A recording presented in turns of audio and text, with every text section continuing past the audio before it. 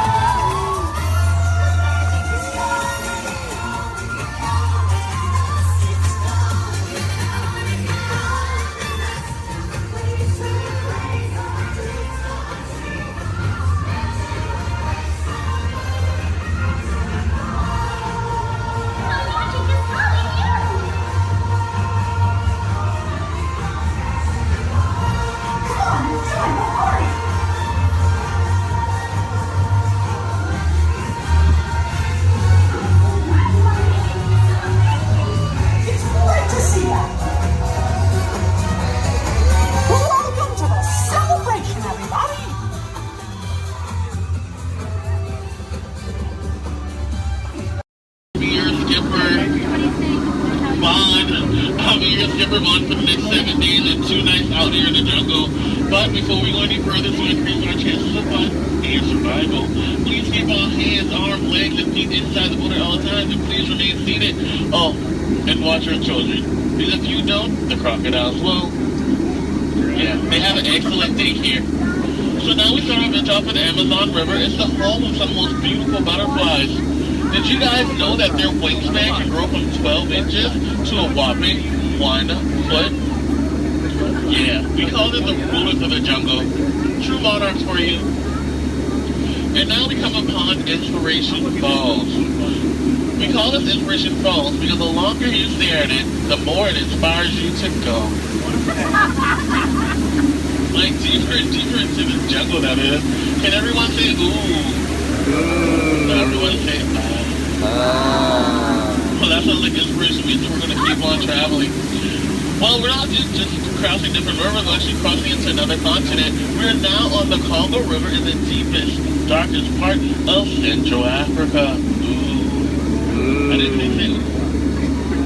Now, if you guys have not seen it before, there's a Jungle Book. You might get it because it's like a book in the jungle. Never mind. So now up ahead, we have a pygmy welcoming party just for you guys. Everything's in full swing. Everyone should hear, as you tell from the music, that no one is here. I cannot see anyone. Canoe? No? Okay. Don't worry. My pet python is here, but don't look him in the eye. He can develop quite a crush on you. The relationship can be a little restricting, but we're not going to get wrapped up in that, okay? We're going to stop at my base camp just to grab a couple of things we need for this journey that would happen. Oh, great.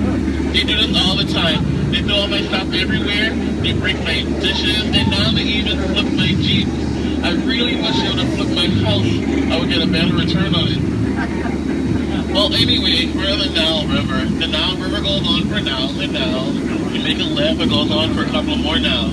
But if you don't believe me, then you must be in no. Disbelief or disagreement. Come on, guys. Anyway, this is the African elephant. One way you can tell it's an African elephant is because of its big floppy ears. Can you guys get the second way you can tell they're African elephants?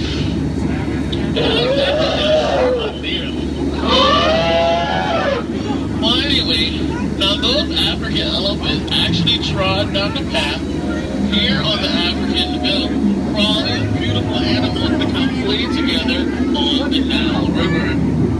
Yeah, there's some zebras, some wildebeest, some tall cheetahs.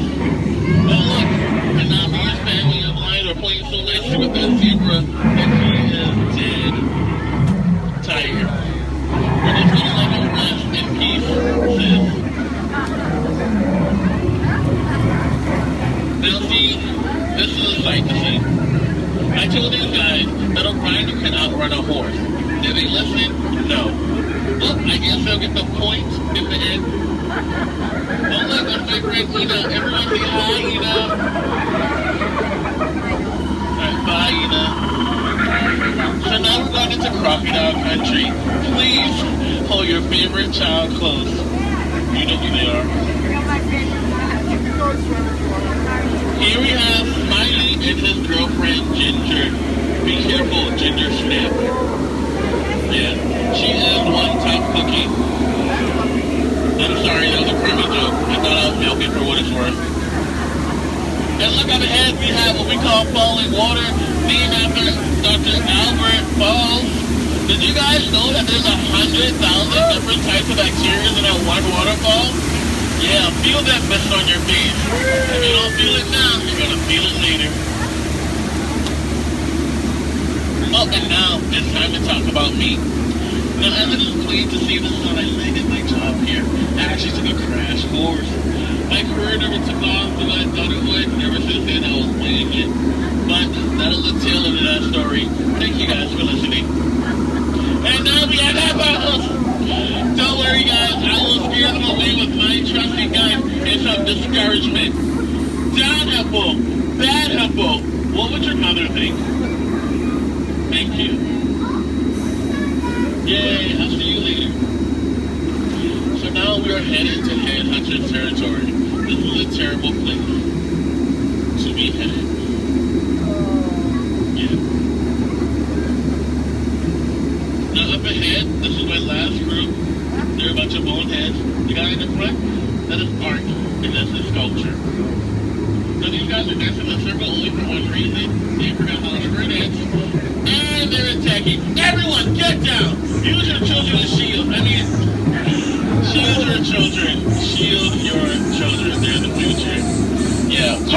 Ricochet. If you guys get hit with a spear, please take it out and throw it back. We cannot take any souvenirs with us. And now this is awkward. We're going behind a waterfall. Please, nobody move, okay? I don't want to get my hair wet.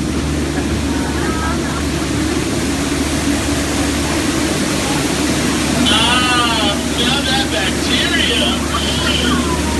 That is actually the backside of water, also known as O2H. So now we're on the heart of Cambodia, on the Mekong River. Apparently, there was an earthquake, because now this temple looks a little... They do have their trunks on.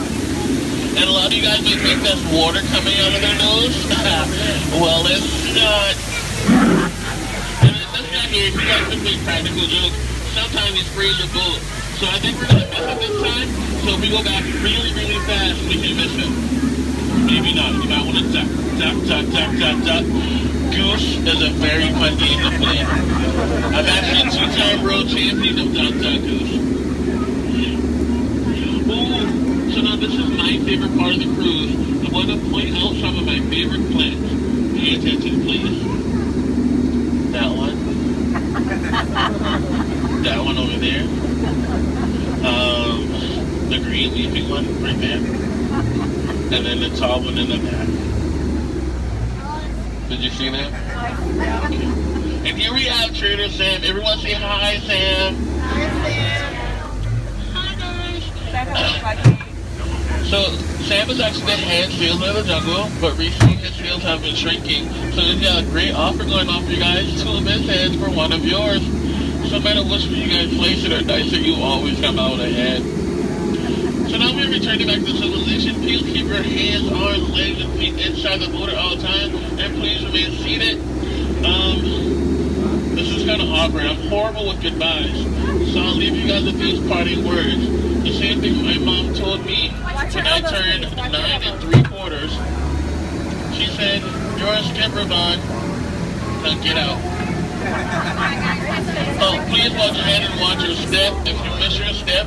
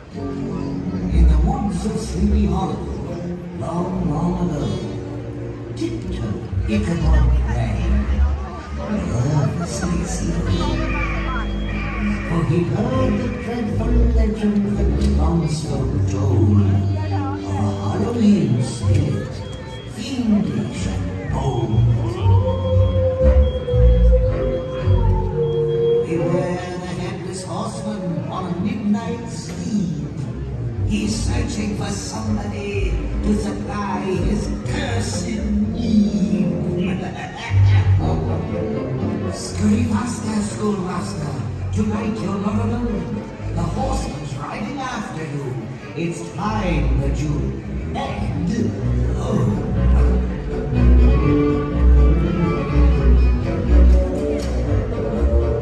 Travel quickly. Cross the bridge. Don't look back. Do not delay. If the headless horseman gets you, you won't see another day.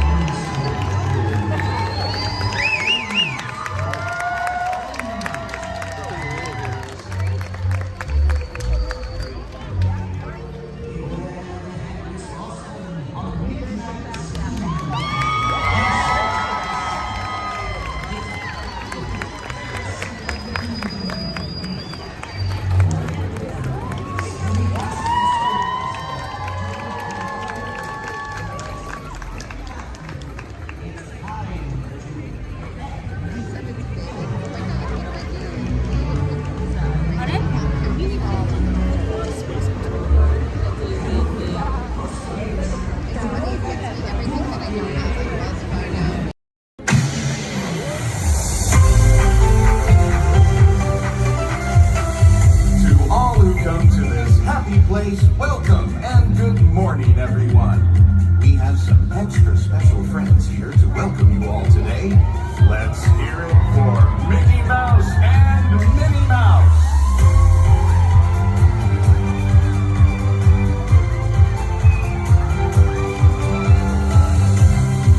Well, hi everybody. Good morning. Gosh, it sure is great to see so many amazing friends. It certainly is. Oh, I have a feeling today is going to be the best day ever. You said it, Minnie. And now that we're all together, we've got a surprise for you. When everybody heard that you were going to be here, they just had to come and give you a great big Magic Kingdom welcome. And here they come now. Ah, God!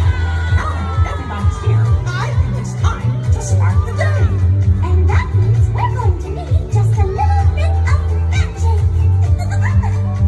I bet these folks can help with that. Oh, I know they can.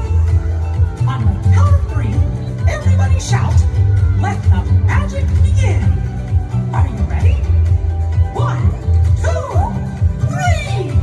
Let the magic begin! Welcome to a place where dreams come true. A timeless journey through lands of fantasy. Where only a wish creates things like this to appear. The most magical place on earth is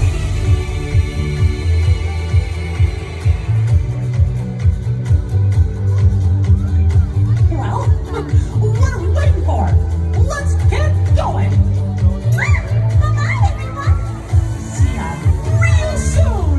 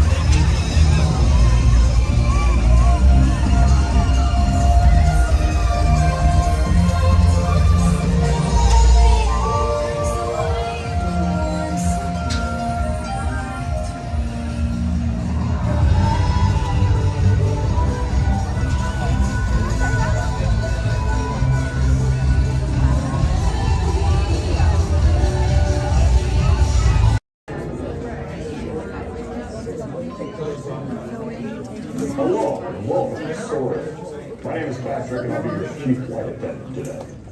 We'll begin boarding in a few minutes, but first I'd like to acquaint you with some important safety information. When the doors to your flight open, please take a seat and store all carry-on items in the underseat compartment. This includes cameras, purses, hats, and of course, these little beauties. Next, fasten your seatbelts, inserting them into the buckle on your right. If smaller aviators don't measure up to the height indicator on the seat, just put the belt through the loop in the center strap before buckling.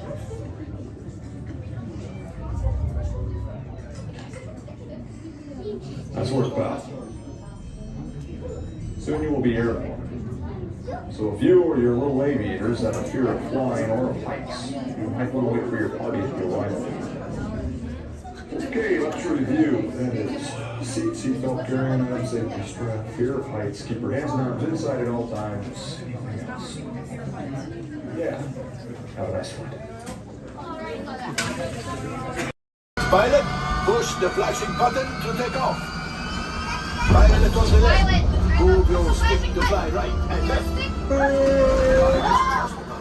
Pilot on the right. Pull back on the stick to fly up. And push forward to fly down. Oh, captain. Julie, sorry. Okay, I got it. Online. Sorry. Guys, you're a terrible pilot. Well, let's go get that fly down. Pilot, make the drop to light speed.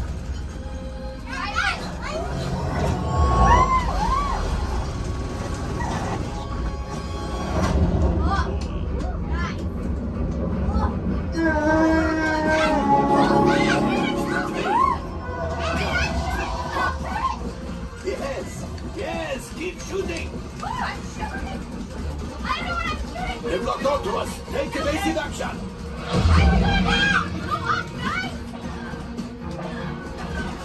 Gunners, we need to defend ourselves. Open fire. Gunners, blast away. Blast. Ah, there it is. After that plane.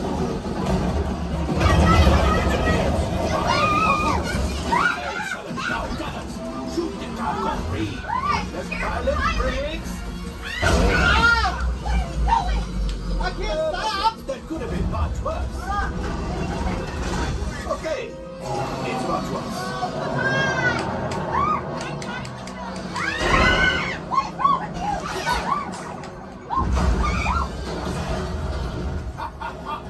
Yes, you got one. Excellent, my friends. Power up the ship. Well, gravity gold axial. You see, just as I promised, my friend. Now that the resistance has what they need, they need something from Bungo. Pilots, line up behind the train so we can harpoon that last car. Gunners, shoot the train. Engineers, realize closer. Keep shooting. Job, my friends. Yes. We got the coaxium. I will grab it. You keep after the train.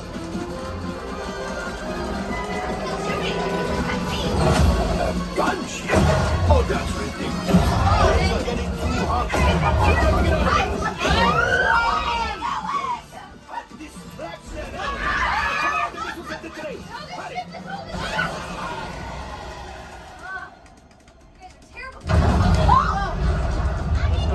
Coming down.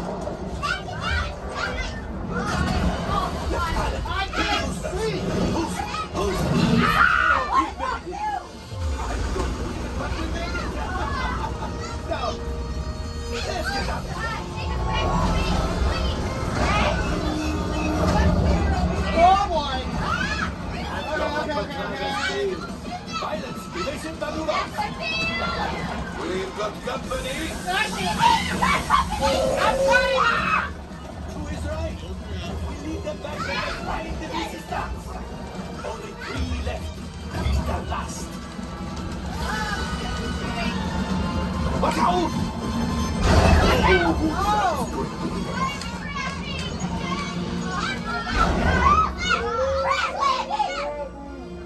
Yes, Chewie will pilot us.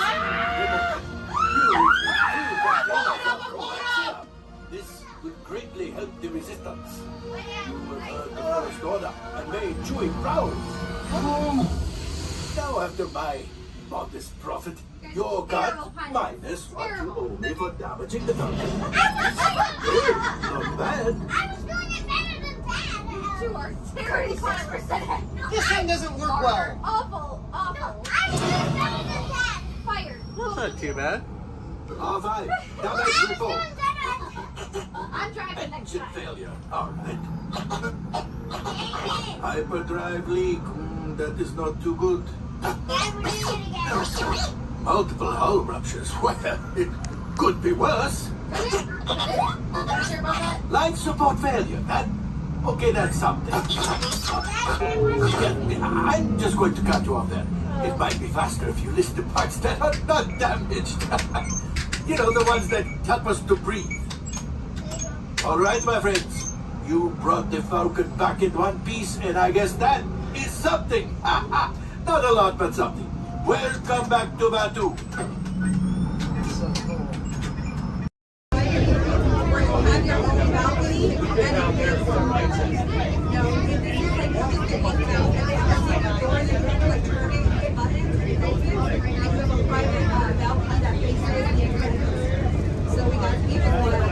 That's what they call it now, the Incredibles. Yeah, it's not Screaming California. When I went out, I remember the first time I ran, I went on it, there was a guy who had a cigarette in his mouth and he came in, he was so proud that he had it lit the whole time. That's like my first time there, and I was like, guys, what? I went on a ride with the kid. He was at the time. My shoulder. Yeah, it's fun. That's a good one. It is. I grew up in Santa Clara and then Marriott to America. So California after that. He's from Redondo, and I am like, so we're like 30, 40 miles away. I just moved here before working for a while. There was nothing here. It's like, it's tight, it's crap, it's fish. So when we got Florida, I was like, You're going to destroy your I have. We've played hooky lots of times. Oh, the bear's stomach hurts. But you never use this part. This is our second time coming. We just got our pass. We got our pass maybe a month ago. Let's go. We've been here like 6 times already. But it's hard to break the back.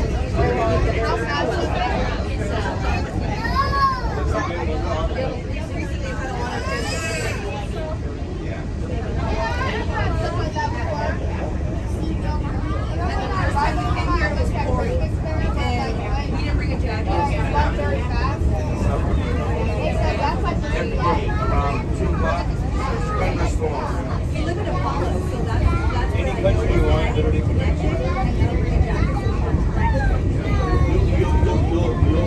You'll have so you'll be like, pretty soon it'll be like Italy, France, Moscow. Yeah, but that's the rate in order.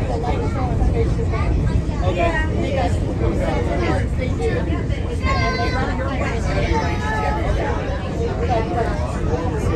I like it better than I must pay cheaper too.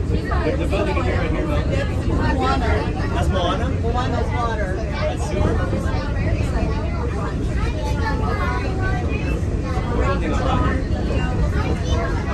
They're building Moana, baby. Yeah, I mean, Shanghai Disney kind of.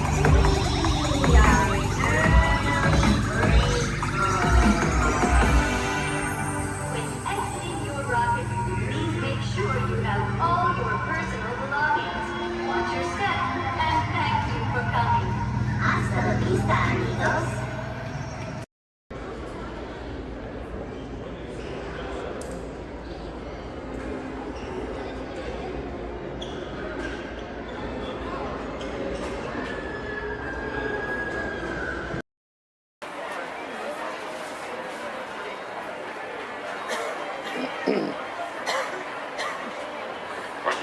and gentlemen, boys and girls, before we do the party dance, everyone, please maintain for some hour time for the times of motion. As well as if you're much older, if you ask me going, please let me know the sign of the bench. And I will from the car opening day. Here we go. Our board.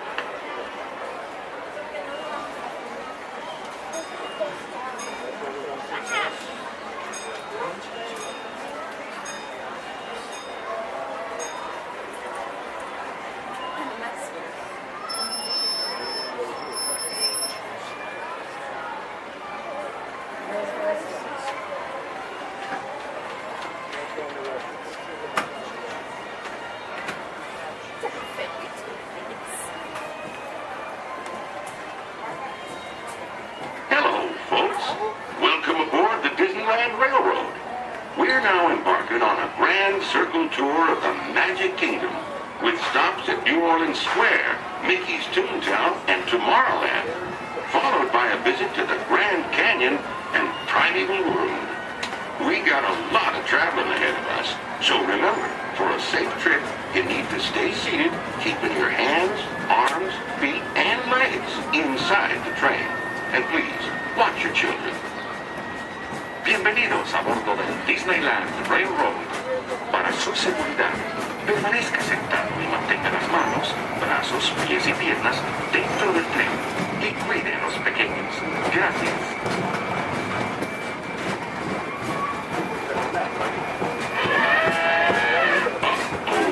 Did you folks hear that? Sounds to me like we've reached the wilds of Adventureland, where you just might run into a lot of savage critters out there, including lions and tigers and tiki birds. Everybody best be on the lookout, and you never know just what may show up. We're approaching our first stop, New Orleans Square Station. This station serves Frontierland, New Orleans Square, and Critter Country. If you'll be leaving us here, please remain seated till the train comes to a complete stop. Then watch your step while getting on. Have a good time at the Frontier, yeah? For those of you who continue on, we'll resume our trip in just a moment.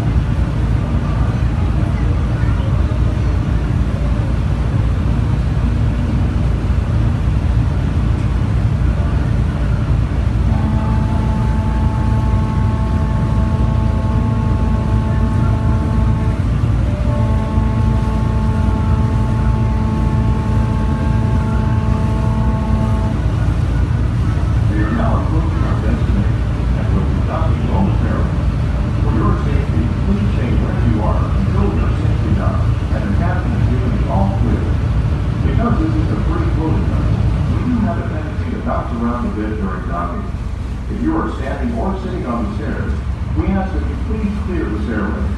Everyone else, please remain where you are until we've completed our docking. Once again, please clear the stairway.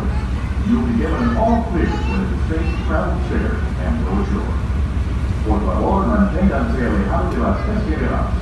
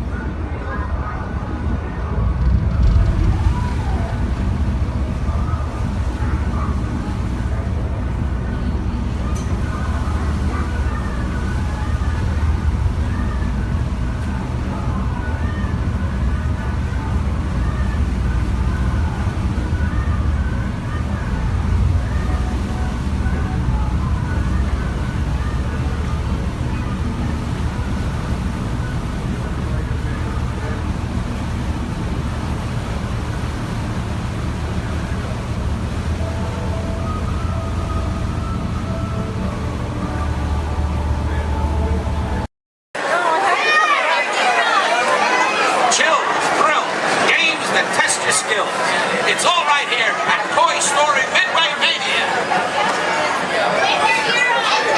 Do you think I'm kidding? Do you think we call it Mania for nothing?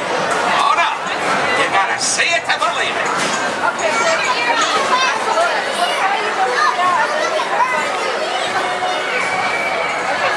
Who out there can hear me? Raise your hand. Good, good, good. Who out there can't hear me? Raise your hand. Look over here. We got a bunch of wise guys.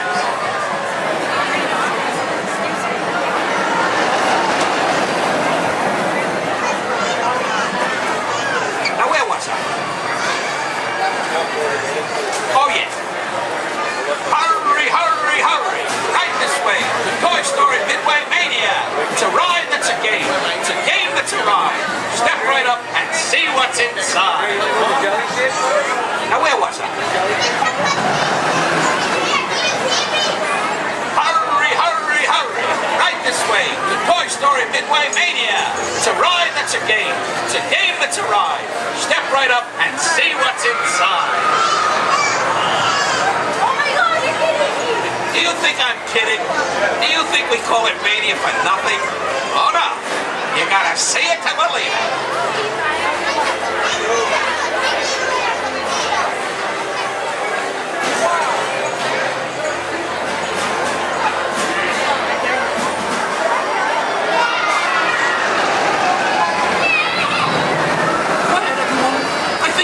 Coming. Everybody freeze.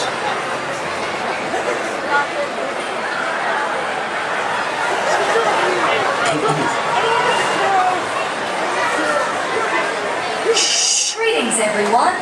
We are pleased to announce that tonight, Disney's California Adventure will remain open until 10 p.m. for your enjoyment. Again, Disney's California Adventure will remain open until 10 p.m. this evening. It's okay, folks. Hold so long.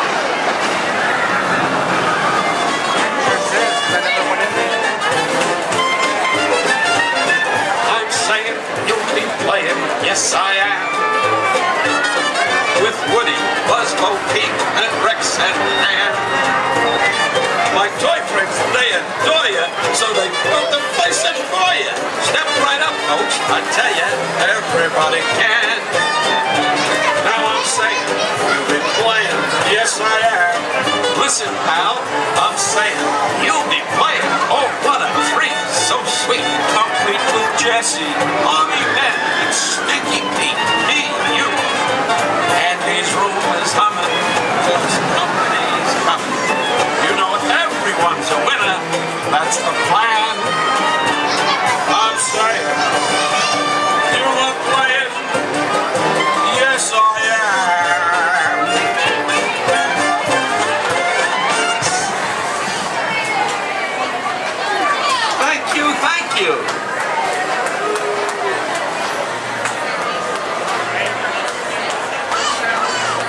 Last night, Mrs. Potato Head said, honey, there's a salesman at the door with a mustache. I said, tell him I've already got one.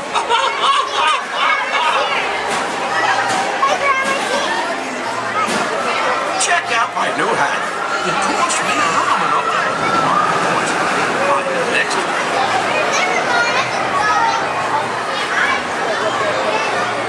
Okay, now, give me a D. I said, give me a D. Give me another D. Give me another D. What do you got? 3D. Yes, that's right, folks. Midway Mania is in 3D. So don't forget to pick up your game glasses just ahead.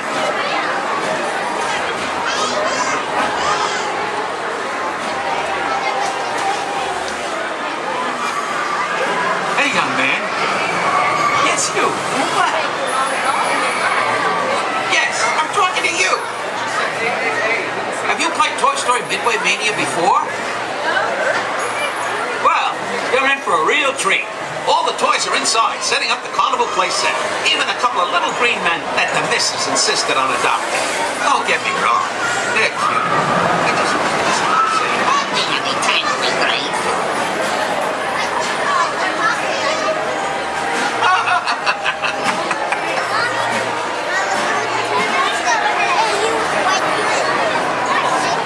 hey, young lady.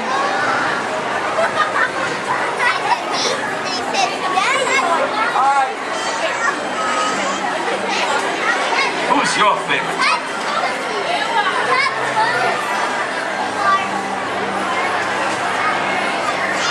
Speak up, princess.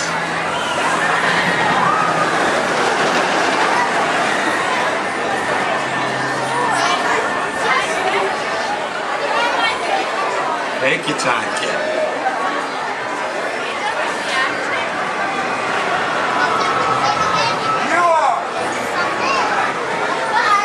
Thanks. You're my favorite too.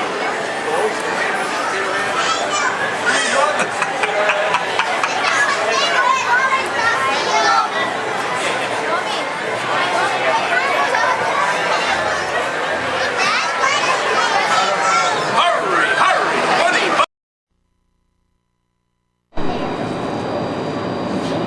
Please stand clear of the doors. Por favor, manténganse alejados de las puertas.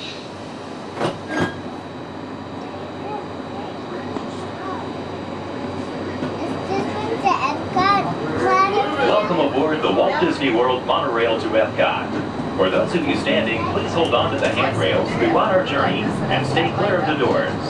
For the comfort of others, no smoking, please. Thank you. As we turn south, you can catch a glimpse of the spires of Space Mountain in the Magic Kingdom. Nearby is Disney's 8th-ranked contemporary resort. Where are we at? That's where we were just at.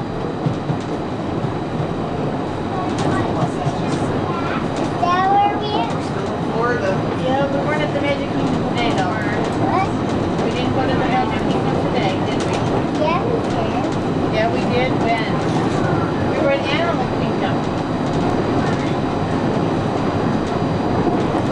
And right now, we're kind of taking a little break.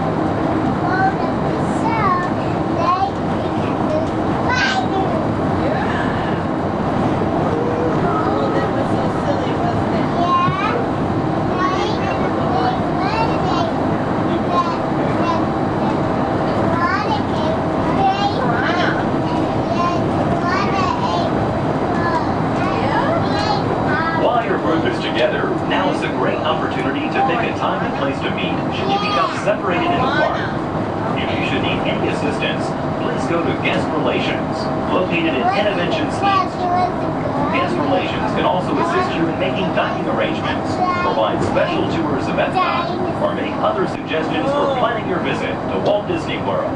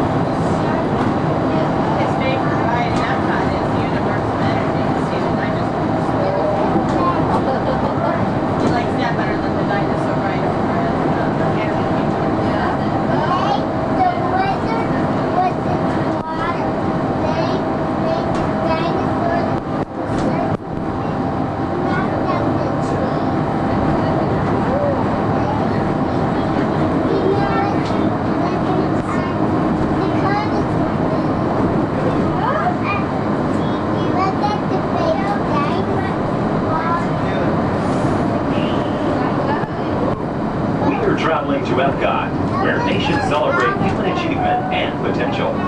Its 300 acres are divided into two worlds, Future World and World Showcase. Future World offers fascinating explorations into realms of energy, transportation, and imagination. You'll also find adventures in communications, sea exploration, food production, and other vital topics. World Showcase is a community of nations, highlighting the accomplishments and cultures of people around the world. On the banks of the 40-acre World Showcase Lagoon are Mexico, Norway, China, Germany, Italy, the American Adventure, Japan, Morocco, France, United Kingdom, and Canada. Young adults from each nation represented in World Showcase are among your hosts, making this a true international exchange.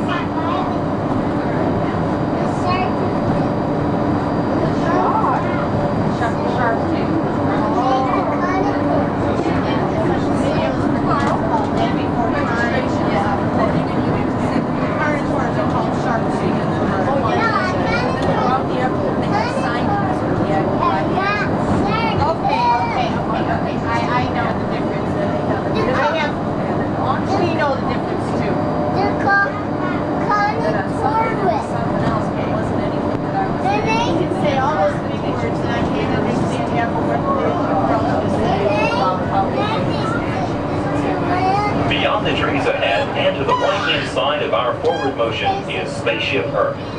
This 18-story geosphere marks the entrance to Epcot. Inside Spaceship Earth, time machine vehicles take you through the evolution of human communications, from a distant yesterday to the dawn of tomorrow.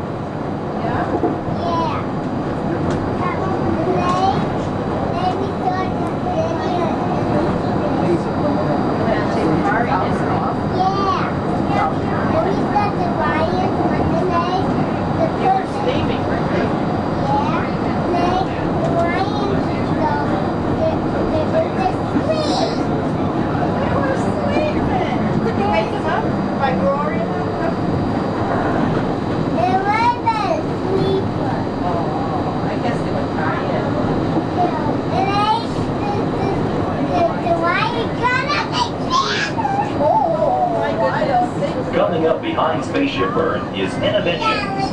Inside this hands-on area, you can explore and interact with the ever-changing technologies and products for everyday living in the near future. To the opposite side is the universe of energy.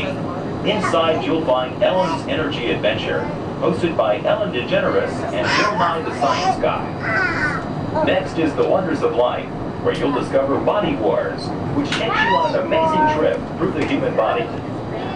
In Test Track, you can experience the exhilaration of test driving a vehicle on the fastest and longest ride ever created for Walt Disney World. Coming into view is World Showcase. Directly across from us on the far shore of the World Showcase Lagoon is our host pavilion, the American Adventure.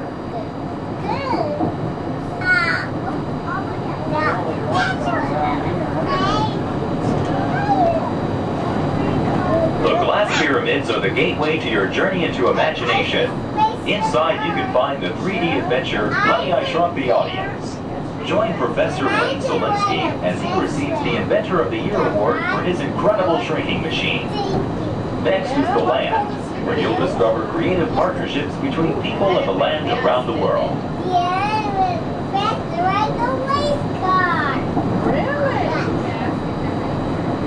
In the living seas, you can descend via hydrolator to Seabase Alpha and navigate the largest, most spectacular coral reef environment ever created by humankind.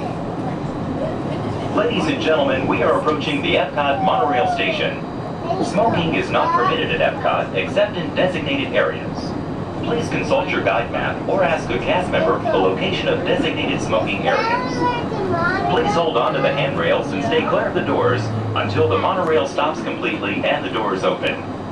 On behalf of the cast of the Walt Disney World Resort, we'd like to welcome you to Epcot. There's some of the signs there. We'll just watch and see somebody. I got one to go. Sit down. Sit down, please.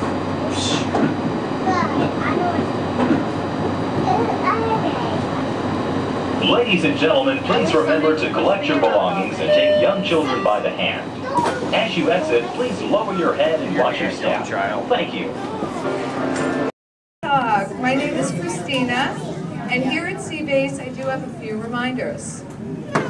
There's no eating, no drinking, no smoking, and absolutely no flash photography. Thanks, guys. The equipment you see here hanging in the water is called a hydrophone.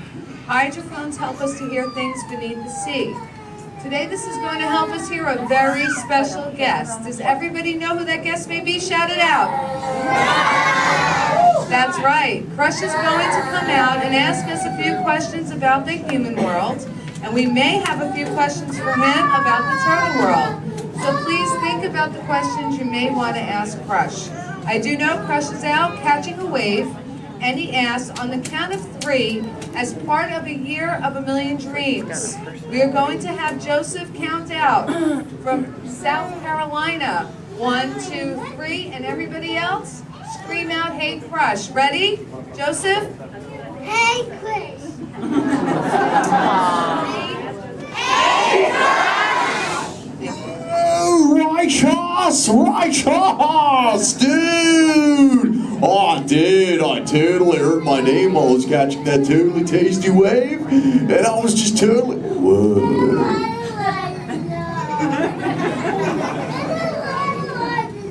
Check out all of you human dudes in the human tank. Hello, dudes! Oh, they live. Hey, dudes!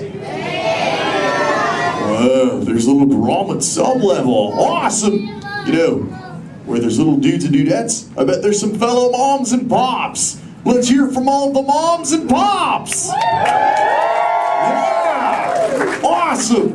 Let's meet some humans up close. Hey, there's a dude here with a light lid and a gray shell. Hey, dude. What's your name, man? Mitchell. Mitchell. Mighty Mitchell, dude. Where are you from, dude? Kansas. Whoa. Never heard of it. That's cool, though, Mitchell. Do you think any of your friends back home knew you would be talking to a turtle? Not really, no. Yeah. Well, dude, if you told me earlier I'd be talking to a human, I'd have been like, no way. Hey, Mitchell, dude, it's really nice to meet you. I'll just assume the feeling is mutual, dude. Totally, dude. Hey, there's more humans on this side. There's someone with a blue lid and an orange shell, I think, right in the front here. What's your name, dude? Michaela. Minnie Michaela, who brought you here today? Your mom. Where's the mom to Michaela, dude? Oh, way in the back. Sorry to get stuck with the cheap seat. Standing room only, dude. Sorry. Hi, name's Crush. What's your name? Shelly. Shelly. Oh, that's the name of my wife. Shelly. Yes. That's your little offspring, Michaela. Do you have multiple offspring? Yes, I have 3. Awesome, dude. Did they ever ask you questions? Yes, they They never stop, do they? I bet some days you're like, am I right, Dudette? You are very right. Shaw. You know what, Shelley? What? From one parent to another, we just shared a moment.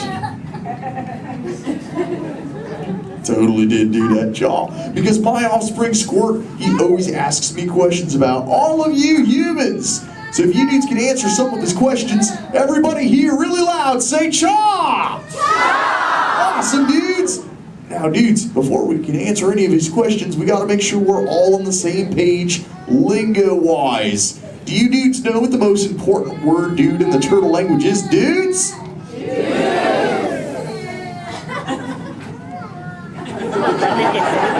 That's right, it's totally dude! Because dude can be used in so many different ways. Example, if something is totally awesome, you say dude like this. Dude! Let's try that, dudes, really loud on 3. Here we go. Uno, dos, 3. Awesome! But when you get bummed out, you go, dude. Try that one, dudes. Whoa, you're bumming me out. But no worries, dudes. If something is bogus, yet semi-humorous, you say dude like this. Try that, dudes.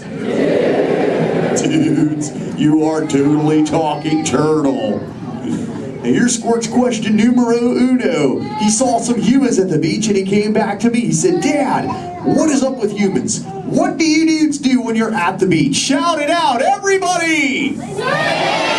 Oh, you swim, dudes! How many humans here swim? Raise your fin if you're a human that swims, dudes. Lots of human swimmers here today, dudes. Most excellent. There's even a dude sitting on the front row bench on the corner of this side. He's wearing a white shell. Where are you going? There he is. What's your name, dude? Brian. Brian, dude, you swim? Yes. Awesome. Brian, when you swim, do you prefer to swim real fast or to take it easy and take the turtle's pace? The turtle's pace. Turtle's pace. No shame in the turtle's pace, right, Brian? No shame. Awesome, dude. Hey, Brian, I've got a question for you, dude. All right. Does this look familiar? Yes. I'm Brian. Yes. Awesome, Brian. Thanks for your help, dude. Hey, dudes. I just realized I am the only one here asking questions. Does anyone have a question for me, dudes? Raise your fins, and I shall try to find you. Who's got questions, dudes? Let's go up front near the center. There's a dudette wearing a white shell. Right up front here. Hey there, dudette. What's your name? Madison. Minnie Madison. What is your question? How do turtles swim? How do we swim? Well, we got these awesome flippers that push us through the water, Madison. It's totally awesome. In fact, a sea turtle like me can swim up to about 20, 25 miles an hour. And that's like, whoa. Totally, dude, chaw. Hey, if you dudes want to see how fast that is, say chaw! Awesome, dudes. I'm going to swim so fast, you'll be like, no way. And I'll be like, oh, way. All right, dudes. I'm building up the speed now. Here we go, dudes. Check it out. Right. Dude. Whoa, dudes, that was bogus. Yet semi-humorous. What do we say, dudes? Totally. But you know what, dudes? I've got other questions. Who else wants to ask me a question, dudes? Oh, let's go back to the center. Right in that second row, she's got the red shell here. She's got a question for me. Right there in the center with the red shell. What's your name, dudette? Cameron, what is your question? What do you like to eat?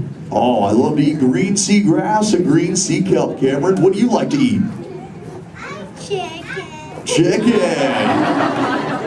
Does chicken ever give you bubbles, Cameron? Sometimes green seagrass gives me bubbles, dude. It's kind of bogus.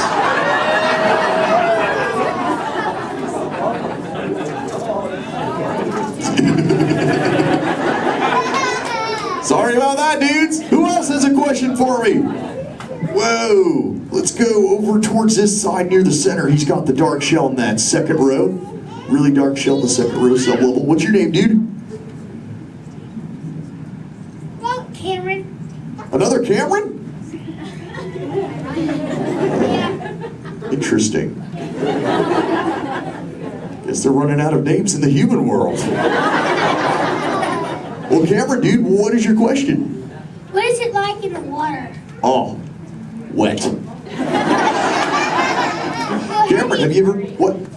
How do you ever feel in it? How do I, wet.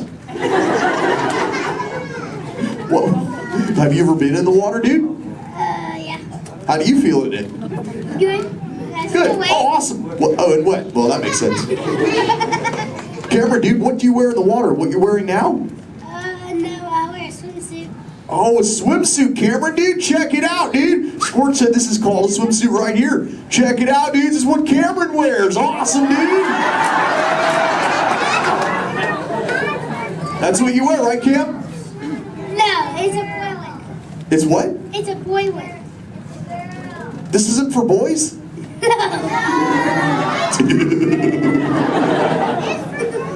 I didn't know that, dude. Cameron, dude, can I ask you a personal question, dude? Yeah. Does this make me look fat? No. No? Oh, thanks, dude. Cameron, dude, remember, when you get older, you'll find that will always be the correct answer to that question. Totally. What, dudes? No, dudes, the name's Crush. Where you see Little Blue? On the other side? No way, dudes. That'd be awesome if she were here, dudes, but she's totally not. Hey. Whoa, Little Blue. I know you. Sure. Hi, I'm Dory. Totally. I remember you. You're Mush. Little Blue, the name's Crush. Well, what brings you here on this fine day? What brings me here? Sure. My fin, silly. Watch. Woo ha, chee ha, woo. Ow, ow, yeah. Ow, ow, ow. Wow, that really clocked me there. Am I bleeding? Little Blue, I hope not, but... Look. It's a people tank. Hi. Hola. Ooh, bonjour. Welcome. Ni hao.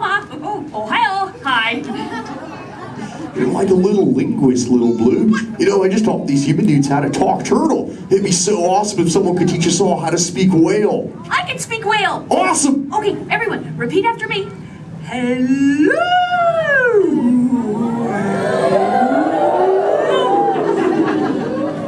That sounded pretty good, dudes, but let's try it all together real loud.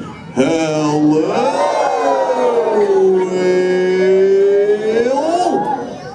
Awesome.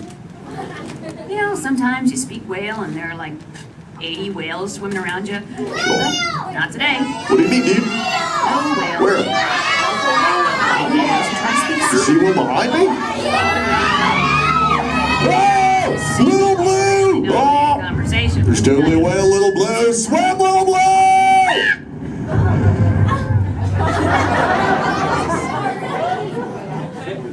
Tell the whale to go away. Help her out, dudes, and say, go away, whale!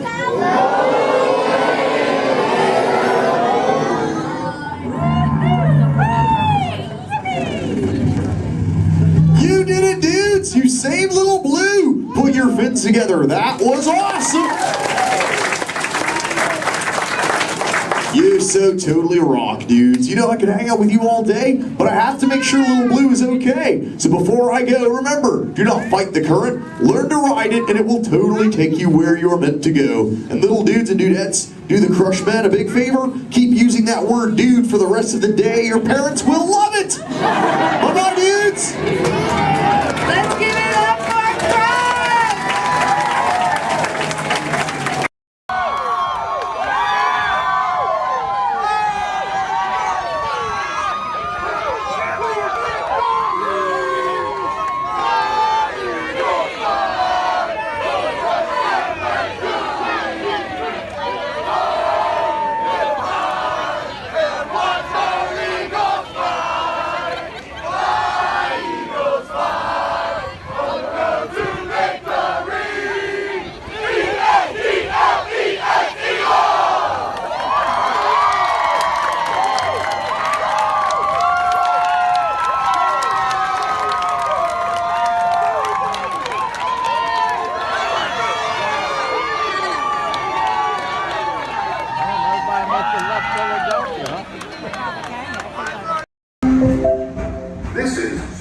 7475. Or as we locals call it, Space Mountain. Our high-speed rocket point to distant deep space destinations.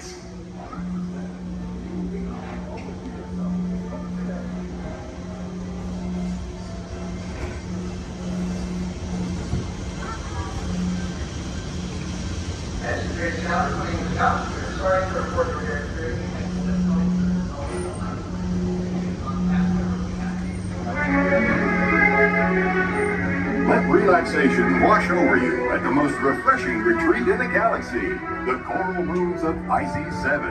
You H2O it to yourself. Book today.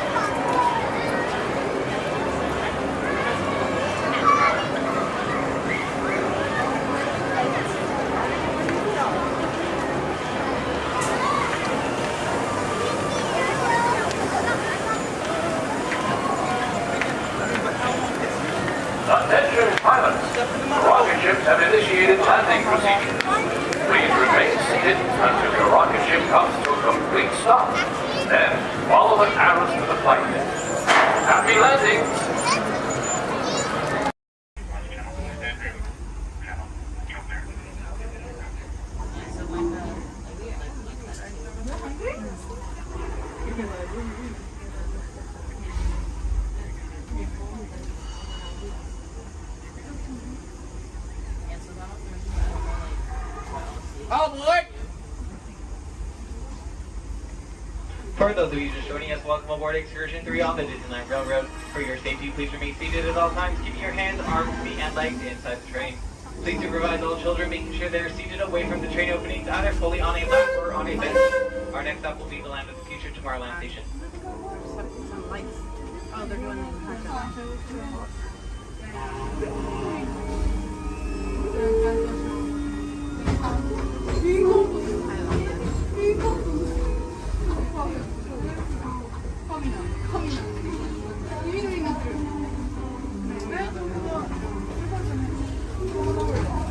Hello everyone! Thanks for joining us on the Disneyland Railroad. For a safe ride, remember to stay seated with your hands, arms, feet, and legs inside the train. And please watch your kids. ¿Qué tal amigos y bienvenidos a bordo? Para su seguridad, permanezca sentado y mantenga las manos, brazos, pies y piernas dentro del tren y cuide a los pequeños. Gracias.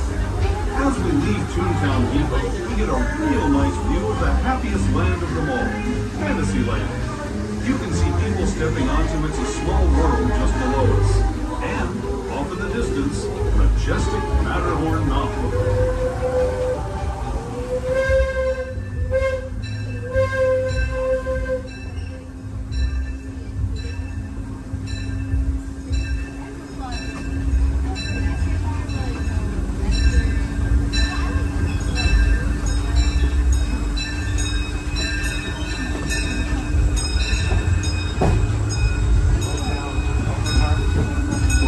Steaming forward into the future to a land inspired by visions of tomorrow, both practical and imagined. Here you'll find rocket ships and star speeders, submarines and astroblasters, and, if you look overhead, maybe a glimpse of a Mark 7 monorail. This is the latest version of the first daily operating monorail system in the entire Western Hemisphere, gliding above Disneyland since 1959. Below the monorail, and us, are the fun-filled roadways of the Autopia. Drivers of all ages can get behind the wheel of these cars. No experience or license required. If you're into soaring spaceships or doing battle with evil empires and emperors, Tomorrowland is definitely the place for you. Speaking of which, we're pulling into Tomorrowland Station right now. If you're leaving us here, just stay seated until we come to a full stop. Gather your belongings, including lightsabers and astroblasters, and step carefully from the train. Thanks, and have fun in the future. For the rest of you, just sit tight. We'll be on our way again in just a minute.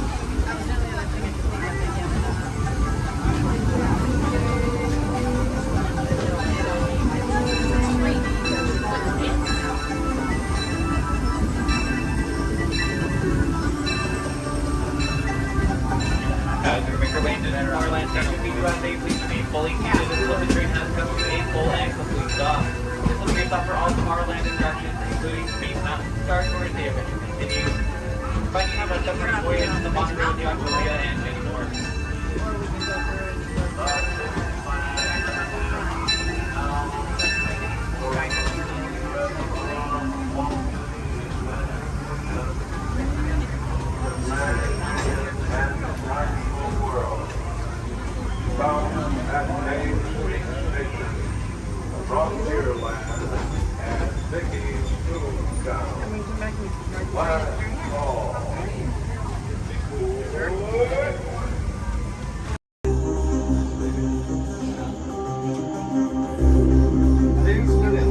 You see alligators in this ride? Yeah, space alligators. Also known as alligators.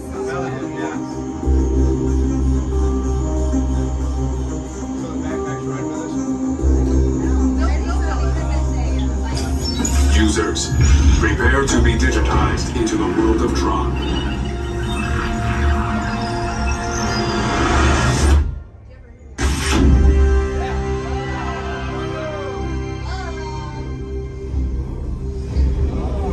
Team Blue, welcome to the grid.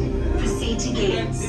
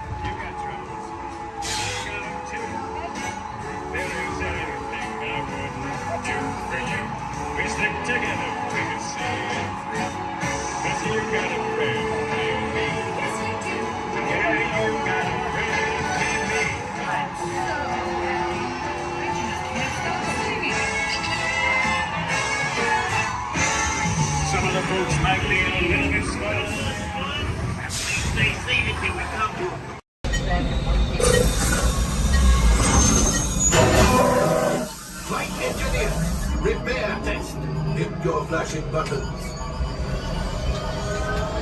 You better be faster when you get in real trouble. Whenever they like green, you press them. Right, pilot, push the flashing button to take off. Pilot on the left. Move your stick to fly right and left. I was just about to say that. Pilot on the right. Pull back on the stick to fly up. And push forward to fly down. Oh, watch it! Chewie makes flying this thing look easy, eh? Weapons are online. Left pilot, hit the boosters. Now let's go get that coaxium. Right pilot, make the jump to light speed.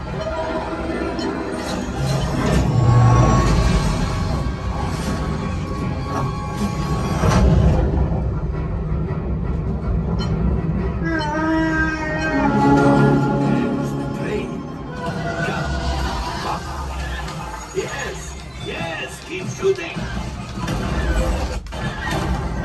You knock onto us. Take evasive action.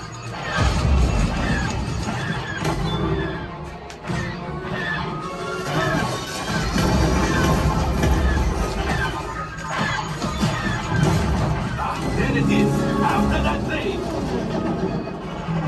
Flight engineers, fire the outpost. Hey, now, gunners, shoot the cargo free. Pilot brakes. Well, my friends, that could have been much worse. Okay, it's much worse.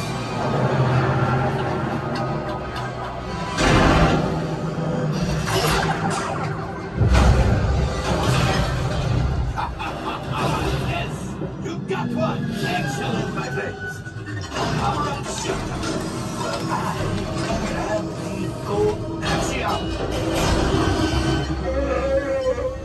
You see, just as I promised, my friend, now that the resistance has what they need, maybe they'll build something for Paldo.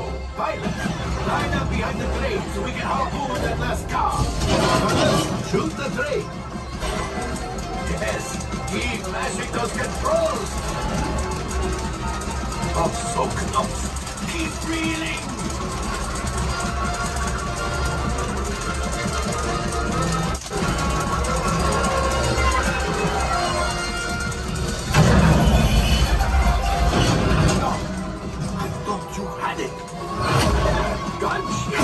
Oh, that's ridiculous. Things are getting too hot. We've got to get out of here. Yes, a distraction. Fire the missiles at the train. Hurry.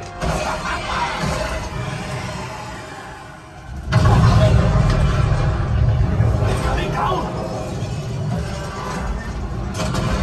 Left pilot, hit the boosters. Boost. Look, we did not die. Let's get out of here!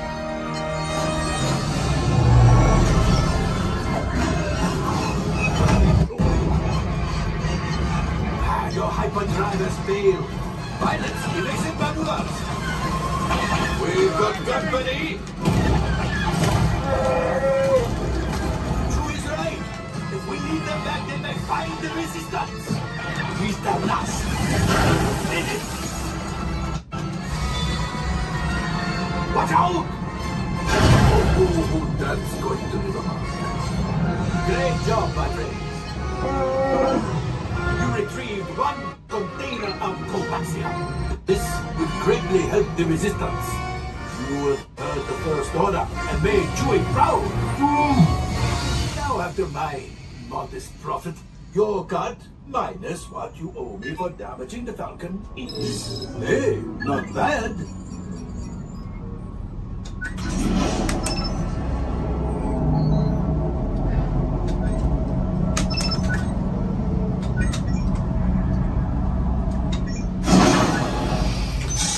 All right, I'm making an executive decision. Everybody out. Go on, get out.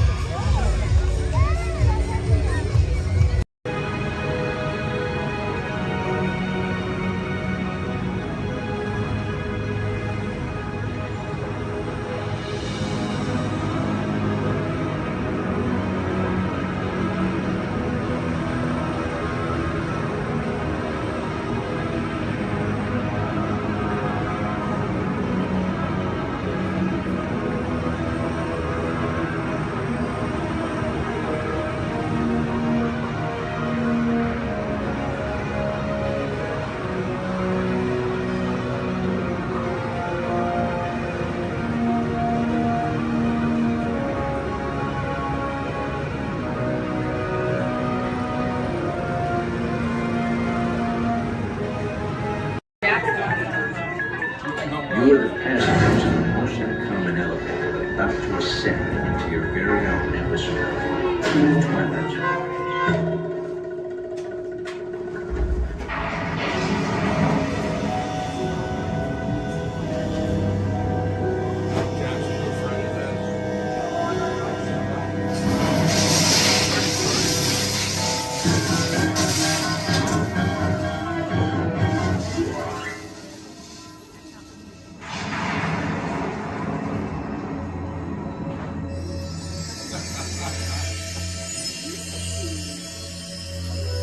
It takes you in somewhere before you go.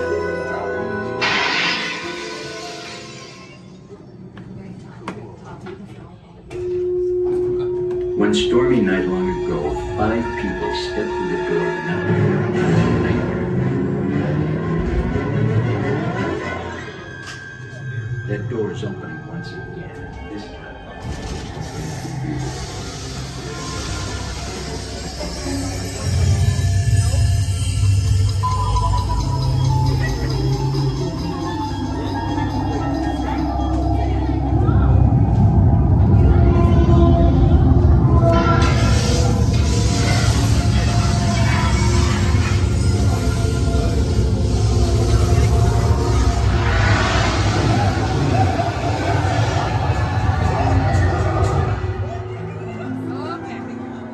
You are about to discover what lies beyond the 5th dimension, beyond the deepest, darkest corner of the imagination, in the Tower of Terror.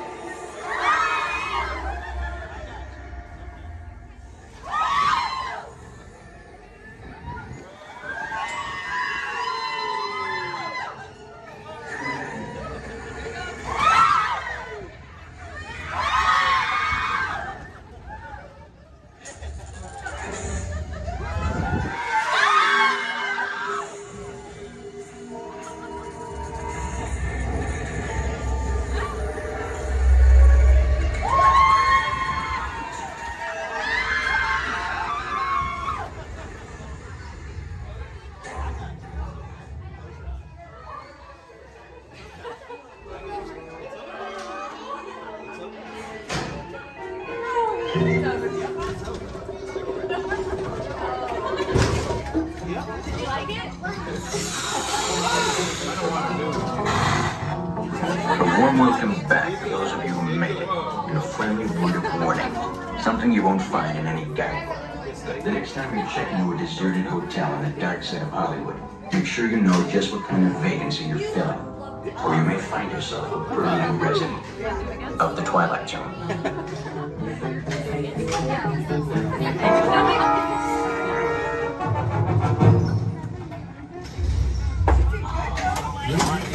Welcome back, everyone.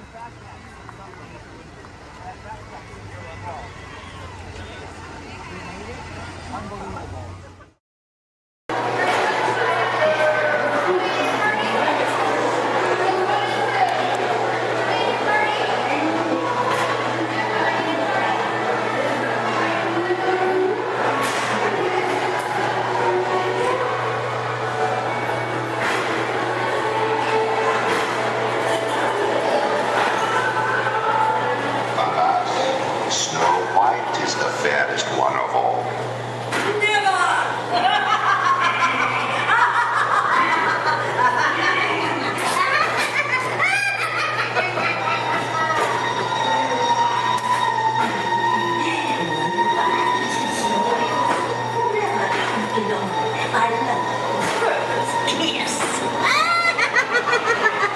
Princess, run away and never come back.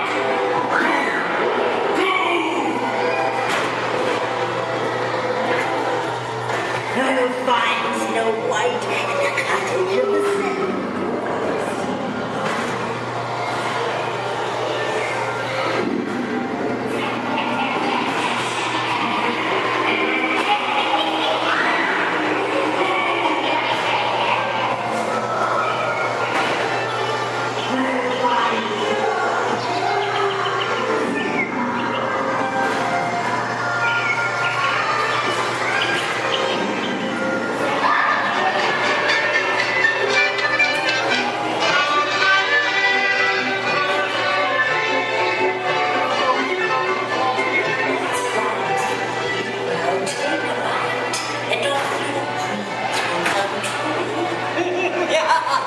Now I'm the fifth one.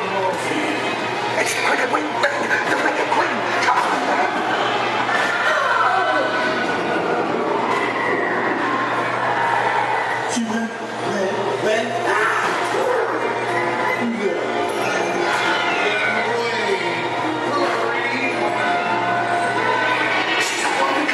Let's go.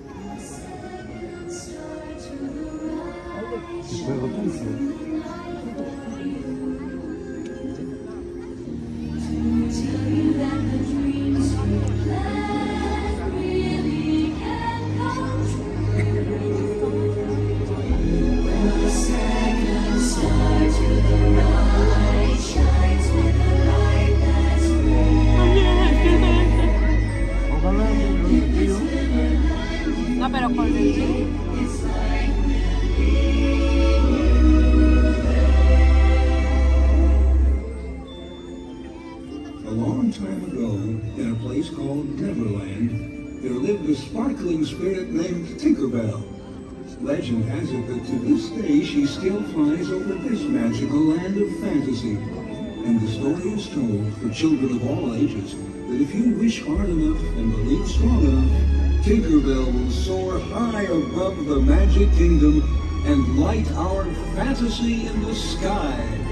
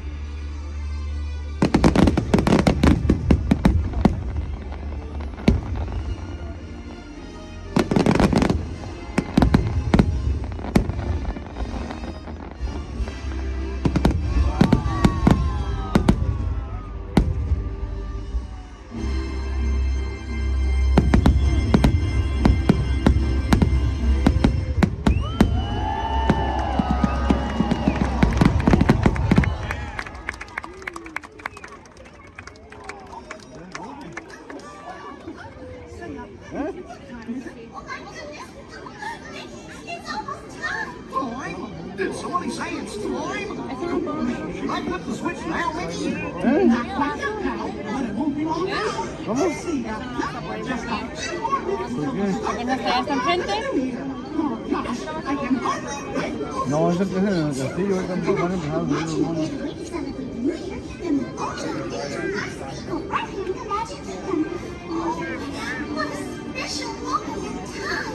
Climb isn't climb. Now, go over here. Take it easy there, Luke. We still have plenty of time. Oh, no, we don't. Go. This is it. Start the countdown clock. All right, Mickey. Starting the countdown clock. Okay, everybody. It's time to start counting down the new year. Are you ready? Okay, then. Here we go.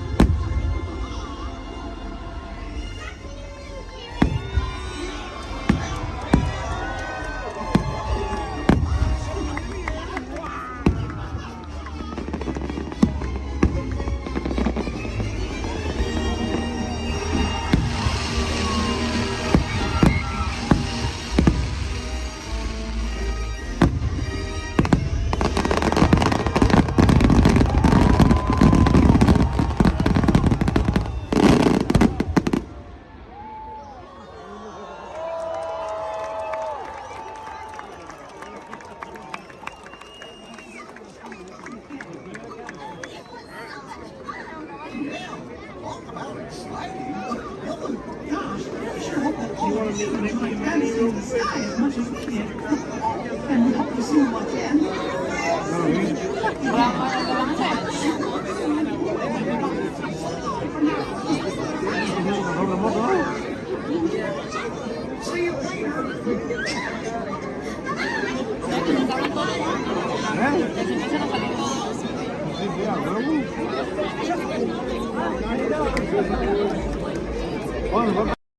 Right here in our very own special effects water tank. Now, water tanks just like this one continue to play a major role in action films. Here, the explosive, out-of-control mayhem that you see in movies like Crimson Tide, The Rock, and Pearl Harbor can all be created using large-scale mechanical and physical effects. The action is then filmed as a carefully planned sequence of events. And today you guys are in luck because we are in pre-production for our very own action sequence that we like to call Harbor Attack. We're going to be using some of the same special effects that directors like Michael Bay use in their films. Now, if you'll turn your attention to those overhead monitors, here's Michael to set the scene. In this scene, a patrol boat is on a surveillance mission, searching the skies for enemy aircraft. The crew is caught off guard when the real danger surfaces from beneath the sea. This is going to require a full range of physical effects, split-second timing, and careful direction. We have the lights, we have the cameras. All we need now is the action. And if anybody knows about serious action, it's certainly Michael Bay. Some of the effects that we'll be using in this scene include water cannons, which have been pressurized up to 100 pounds per square inch. We also have bullet hits, which have to be carefully timed and programmed to match the sequence of the visuals as well as the pattern of our sound effects. And the last but probably the most important physical effect in a scene like this is fire, which must be ignited at a precise moment, because it takes a lot of timing and work to reset the charges for an explosion. Of course, the number one consideration in the timing of all these effects is the safety of our actors here on the set, and that's where you come in. Everyone, please give Mitchell a big round of applause! Yay! We have a big cast of mechanic in our scene today. Your scene is going to take place way down here in the engine room of our PT boat. Now, you don't have to swim. You can follow Stephanie and she'll show you right where to go. All right, we're going to be filming 2 scenes today, but not in the order in which they appear in the script. Many movies today are shot out of sequence, which means that actors have to react to a situation which may not have yet been filmed. This can be difficult, so it's up to the director to provide the motivation for the scene. All right, Mitchell, here's the setup. The phone next to you is going to buzz as 800 gallons of water are going to dump out of those tanks, fly down that chute, and slam into you like a freight train. Are you feeling motivated to hang on? Good. It's actually 1,000 gallons of water, but we find there's a fine line between motivation and fear. All right, roll, playback, and action. Pick up the phone and talk to your captain. Let him know you just lost your engine. Keep talking. Keep talking.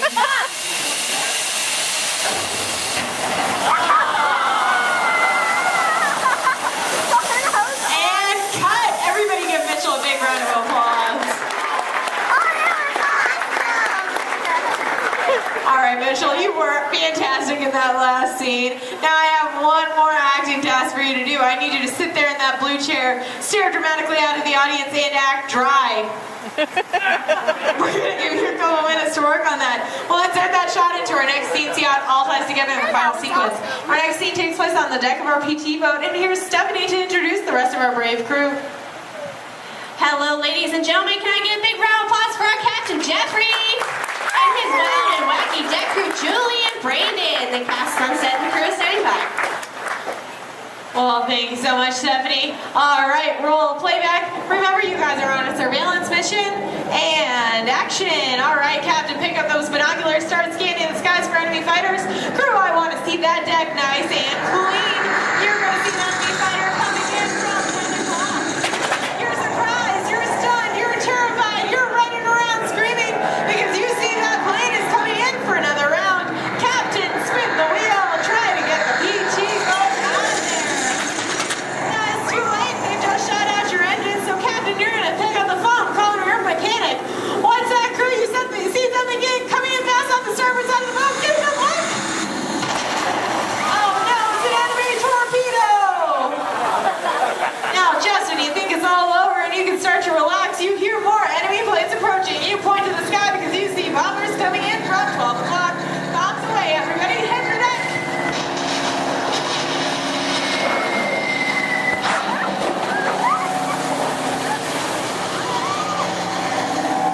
Now you have survived that aerial attack, but then you see 2 more torpedoes headed fast off the stern. Lucky for you, they pass right underneath the boat, but unfortunately that means they're headed straight for our audience. Point to the audience and yell, "Look out!"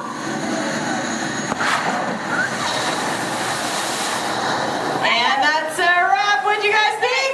Give them a big round of applause. All right, now we're gonna see what that whole sequence looks like when we have some computer-generated images, a couple of lines of pre-recorded dialogue, and an exciting musical score. Ladies and gentlemen, I'm proud to present Harbor Attack.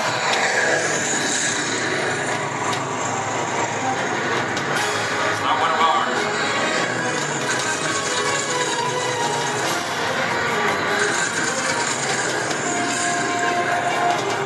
Skipper, he's coming around for another run. Engine report. Those engines are gone. Torpedo up the starboard. We're taking on water. Numbers at 12 o'clock. Hit the deck. And that's a wrap. Everybody give him another big round of applause. Thank you so much for being a part of Harbor Attack here at the Special Effects Water Tank. If you're waiting for our brave volunteers, please stay where you are. The rest of you, please turn to your left, head straight down those ramps through the props warehouse. Shuttles will take you on the rest of your behind-the-scenes tour. On behalf of Stephanie, myself, and our brave volunteers,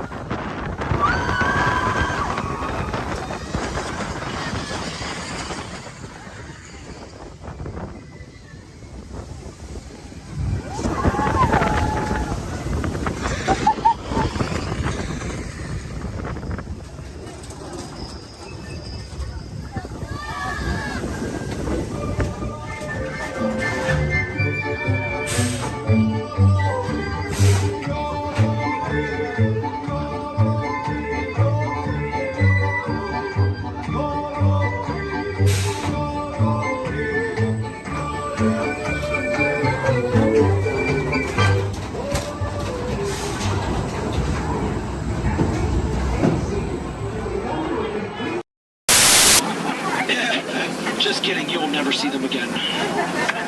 Yeah, but chances are you probably never saw them before, so who cares? Ladies and gentlemen, welcome aboard the world-famous Jungle Cruise. World famous for being world famous. My name is David, and I'll be your skipper, your tour guide, your social director, your dance instructor, and if you don't laugh at my jokes, your swimming instructor for the next 2 weeks. All right, the first river we are entering is the Amazon River, where everything is larger than life. You can tell to the left and to the right of the boats by these butterflies coming up over here. Now, these butterflies, just to let you know, have a wingspan ranging between a mild and tiny 12 inches to a whopping and amazing 1 foot. And over here to the right is Inspiration Falls. Now, people usually ask me in unison, why do you call it Inspiration Falls? How odd of you guys to ask. Well, the longer you stare at it,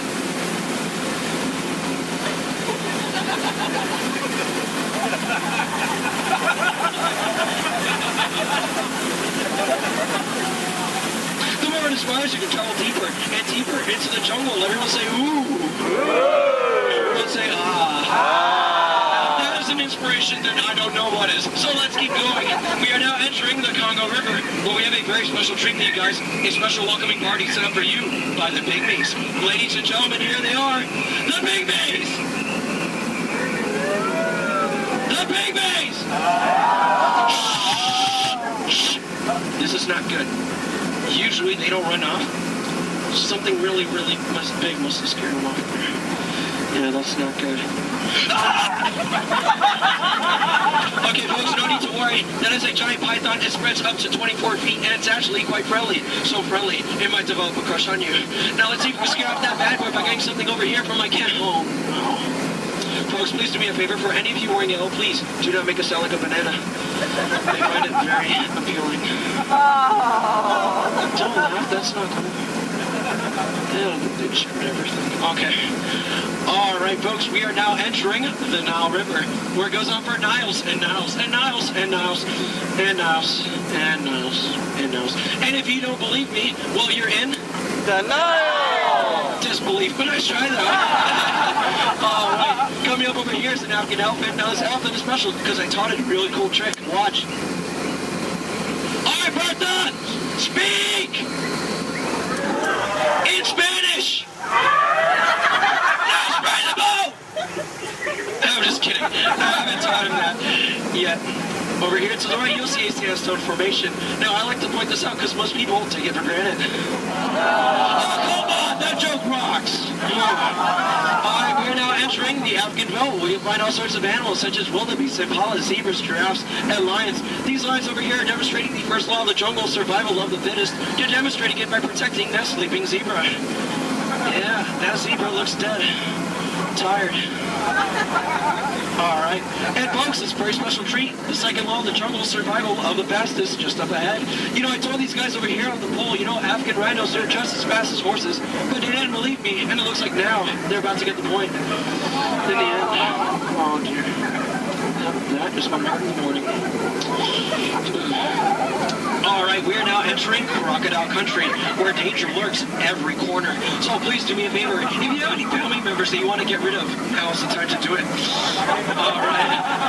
Alright, over here to the right, on the left-hand side, you'll see Old Smiley. Now, Old Smiley is 75 years old, and he loves to take free handouts. Now, crocodiles are some of the dangers we have here in the jungle. We also have monsoons, whirlpools, hurricanes, rapids, and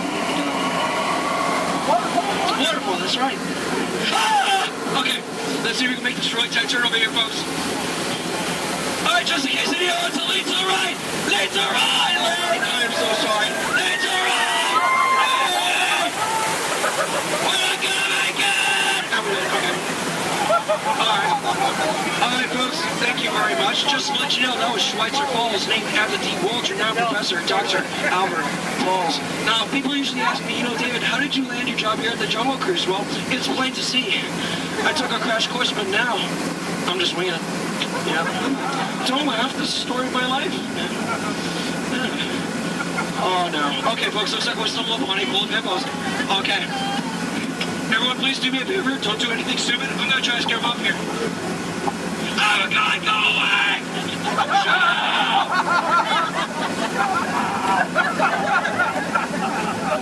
Thank you.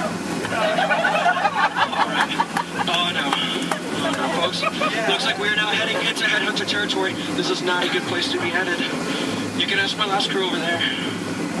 Yeah, they were just yelling the entire time. Alright, from my years of experience, I know when the natives are dancing like that means they're going to attack the boat. Usually they attack this side, so there's nothing to worry about if you're on this side of the boat. So, you know, keep your eyes peeled and see if we can avoid the attack here.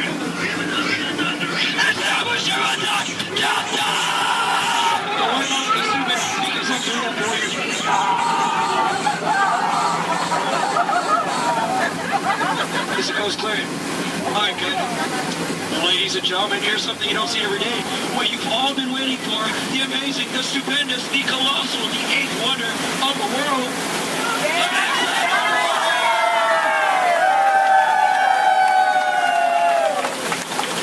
I love you guys. I love you guys. I'm just thank you. Alright, we are now entering the Mekong River, deep in the heart of Cambodia, where the Khmer Empire used to rule for over 7 centuries, and they used to build temples just like this one. Although I clearly remember the entrance being right here. Okay, I don't like the look of this at all. Alright, this path could lead to danger. It could lead to treasure. It could lead to doom. Should we go in? Yeah! Really? Oh, no? Well, I agree with you, but it looks like we don't have a choice, so keep your eyes open, because I'm going to keep mine closed.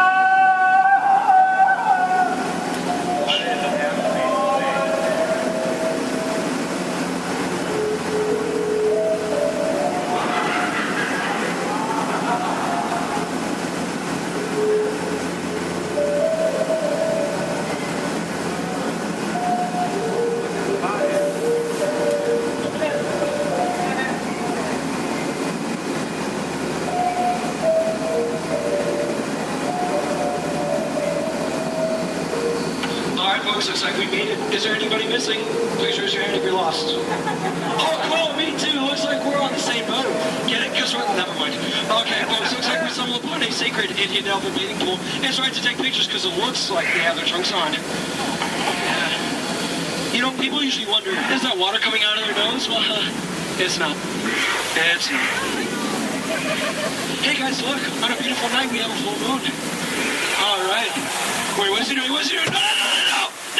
No, bad boy, no! He's gonna try to squirt the most out of everyone on this side of the boat. Get ready to duck. Duck. Ah! That was close. Hey, move, friend! Everyone on this side of the boat! Duck! I'm just kidding, that's an elephant. Alright, ladies and gentlemen, listen up. We're now entering the educational part of the tour, where I love to point out my favorite plant life. Ready? Listen up. Ready?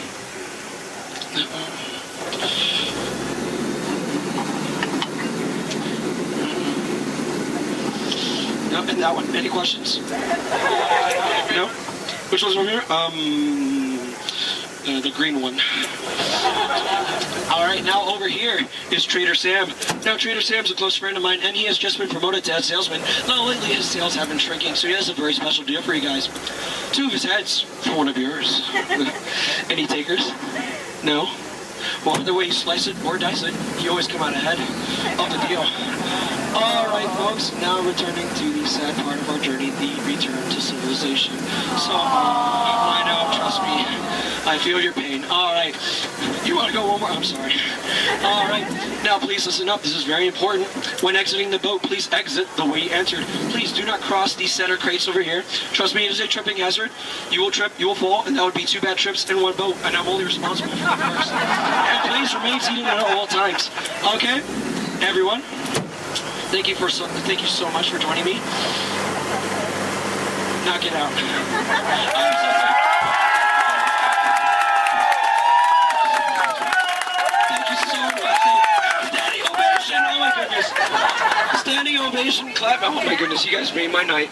Like really, you guys did. All right, hope you guys enjoyed your time here at the world famous Jungle Cruise. My name is Skipper David, and if you didn't enjoy your time, well, my name is Tito, and I have no idea what I'm doing here, so. All right, please watch your head and watch your step. On my desk, everyone, so please remain seated throughout the show, and please keep your hands, arms, feet, and legs inside the vehicle at all times. Oh, don't forget to supervise your children, and for the safety of our cast, we ask that you please refrain from the use of flash photography and external video lighting. Now that we've taken care of business, let's talk about me. My name is Travis, and I'll be your guide for this magical journey into the movies. It's the perfect job for me because, well, I love movies. Is everybody ready? Great, the cameras are ready to roll. Ready when you are, CB.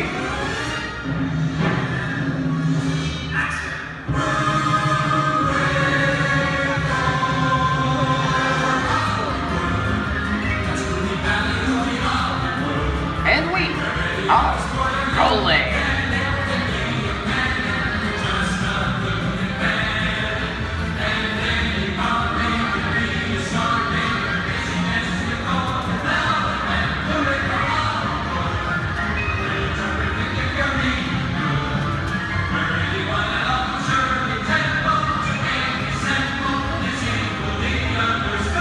Hello everyone and welcome to the Great Movie Ride. Once again, my name is Travis, and on behalf of Disney's Hollywood Studios and Turner Classic Movies, please welcome our host for this one-of-a-kind tour, Robert Osborne. Thank you. We're ready for Hollywood indeed. What better way to start our journey? From the Old West to the rooftops of London and along the Yellow Brick Road, there really is no place like the movies. One of Hollywood's significant contributions to the world of film were great musicals. This scene is from one of my favorites, the 1933 Busby Berkeley spectacular, Footlight Parade.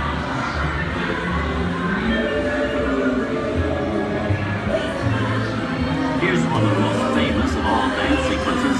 It's from the 1952 musical classic, Singing in the Rain. Here's Chick Kelly singing in the rain. Literally.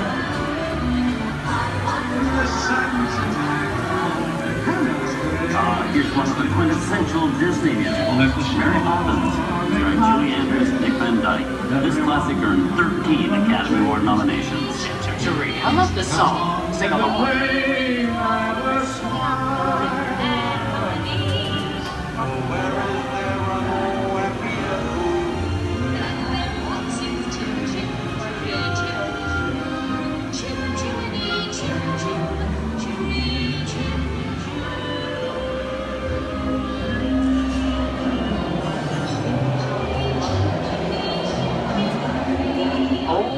Those wallets and purses, folks.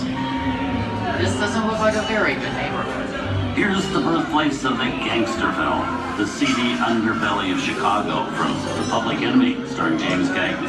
Released in 1931 before strict censorship rules were enforced, Public Enemy is a gritty, realistic, and violent look at the world of gangsters of the Depression era. I love this movie. In one famous scene, James Cagney shoves a grapefruit in Mae Clark's face. She can never look at breakfast in the same way again. These tough guys could turn anything into a weapon. You're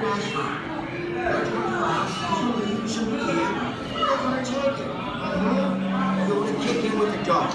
If you don't, somebody's gonna drop by here and take your teeth out one at a time. And me, I get you. Now beat it. Tough guy.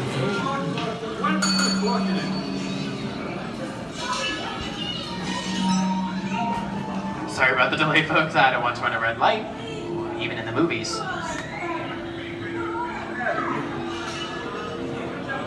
don't let her leave my vehicle. I think it's time for a visit to a concession stand. Bye. So I was born waiting. Okay, Mike, whatever you say. Hey, let you know my name anyways.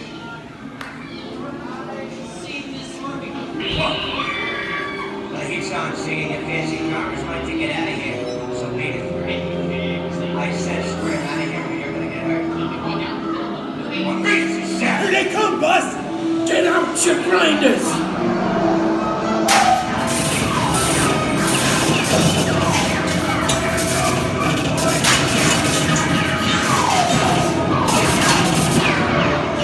I'm hit! Hey, I'm hit! Foxy! They got win! Foxy!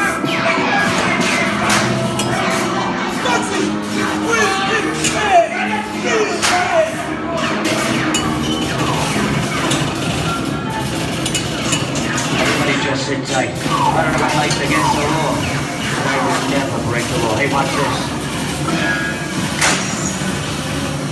No more red light.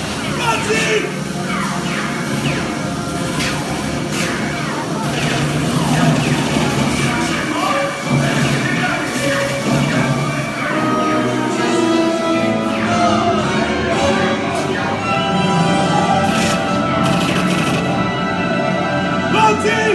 Come back, you rat! Sorry, boys, I'm making my getaway. Give my regards to the warden. Suckers. What are you looking at? Everybody just mind your P's and Q's and, maybe you won't get hurt. Oh. This must be the west side of town, huh? Western films depict the legendary American wild frontier, where cowboys and their loyal steeds maintain order in towns against the untamable wilderness. John Wayne and Clint Eastwood are two of the iconic stars who epitomize this ideal of the stoic gunslinger.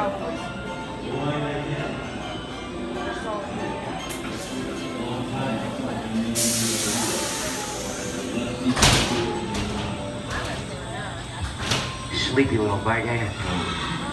That's some mighty tough territory you're heading into, Pilgrim. I'd think about turning back if I was you. That is, if you want my opinion.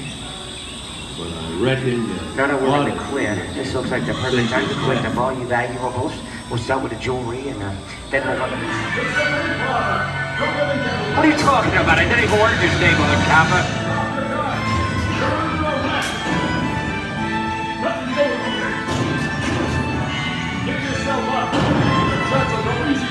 This is nuts. Nuts to this. Look at it this way. Hey, Daddy, what is it?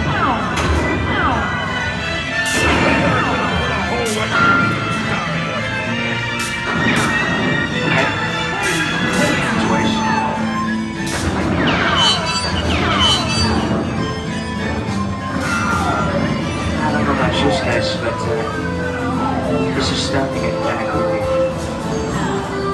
Where are we? JC? Science fiction has been a staple of classic movies, from George Méliès's Trip to the Moon to George Lucas's Star Wars.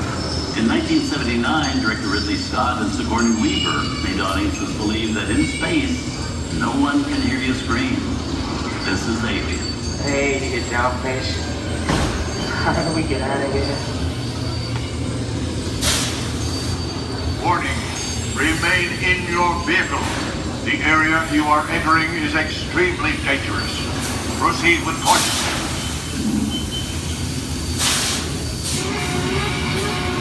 Danger. The emergency disrupt system is now activated. The ship will detonate in T-minus 10 seconds. The option to override automatic detonation expires in T-minus 5 What is that thing?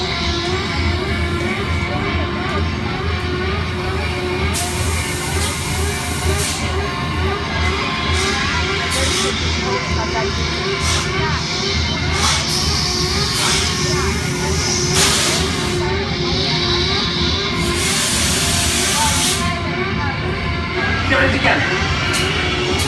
I'm getting out of here. That's enough creepy crawly things for one day, right? Wrong.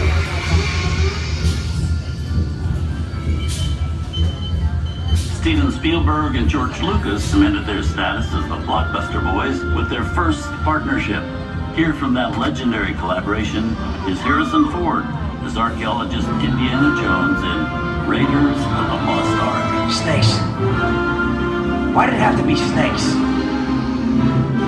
Some of the biggest horror stars of Hollywood appear in the ancient story of a cursed Egyptian temple, a priceless jewel that beckons to all, but be warned, temptation always leads to destruction. Get a load of that show, guys. Time for me to get back to work. Good thing I don't believe in ghost stories. Don't nobody move while I go get the goods. I don't think they'd notice a few extra bodies around here. If you know what I mean.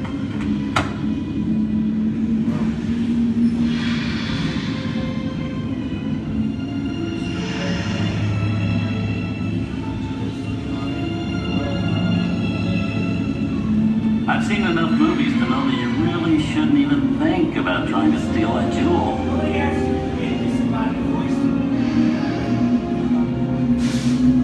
Halt, unbeliever. Disturb the treasure of the gods, and you shall all pay with your lives.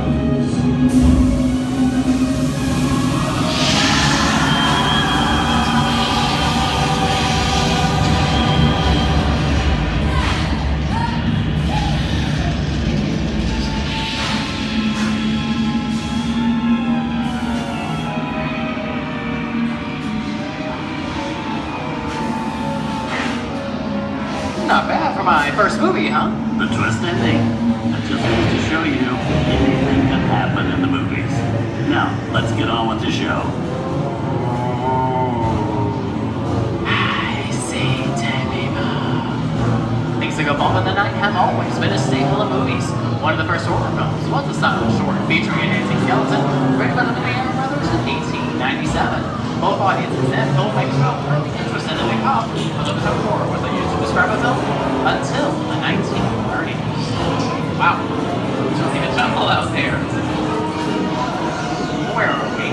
This is the jungle home of one of the most famous movie characters of them all, Tarzan.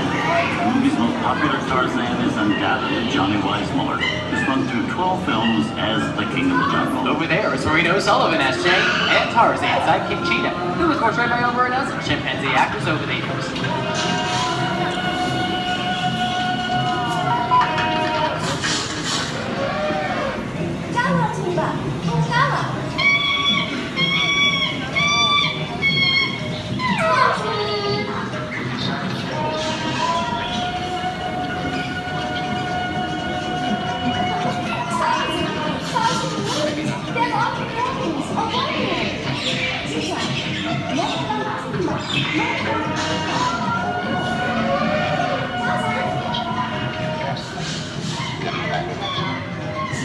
Here's Humphrey Bogart in his most famous film role. In 1942, Bogey finally got to spread his wings and romance the beautiful Ingrid Bergman in Casablanca.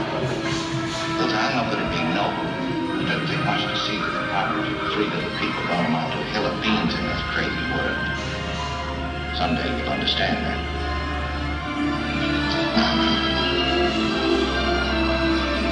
He's looking at you, kid.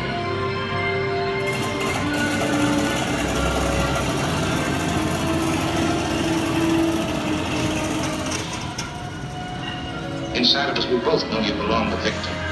His work, the thing that keeps you going. That thing keeps you around. You're not with it.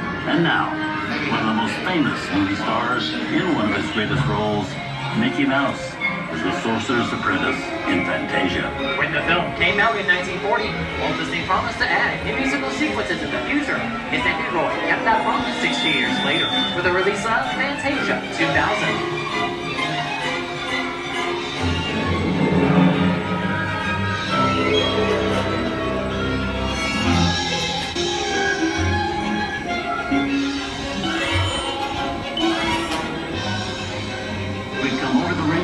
And into one of the most beloved and most watched films in movie history, The Wizard of Oz. Toto, I have a feeling we're not in Kansas anymore.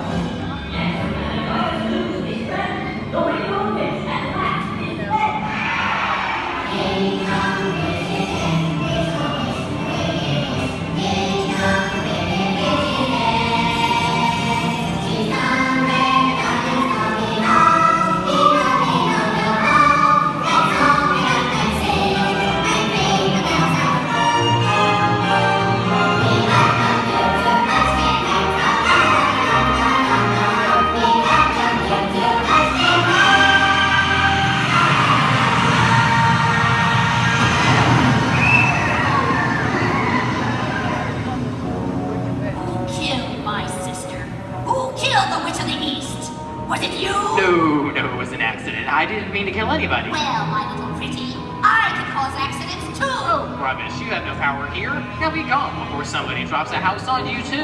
Very well. I'll bide my time. But just try to stay out of my way. Just try. I'll get you, my pretty. And your little dog too.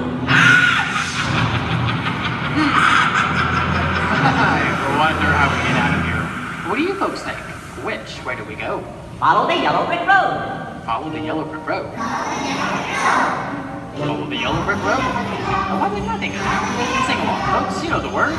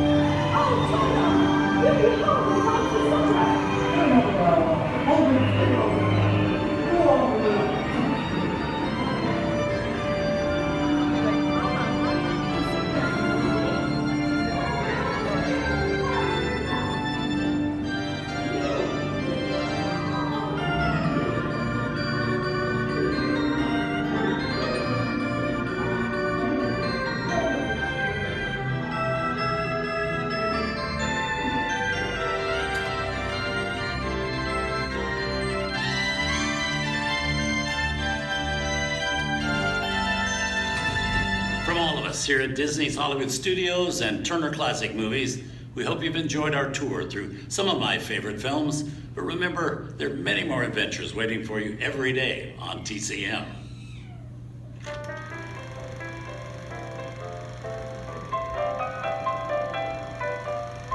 We didn't need dialogue. We had faces. Wait a minute. You ain't heard nothing yet. Step in time!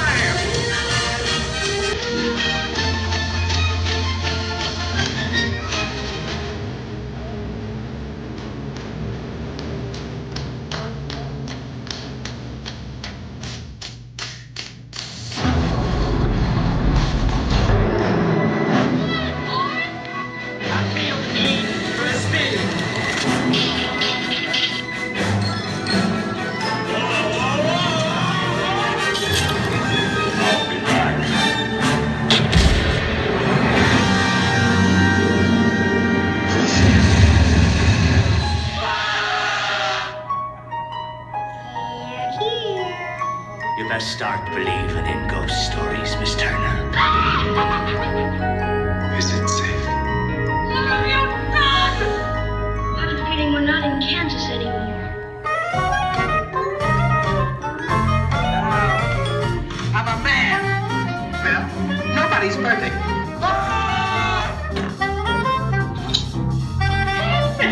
Shut up.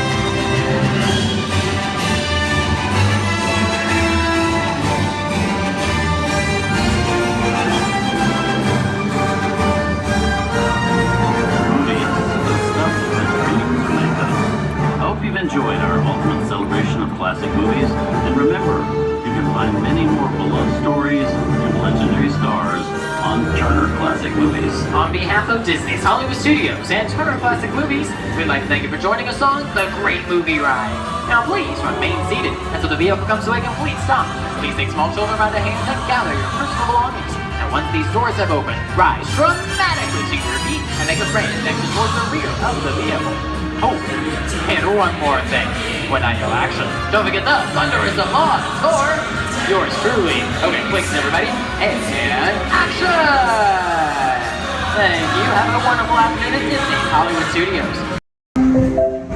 This is Starport 75, or as we locals call it, Space Mountain, our high-speed rocket port to distant deep space destinations.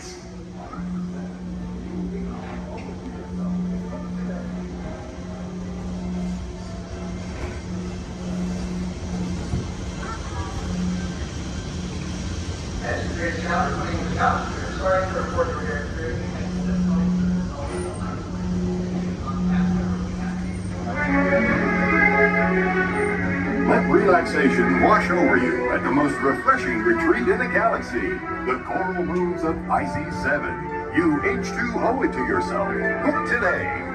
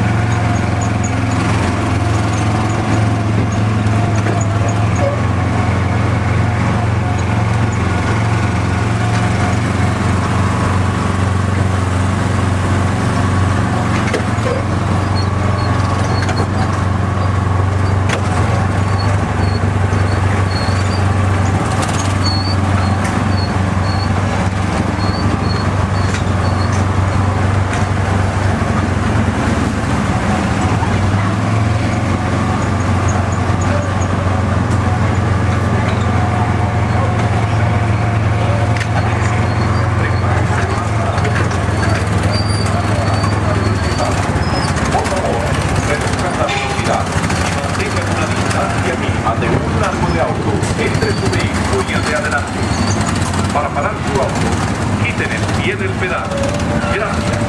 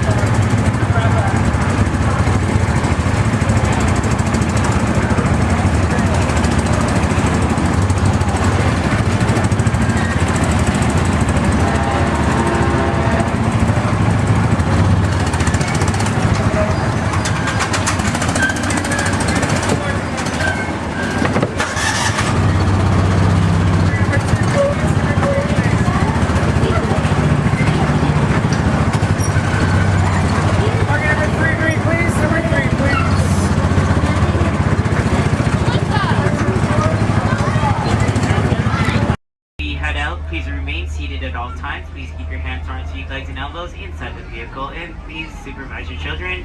This is a one-way trip to Main Street, USA, and enjoy your ride.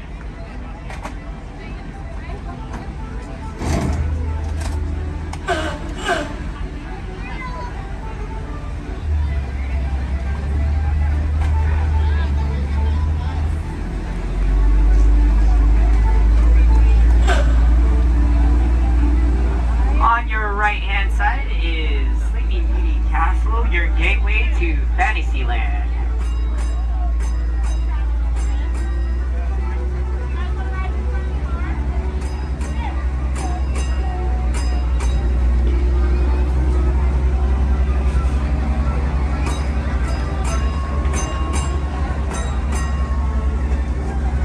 Coming up on your right-hand side is Frontierland and Adventureland. Beyond that, Critter Country, Darla Square, and Star Wars Galaxy's Edge.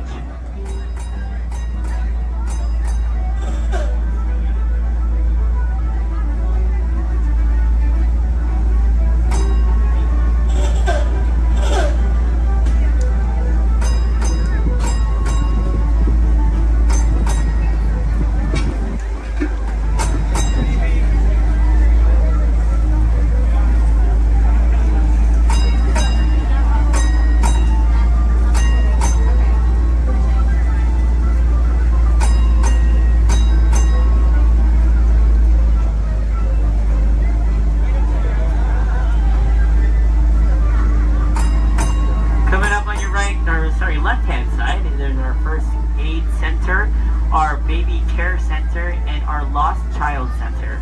On your right-hand side, if you enjoy ragtime piano, we got some music going on over at the Coca-Cola Refreshment Center on your right.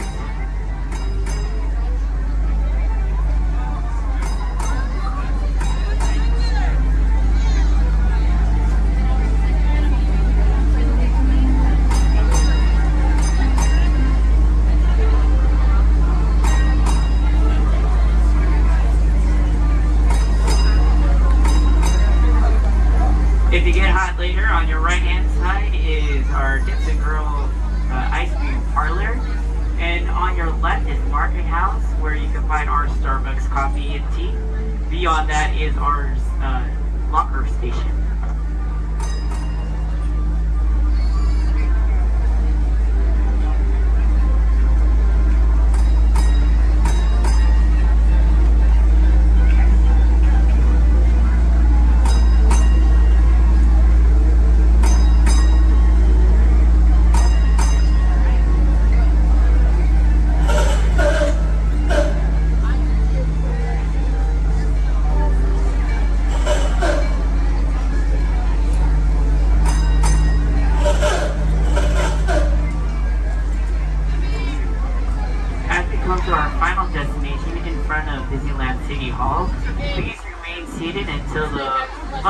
come to a full and complete stop.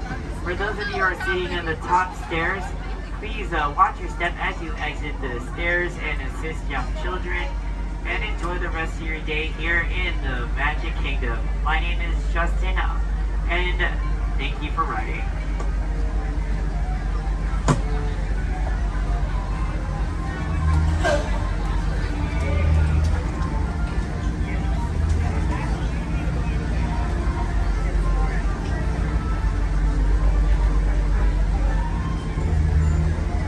Thank you.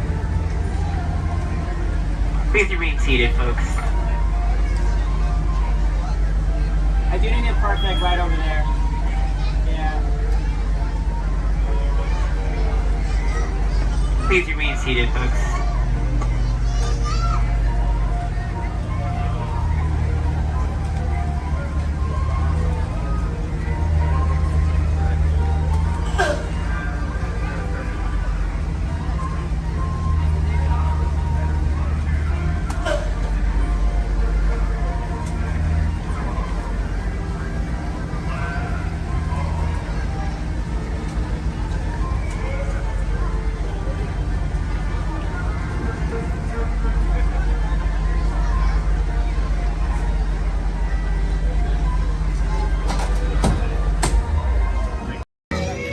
When the wind picks up just right, it can carry the sights and sounds from the lush jungles of India to the grand canvas of sky above. Join us now as we allow the magic of Disney storytelling to soar like never before.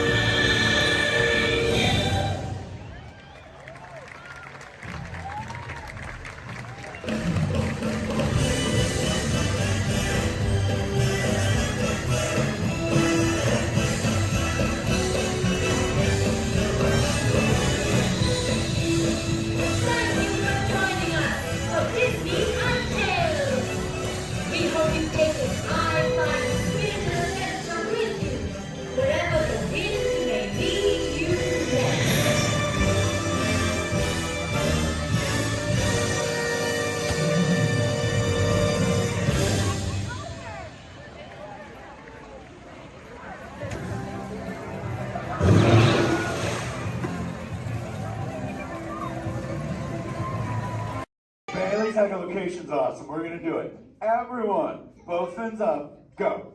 Okay, sub-level, really good. Back bench, solid. Grandma, in the corner, this is where we put our fins up. Good job, Grandma. Good job. Fins up, eyes closed, go. How many fins am I holding up now? No, you gotta go. Yeah, you so totally rock. Star Tours announces the arrival of the Indoor Express. Once we've had a chance to service the Star Speeder, we'll begin our boarding procedures. Thank you.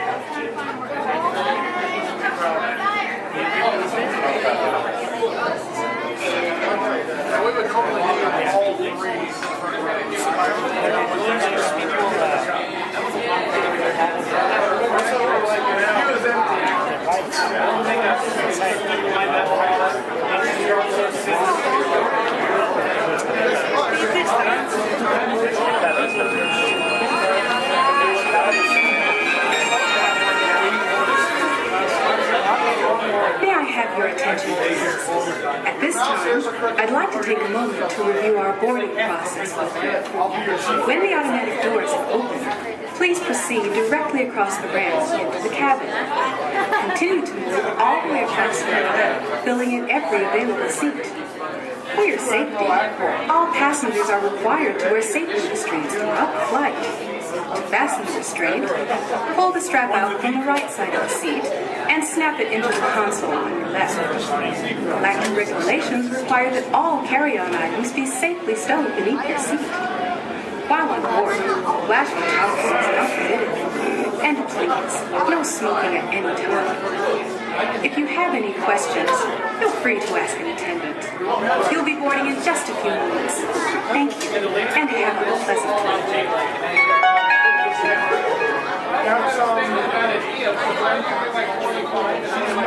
Welcome, Space Travelers, to the Indoor Express. My name is Eric, and I'll be assisting you this afternoon. Your journey. Para su seguridad, permanezca sentado y mantenga sus manos, brazos, pies y piernas dentro del vehículo. Y cuide a sus niños. Gracias.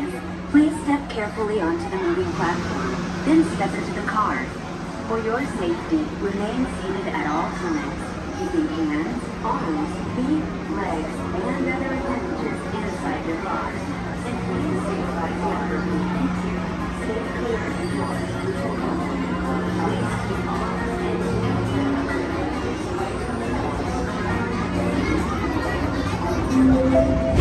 This is the TTA Blue Line. Non-stop service around tomorrow.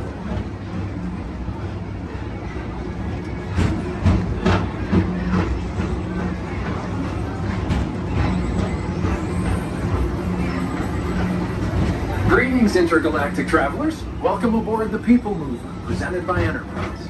I'm Borak 5, your guide aboard this highway in the sky, the absolute best way to see Tomorrowland. And my stars, is there ever lots to see? From spacecraft to monster labs, there's really nothing like today in Tomorrowland. For your safety, if you have wings, jetpacks, or gravity polarizers, please do not take flight while on board. Thank you.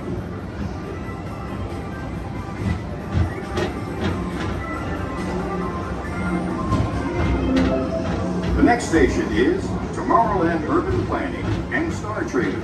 Transfer to green and red lines. Don't worry, your express train keeps on rolling through the future, right by two of my favorite spots.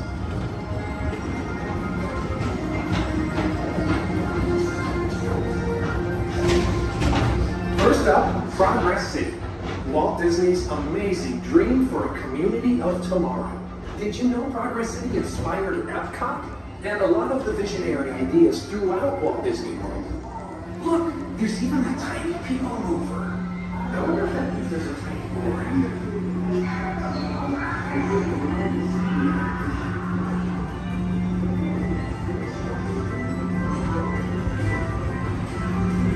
On your right is Star Traders, home to the greatest goods in the galaxy. Except action stars. Those are the moments.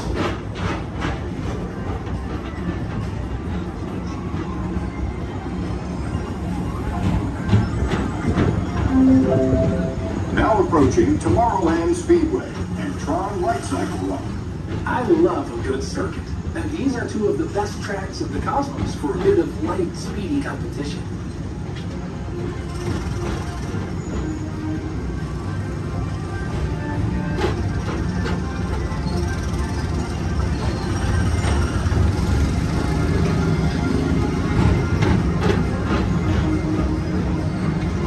Attention all visitors from Galaxy M31. Please keep forward-facing tentacles clear of oncoming vehicles. Thank you.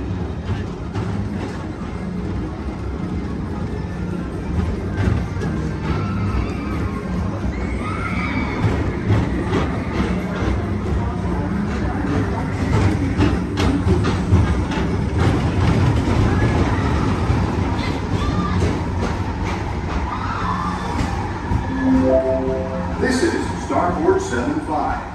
Or as we locals call it, Space Mountain. Our high-speed rocket port to distant deep space destinations.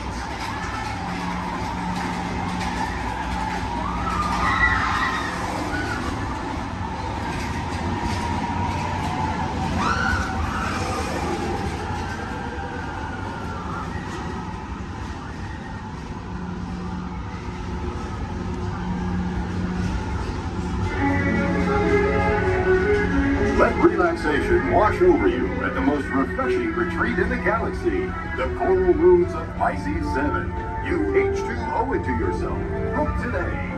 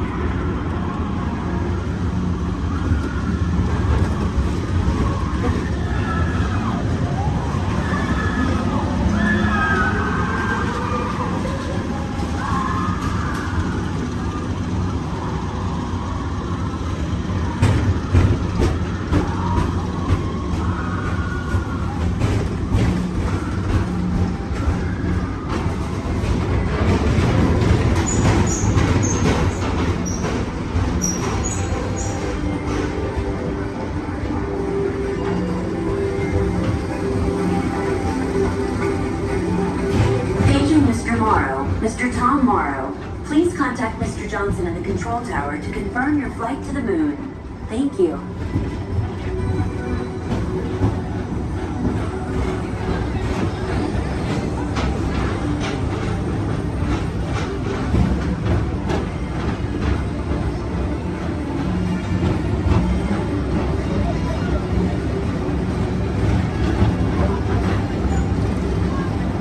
Attention all visitors from Galaxy M31. Please keep forward-facing tentacles clear of oncoming vehicles. Thank you.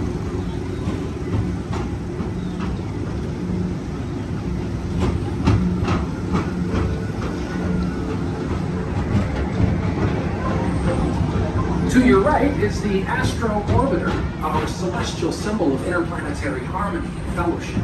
Hop aboard and launch high above Tomorrowland for a spin amongst the planets.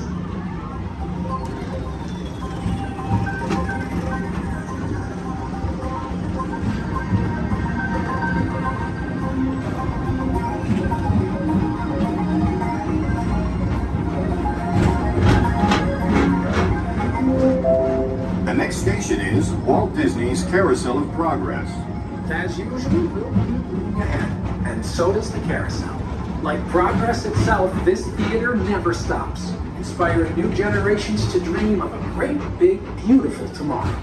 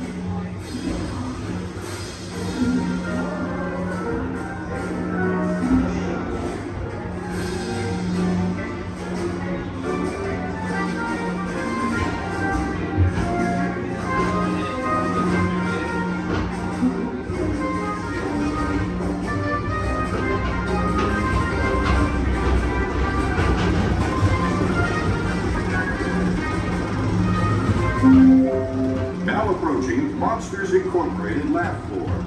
Mike Wazowski has brought in some real monsters of comedy.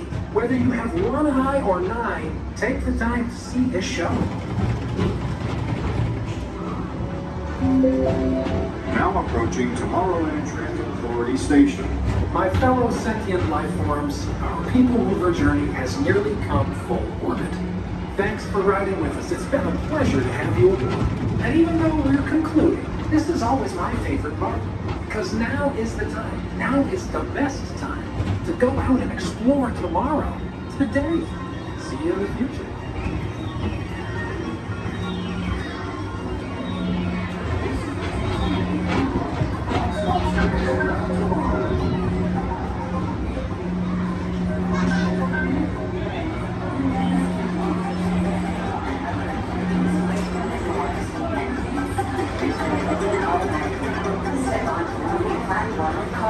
And exit by stepping away from the car. Thank you. Please keep arms and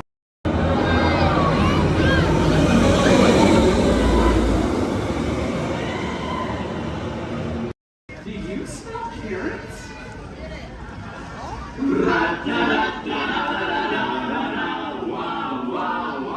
Hey! What? What do you call an old snowman? What? Water.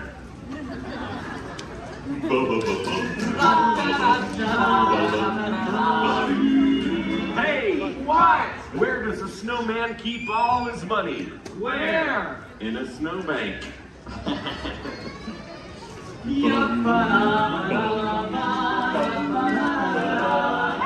What? Who's the snowman's favorite relative? Who? His Antarctica.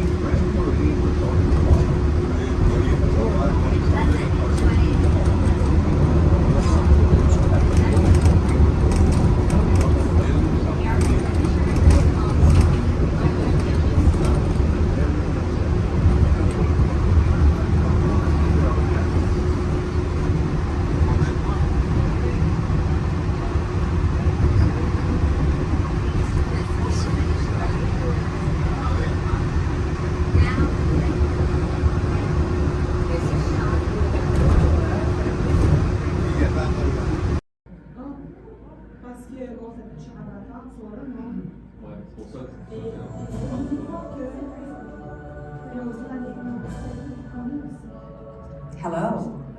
I'm Dr. Marsh, director of the Dino Institute, and I hope you enjoyed those quaint exhibits in the old wing. That's how dinosaurs have been presented to the public since the study of fossils began over 150 years ago. Today, that bare bones approach is about to become extinct. In a perfect blending of science and technology, the Dino Institute has created the Time Rover, an amazing vehicle that will literally transport you to the age of the dinosaurs. How? That's proprietary.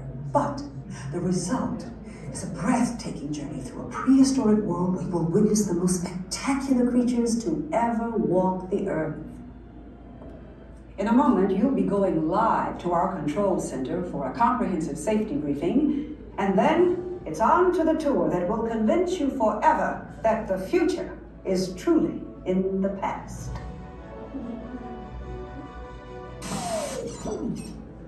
Hello there. Welcome to our little trans-dimensional joyride, folks. I'm Dr. Seeker, your friendly controller and a heck of a paleontologist, if I do say so myself. But let's not talk about me, let's talk about you, and how you can help me make history today with the Time Rover. It's like this. If I can bring you back from the Cretaceous period, it stands to reason that I can bring back a live dinosaur with you. And not just any dinosaur. Take a look at this guy. He's an iguanodon, and I'm certain that he is the key to understanding these magnificent creatures. I tagged him with a locator during an unauthorized field trip. Otherwise, I'd be traveling with you. Right now, our dino should be about here, at the very end of the Cretaceous period. That's where you're going today. I've arrived, it seems, just in time to correct a little misstatement. Dr. Marsh. That is impossibly close to the giant asteroid impact that destroyed most life forms on Earth. Our tours are designed to take you to the early Cretaceous period. And I can assure you that all time rovers have been securely locked on those coordinates. That's right. See? Securely locked. Access denied. Continue. Of course. We were just talking about seatbelts. Plug them in, use them. It can get kind of choppy out there, so keep your hands and arms inside the vehicle at all times. Flash photography? I wouldn't. It alters the homing signal, and that's not good. Oh, and one more thing. Those locked coordinates? We're in. Now, here's the drill. You follow the homing signal to the iguanodon, then I'll enlarge the transport field, and boom, you're back with one additional passenger extra large. And don't worry about that asteroid. You'll be in and out of there before it even breaks the atmosphere. Trust me, what could go wrong? Hey, it's me again. Remember, only you guys are going on this special mission, so don't tell anyone, okay?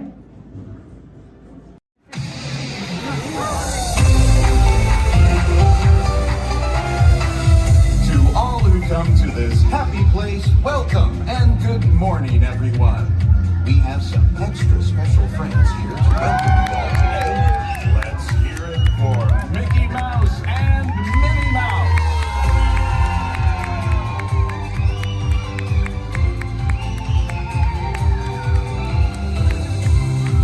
Well, hi everybody. Good morning. Gosh, it sure is great to see so many amazing friends. It certainly is. Oh, I have a feeling today is going to be the best day ever. You said it, Minnie. And now that we're all together, we've got a surprise for you.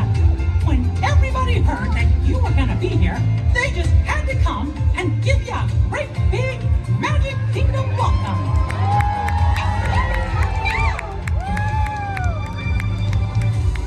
Hot dog!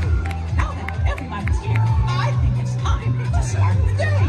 And that means we're going to need just a little bit of magic. I bet these folks can help with that. Oh, I know they can. On the count of 3, everybody shout, "Let the magic begin!" Are you ready? 1, 2, 3! Let the magic begin! Welcome to a place where dreams come true. A timeless journey through lands of fantasy. Where only a wish creates things like this to appear. The most magical place on earth is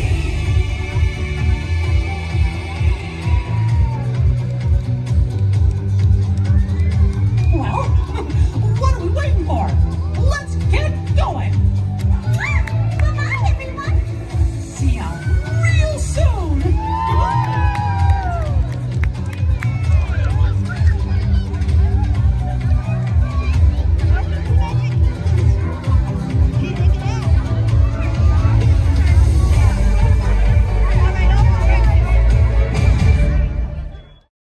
Would like to welcome you. While you're in town, be sure We interrupt this program for a special report. A child is on the loose in Monstropolis. A human child!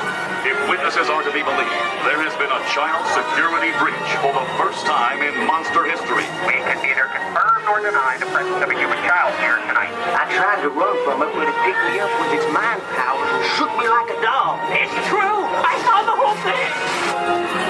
Happy birthday, Schmoopsy Poo! Oh, googly bear!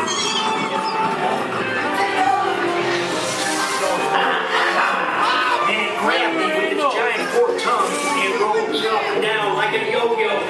It was horrible. I was minding my own business. We gotta get you home.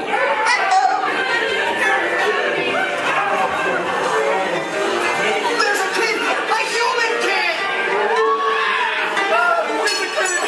Sweet monster in the sky! Save me! Michael Wazowski! And on my birthday, I thought you cared about me! Celia, try to understand.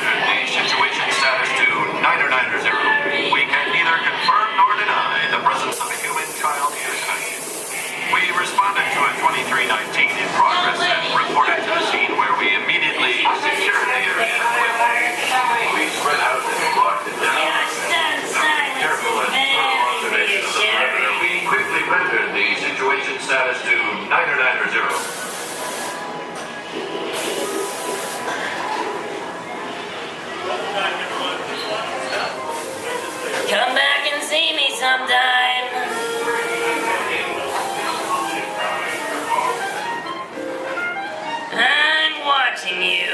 Always watching.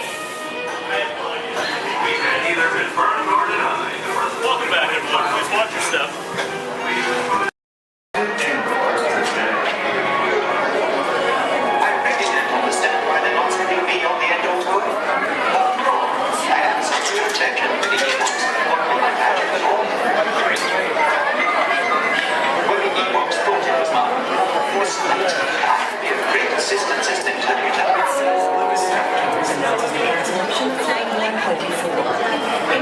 Sure is fine in autumn.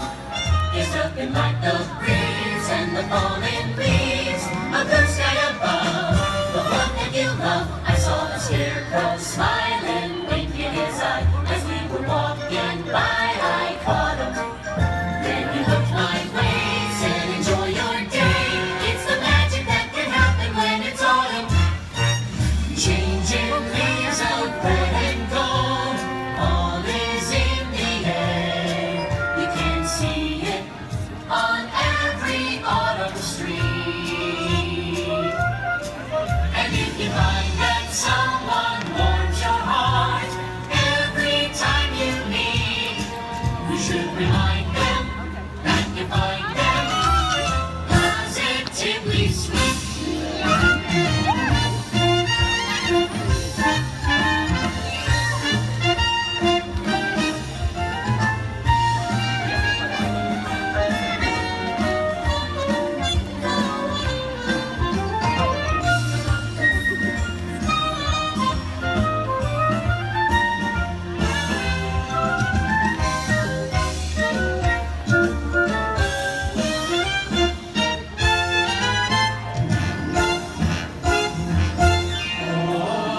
Shine on, harvest moon, up in the sky.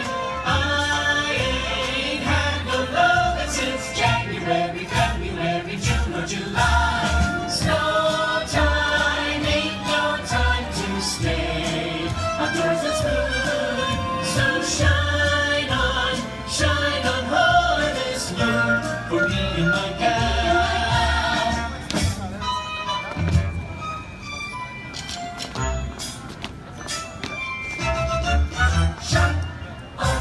Shine on up, harvest moon. It's autumn, wonderful, beautiful autumn.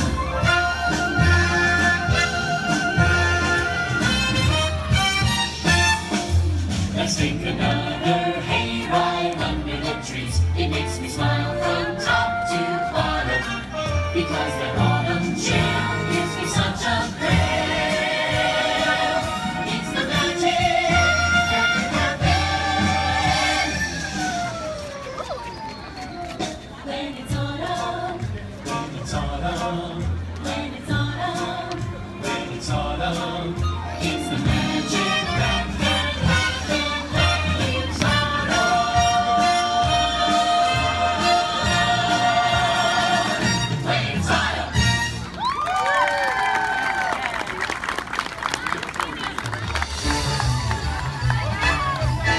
Thank you for joining us on Main Street, USA. And from all of us here in the Magic Kingdom, we hope to see you again real soon.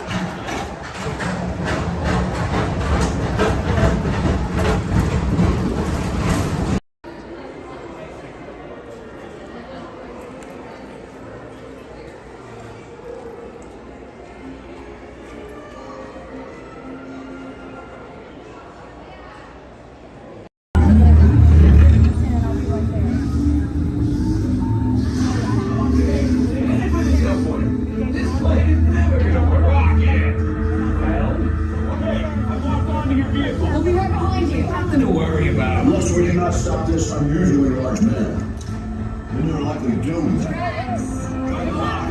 You're gonna need it.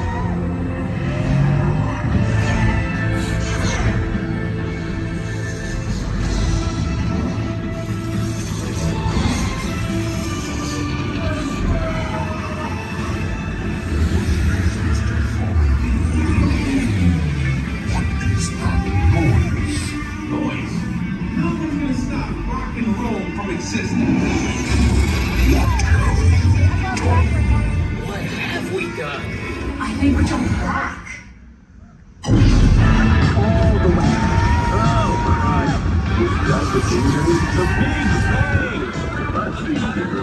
We gotta get that generator. It's the only way back.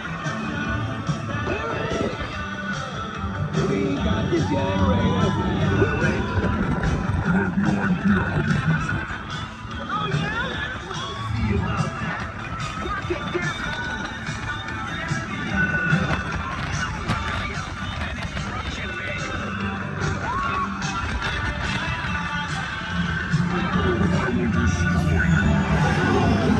We get that all the time. Rocket, anytime. Okay. Let me try this. We'll be waiting.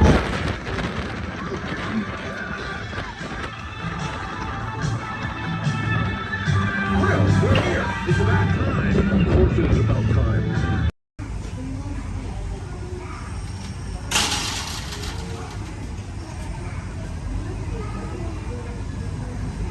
Aboard!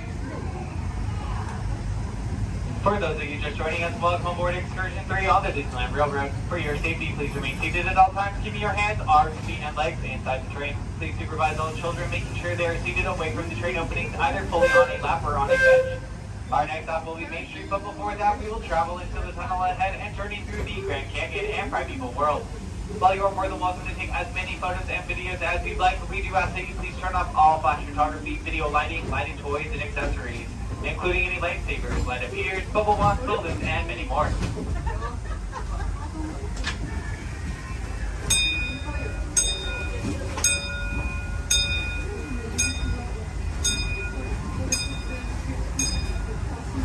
To those who have just come aboard, welcome. The next leg of our journey will take us from the fantastic world of the future to the breathtaking beauty of nature's own design, the Grand Canyon. For your safety, stay seated with your hands, arms, feet, and legs inside the train. Watch your children and no flash photography. Para su seguridad, permanezca sentado y mantenga las manos, brazos, pies y piernas dentro del tren y cuide a los pequeños. Por favor, no tome fotografías con flash.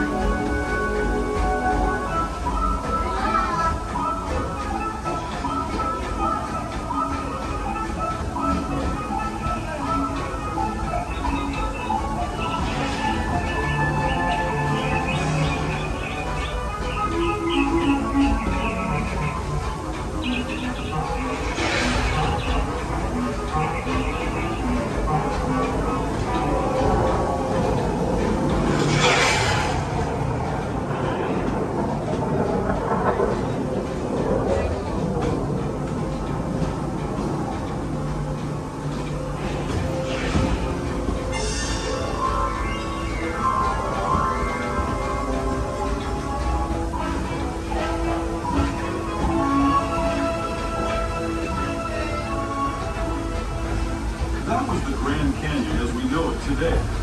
But it wasn't always this way. Now, let's travel back in time, way back in time, to the fantastic past of the primeval world, land of the dinosaurs.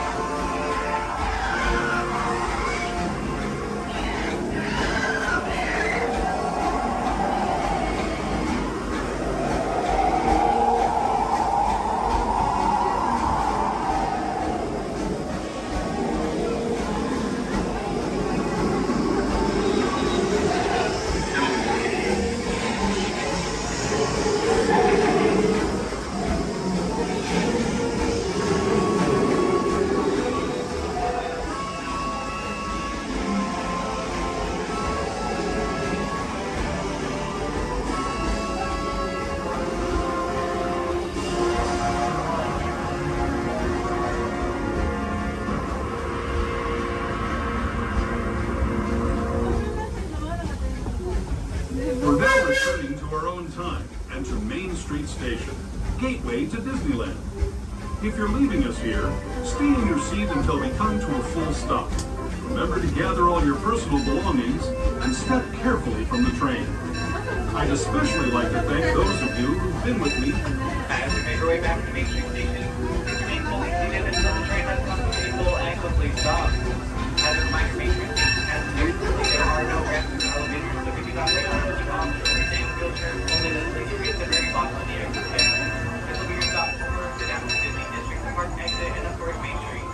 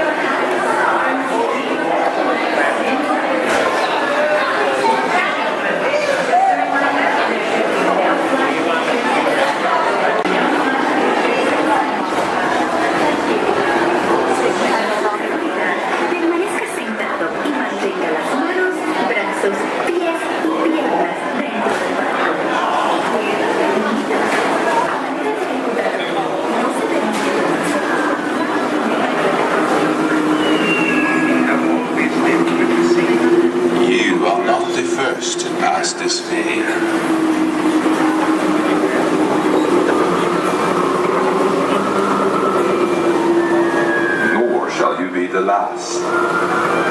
Those who seek the spirit of Norway face peril and adventure, but more often find beauty and charm.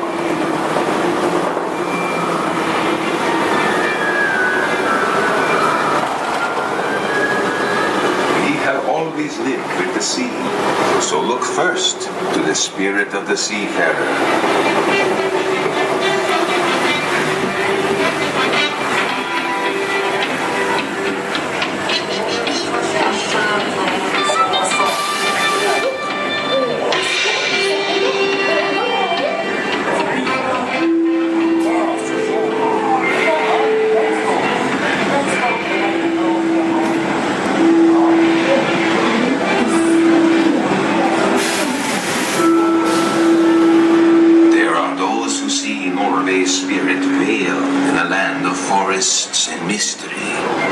Roll, still proud of Walter's age.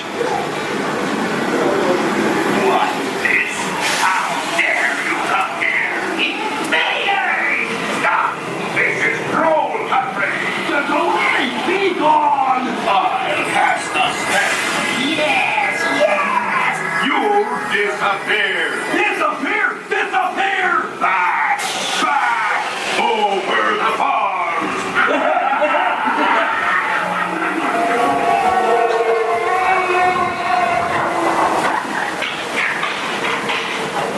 Before recorded time, Norway's spirit roamed the seas of the far north and beyond.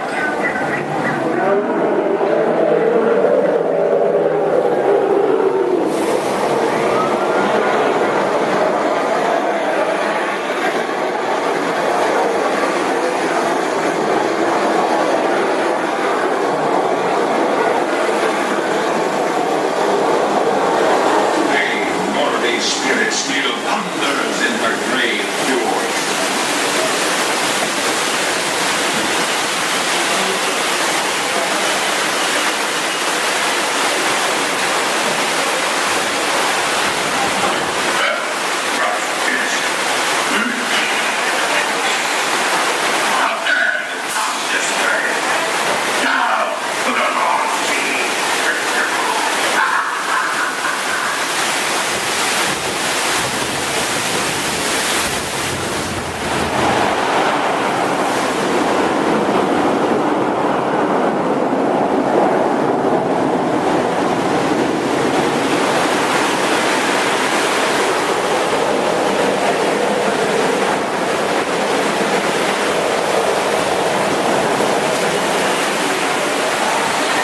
Norway's spirit has always been adventure.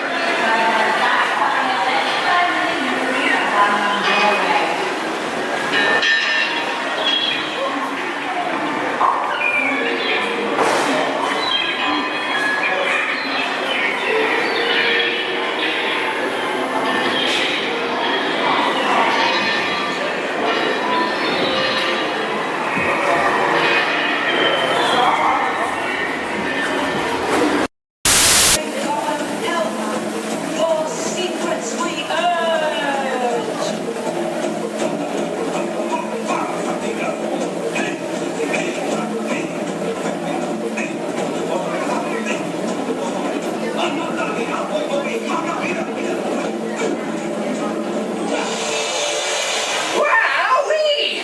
Phew, that's almost as much fun as New Year's Eve in the orange groves. My word, we did get the mind carried away.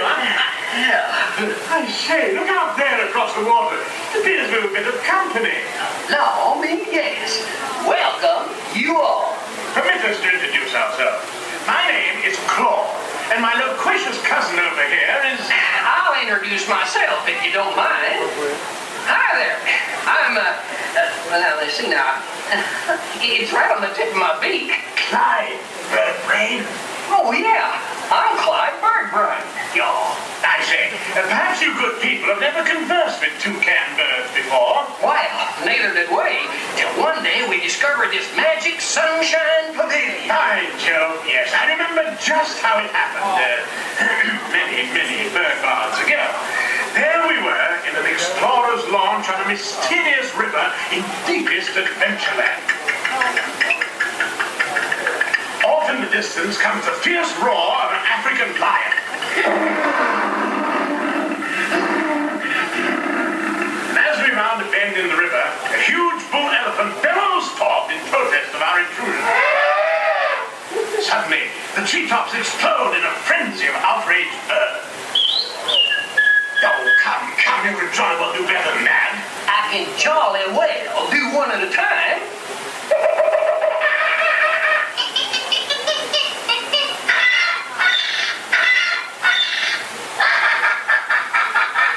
Meanwhile, shifty-eyed crocodiles lurk by the water's edge. Lurk, lurk, lurk. And the giant python slithers down from an overhanging limb. What's happened? What's wrong? I can't stand snakes. Don't be ridiculous. I'm only relating a story.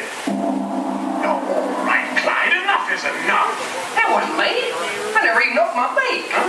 Excuse me, I hate to interrupt such an exciting story, but they're calling us for the show. God's sakes, it's already showtime? Glenn sakes, yes, it's already showtime. Well, I believe it's your turn to make the announcement. Righto. Ladies and gentlemen, boys and girls, gather up all your cameras, purses, and other articles, and now turn to your left towards the tall door. When the drums begin, they'll open magically to lead you right into the Sunshine Pavilion. Is everybody ready? I say, have a good show. A real tropical serenade.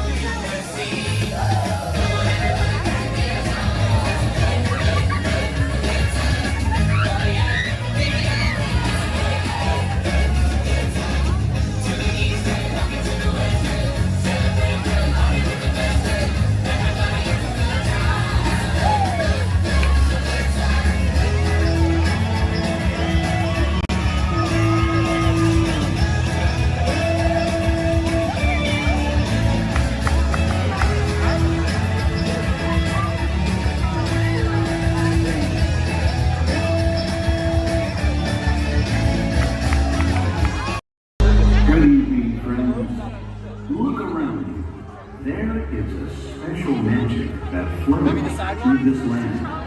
A magic of fantasy, swirling with pixie dust, made more brilliant by the light that lives within you. It inspires us to wish upon stars, follow our hearts, and find our happily ever afters. Tonight, as we gather together under the spires of this majestic castle, our dreams ignite the magic to create a beacon shining out and celebrate 50 years of the most magical place on earth.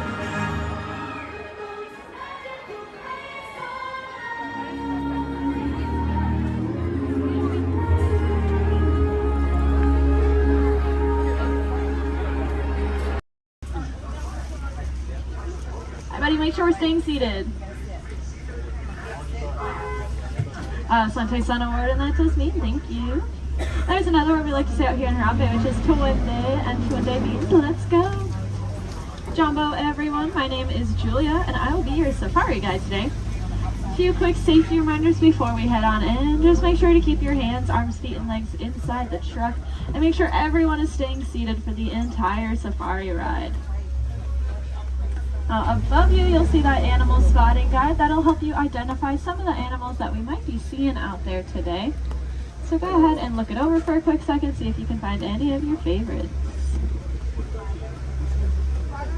That's also a great time to get any cameras or phones out and ready, as the roads are going to be pretty bumpy and we won't be able to stop for every animal.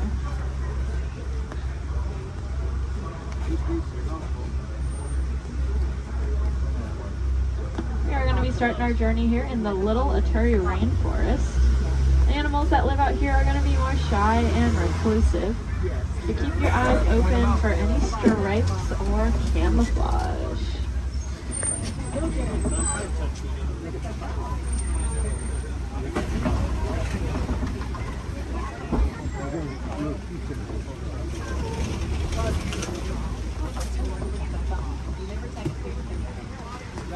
like off to the right, there's that okapi. That reddish brown animal with the zebra party pants. However, they are not related to the zebra. They are the only living relatives of the giraffe. Just like a giraffe, they have a very long tongue. Theirs are so long they can lick their own eyes. And if you look down to the left, you'll see a bird standing on a nest. There's actually a couple eggs, I believe, in there, maybe. That is a saddle-billed stork. They're about 5 feet tall, and their wingspan is about 9 feet long. And if you look up at that canopy above your head, that is also just about 9 feet long. Put that in perspective for you. Now, if we look back at the okapi over there, I said they're related to the giraffe. Just like a giraffe, they have ossicones, which are those stubby horn things on their heads. But that one that we're seeing doesn't have any ossicones. That's because she's a female. Only male okapi will have them, whereas all giraffes will have them. Up on the hill to the right are the greater kudu. And we can tell they are female. That's because they don't have any horns on them. The males will have horns that can spiral backwards up to 6 feet long. If you look off to the left against this cave wall here, you'll see a black rhinoceros. Kind of looks like one of those boulders, just a lot smoother. Now these black rhinos are unfortunately critically endangered. There are less than 10,000 individuals left in the whole world, and that's including that one we are looking at. They don't have any natural predators though. That is all due to the poaching of their horns. Their horns are thought to have medicinal value to them, so they'll be ground up and used in medicines. However, those horns are made entirely out of keratin, which is the exact same thing that our hair and our fingernails are made out of.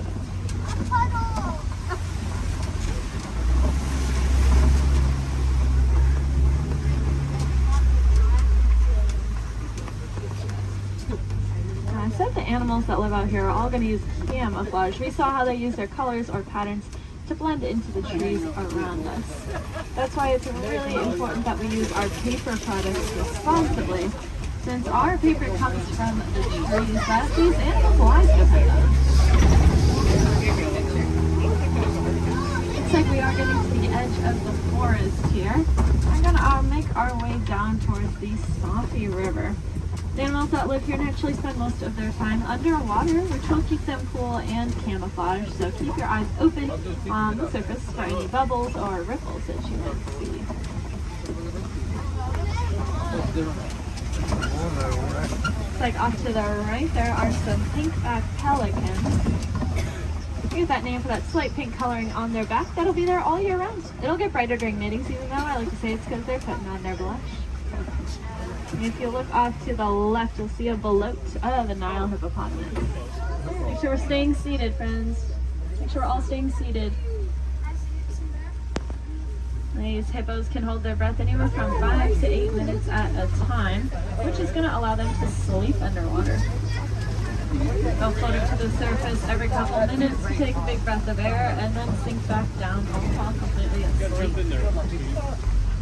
They are herbivores, meaning they only eat plants. They'll come out towards nighttime and graze on about 80 pounds worth of grasses. And they'll go back in the water.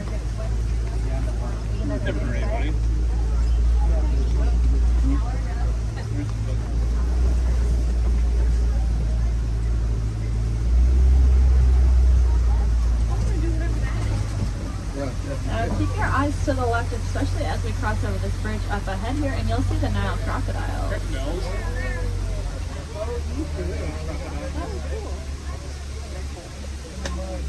Three of them.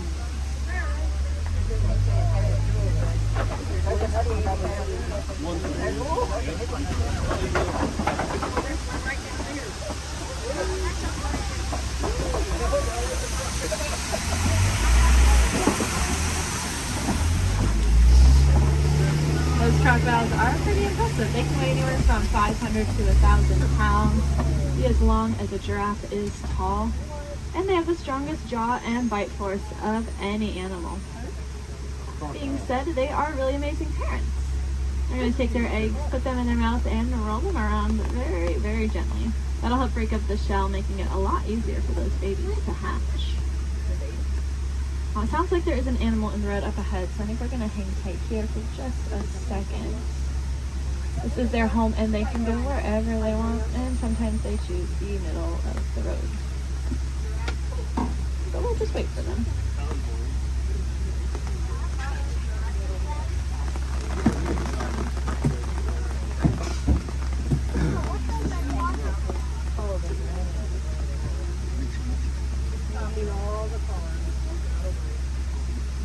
Does anyone know how to tell the difference between an alligator and a crocodile? Yeah, a lot of people say the shape of their snout, which is true. That personally confuses me though, because it's the opposite of what you think it would be. So what I do is I look at their teeth. When their mouths are closed, if you see teeth sticking up and out, then it's a crocodile. And if you don't see any teeth when their mouth is closed, it's an alligator.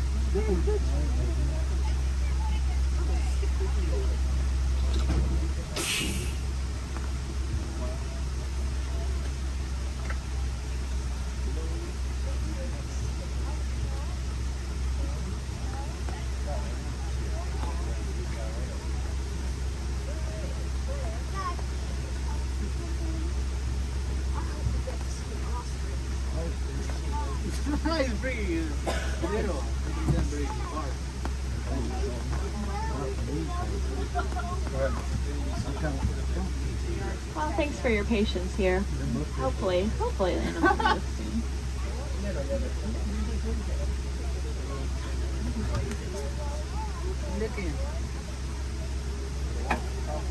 Crocodiles are also something that are called a living fossil, which just means that they were alive way back when all the dinosaurs and all them were alive. But they never went extinct and they didn't evolve into a different species. They kind of just stayed.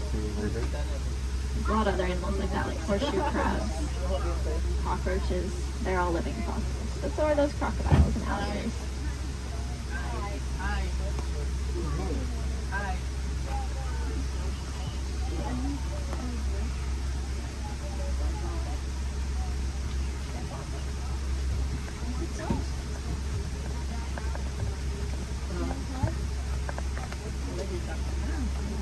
Sounds like there are some giraffes that just keep walking in the road. This is just what we call a giraffic jam. Now you can say you went to Disney World and got stuck behind a giraffe.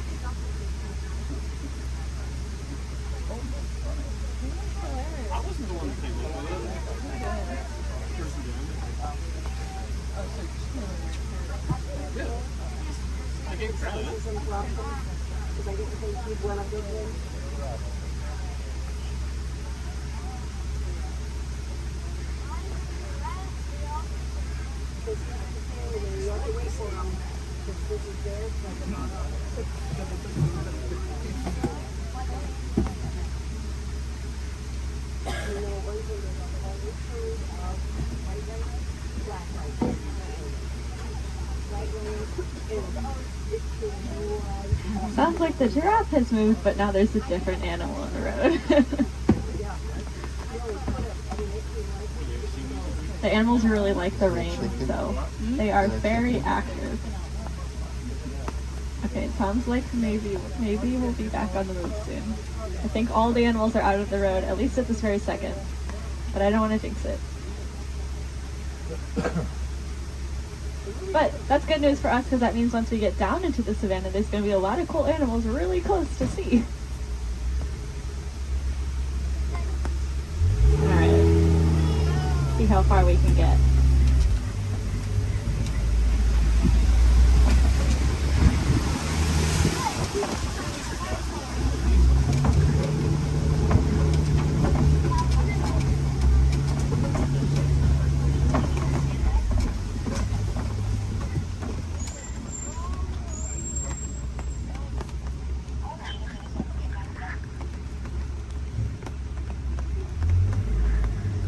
Now this might sound really ironic considering that it is raining, but we are leaving the river and heading towards a much drier area where it really does not rain as much.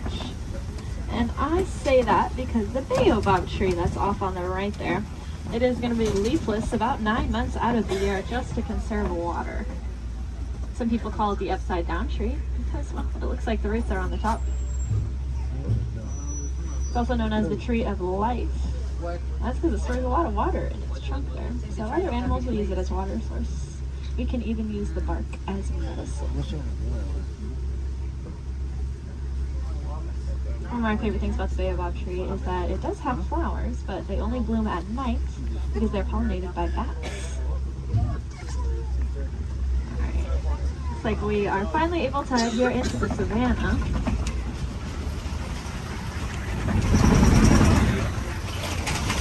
Now you may notice the trees are starting to thin out quite a bit, and that's because it doesn't rain as much out here, like I said. So the animals here can't really rely on camouflage in the same way, and so they're going to be very agile and flighty. Most of them can run within an hour or two of being born. That is something I personally cannot even fathom, being able to run within an hour or two of being born. Crazy. Looks like here to greet folks is Left-side giraffe off to the right. They are, of course, the tallest land animals, averaging at about 18 feet tall. You can see that really long, dark tongue. That dark coloring is there to act like sunscreen. And that's because giraffes eat most of the day. And by most of their day, I don't mean like half the day. I mean they eat about 20 to 22 hours. Out of that 24-hour time period, they're going to spend eating. So that tongue is that dark coloring just to protect it, since it is out about 20 hours a day.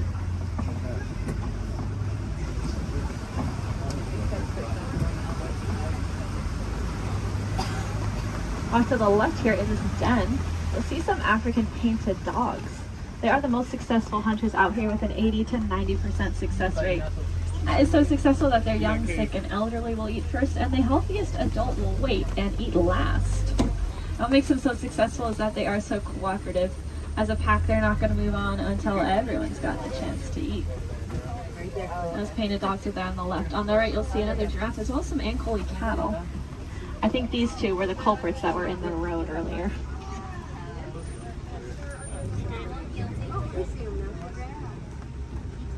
Those cattle have those really large horns on them that look pretty heavy, but they are hollow with a honeycomb-like structure on the inside.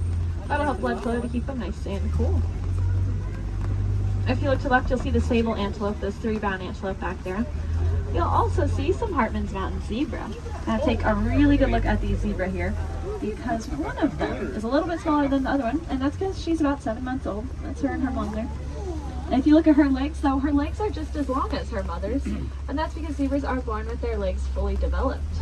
Running, as I said, is very important out here, so those zebra babies are born with long, lanky legs, ready to run within half an hour of being born. Their stripe patterns are going to be unique to them in the same way that our fingerprints are unique to us. That's actually true for a lot of animals, not just those zebra. It's true for those painted dogs we saw, and it's also true for these giraffes up here.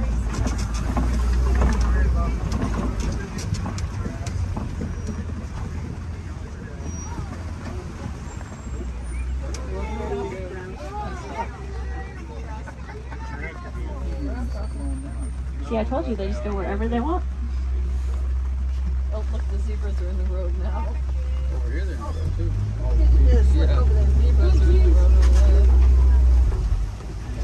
Now, since giraffes spend most of their day eating, they also spend most of their day standing up.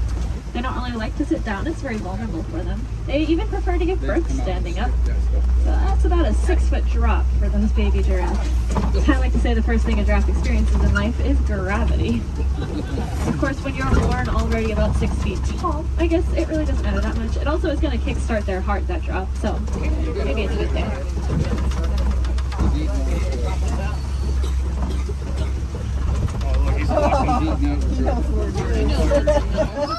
Gotta steal some more goodies. If you look to the left here, you'll see these really large tan antelope. These are the eland. Elands are the heaviest just antelope species. About 6 feet just at their shoulders, and they can jump straight up from that standstill position up to 10 feet in the air. My favorite thing about those eland, though, is that they make flower crowns to attract each other, and I think it's adorable. The males will gather up a bunch of branches and twigs and leaves and even flowers and decorate his horns with them, and then walk around proudly to attract all of the females. I would highly recommend looking up a picture of that if you have never seen it before. It is, like I said, adorable.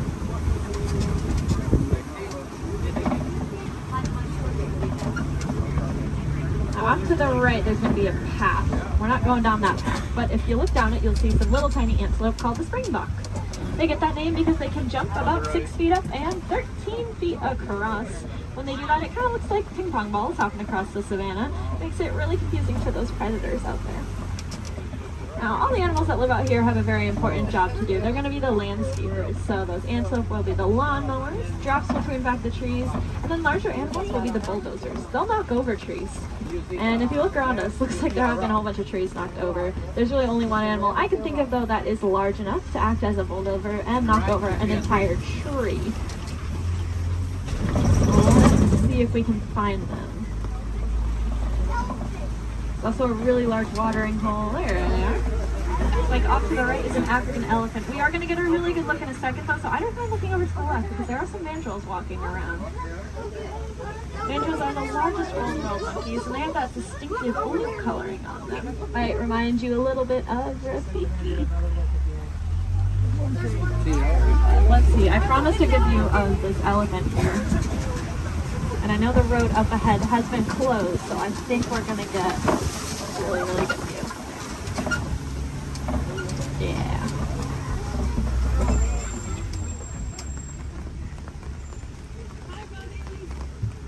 Elephants are, of course, the largest land animals. Also very, very intelligent. You can see him using that trunk. They have about 40,000 muscles in that one trunk. To put that in perspective for you, we have a couple hundred different muscles in our entire bodies. They have 40,000 in that one trunk. That is kind of unbelievable to me. And it's going to allow them to do a lot of really cool things, though. You see them eat with it. They also drink water, kind of like a straw. And then sometimes they'll suck up a bunch of dirt or mud and then spray it on their backs to help protect their skin from all those natural elements.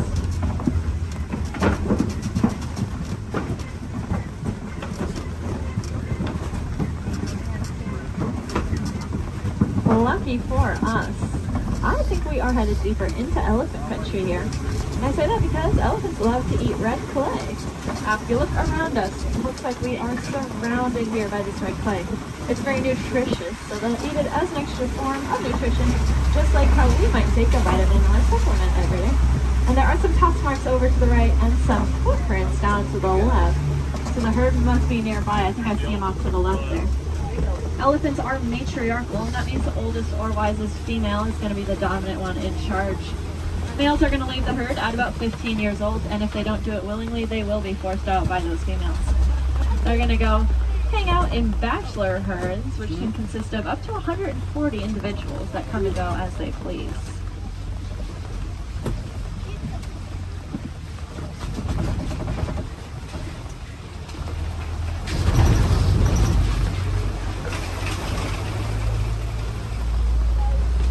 Keep your eyes to the left and get some pretty good sights here.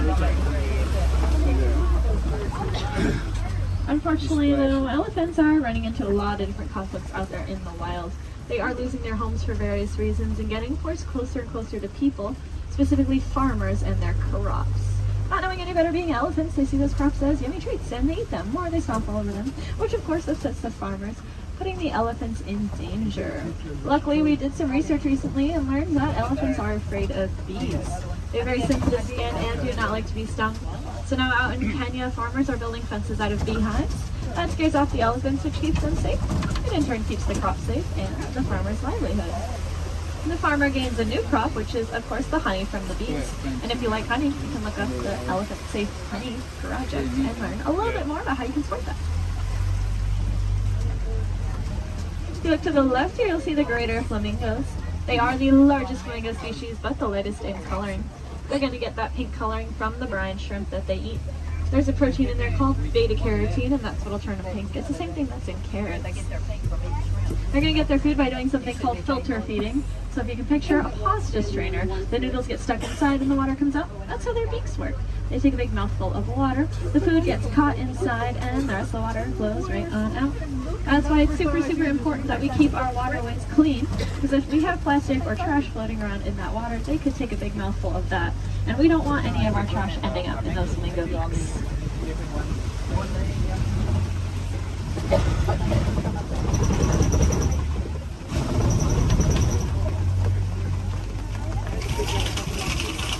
Looks like this side of the savanna is getting a little bit more tree coverage here, which leads me to believe there might be some cats nearby.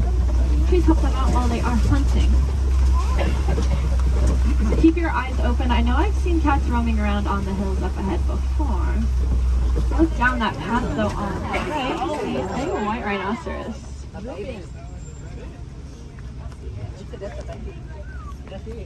White rhinos are the most social of the 5 rhino species. They're usually always in a group with their buddies, so that one's friends probably aren't too far behind. They have a really good hearing too. Their ears will wiggle independently of each other, and they look like funnels, which helps them pinpoint the exact location a sound is coming from.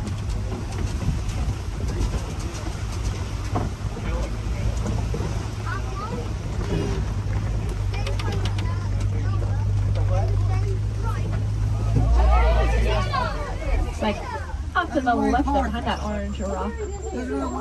See cheetah. Cheetahs are the fastest land animals. They can go from 0 to 60 miles per hour in 30 seconds or less.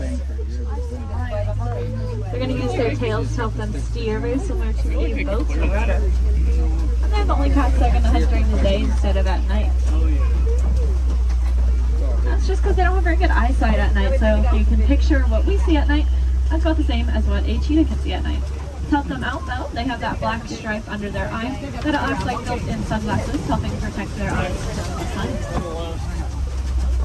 Looks like up ahead are some Kopi rocks. And on top of those Kopi rocks, looks like a female lion up there.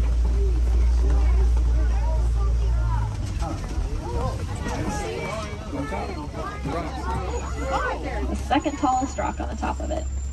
She's laying up there. Females are going to be the ones that go out and hunt. The males are going to stay behind to protect their territory and any cubs they may have. Males have a mane on them, which is about 20 pounds of hair, just protecting his neck in case of those conflicts. You'll be able to see him again. Big animal. Male lions also have the loudest roar of any animal. You can be heard up to 6 miles away.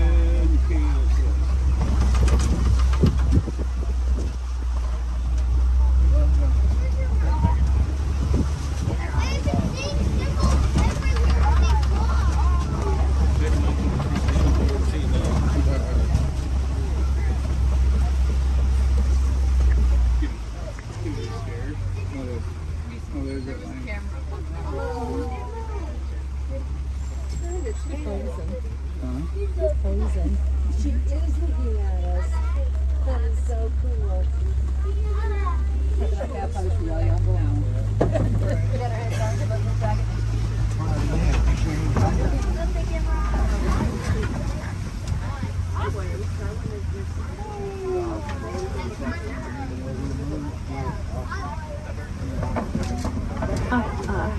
Looks like there are a couple ostriches walking around.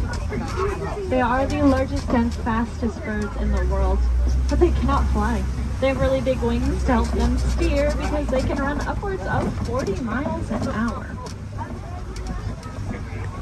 Impressively, they have the largest eyes of any land animal. And they also have really large eggs. If you look down on the right here in the grass, you'll see a couple of those ostrich eggs. They can weigh up to 30 pounds each and are so strong that an adult human could stand on one without it breaking. You could fit about 2 dozen chicken eggs into one singular ostrich egg.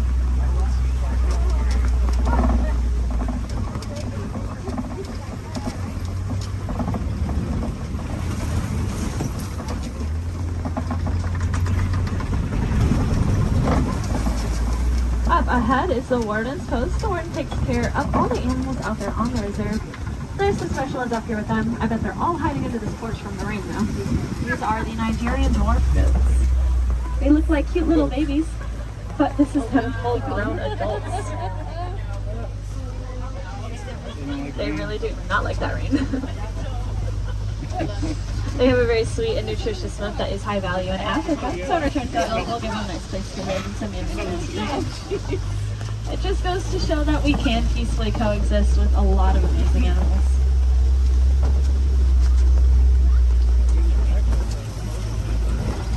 Unfortunately, those gates do signify the end of the reserve and our return back to the village.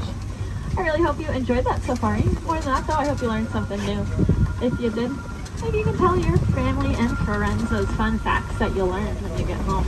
That's pretty important because the more we learn about these animals, the more we'll care about them, and the more likely it is we're actually going to do something to help protect and save them, so that then the generations after us get to enjoy all those really cool animals that we saw today. If you want to take it a step further in doing your part, you can go ahead and recycle your old electronics. Our electronics are made with a a mineral called coltan that comes from the forest out in Africa. So when we mine for it, we are making things away from many, many animals. That's why I challenge each and every one of you when you go home. See if you have any old electronics that you're not using anymore. Go ahead and recycle them. We'll take out that coltan and reuse it, and then we can just keep reusing what we already have instead of mining for more. That way we get to use our cool technology, and those animals, well, they get to keep their homes. I think that's kind of a win-win for everyone. Now up ahead, it looks like a bunch of docks where people would get off, but that is not us. I'm going to hang on to you a little bit longer and bring it right back to where I got you from. Just hang tight here for a couple more minutes.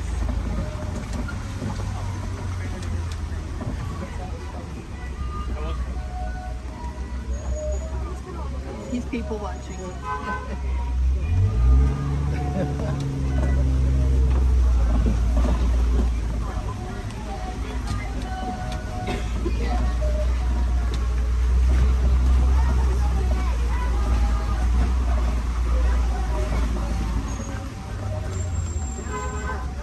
Now, if you want to learn a little bit more about the animals that we saw today, but maybe from the comfort of your own home, and you happen to have Disney Plus, there is a show I highly recommend. It's called The Magic of Disney's Animal Kingdom. It's really, really cool. It gives you a behind-the-scenes look at how we take care of all the animals that call this park home. It is one of my favorite shows, but I am, of course, not biased at all. If you want to see some more animals while you're in the park today, I'd recommend heading over to the Gorilla Falls Exploration Trail. Lucky for us, it's going to be right where I drop you off. Once you get off my truck, you'll go down a ramp, and if you take a right, you'll just be exiting the area. If you take a left, though, you are magically already on that trail. It's about a 10 to 15 minute walking path, where you can see a bunch more African animals, including, of course, those gorillas. If you head over to Asia, there's an Asian version of that trail as well called the Maharaja Jungle Trek, and they have all those Asian animals that we love, like bats, Komodo dragons, and tigers. There's also an aviary in both of those trails. If I had any wilderness explorers on board, you are riding the Simba 1. That is the code you'll need to get your safari badge, the Simba 1.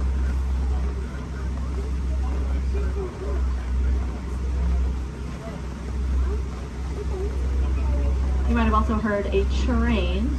That would be Rafiki's Planet Watch. That train is about 5 minutes long, and it takes you up to another little area. There's a petting zoo up there, so you can cuddle some of your favorite animals. There's also a drawing area where you can learn how to draw a Disney animal from a Disney animator. And there's a whole bunch of reptiles and amphibians up there as well to check out. The last train is going to leave at 4:30 though, so if that sounds like something you're interested in, I recommend making sure you are on that train before 4:30.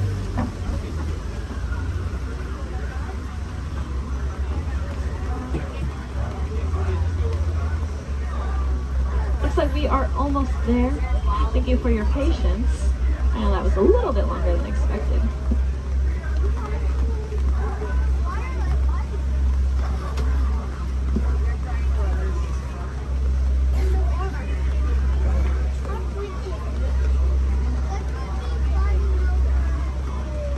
Now's a great time to gather up any personal belongings that you might have. Make sure you have everything with you.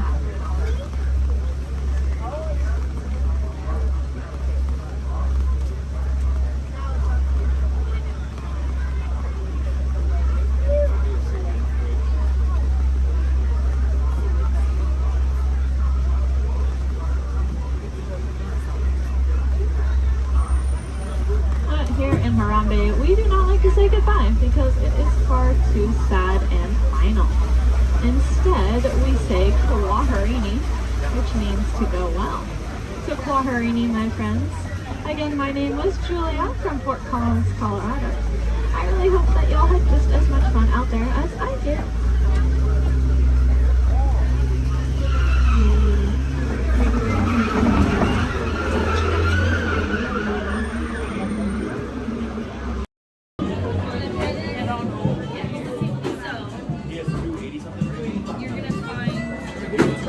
Excuse me, Troy.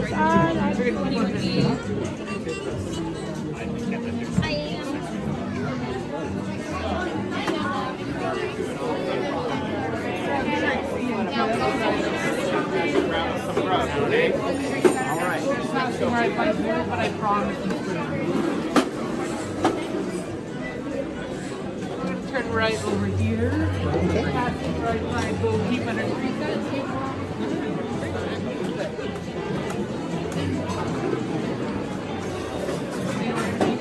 Right back there.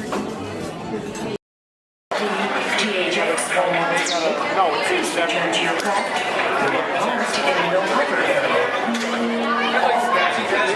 Exchange currency prior to their departure are invited to visit the exchange office open daily during regular flight hours.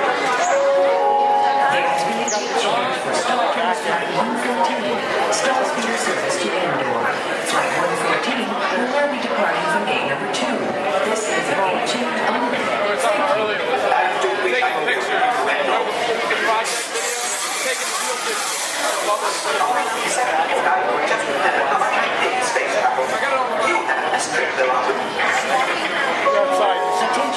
Star Tours Flight 1119, non-stop service to Endor, is now ready for boarding at gate number 1. All passengers, please proceed to the boarding area immediately.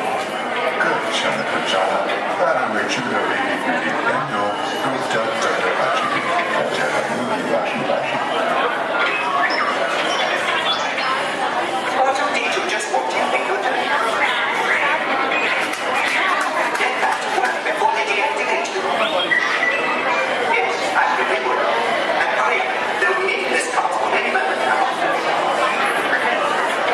Then, I think you'll solve it with more. Well, how should I know what's wrong with a ship? I'm an interpreter, not an abstract. However, you might just check the logic things. Sometimes I think these new transports have a mind of their own. Your attention, please. All interplanetary travelers must have a current passport and the necessary visas prior to leaving the spaceport. Passengers requiring assistance should visit the nearest information kiosk. Thank you. Star Tours is now offering convenient daily departures to the exotic moon of Endor. Come spend an afternoon or the entire day with the lovely Walts in their charming tribal villages. It's a fun-filled visit that you and your family will remember forever. Just ask for the Endor Express, available only from Star Tours. Non-stop flights leave every few minutes, so don't delay. Visit Endor today. Things have certainly changed.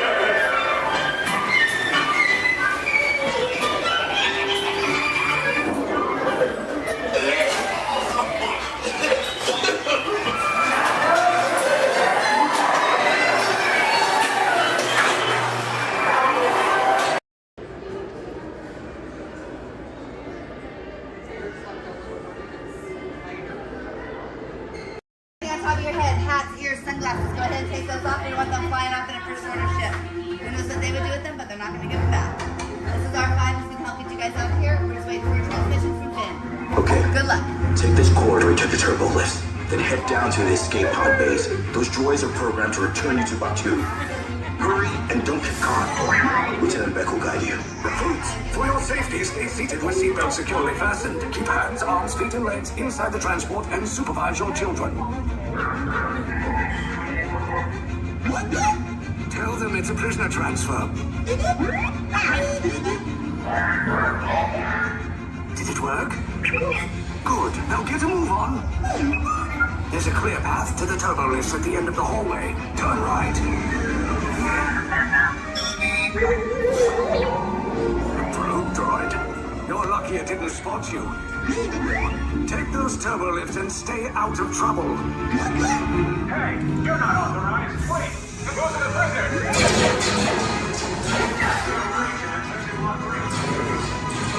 Your cover is blown. Find an alternate route. Who picked these two droids anyway? Detention approach. Prisoners not seen identity. Everyone, fire!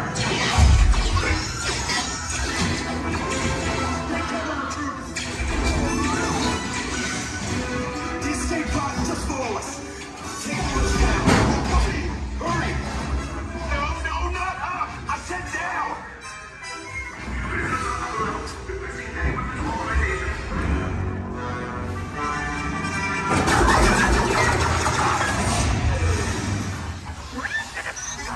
This does not look good. Try to find another way down to the escape pods. The Resistance will attempt to rescue the prisoners. They have neither the resources nor the courage to engage us. You underestimate their conviction. Raise the shields! Shields? I see no evidence. Now! Sound the alarm! All personnel to their stations! Sir, the prisoners have escaped. How brave. But ultimately hopeless. There's nowhere to run.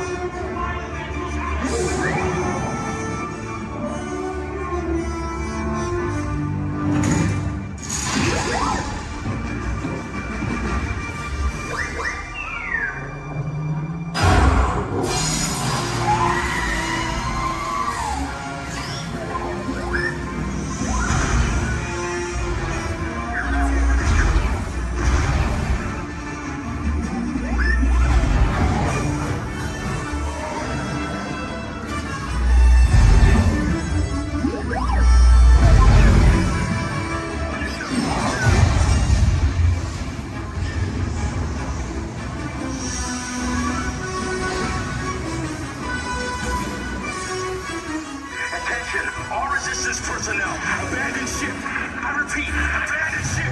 This is short as a block. There's no escape. You will tell me the location of the secret base, and then I will destroy you and the Resistance.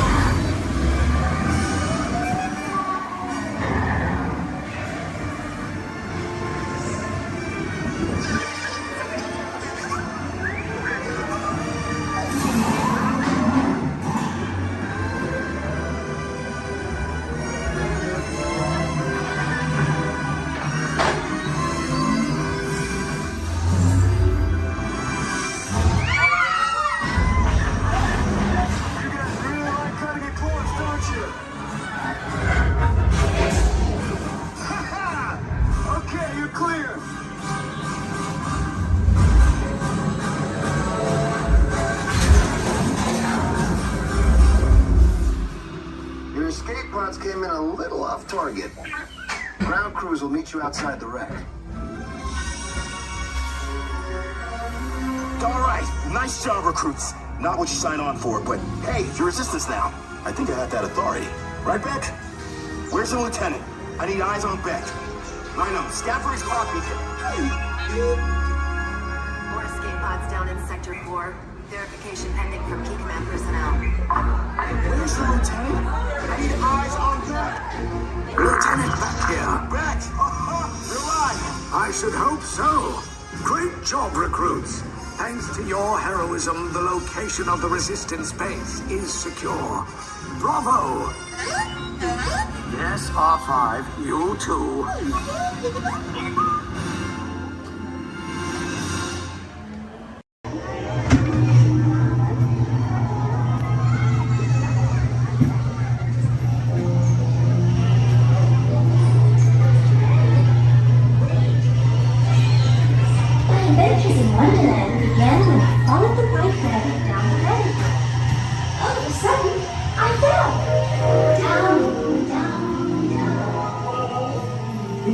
White Rabbit. Wow. See for yourself. Mr. Rabbit, wait! Please! He went this way. No, that way.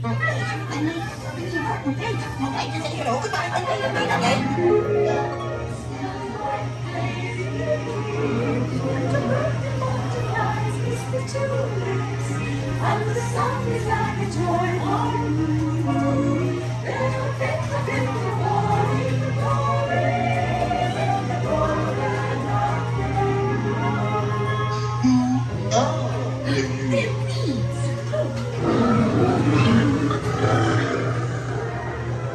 Now this is curious. I wonder if the rabbit came in here. Yes. Sure. I'm not sure. Where I am, you do. Wait! Don't go, please!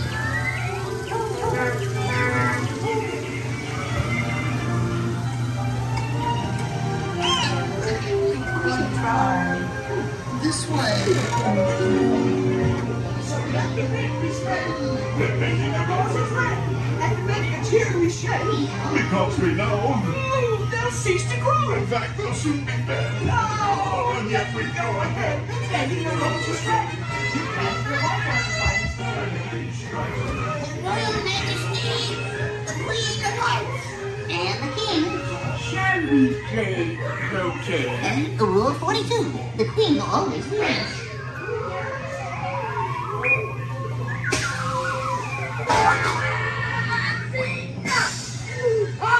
With their heads! Off their heads! Stop them! Goodness!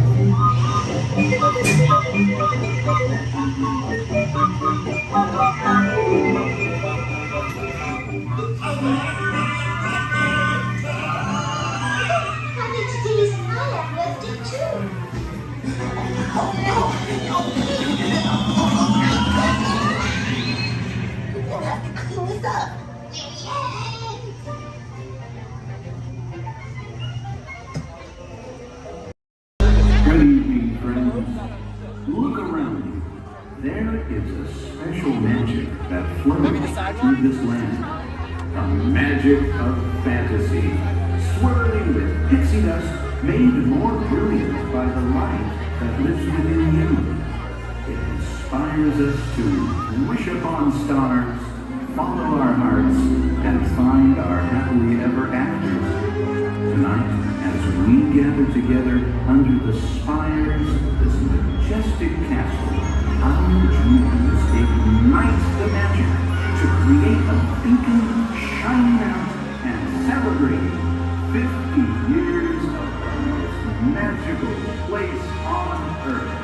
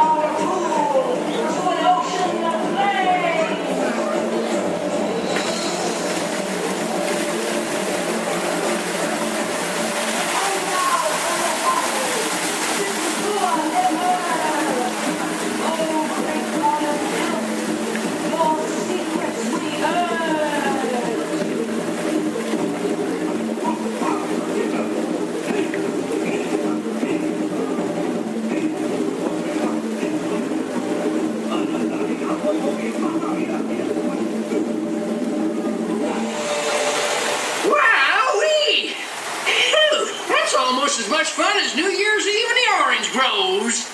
My word, we did get a mite carried away, Yeah. I say, look out there across the water. It appears we're a bit of company. Law me, yes. Welcome, you all. Permit us to introduce ourselves. My name is Claude, and my loquacious cousin over here is... I'll introduce myself, if you don't mind. Hi there. I'm, well, let's see now. It's right on the tip of my beak. Clyde Birdbrain. Oh, yeah. I'm Clyde Birdbrain.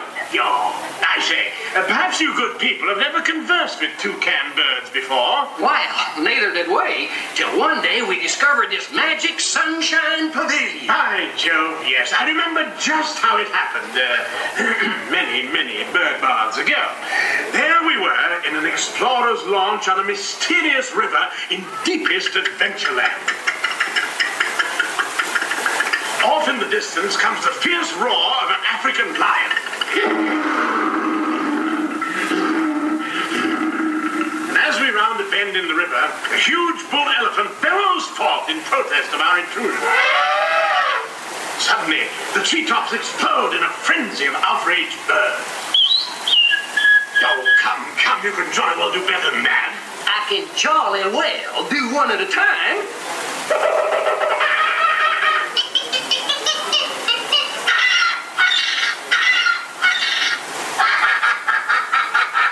Meanwhile, shifty-eyed crocodiles lurk by the water's edge.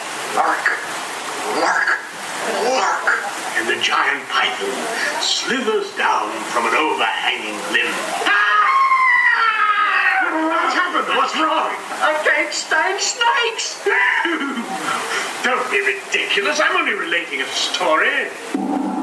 All right, Clyde, enough is enough. That wasn't me. I never even opened my beak. Huh? Excuse me, I hate to interrupt with an exciting story, but they're calling us to the show. Land's sakes, it's already showtime? Land's sakes, yes, it's already time for the show. And Claude, I do believe it's your turn to make the announcement. Righto. Ladies and gentlemen, boys and girls, gather up all your cameras, purses, and other articles, and now turn to your left towards the tall doors.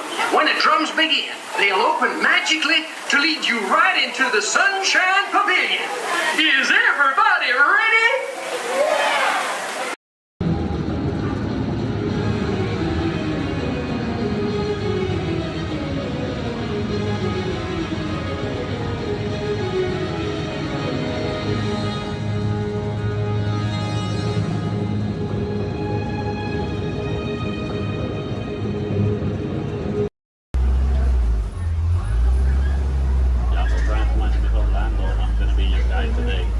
Just a quick couple of reminders. A bumpy road, so please stay seated with your arms, hands, feet, and legs inside the vehicle at all times. With that in mind, please keep a hold tight to those phones, cameras, hats, and sunglasses. If one of them falls, sadly, we won't be able to stop. On your top side, you're going to see an animal spotting guide. Hopefully, we're going to see most of those animals today in our safari.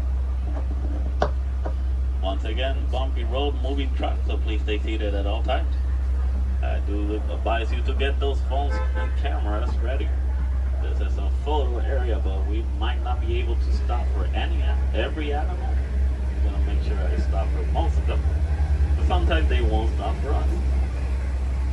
Just be ready. And 20. So we're going to start off our journey here in the Little Ituri Forest. The forest animals are kind of exclusive and they depend a lot of camouflage into things but sometimes they're kind of hard to see.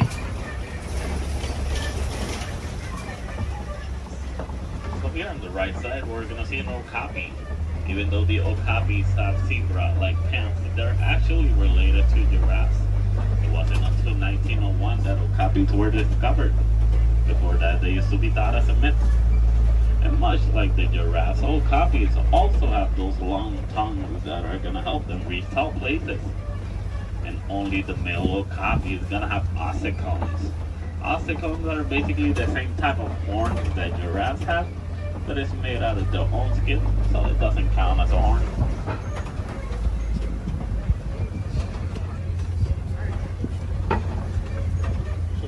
on our left side, we're gonna see some black rhinos. The black rhinos are one of the smallest of their species, weighing up to 3,000 pounds.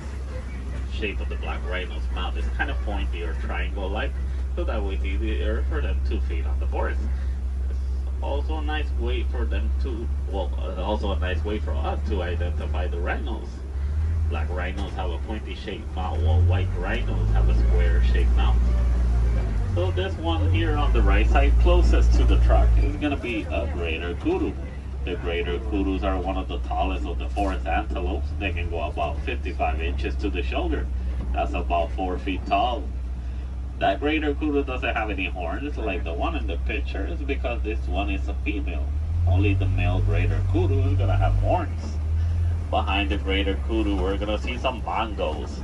Bongos are also known as the ghosts of the forest because they're rarely seen. The shape of the bongo's horn is twisted and it goes all the way towards their backs. So that way it's easier for them to travel around the forest without getting stuck. So as we start exiting the little Ituri forest, we're gonna head all the way towards our Safi River. Rivers and water spots are a great area to see some of the wildlife that lives near the water.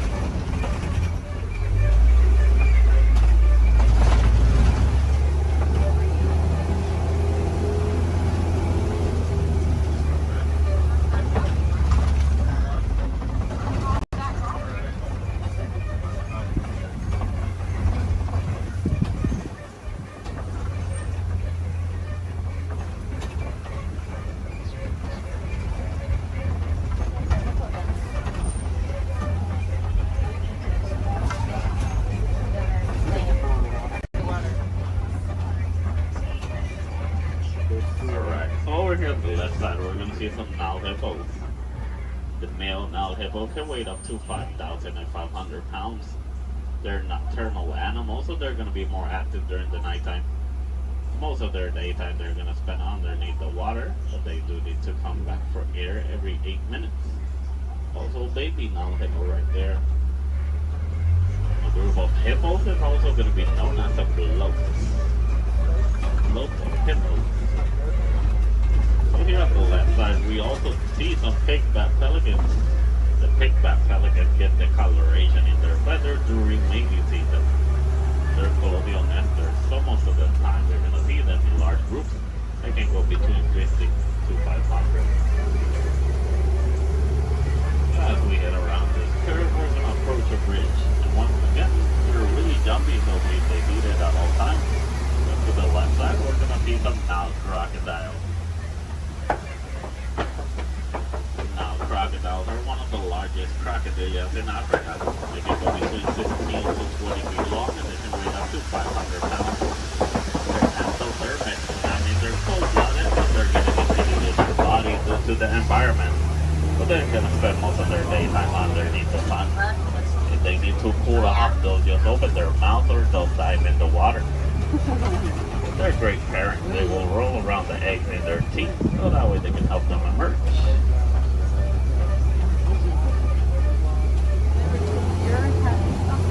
As we enter the Safi River, we're going to head all the way towards our savannah. Savannah is going to be a large plain and a great area to see most of the animals in Africa.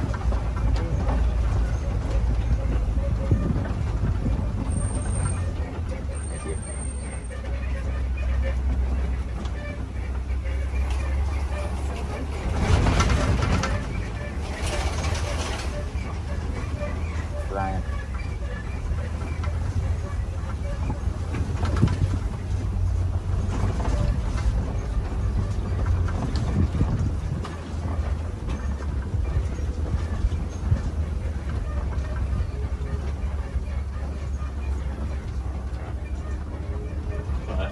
The savanna ecosystem is going to be a large plain of grass with tall trees and a lot of termite mountains.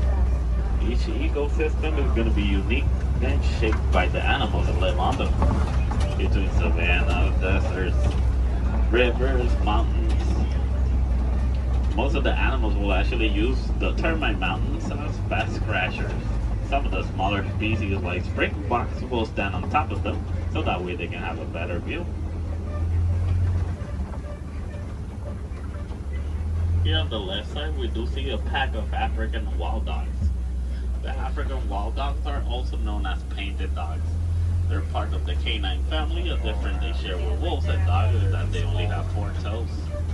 But they're a great pack of successful hunters, hunting up to 90% of the food they eat. But verbalizing, the African wild dog won't bark or howl.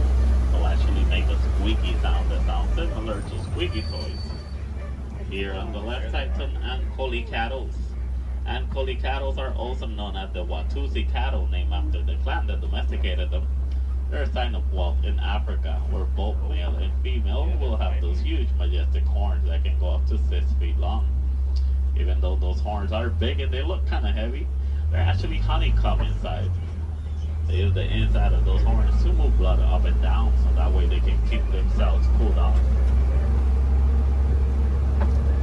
Over here on the left side, we also see a sable antelope. Sable meaning brown, they're also the emblem of the Harambe Wildlife Reserve. They're the only type of antelope that in a fight or flight situation they'll stand their ground and they will fight.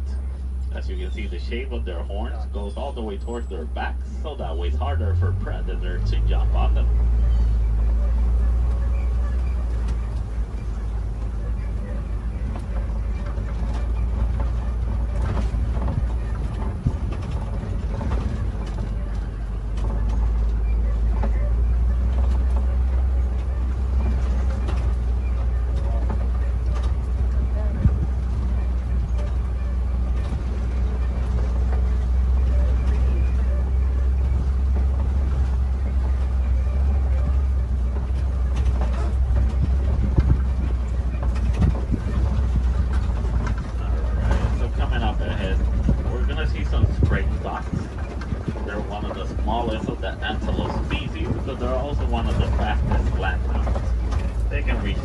Between 50 to 60 miles per hour. And as their name implies, the springboks. They're great jumpers. They can jump up to 6 feet tall and up to 13 feet long. Behind the springboks, we do see some wildebeest. The wildebeest are the second largest grouping of mammals, second only to us humans. Wildebeest is a translation from the African word wild beast, but they're also known as the newts due to a sound they make when verbalizing. It sounds like they're saying newt.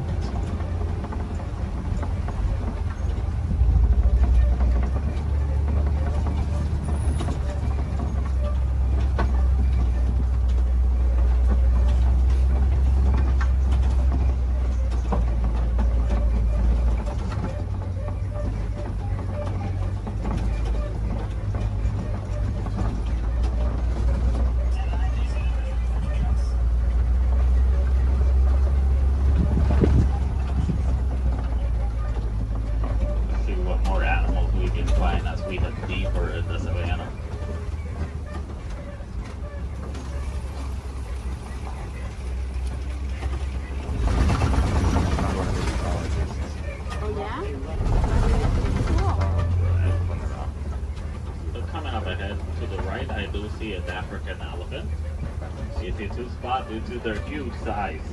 Also, the shape of their ears look like the continent of Africa. They like to flap around those huge ears back and forth so that way they can keep themselves cooled off, basically like a giant pair of fans. Also to the left side, mandrills, and the mandrills are one of the largest species of monkeys. Male mandrill can weigh up to 100 pounds while the female can weigh up to 35 pounds. They also have a special pocket in their mouths where they can store food and snacks for later, just like squirrels.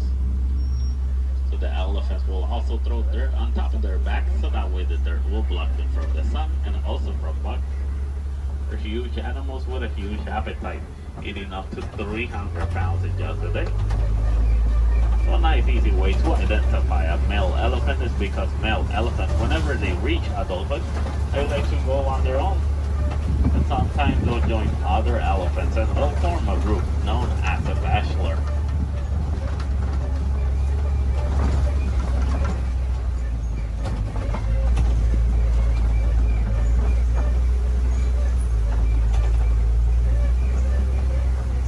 Once again, another bridge.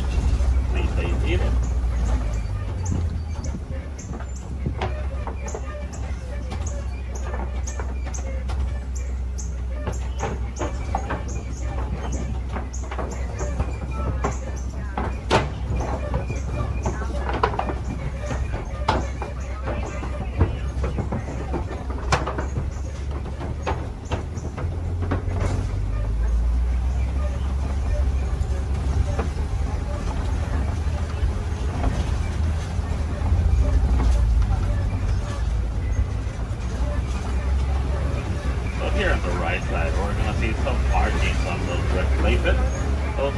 elephant tusk mark. Elephants will stick their tongues in those red clay pits, so that way they can get some of the minerals they don't get in their regular diet. Basically like a natural vitamin for them.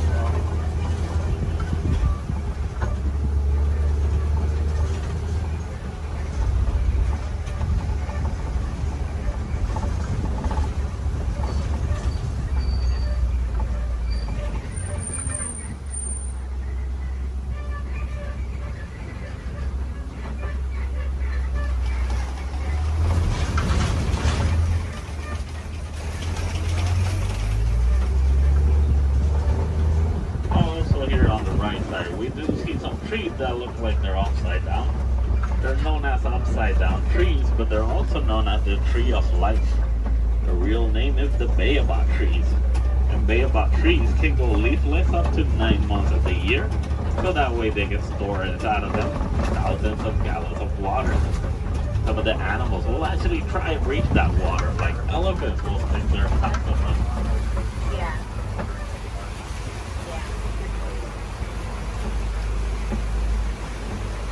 As we head around this curve, we're going to see a small island of greater flamingos.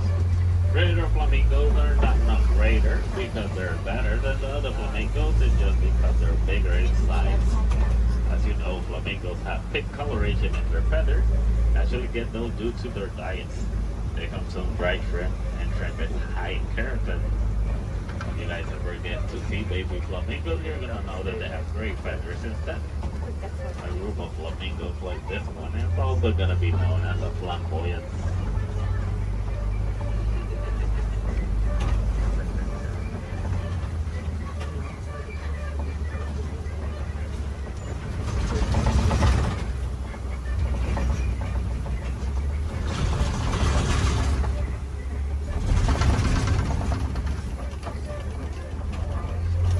Coming up ahead, we do see some white rhinos.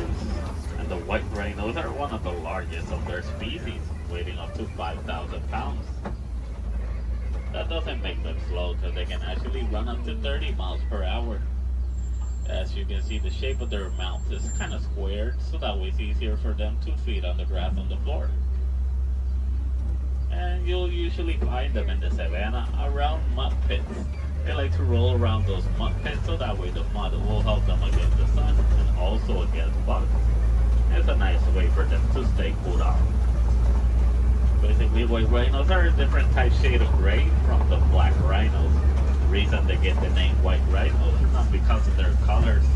It's actually a mistranslation from the Afrikaans word white. That means wide as in bigger.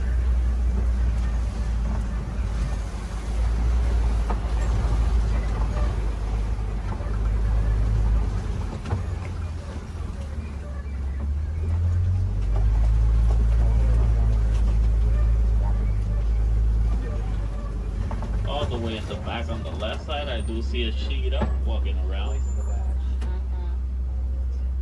Cheetahs are one of the fastest land mammals. They can reach a speed from 0 to 60 in about 3 seconds. There's also another one laying on the grass all the way in the back. But with that in mind, the cheetahs are built for speed, not power. So after running so fast in such a short amount of time, they're gonna need a couple of hours to rest their energies. The cheetahs are also diurnal big cat predators, so that means they're more active during the daytime.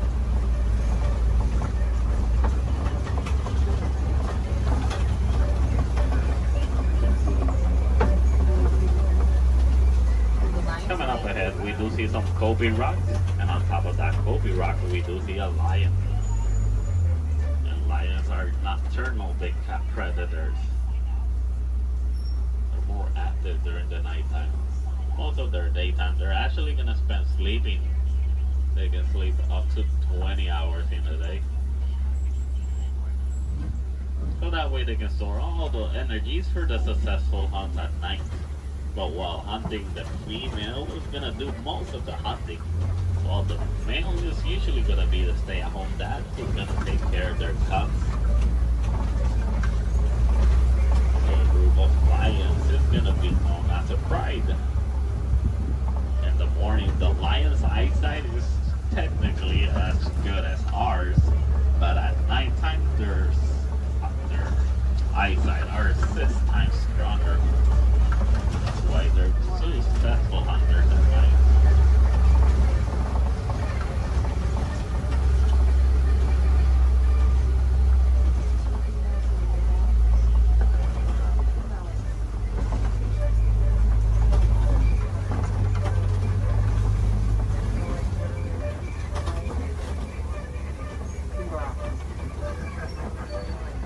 Up ahead, we're gonna see some warhogs.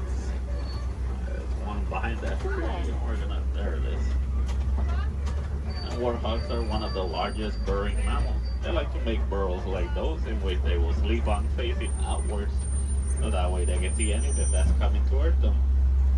They're super close relatives to domesticated pigs, and they can run up to 35 miles per hour.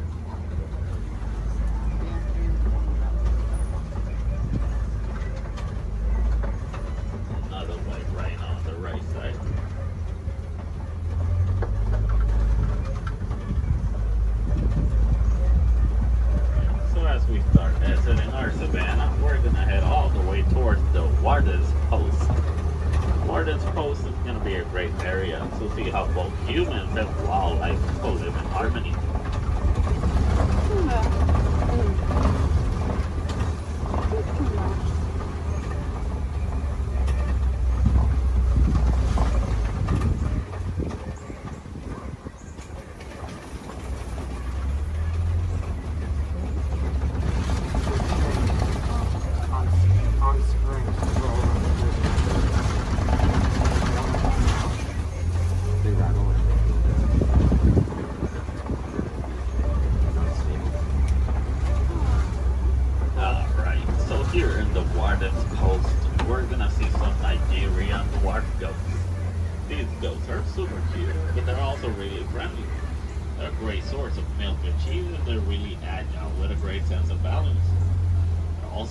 Domesticated wildlife that we have here in our reserve.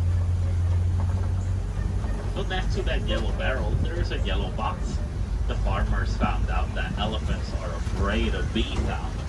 Most farmers are going to have a box like that filled with bees, so that way whenever the elephants get near the farms and they hear the bee sounds, they're going to steer clear away from them, and that way they won't eat the farmer's harvest. It's a nice way for both humans and elephants to co-live in harmony, but it's also a great source of honey. Most of the farmers will actually sell that honey for an extra income.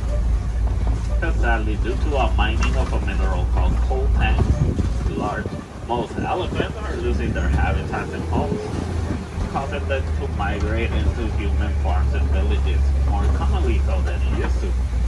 So having bees in a box is going to be a nice technique for both keeping elephants safe, but also staying safe.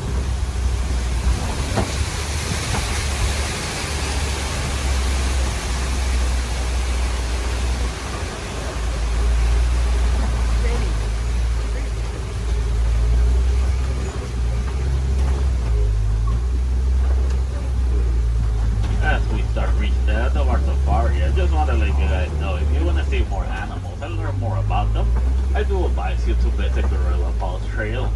It's a nice 20-minute pathway that will take you all the way to meet a family of gorillas, while meeting more animals, learning more about them, and also more about conservation. If you're really lucky, you might even get a better close-up view of the hippo through a glass. Also, well, here in Harambe, we have the Rafiki's Planet Watch. The Wildlife Express train is going to take you all the way towards Rafiki.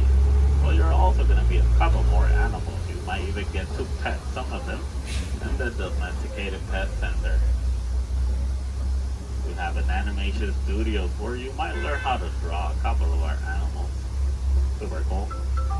And we also have an animal clinic. Any chance we need to take care of one of our animals, you guys can actually see the process through a glass. It's super cool journey. It's got nice AC, but it takes about a whole hour to complete. So you gotta plan ahead. The last Wildlife Express leaves at 4:30. From the Sana Ward. Why did you look to see where we are? Also, while here in Harambe, you guys can visit the Celebration Festival, the Lion King. A great show to watch while visiting Animal Kingdom. There's going to be animals wherever you go throughout the park. We do have the lesser flamingos. Those are going to be the smaller flamingos. In some area of the park, I believe, is one of the pathways that leads you to the Tree of Life. If you go all the way towards Asia, they're going to see a similar walking trail to the Gorilla Falls, but it's going to be known as the Maharashtra Jungle Trek. Over there, you're going to meet some of the Asian animals like Komodo dragons, tigers, also super cool to visit while you're in Animal Kingdom. So for the Gorilla Falls, once you head out of the truck and you head down the ramp, if you go to the left side, you're already on the Gorilla Falls trail. Keep going around, enjoy your time, see more animals. If you go to the right, you're going to go back to the village, where you can see the entrance towards Rafiki.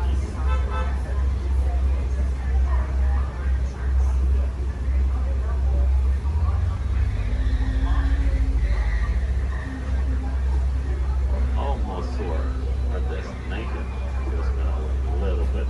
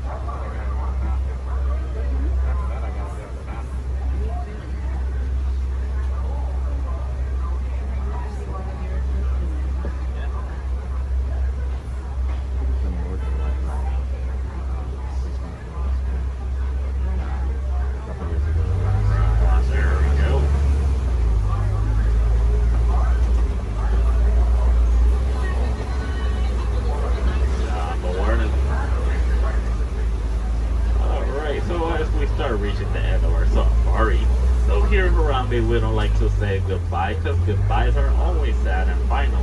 We instead say kwaherini. And kwaherini does mean to go well. So kwaherini guys, go well, go wild, go make a difference out there.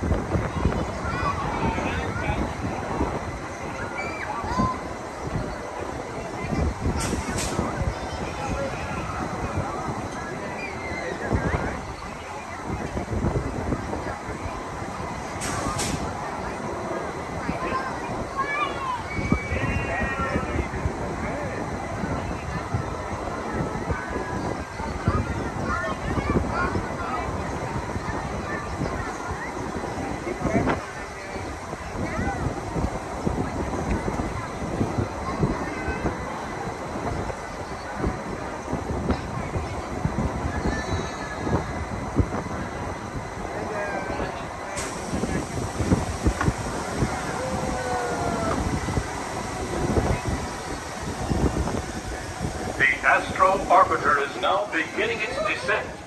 Please remain seated until your rocket ship stops. Then follow the arrows to the flight.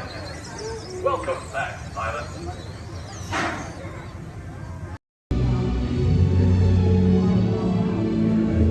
Hello, my name is Becky Klein, and I'm the director of the Walt Disney Archives.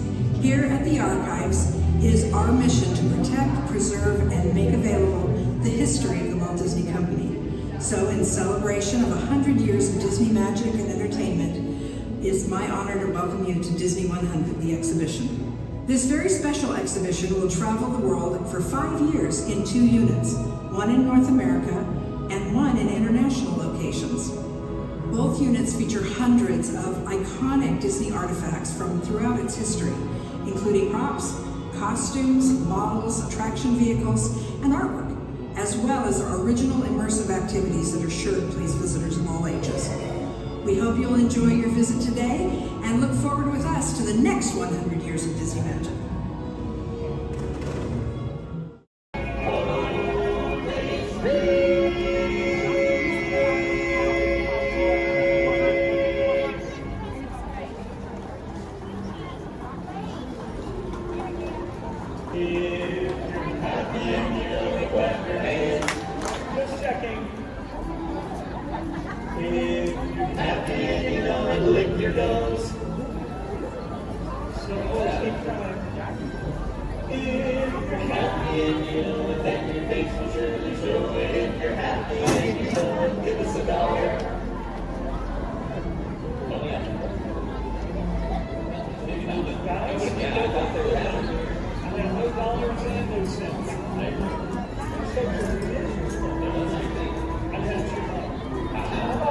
Their favorite song.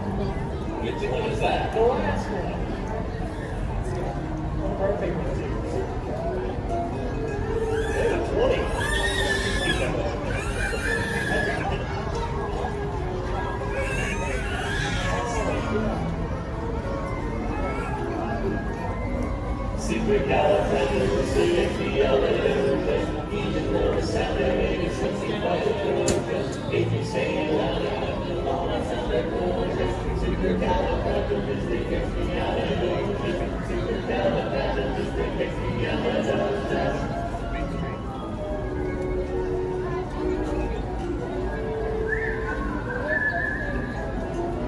You all whistle while we work.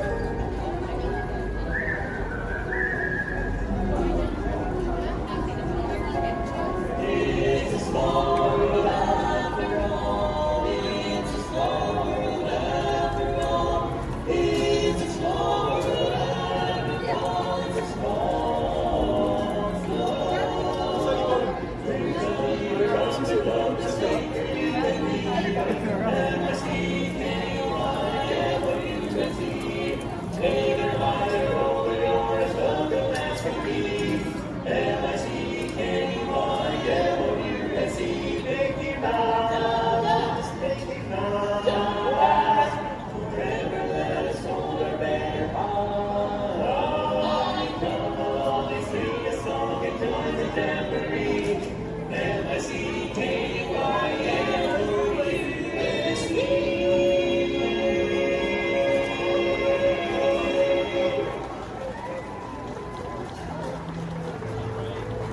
Thank you so much, everybody. If you enjoyed our show today, we are the Dapper Dans of Main Street. But if you did not enjoy our show, then we are the Vienna Boys Choir. Oh, we'll sing a song and make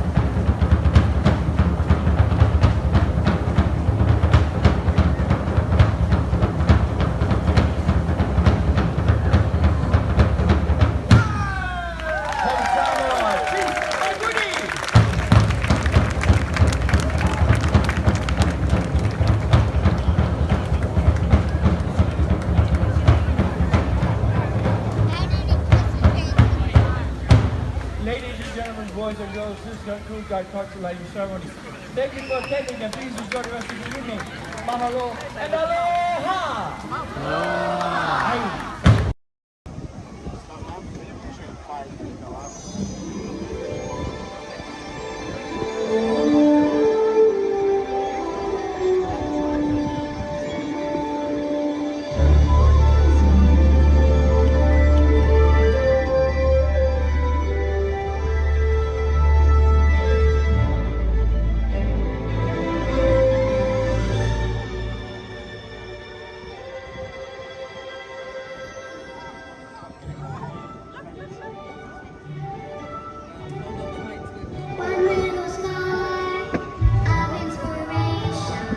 We call it Epcot.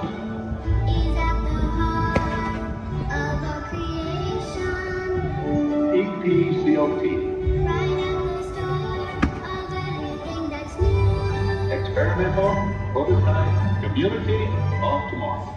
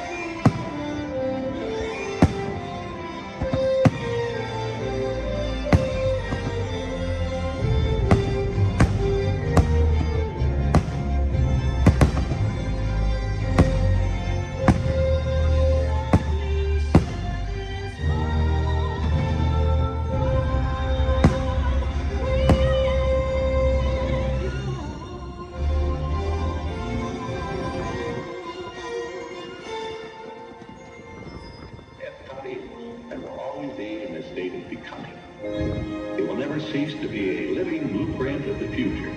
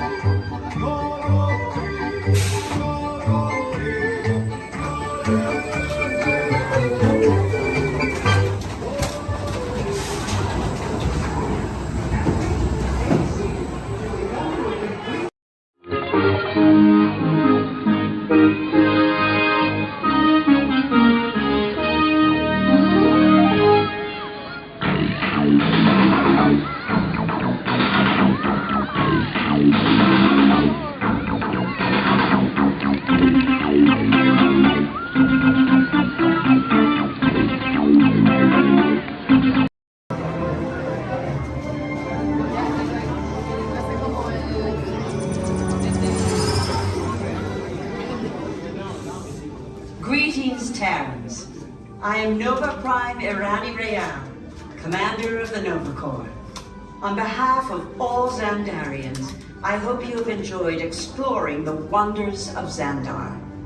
As you have seen, your world and ours were born of the same moment, one which you refer to as the Big Bang. As such, we are all galactic neighbors in a vast universe which we and countless others share. For you to travel to Xandar would take 2.5 million years, assuming you had a ship that could fly at the speed of light. So we decided to come to you. But even we could not have reached you so easily were it not for the Cosmic Generator, an advanced piece of Xandarian technology that creates jump points, artificial tunnels that act as shortcuts, linking distant points in space. It is our desire to share this wondrous technology with your people so that together we might explore new worlds and create a brighter tomorrow. And now, as the culmination of the wonders of Xandar, you will be teleported to a Nova ship above your planet for a demonstration of the Cosmic Generator. I trust you will find it an unforgettable experience.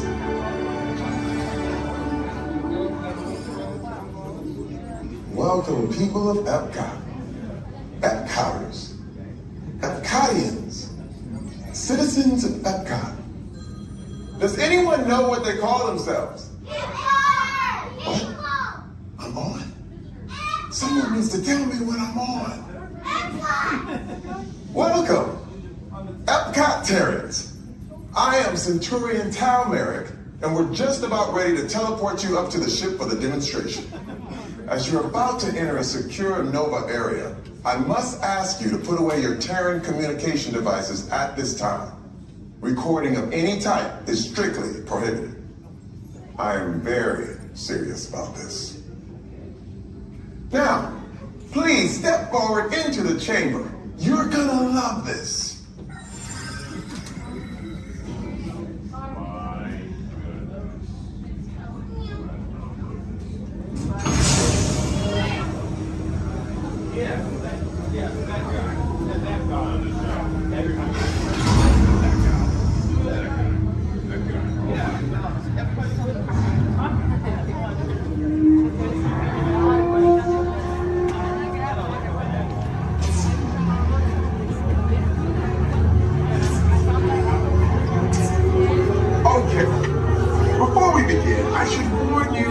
Never teleported Terrans before, but since your molecular structure is very similar to Xandarians, it should work.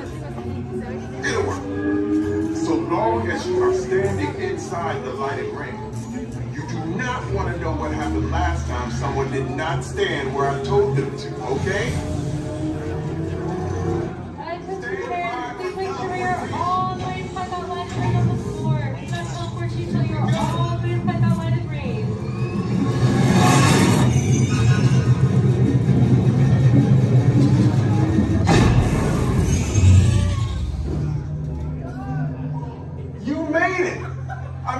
Of course you did. Nova Prime, they're ready.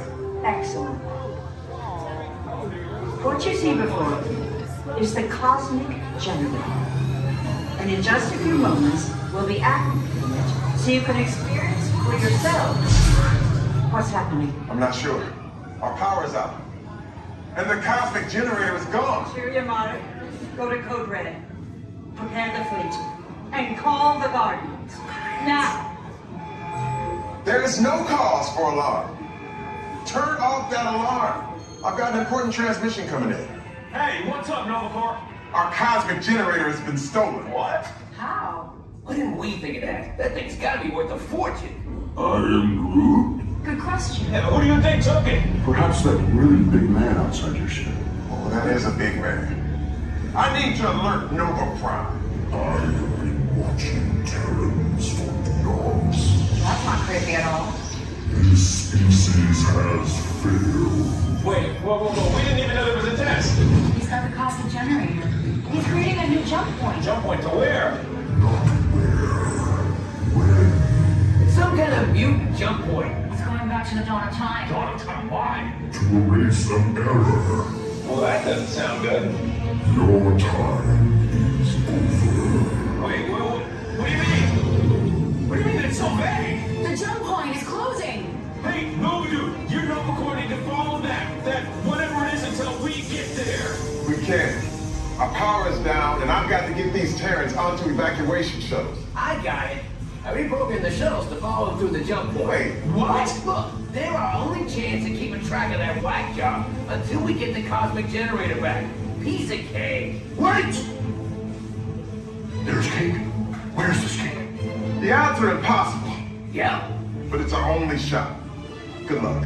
Are you sure you can control it? Come on, it's me. I got this. We're all toast. First it was cake, now there is toast. This plan is making me so hungry. Terrans, listen up. Please remain fully seated.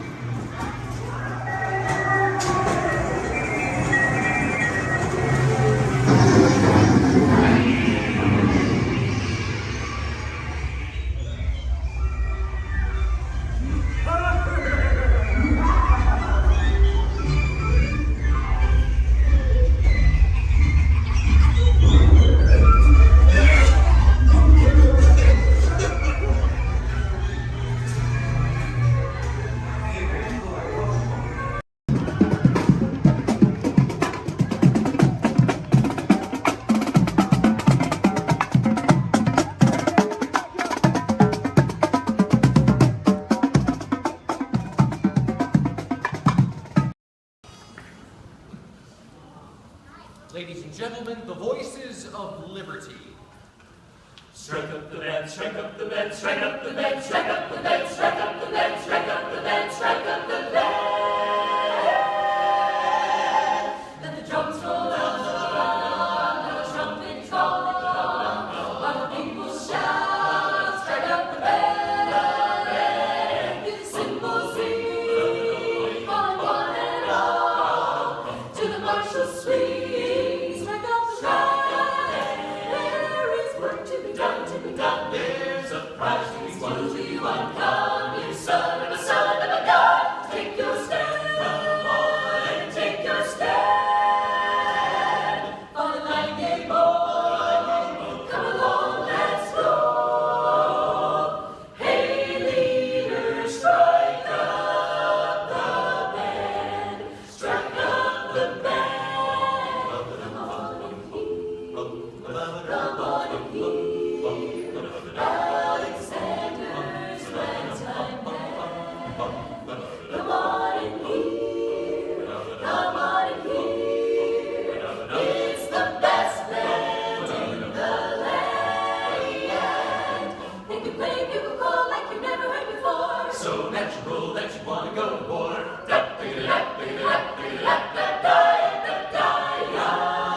That's just the bestest band whatever.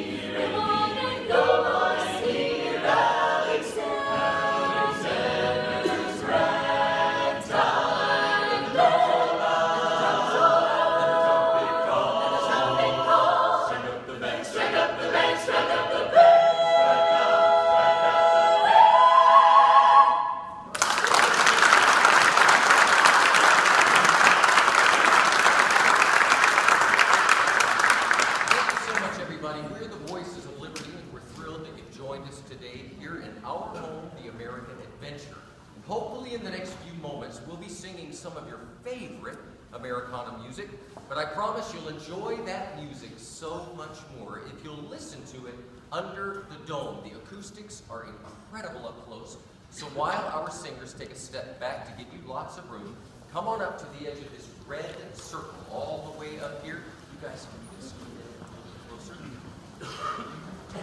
Especially if you're underneath the balcony, you'll really enjoy the music so much more up close. Have a seat on the floor so those folks behind you in wheelchairs or sitting on benches can enjoy the show.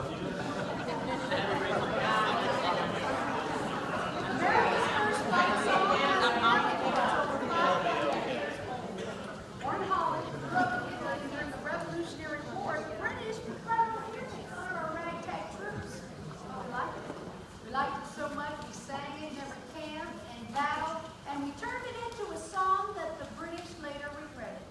In fact, during the war, one British general was quoted saying, "I hope I never hear that song again." But he did at Yorktown when the British Army surrendered to General George Washington. Yankee Doodle, keep it up. Yankee Doodle dandy. Mind the music and the step, and with the girls be handy. Yankee Doodle, keep it up. Yankee Doodle dandy. Mind the music and the step, and with the girls be handy. Mind the music and the step, and with the girls be handy. Yankee Doodle went to London just to buy a pony. Stuck a feather in his cap and called it macaroni. Yankee Doodle, keep it up. Yankee Doodle dandy.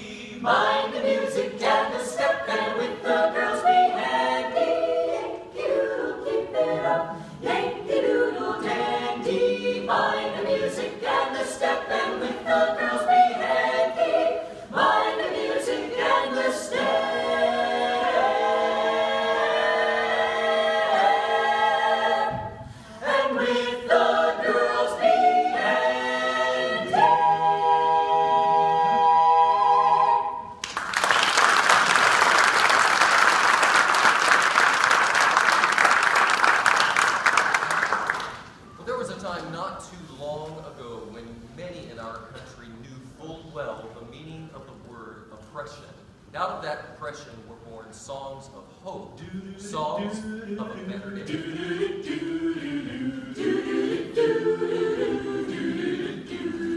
In that great get the morning, fare thee well, fare thee well. In that great get the morning, fare thee well, fare thee well. In that great get the morning, fare thee well, fare thee well. In that great get the morning, fare thee well, fare thee well.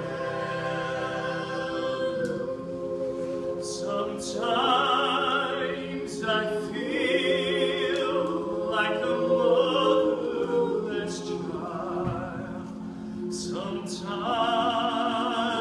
I feel like a motherless child. Sometimes I feel like a motherless child.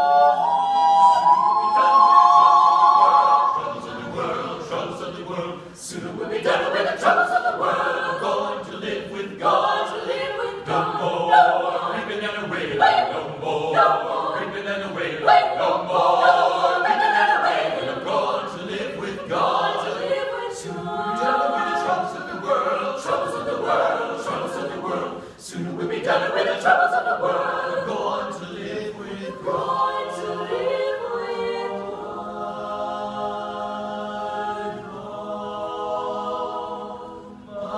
trials, Lord,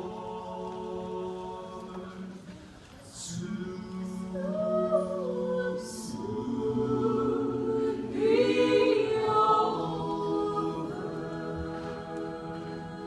If religion were a thing that money could buy, rich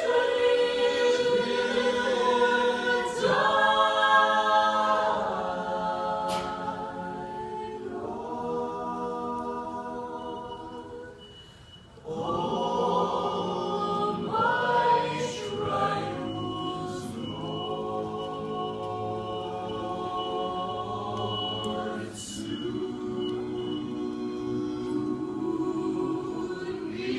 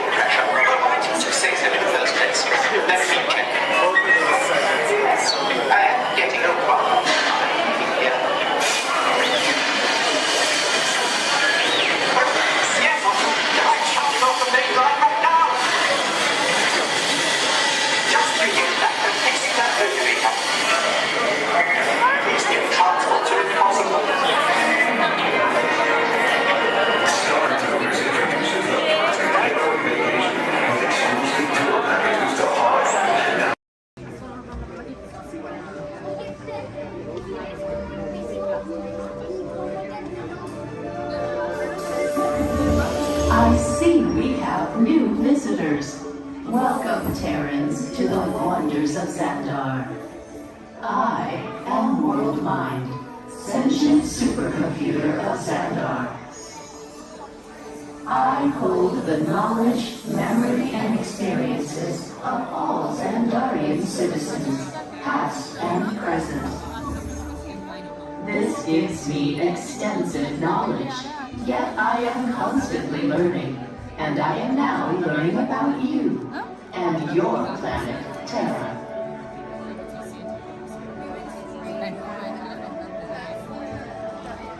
Much of my knowledge of your world came from your great scholar, Peter Quill.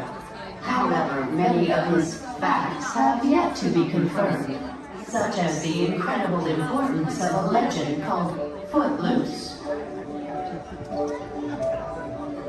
Through my fellow Xandarians working here at the wonders of Xandar, I am discovering more about you Terrans.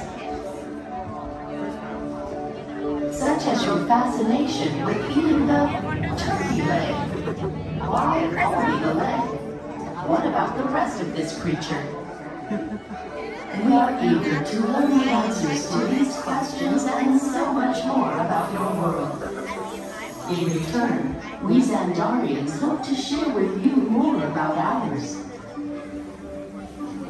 Although Xandar is 2.537 million light years away from your planet Terra, our worlds are actually quite similar and began at precisely the same moment.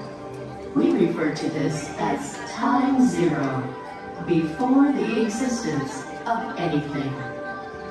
Our worlds were born of a single point of matter and energy that blasted outward in what you Terrans refer to as the Big Bang. And from nothing came the beginning of everything. Incredibly hot and extraordinarily powerful, This explosion filled the cosmos with a cloud of rapidly moving particles. Over the next 100 million years, space continued to expand, and the particles cooled and slowed.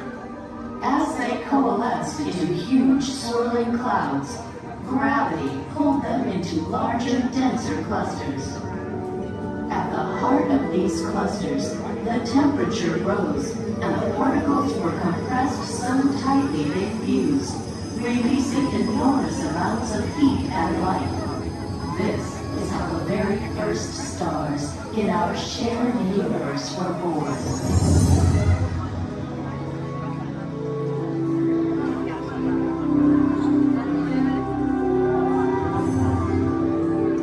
The singularity is just one of the commonalities between our two worlds that we will explore today. Welcome, Terrans, to the wonders of Xandar.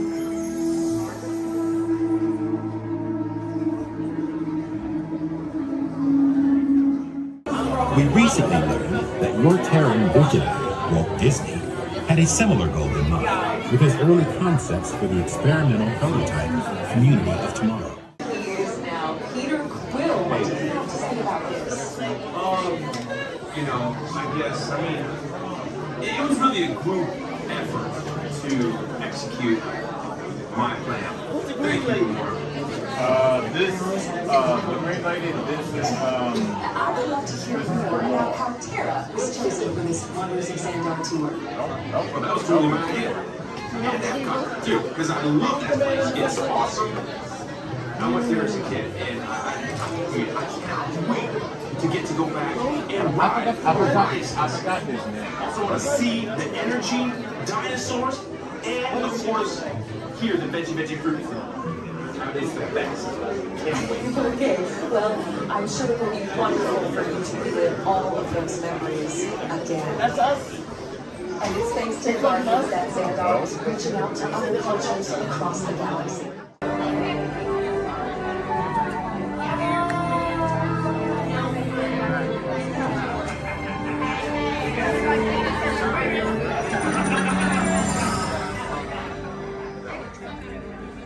Greetings, Terrans. I am Nova Prime Irani Rayal, Commander of the Nova Corps. On behalf of all Xandarians, I hope you have enjoyed exploring the wonders of Xandar. As you have seen, your world and ours were born of the same moment, one which you refer to as the Big Bang. As such, we are all galactic neighbors in a vast universe which we and countless others share. For you to travel to Xandar would take 2.5 million years, assuming you had a ship that could fly at the speed of light. So we decided to come to you. But even we could not have reached you so easily were it not for the Cosmic Generator, an advanced piece of Xandarian technology that creates jump points, artificial tunnels that act as shortcuts, linking distant points in space. It is our desire to share this wondrous technology with your people so that together we might explore new worlds and create a brighter tomorrow.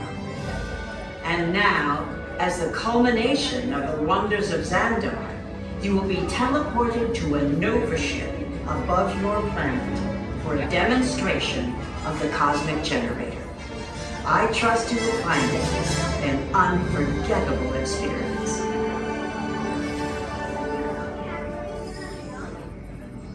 Welcome, people of Epcot, Epcoters, Epcotians, citizens of Epcot. Does anyone know what they call themselves? What? Someone needs to tell me when I'm on. Welcome, Epcot Terrans. I am Centurion Tal Merrick, and we're just about ready to teleport you up to the ship for the demonstration. As you're about to enter a secure Nova area, I must ask you to put away your Terran communication devices at this time. Recording of any type is strictly prohibited. I am very serious about this.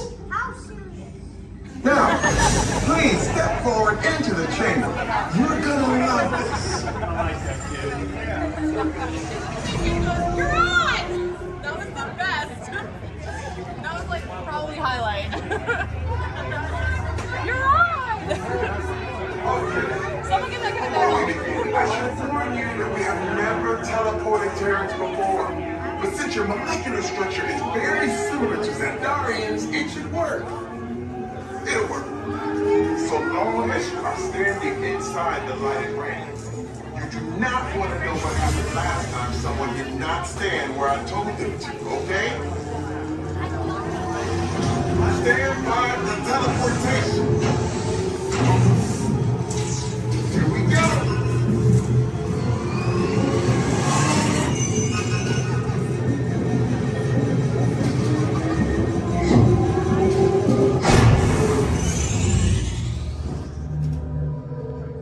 You made it. I mean, of course you did. Nova Prime, they're ready. Excellent. What you see before you is the cosmic generator. And in just a few moments, we'll be activating it so you can experience for yourselves what's happening. I'm not sure. Our power's out. And the cosmic generator is gone. Interior Mod, go to Code Red. Prepare the fleet. And call the Guardians. Now. There is no cause for alarm. Turn off that alarm. I've got an important transmission coming in. Hey, what's up, Nova Corps? Our cosmic generator has been stolen. What? How? Why didn't we think of that? That thing's gotta be worth a fortune. I am Groot. Good question. Yeah, who do you think took it? Perhaps that really big man outside your ship. Oh, that is a big man. I need to alert Nova Prime. I'm watching Terrans for dogs. That's not creepy at all. This species has failed. Wait, whoa, we didn't even know there was a test. He's got the cosmic generator. He's creating a new jump point. Jump point to where? It's some kind of mutant jump point. It's going back to the dawn of time. Dawn of time, why? To erase an error. Well, that doesn't sound good.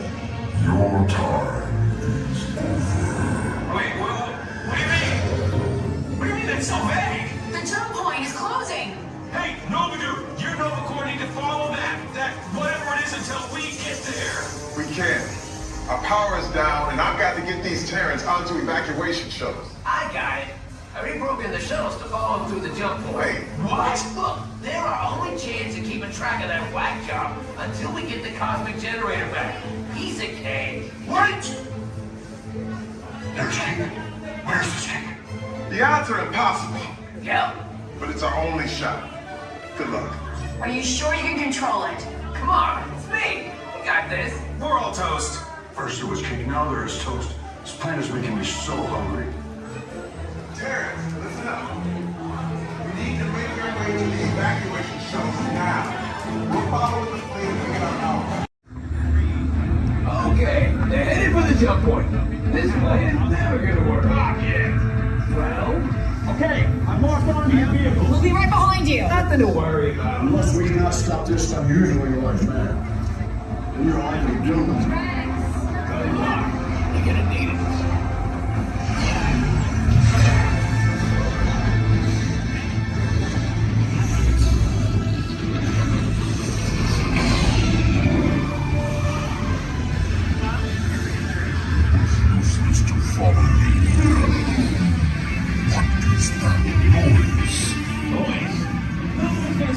Rock and roll from existence. What have we done? I think we're doing crack.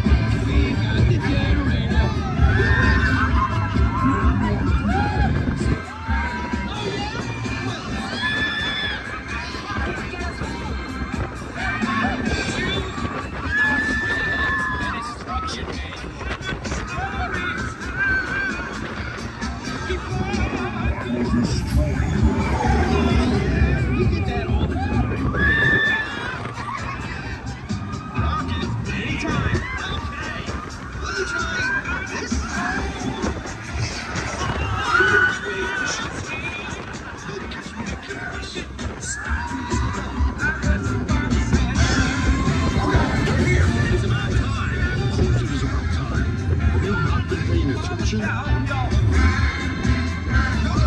Blink your star blasters. We have been contained, but not for long.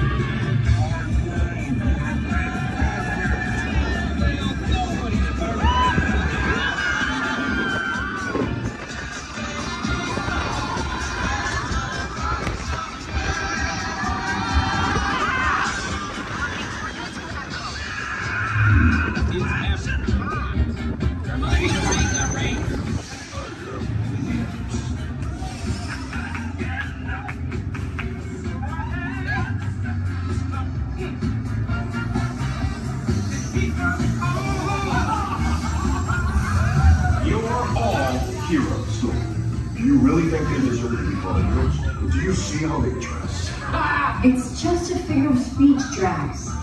You are lying to them. Now I understand. Welcome to the Guardians of the Galaxy.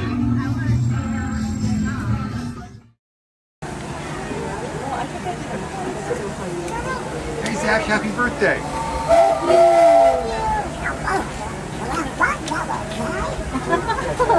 Who's that? Who's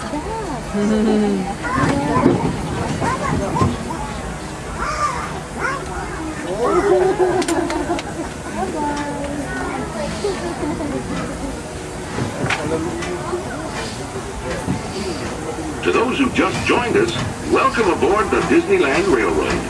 To ensure a safe ride, remember to stay seated with your hands, arms, feet, and legs inside the train. And watch your kids.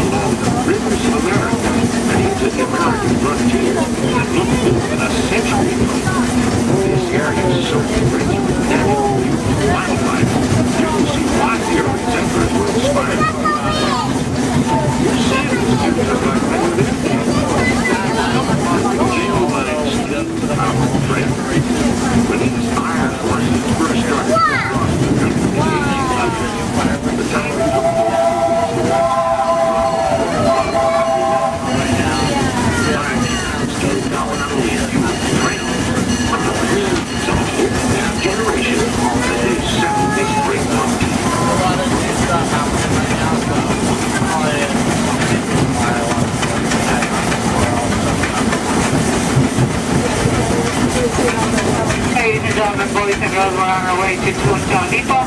Now we're going to stop for all the attractions in Fantasyland, Toontown, and then we have our Fantasyland Theater, where your princesses can meet our princesses.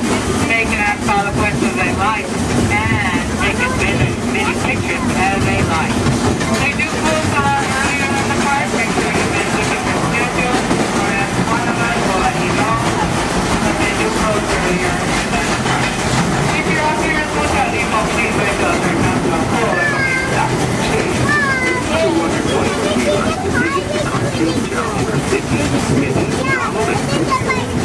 Well, just a few minutes. Find out for yourself.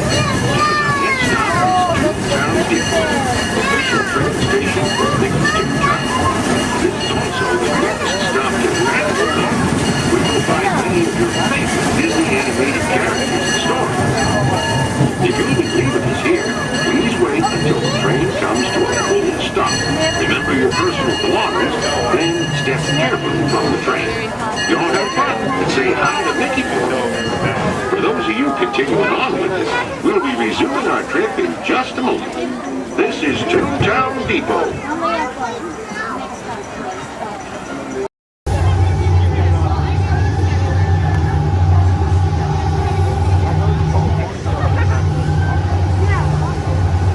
Time travel commencing in T-minus 10 seconds and counting. This is Seeker. Listen up. We've got to get in, grab the Iguanodon, and get out before that asteroid hits. Let's roll!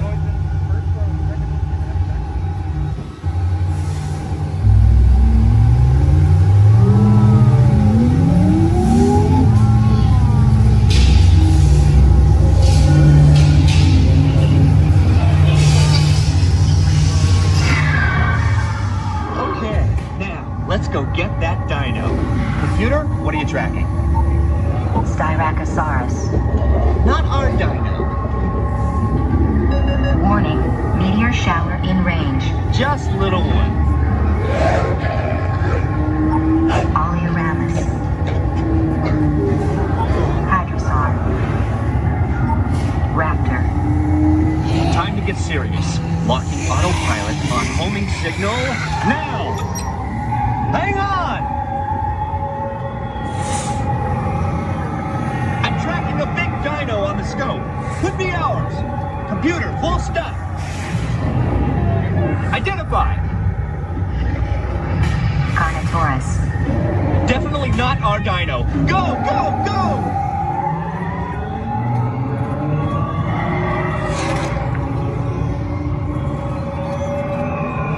Another big guy coming up.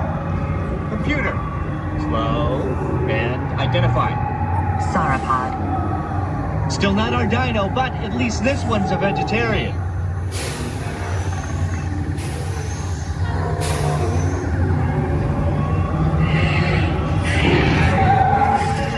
Asteroid impact in 90 seconds. We better move it. Pterodactyl. Incoming! Asteroid impact in 60 seconds. We can't stop now. Keep going, keep going. Compsognathus. Computer, what's happening? Loss of traction. Four-wheel drive, move it! Warning, meteor strike. Evasive maneuver! Left, right, left, right! That was close.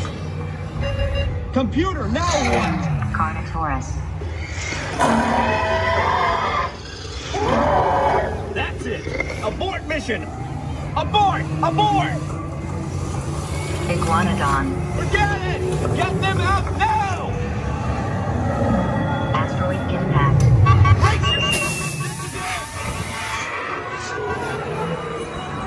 They're not gonna make it! They're not gonna make it! Mission accomplished. You made it! I knew you would, and guess who made it back with you? I better find him before security does. Thanks for everything!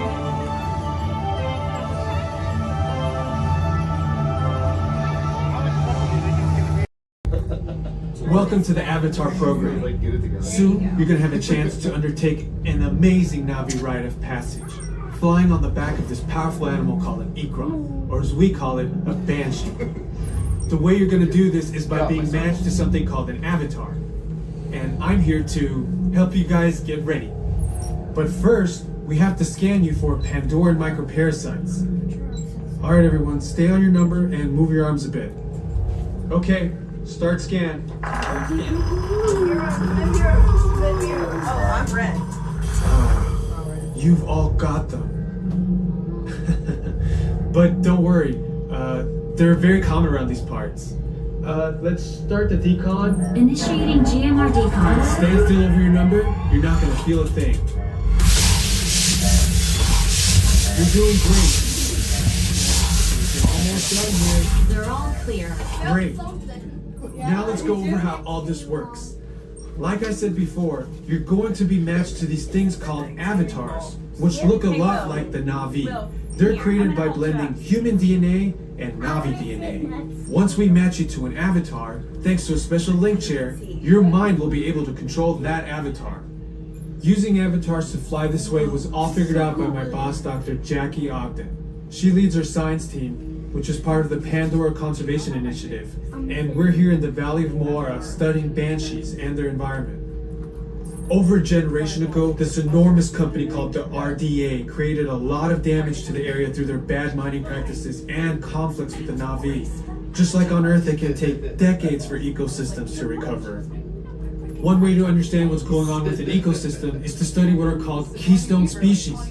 These are animals like tigers, jaguars, seals. The banshee is one of these important animals. Okay, to get you flying on a banshee, we need to find each of you an avatar. Let's prep the genetic sampling. I'm on it. Okay, first we need to find the compatible match of your genetic material with the genetic material of one of the avatar bodies that we already have. Once we do that, you'll be able to link to that avatar and fly. Help us out and move around a bit. Almost. Yes, got him. Now, let's find you your avatar matches.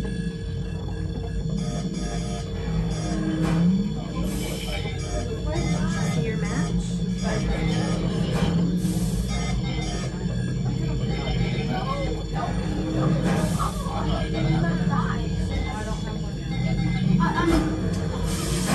All right, you've all been matched with avatars.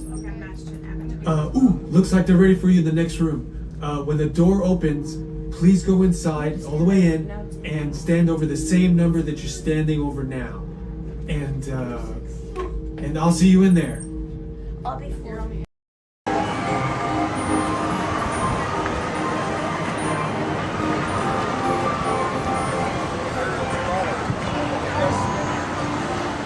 Rest all the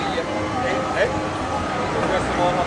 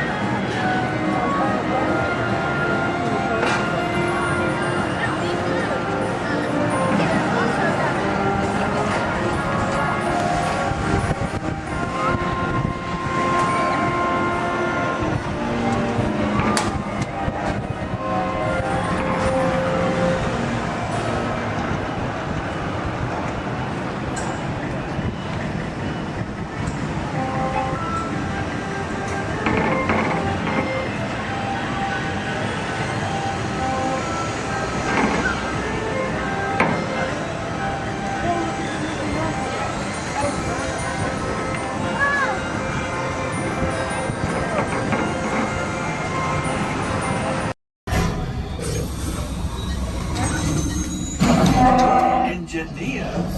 Automatic repair engaged.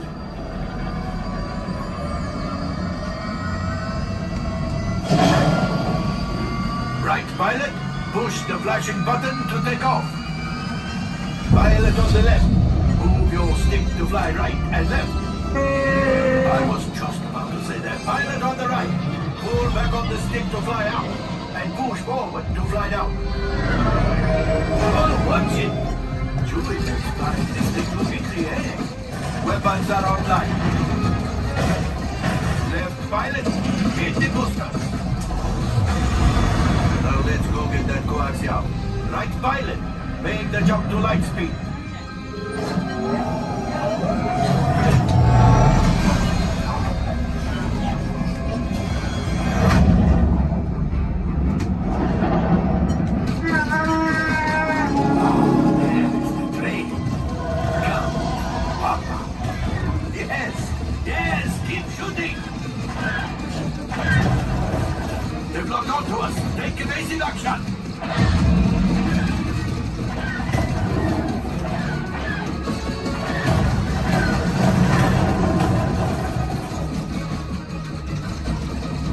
There it is! After that train!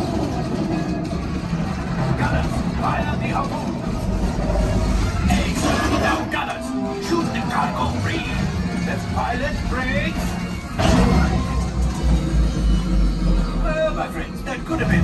us. Okay, it's on to us.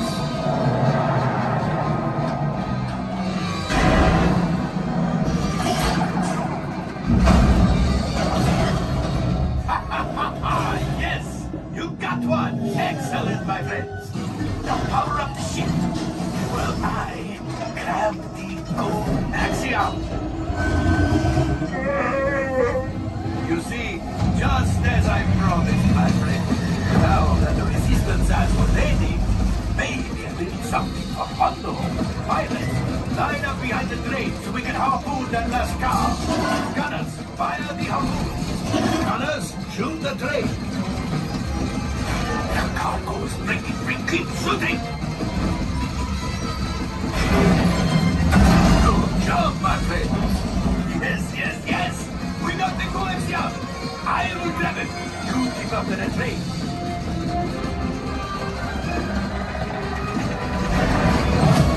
Gunship. Oh, that's ridiculous. Things are getting too hot. We need to get out of here. A distraction. Fire the missiles at the train.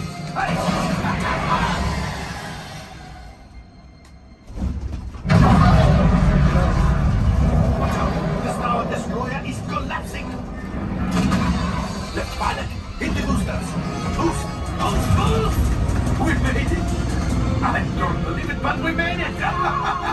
Now, let's get out of here.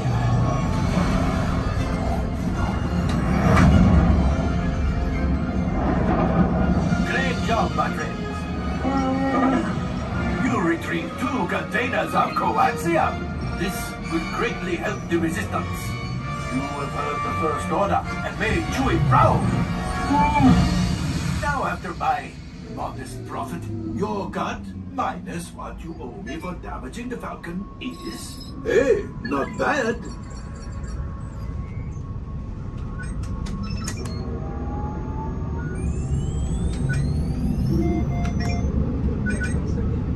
R5, damage report. Engine failure. All right. Hyperdrive leak. That is not too good. Multiple hull ruptures. Well, it could be worse. All right, I'm making an executive decision. Everybody out. Go on, get out.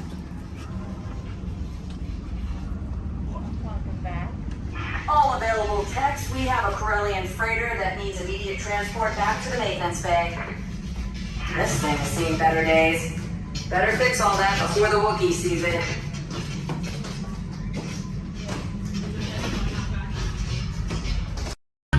My name is Skipper Melanie. That's first name Skipper, last name Melanie. And for the next 5 days and 8 romantic nights, I'm going to be your skipper, your guide, your lion tamer, your dance instructor. And if you don't laugh at my jokes, your swimming instructor. Off to a long ride. We're going to start our journey here in the Amazon rainforest, where it rains 365 days a year. Or only 2 days if you have Amazon rainforest Prime. That joke's all about the delivery. If you look on either side of the boat, you're going to see our beautiful margarine flies. And I know what you're thinking. I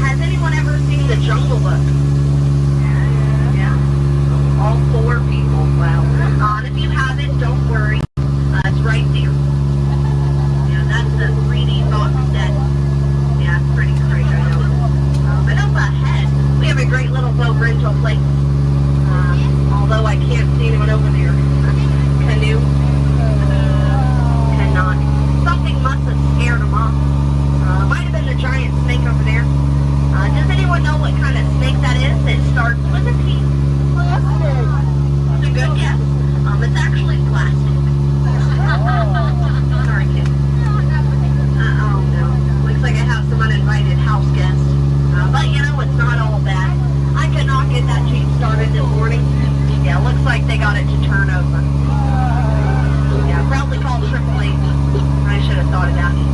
Yeah, or used a monkey wrench, I don't know. But we're now turning down the Nile River. It's the longest river in the world. It goes on for Niles and Niles and Niles and Niles and Niles and Niles and Niles. And if you don't believe me, you're in disbelief. Right over there we have an African bull elephant.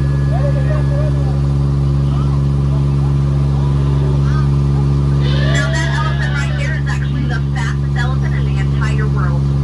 Yeah, he's already over here. Wow, Disney magic, right? And right in front of us we have the star of the new Jungle Cruise movie. It fades to wait. Now we're really excited about it. And we're now in the African belt where all the animals came together. We have some long-necked cheetahs, some 1970s impalas. Oh, look at those lions protecting that sleeping zebra. He's dead. Tired, dead tired. You know, it must be hard to eat a zebra. Yeah, because it's like white meat, dark meat, white meat, dark meat, white meat, dark meat tail. You know? Oh, but there's the lost safari everyone's been looking for. You know, I tried to tell them that they could not outrun the animals here in the jungle, but what a rhino, right? I guess they'll get the point in the end.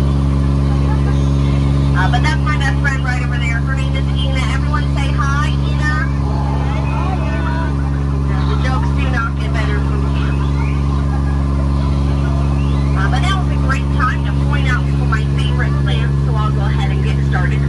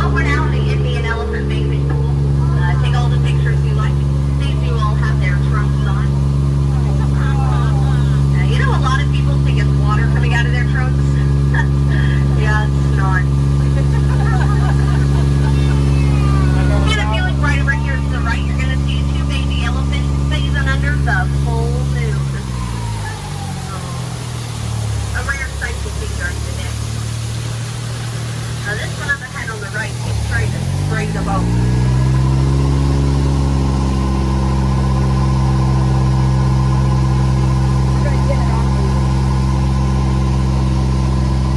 He usually tries to freeze them. So we're just going to back up just a little bit. This elephant over here usually has a pretty good scent for when the boat's coming. So you're welcome for not spraying, you know.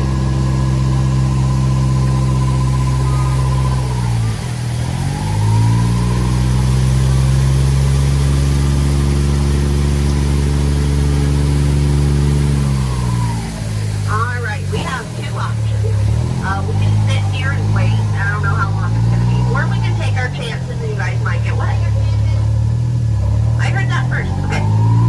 If that elephant comes up, not even joking, please duck. Way to ruin my joke.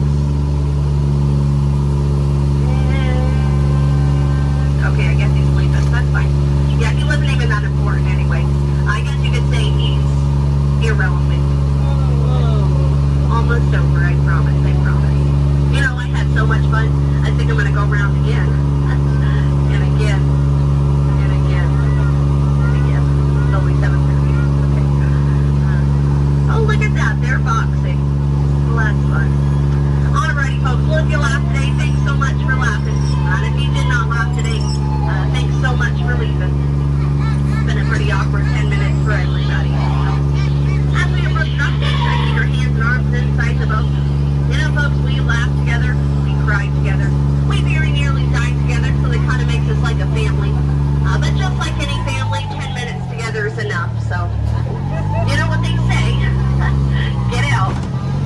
Oh, sorry, that was rude. Let me try that one again. What I meant to say was, please, get out. Time travel commencing in T-minus 10 seconds and counting. This is Seeker. Listen up. We've got to get in, grab the iguanodon, and get out before that asteroid hits. Let's roll!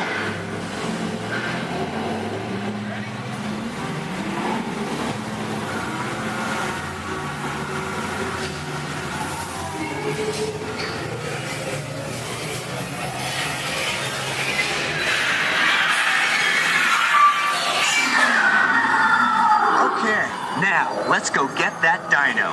Computer, what are you tracking? Styracosaurus. Not our dino. Warning, meteor shower in range. Just little ones. Oleoramus. Hadrosaur. Raptor.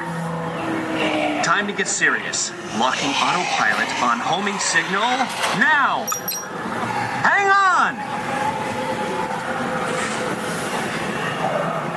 I'm tracking a big dino on the scope. Could be ours.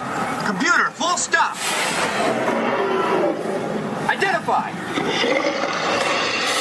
Carnotaurus. Definitely not our dino. Go, go, go!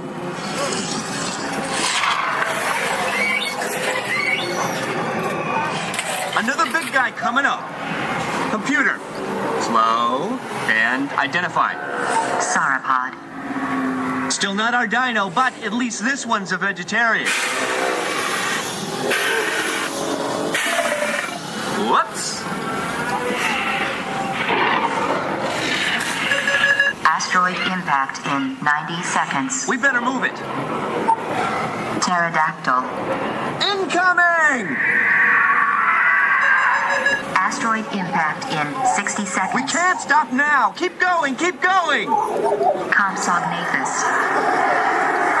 Computer, what's happening? Loss of traction. Four-wheel drive, move it. Warning, meteor strike. Evasive maneuver. Right, left, right, left. That was close. Computer, now what? Carnotaurus. That's it. Abort mission. Abort, abort. Iguanodon. Forget it. Get them out now. Asteroid impact. Brace yourself. This is it.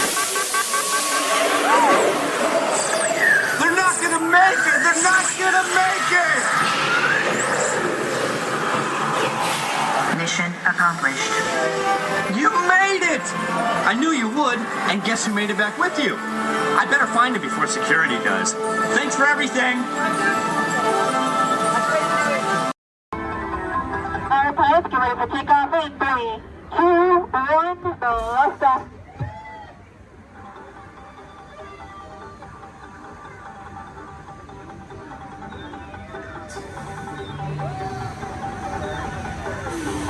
Just a reminder, pushing and pulling the lever in front of you will control your height.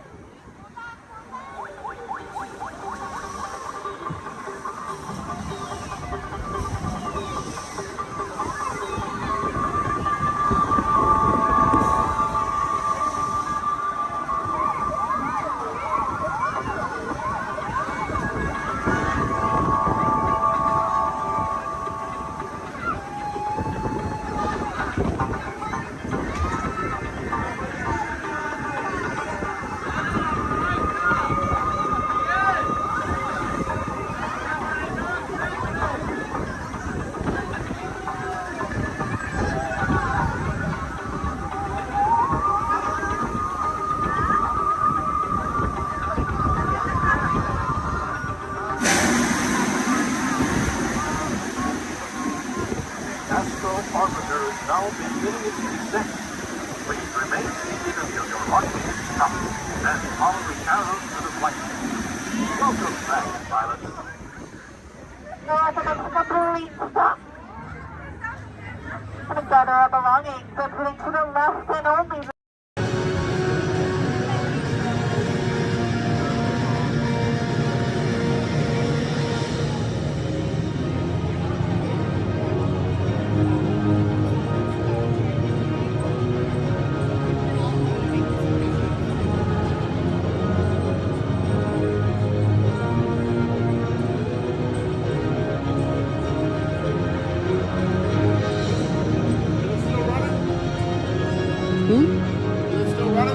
No.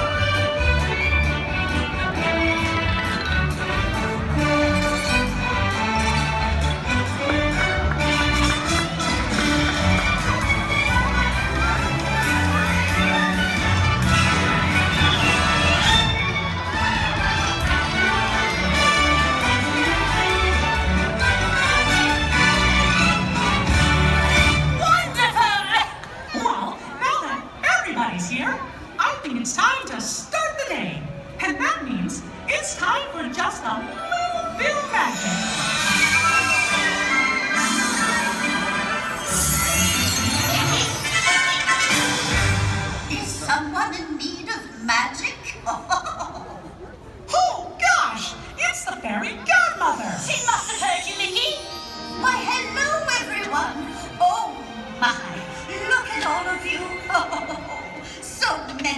smiling faces, including yours. Now, how may I be of assistance? Well, do you think you can help kick off our magical day? Oh, of course, my dear. Oh, and I know just the trick. But I'll need everyone's help with the magic words. On the count of 3, we're all going to say, bibbidi, bobbidi, boo. Here we go. 1, 2, 3, bibbidi, bobbidi, boo. Let the magic begin!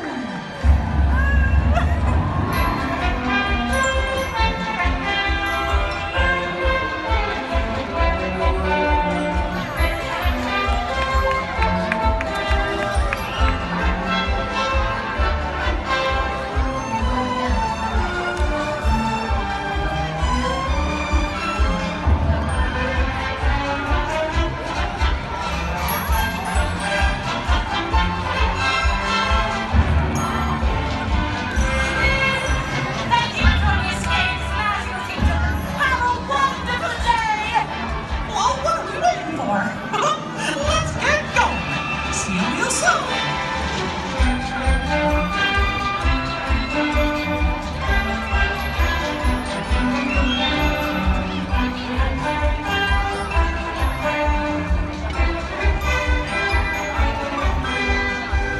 For your safety and the safety of those around you, please walk slowly and carefully to your first destination.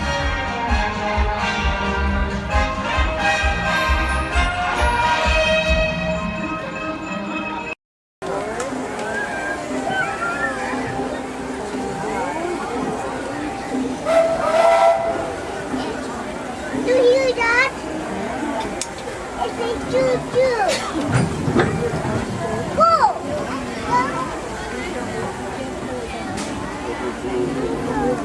What? We're almost back. We're almost back and we want to get from the trains to Montreal. Yeah, we need our shoes. Hello, everyone. Thanks for joining us on the Disneyland Railroad. For a safe ride, remember to stay seated with your hands, feet, and legs inside the train. And please, watch your kids. ¿Qué tal, amigos? Y bienvenidos a bordo. Para su seguridad, permanezca sentado y mantenga las manos, brazos, pies y piernas dentro del tren. Y cuide a los pequeños. Gracias. As we steam on, one more look at the majestic Matterhorn Mountain and the happiest crews that ever sailed. It's a small world.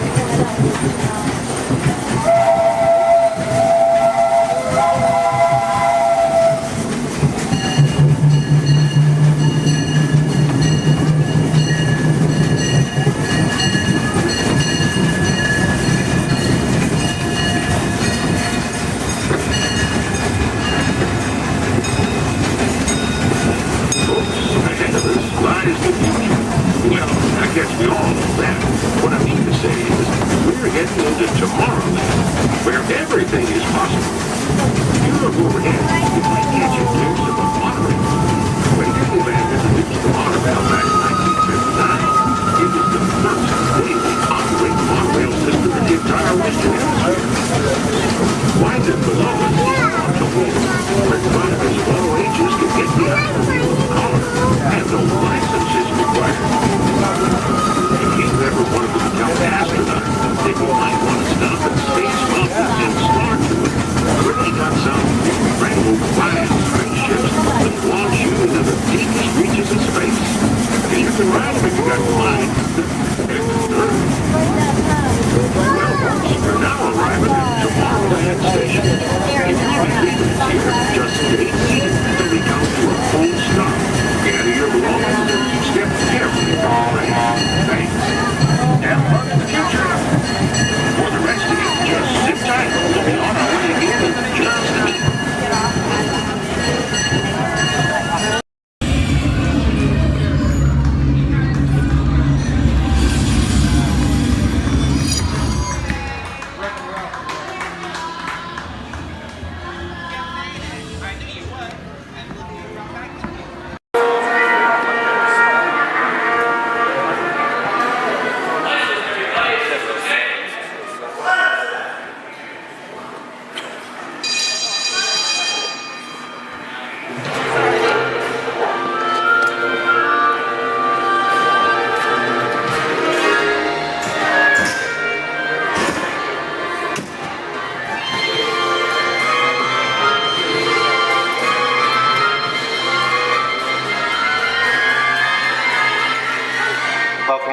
At this time, I'd like to ask everyone to please remain seated throughout our show, and please keep your arms and hands inside the vehicle at all times. For the safety of our cast, we ask that you please refrain from the use of flash photography and external video lighting. Now that we've taken care of business, let's talk about me. My name is Patrick, and I'll be your guide on this magical journey into the movies. It's the perfect job for me because I love movies. Is everybody ready? Yeah! Great, because it's showtime. Ready when you are, CB? Yeah!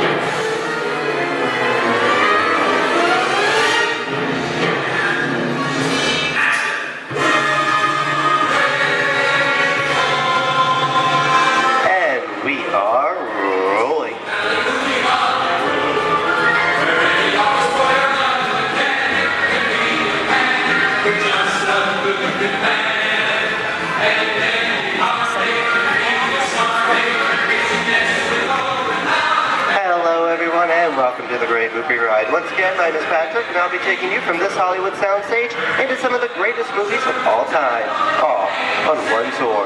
But between you and me, this is no ordinary tour, because the Great Movie Ride brings these movies to life and puts you right in the middle of the action.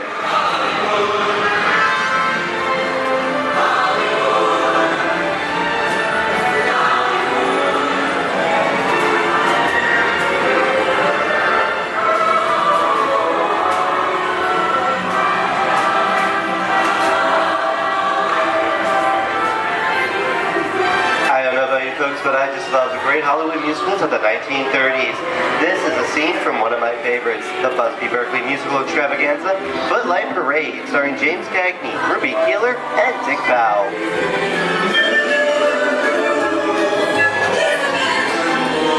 In 1952, Gene Kelly was Singing in the Rain with Debbie Reynolds and Donald O'Connor. Did you know that Gene Kelly co-directed this movie? Who can tell me what movie this is? That's right, it's Walt Disney's Academy Award-winning film from 1964, Mary Poppins, starring Julie Andrews and Dick Van Dyke. Julie Andrews won an Oscar for her portrayal of the nanny, who was practically perfect in every way.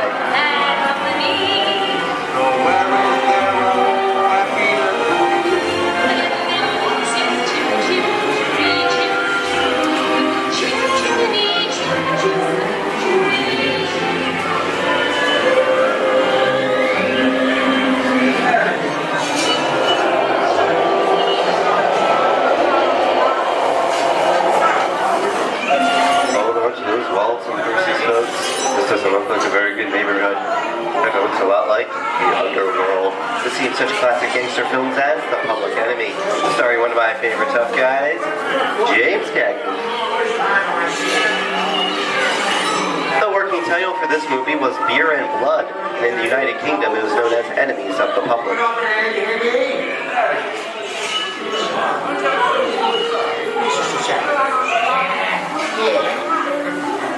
I'm telling you, very nice time. Judge comes around, he's going to leave you some beer. You're going to check it. And you're going to kick in with the dog. If you don't, somebody's going to drop by here and kick the teeth out one at a time. You see? I get you. Get down,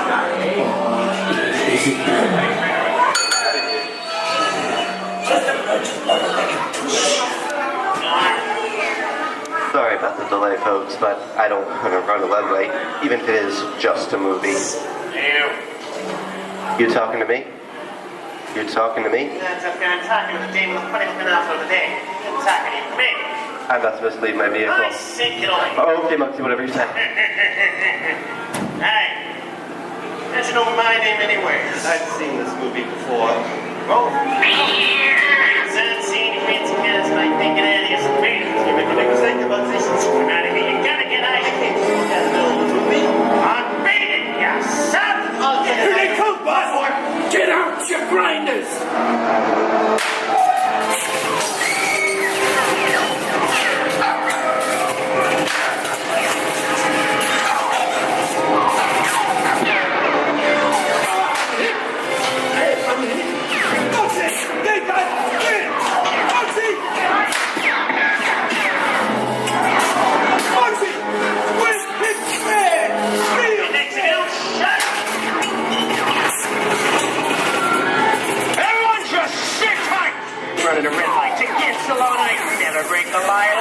Watch this!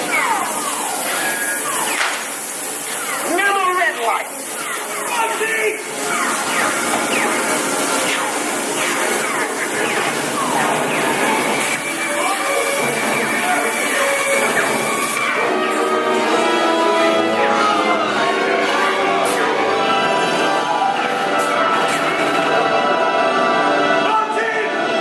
Sorry, boys, I'm making my getaway. Sayers in church! What are you looking at? Everyone mind your P's and Q's, and maybe you won't get hurt. What is this? Tracy! And now, the Old West, and two of Hollywood's legendary stars, Clint Eastwood and John Wayne.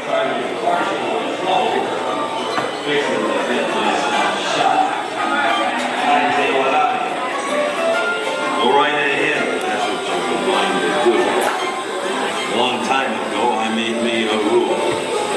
Let people do what they want. Sleepy little bird. That's a mighty tough territory you're heading into, Pilgrim. I'd think about turning back if I was you. That is, if you want my opinion. Well, to be clear, it's a perfect time for me to collect up all your valuables. Starting with the jewelry, going on to the cold hard cash. Perhaps what... Hey! It's the big brother. Don't let him get... I don't like this neighborhood, Copper! This is nuts. Nuts! Tell us I'm getting out of here. What are you doing, old man? Get yourself up. Looking at this one. Can't get any worse.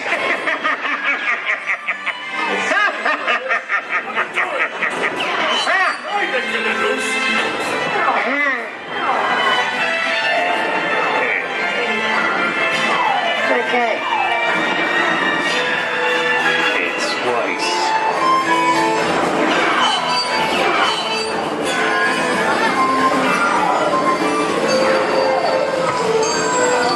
I don't know about you guys.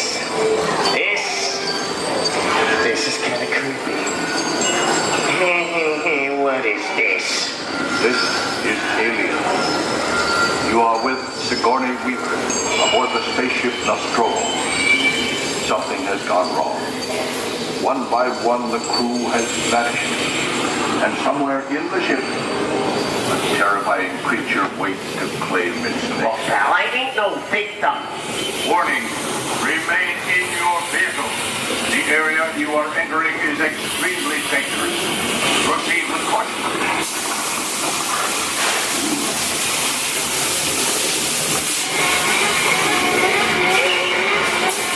The emergency distress system is now activated.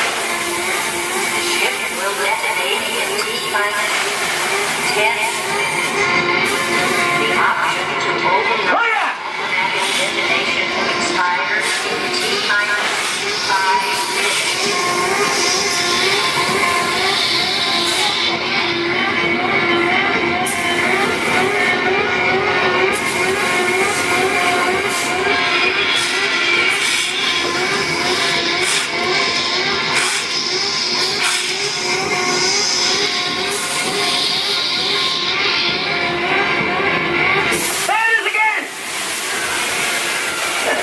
Enough creepy crawly things for one day, right?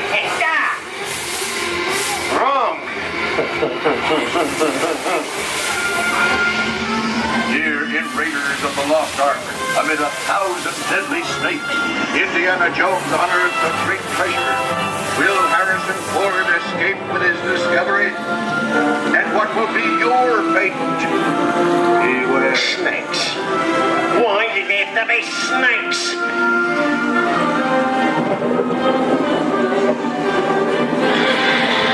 The dust of 3,000 years lies undisturbed in this ancient burial chamber. And on the chest of the great stone goblet, a priceless Get over that chunk of ice. Time for me to get back to work.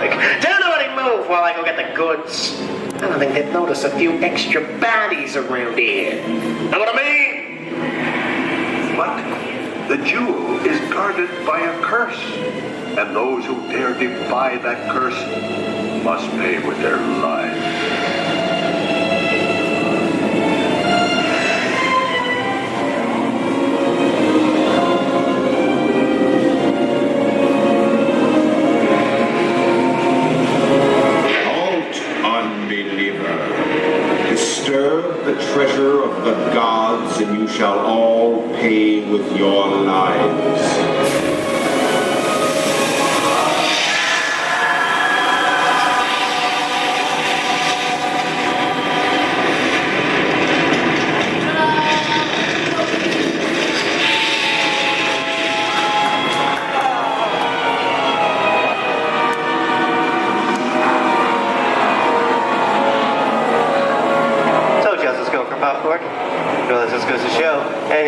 happened in the movies. Now, let's get on with the show.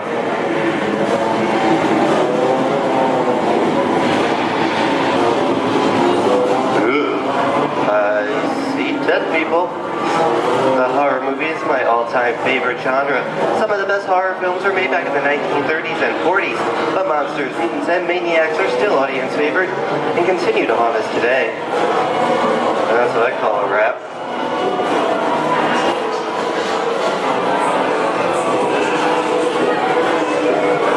We are now entering the jungle home of one of the most beloved characters of all time. Now it's not George of the Jungle. Actually, it's Tarzan, portrayed here by Johnny Weissmuller. Over here we have Maureen O'Sullivan as Jane, and the lovely and talented Cheetah as herself.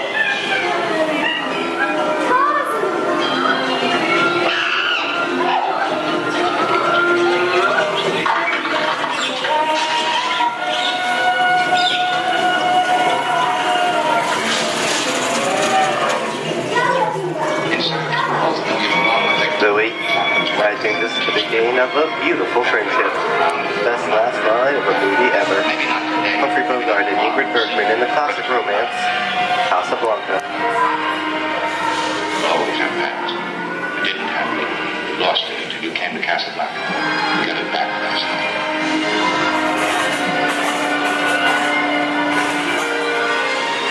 I've got a job to do too. Where I'm going, you can't follow. What I've got to do, you can't be any part of. Hilton, I'm not good at being noble, but it doesn't take much to see that the problems of the three little people don't amount to a hill of beans in this crazy world. Someday you'll understand that.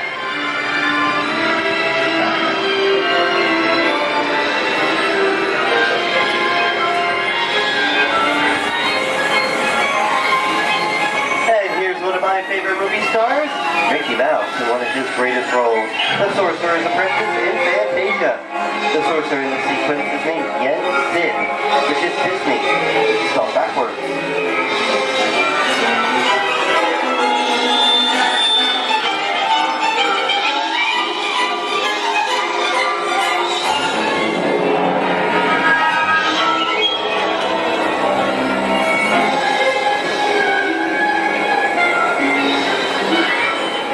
Toto, I have a feeling we're not in Kansas anymore.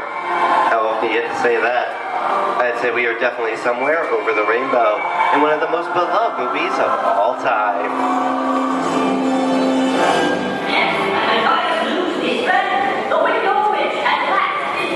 The Wizard of Oz.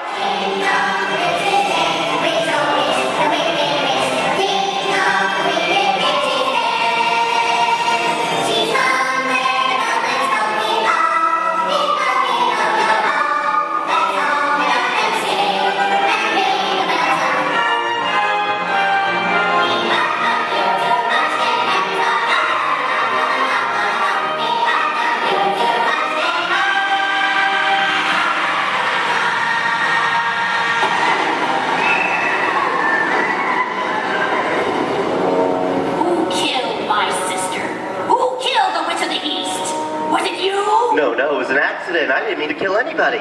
Well, my little pretty, I can cause accidents too. Oh, rubbish. You have no power here. Be gone before someone drops a house on you, too. Very well. I'll bide my time. But just try to stay out of my way. Just try. I'll get you, my pretty. And your little dog, too. I wonder how we get out of here. What do you folks think? Which way should we go? Follow the yellow brick road. Follow the Yellow Brick Road? No, what I think of that. Bring along, folks. You know the way.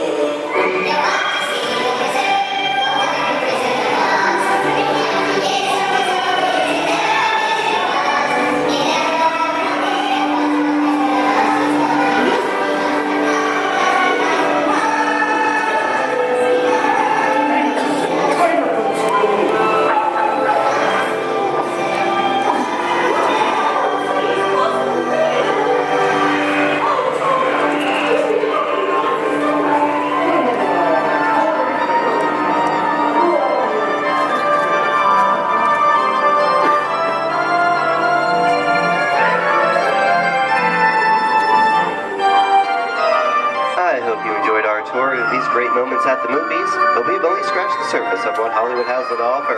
There are thousands of great movies out there just waiting for you to discover. And here are just a few of my favorites.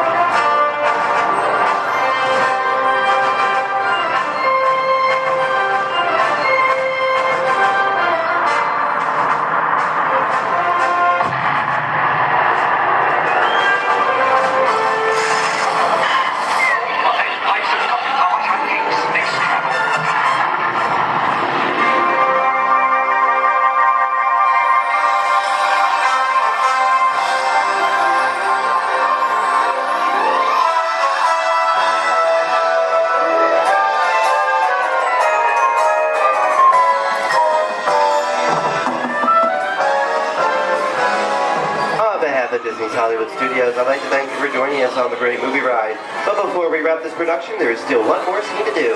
It's called The Exit. The action begins with three main scenes until we come to a complete stop. Then gather all your personal belongings and take small children by the hand. When these doors open, rush dramatically to your feet and make a grand exit directly to the rear of your vehicle.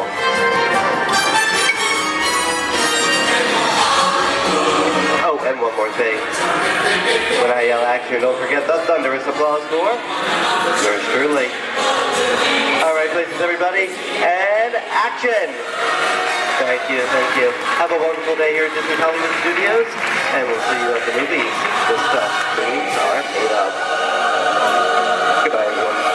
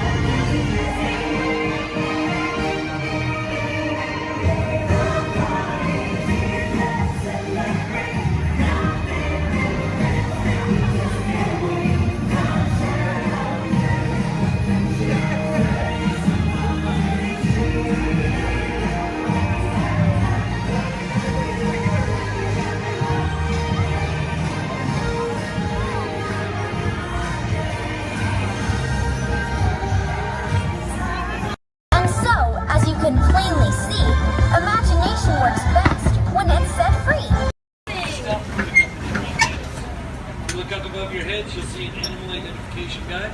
It's going to help you spot some of the different species we may see on our safari. We won't see all of them, but we usually have pretty good luck. First up, Hey, Twin, we have the off there, Twin Day. That means let's go. Job over. My name is Derek. I'll be your driver today through the Harambe Wildlife Reserve. Is everyone having a good day so far? Yes. Great, that's good to hear. Hopefully it gets even better from here. If you have any loose articles like phones or cameras, make sure you hold on to them. If you drop them, I can't stop and get them. Also, if you have a camera, I recommend keeping it out and ready. We can't stop for all the animals we see, and if we do stop for them, they don't always stop for us. It's the best way of getting a clear picture of them. During our entire journey, I do ask everyone, please remain seated at all times. Keep your arms and hands inside the vehicle. This includes children. They can sit on your lap, but they can't stand out or anywhere else, just for everyone's safety. Our first stop here today will be the Little Ituri Forest. It's home to some very shy animals. I like to use the vegetation around them as kind of a natural camouflage. When I see animals, I'll point them out and talk about them. If you see any, there's a spotting guide up above you. I'll help you identify what you're looking at. We won't see everything up there, but hopefully we can see most of them. We're going to start on strong out to the right-hand side. There's some animals up on the hill there with striped legs. They kind of look like zebra, but they're not related to zebra at all.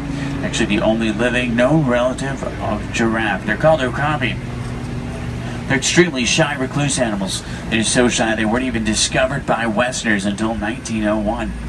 Just like giraffe, a really long time to help them reach their food.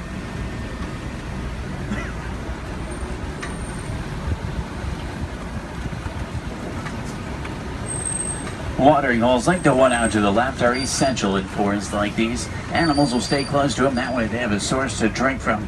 If you look straight across the water up on the ledge up there, you'll see a black rhino.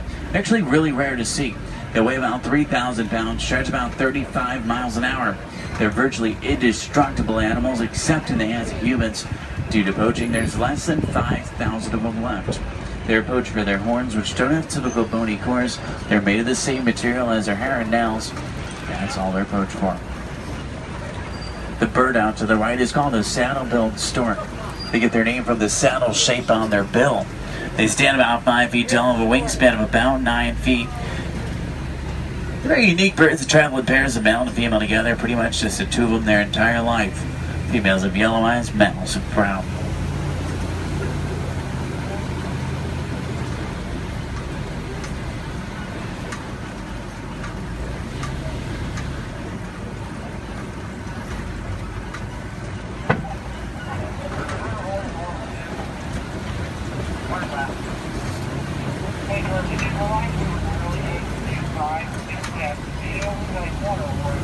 To the left, you'll see some tannish animals. They're called greater kudu. The second largest antelope in Africa. Males have horns, females don't. They're shy nocturnal animals.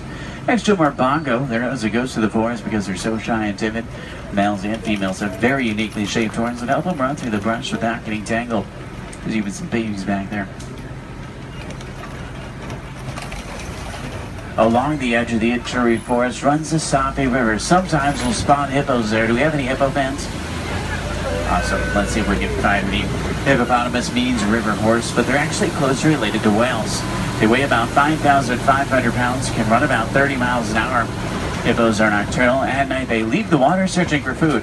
They'll walk up to 6 miles looking for it, and once they find it, they'll consume about 90 pounds of grass each every single night. They can hold their breath for about 8 minutes, and they walk along the ground under the water, which makes it challenging to spot them. If you see a blob, discoloration, or bubbles in the water, it's probably a hippo. Keep in mind, you might not always see them on the surface, but that doesn't always mean they're not there. A group of hippo together is called a bloop. There's 2 in the water out to the right, you can kind of see, and there's quite a bit more in the water out to the left, behind that island there.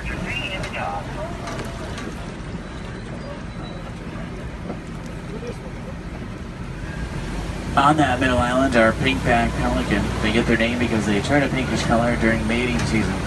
They nest up in trees. Hippos may seem cute, but they're actually one of the most dangerous animals we'll see all day. They're extremely territorial. If you get too close to a hippo or get in the water without realizing they're there, they become very, very aggressive. You don't want to mess with them.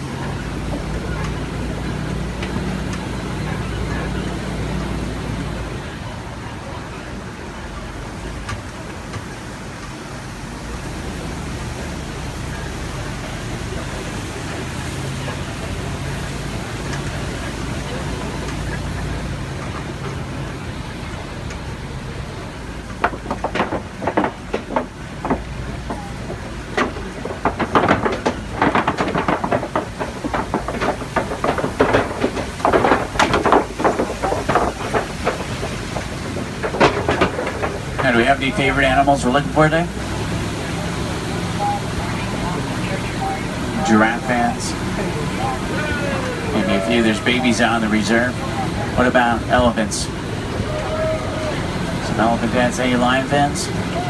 Lions are my favorite. Don't tell the other animals, though, they get kind of jealous. I'm sure we're looking for some more. Let's head over toward this map. It's an entirely different ecosystem, a great place to start looking for some of our favorites. Now on the right up here, we're going to see a baobab tree. We'll see them all throughout the reserve. They're also known as upside-down trees because they look like they're upside down. They do really well in droughts. They store water in their trunks and go about 9 months of the year without leaves, which helps to conserve water. Because of this, they can live to be thousands of years old. We're entering the African savanna we're all working hard to conserve. Serves as a home to millions of animals. Every year is a roaming grave searching for food. It does work like a big circle here. The elephants, they're the bulldozers. They push down the trees, which helps the grass grow and helps provide food. The giraffe will eat the leaves under the trees, which lets sunlight through to also help the grass grow. The zebra and the antelope will eat the grass, and then smaller animals like warthogs, they do the edge work. Helps create the image we're all looking at today. In a balanced ecosystem, there's food for everyone.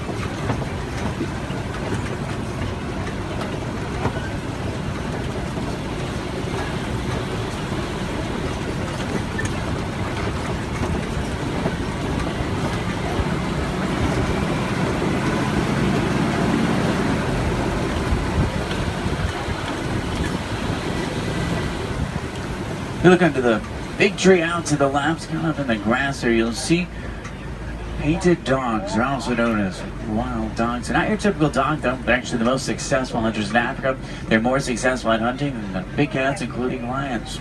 They rally before they hunt. They'll hunt in the morning and the evening. They follow their prey until it drops from exhaustion. And once they get it, they consume 1/3 of their body weight in just one sitting.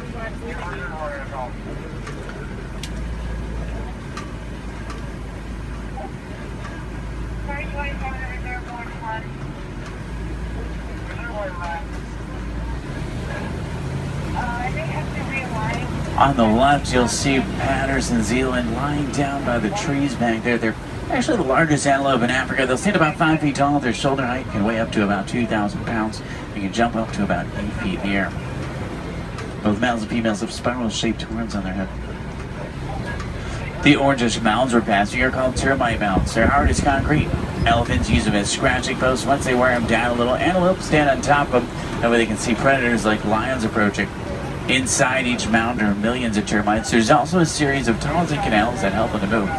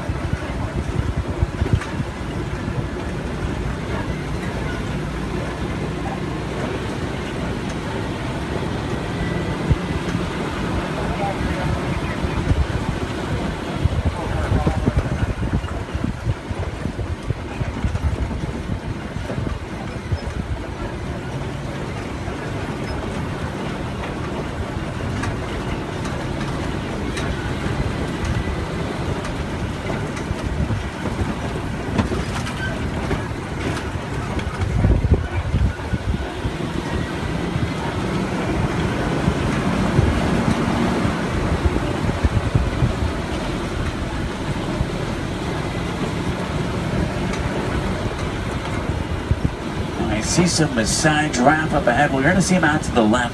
You see them about 20 feet tall. They're tallest. There are some babies on the reserve. They're born about 6 feet tall. In human world, that's pretty big, but in giraffe world, it's really not. A giraffe will spend about 18 hours of their day eating, and they sleep very little, sometimes just about 30 minutes a day. When they do sleep, they typically will sleep standing up. They don't really like to lie down. They're too vulnerable to their predators. They have 7 vertebrae in their neck like humans. A giraffe can run about 30 miles an hour, and they have hearts that can reach lengths over 2 feet long. They're known for their irregular patterns. However, every giraffe's pattern is totally different and unique, like a fingerprint. A group of giraffe together is called a tower. This is a tower of giraffe. I can't stop for them. There's new animals in the area, so I have to kind of roll by them.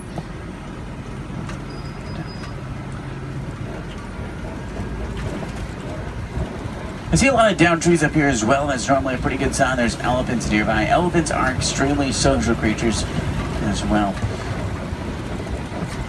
Except for adult males, though. Adult males tend to be very solitary. They really like to be alone or with only other males. They weigh about 12,000 pounds. Adult females weigh about 8,000, and each elephant consumes up to 300 pounds of food every single day. When you think about their eating, it's mostly grass and leaves, so that's pretty impressive. Start heading towards elephant country. I know the road that will take us there. It's a short drive. We should be there pretty quickly. Maybe we can see one along the way. Left and up, you'll see some mandrills. They're the largest, most colorful monkey in Africa. Males weigh about 100 pounds. Females weigh about 30. Males will be much larger, much more colorful. The leader of the group of monkeys, which is called a troop. To the right-hand side is an African elephant. That's a male. He's alone and larger, which is what gives it away. Trying to get a better view of him. Uh-oh. The road I was going to take is closed. I know a different way. There's an old rickety bridge. I haven't been there in a while. What do you say? Should we go for it? Yeah. Let's do it. We're going to see some more elephants, right? If you're not an African, easy way to tell you're looking at an African elephant is from their ears, which look like the shape of Africa. And they flap their ears. Is how they regulate their body temperature.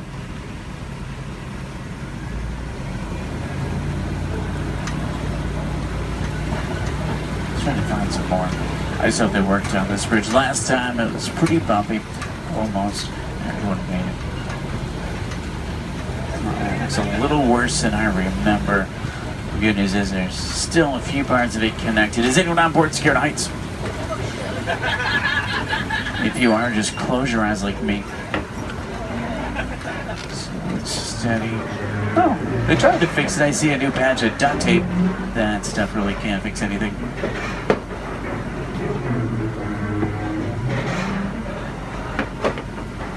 Well, I'm safe. About half of you are. Did everyone make it across with me this time? Yeah. Great, let's try to find some elephants, make it worth the trip. Now you see tusk marks in the clay up here. Elephants will break it off and eat it. It gives them minerals they don't get in their regular diet. It's like a vitamin for them. I think it's pretty cool. For all the moms on board, this fact will be much scarier than that bridge. Female elephants are pregnant for 22 months. I know, that's a long time. Now, young elephants have the second longest childhood to humans, about 15 years. There are young elephants on the reserve. It's really hard to tell how old they are, though. They grow fairly quickly. We're trying to find the best place to see them up ahead. Hopefully we can find some down by the watering hole. I'm still in that area where the new animals are, so I have to keep rolling for the elephants, too. I can't come to a complete stop, but I can slow down quite a bit. So make sure you have your cameras out and ready so you can get a good picture if you want one. In the meantime, I'm going to try and tune into a local Harambe radio station. I can normally get a pretty strong signal here. That way we can listen to some music while we look for elephants.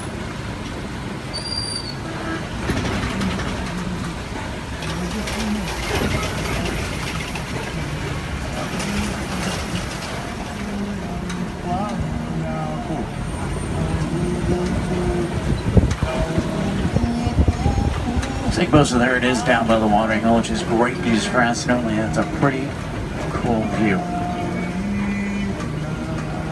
If you see any elephants throwing dirt on their back or rolling in dirt, they can actually get sunburned, and they'll use dirt like a sunblock. Both male and female African elephants have ivory tusks, which I want their pouch for.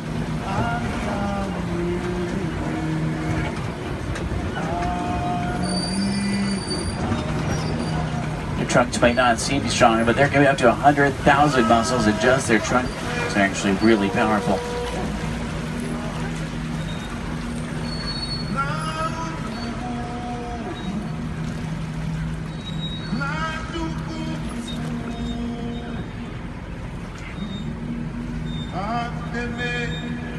Out to the left are greater flamingo. They're born gray, but after about a year of eating brine shrimp and other seafood, they turn the pinkish color we see right now. The chemical in the shrimp that turns them pink is beta-carotene. Does anyone know you call a group of flamingo together? It's called the flamboyants. It's pretty funny. They're also under the stand. I guess flock is just too simple for flamingo.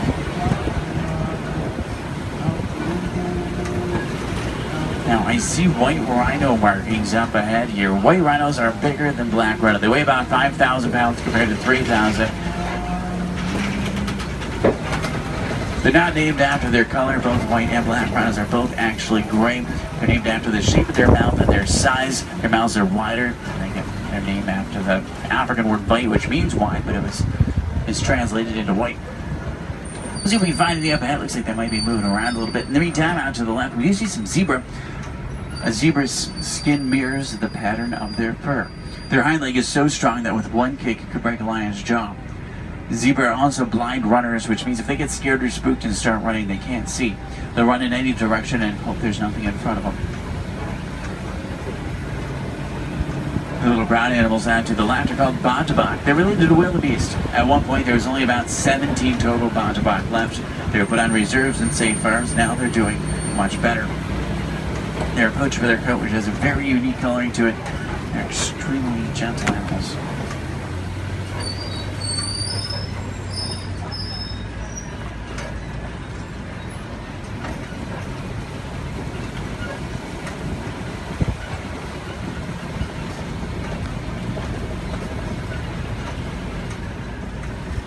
See some spots on the side of the hill here. If you look out to the left and backwards, you might be able to see them. It's kind of a tough angle. There's some up ahead as well. These are a little bit easier to see. These are Cheetah. Cheetah run an average speed of 60 miles an hour. Their daytime hunters have phenomenal vision.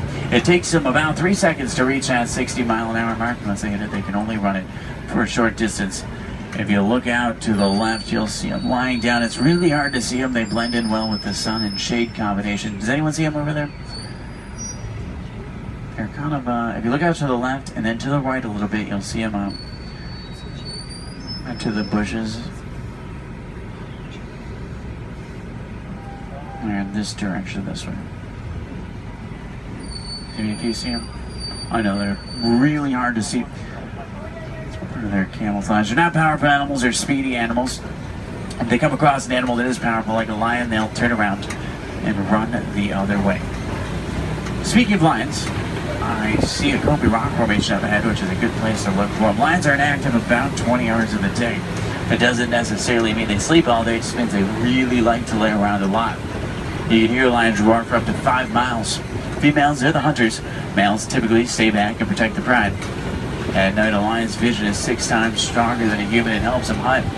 They're rabid hunters, so they hunt what they see moving. If there's something standing still, they may not even notice it.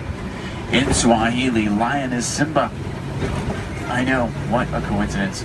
If there's any wilderness explorers on board, you're on the Simba 1. That's SIMBA1, page 13 of your handbook, Simba 1. There's a crash of rhinos out to the right. You can get a pretty cool view of them. There's even some babies. The babies stay pretty close to mom.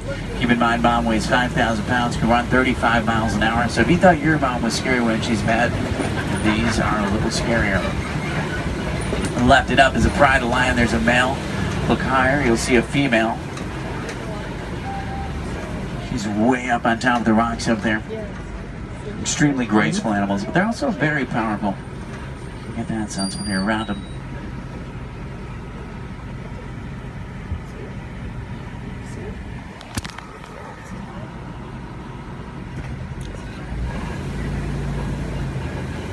I see some burrows up ahead. Warthogs live in burrows that they typically take over other animals and make their own. Sleep with their tusks out to protect themselves. The males do actually have warts on the side of their head, so it's not as literal as it sounds.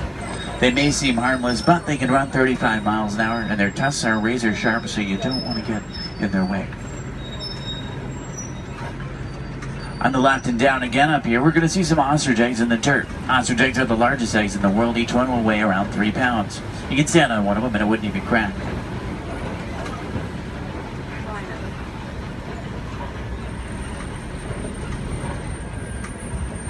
If you're wondering what Disney does or what we can do to protect some of the animals we've seen today, the Disney Conservation Fund has been doing research for a long time.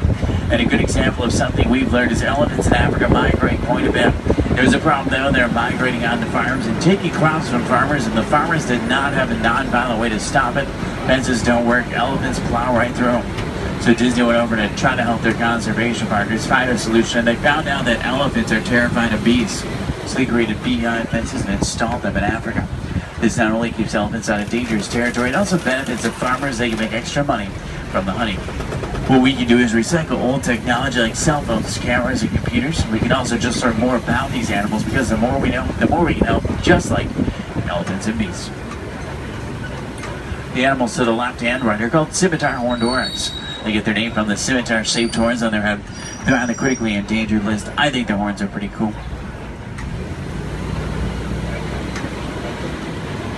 If you have any questions about anything we've seen today or anything I can help you with for the rest of your day, feel free to let me know. I would be more than happy to help. In the meantime, we're going to start to make our way back towards Harambe Village. Once we get back, if you're looking for more fun things to do, I recommend the Pangati Forest Trail. You can see gorillas, baby gorillas, naked mole rats, hissing cockroaches, underwater hippos, meerkats, and more. About a 15-minute hike, but you'll get some great pictures and make some great memories. At the end of Harambe on the right is the Festival of Lion King. It's one of the most popular shows at Disney. By far one of my favorites. It's worth the trip. Make sure you drink plenty of water today, otherwise the heat can sneak up on you. Did everyone enjoy the safari? Yeah. Great, that's good to hear. Now the best thing is no two safaris are ever the same. Whether it be a different driver, different animals, or the same animals closer, it's always unique.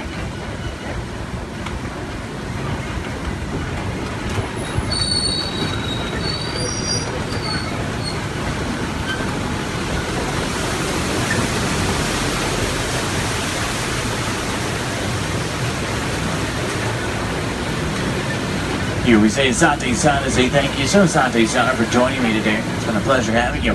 If you enjoyed it, my name is Derek. If you didn't, names really aren't that important. Hopefully you did. I think we saw some pretty cool animals. Hopefully we got to see some of their favorites. If you're looking for tigers today, check out Asia sometimes. We'll spot them on the Maharaja Trail. If you're looking for crocodiles, head over to Dinoland. You may be able to spot them there. The American crocodile. Sometimes you'll see them there.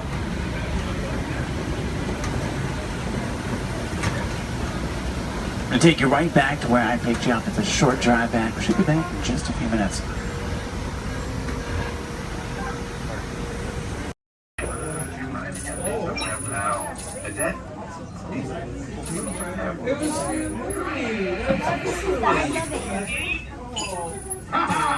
Gotcha. Oh, what are you guys still doing here? Tour's over. The cages are open and the creatures are loose. You gotta get out of here! Wait! Don't get out of here! I could use a hand. My little pal Groot is lost in the fortress somewhere, and I need to find him before he gets ate. I found his tiny little heat signature, see? All those other heat signatures are... well, don't worry about them. Listen up. You guys can be a big help while I look for my pal. A gantry lift full of warm parents makes a really great distraction. I just need you to wave your arms, scream, whatever it takes, and then all these things will, never mind. You in? It doesn't matter. That was rhetorical. Now let's move. Meet me at the gantry lift. Yep, I'm gonna go back that way.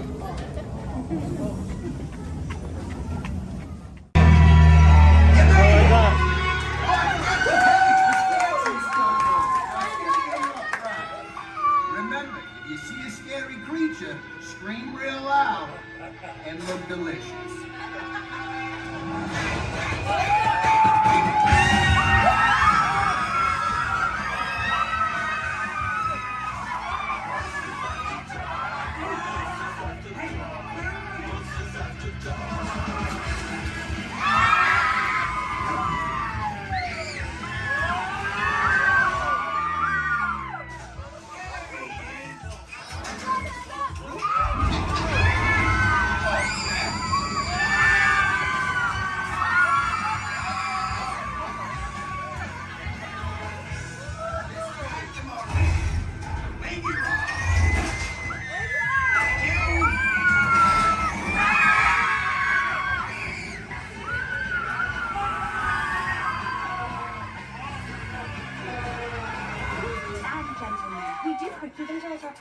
Please gather your purse souvenirs.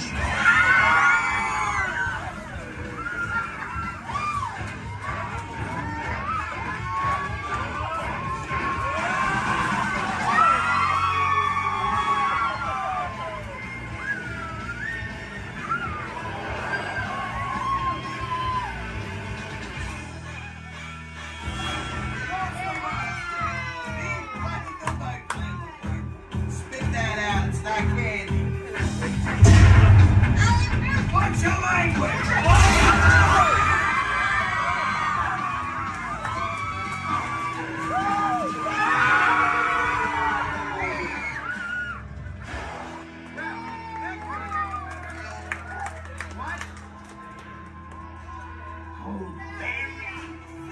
still. Those wonderful pictures to your My Disney Experience app, so just make sure to grab that card on your way out. Now, for all on the same page, can I get a great big weep? Whee! Awesome. All right, now my friends in here, how many of us are familiar with the story Beauty and the Beast? Awesome, most of us. Are we all ready for a Beauty and the Beast pop quiz? Yes, awesome. Do not worry, my friends. This is not work and this is not school, so you don't have to worry about raising your hands. If you know any of the answers, just feel free to shout them out. My first question is, which princess grew up here? Belle. Belle, that's right. And does Belle still live here? Yes. No. No? Yes?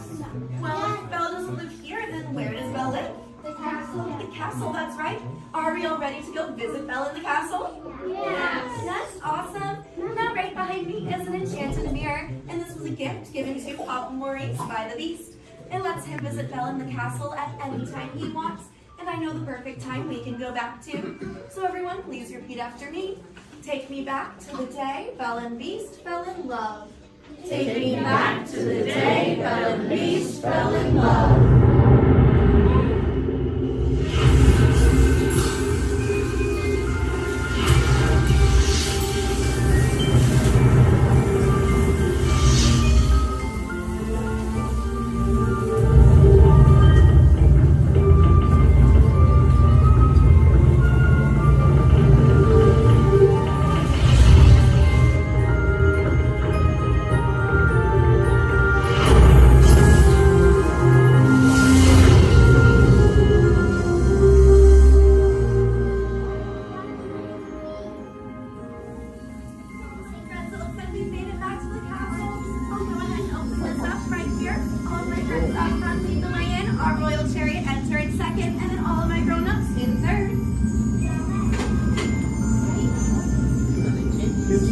Here we go. All right, all my little white kids, catch it on. How y'all doing today? Much better. All right, my name is Miranda. I'm going to be your director on set today. Down there at the end of the office, my assistant, bring neighbor, say hi. Brittany. Hi. All right, now we'd like to welcome you to Disney Hollywood Studios Backlot Tour. We're going to start our tour right here with special effects water tank. Water tanks like these play a major role in action films today. Some of that crazy out-of-control mayhem we've seen movies like Crimson Tide, Pearl Harbor, and The Rock. Maybe created with some of these large-scale physical and mechanical effects. We're going to be shooting on an action sequence here today called Hard Workout, using some of the very own special effects that directors like Michael Bay's and their films. So we're here to monitors. I'm just going to go ahead and set the scene for us. In this scene, the prologue is on a surveillance mission. Searching the skies for enemy aircraft, crew is caught off guard with the real danger surfaces from beneath the sea. This is going to require a full range of physical effects, split-second time, and careful direction. We have the lights, we have the cameras, all we need now is the action. All right, now if anybody knows this serious action, it definitely would have to be director Michael Bay. Some of the special effects you're going to see in our show today include water cannons, pressurized up to 100 pounds per square inch. That must be time to match our sound effects. And probably the most important effect out of all of these is fire, because it must be ignited at the exact precise moment. And it does take a lot of time and energy to set these tremendous for an explosion. But the most important factor in all this is the safety of our actors, and that's where you come in today. Sarah, what's your name? Everybody say hi, Todd. All right, everybody say bye, Todd. All right, Todd, you have a castle of mechanics today. Your scene takes place way down there in the engine room of the PT boat. So you want to go ahead and dive on in for me? Did you bring your bathing suit? Oh, I hate when that happens. That's okay. When that happens, we actually just recreated the engine room right for you right here. So ball ready to get you all set up. All right. Now, guys, we're actually going to be shooting two different scenes today. Not necessarily in the order that they appear in the movie, but most movies are shot out of sequence. So it can be kind of hard for actors because they must react to scenes that actually haven't even happened yet. It's really up to the director to get them all motivated for those scenes. So are you ready, Todd? All right, perfect. Now, what you're going to do is that phone right there is going to buzz. Right there. It's going to buzz just before 800 gallons of water just come pouring out of those tanks, slide down the chute and slam into like a crazy. Not a big deal, right? Perfect. All right, handle it. Are you ready? Perfect. All right. Good thing this is not 800 gallons. It's more like 1,000. Okay, let's not let them know that because there's a fine line between motivation and fear. Are you ready? Perfect. And roll playback. And action. Go pick up that phone for me. Call your captain. Let him know you might take on just a little bit of water.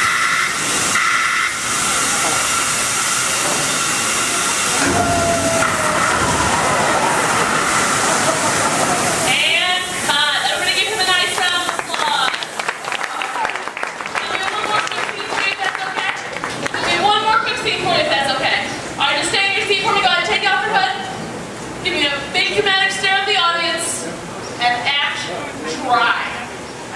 Yes? That's right. How's he doing, guys? I think he's doing a pretty good job. Give another nice round of applause. All right. Now we're actually going to turn that scene to our next scene. Our next scene takes place right over here in the deck of our Queen Chief It's going to bring in our break for now.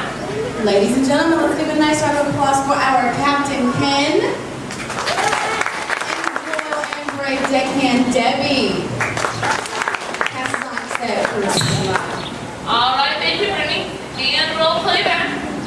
All right, now remember, crew, you are on a surveillance mission, okay? And action. All right, Captain, pick up your binoculars. They're right in front of your wheel, Captain. Captain, your binoculars are right in front of your wheel. Captain,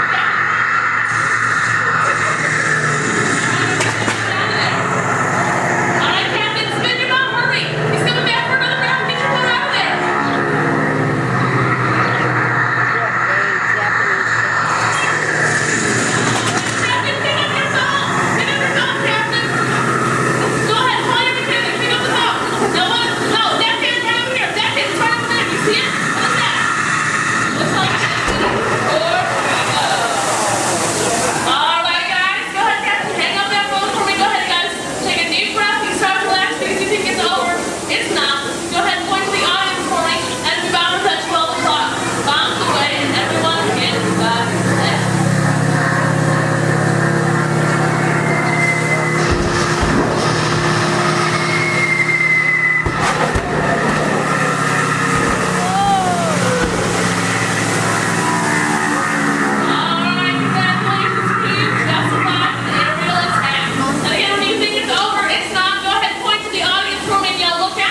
Torpedoes have just headed their way.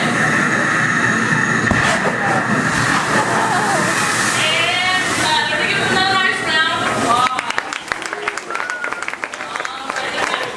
Those two things together, add some computer-generated images, pre-recorded dialogue, and then a rousing musical score. Turn your attention to the overhead monitors as we proudly present our road task.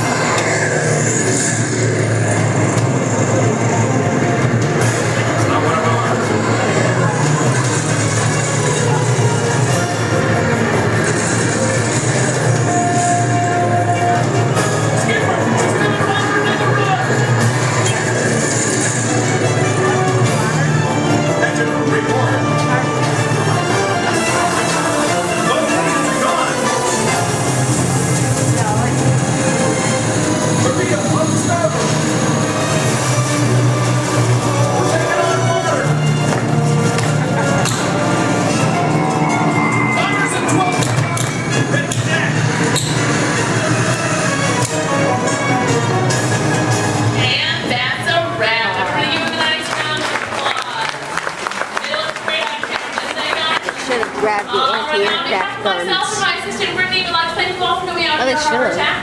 If you're waiting for any of our brave volunteers, just stay right where you are. If not, go ahead, turn to your left, down the exit ramp through the cops warehouse. Crash, that's right. Let me show you how it's going to work. Behind me is our window to the Pacific. It allows us to see all of the undersea life that swim by. Up there in the corner is our hydrophone. That allows us to communicate with all the undersea life. So it's going to be very conversational, meaning Crush will talk to you. You'll be able to talk to Crush. He's got questions for you, and hopefully you all have some questions for him. You can ask him anything you want. You can ask him what he likes to eat, what he does in his free time, what's the meaning of life, anything like that. He'll be happy to try to answer. If you do need to leave at any time during the show, it's okay. Just use the doors on the opposite side of where you enter, back there. Again, if you need to exit during the show, use those doors back there. Back there is my pal Rachel. Everyone say, hey, Rachel! Hey, Rachel! She'll be back there to assist you if you should need any assistance during the show. I'm going to turn down the lights and the music now so we can see and hear just a little better. We do have some last-minute rules and regulations to go over, but my friends the Moonfish have volunteered to show you the rules visually. So, hey, Moonfish, going out. All right, first rule inside, please no eating during the show. And no drinking, no smoking. And the last one, take all the pictures and video you like. Just please no flash photography or video lighting. Round of applause for the Moonfish. All right, Crush is up there serving. He said when you're ready, just call him down. So on the count of 3, yell, hey Crush. Ready? 1, 2, 3. Hey Crush!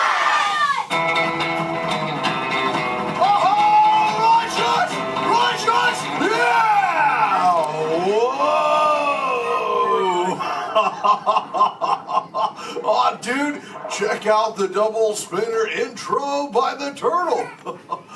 Whoa! Hey, check out all the human dudes in the human tank, too. Well, hello, human dudes. I said hello, human dudes. There you go. Whoa, hey, look at these little dudes, sub-level. Hey, little dudes. Focus, little dudes. Oh, man, let's totally make contact with some of the humans. Oh, hey, John, dude, come over here to the seafloor, dude. At the back of the seafloor, there's totally Meaty Man by the aisle with a blue lid and sparklies on it, dude. Oh, I see it, dude. Chaw. Hey, what's your name, little dude? Yeah, this Espanol, dude. Oh, totally sweet, dude. Let's see, how old is he? Hola. Oh, hola, little dude. Dude, me amo Crush. 6. Oh, he's nice. Cool, dude. I'm 150, dude. Hey, I still got my washboard abs. Well, cool. It's actually nice to meet you. It's nice to meet all you humans. I'm here on a mission today. My youngest son, Squirt, he's got lots of questions about you human dudes, but I don't have all the answers. So, I have come to get the answers from you. If you dudes think you could help me out with that, say chaw. Oh, you so totally rock!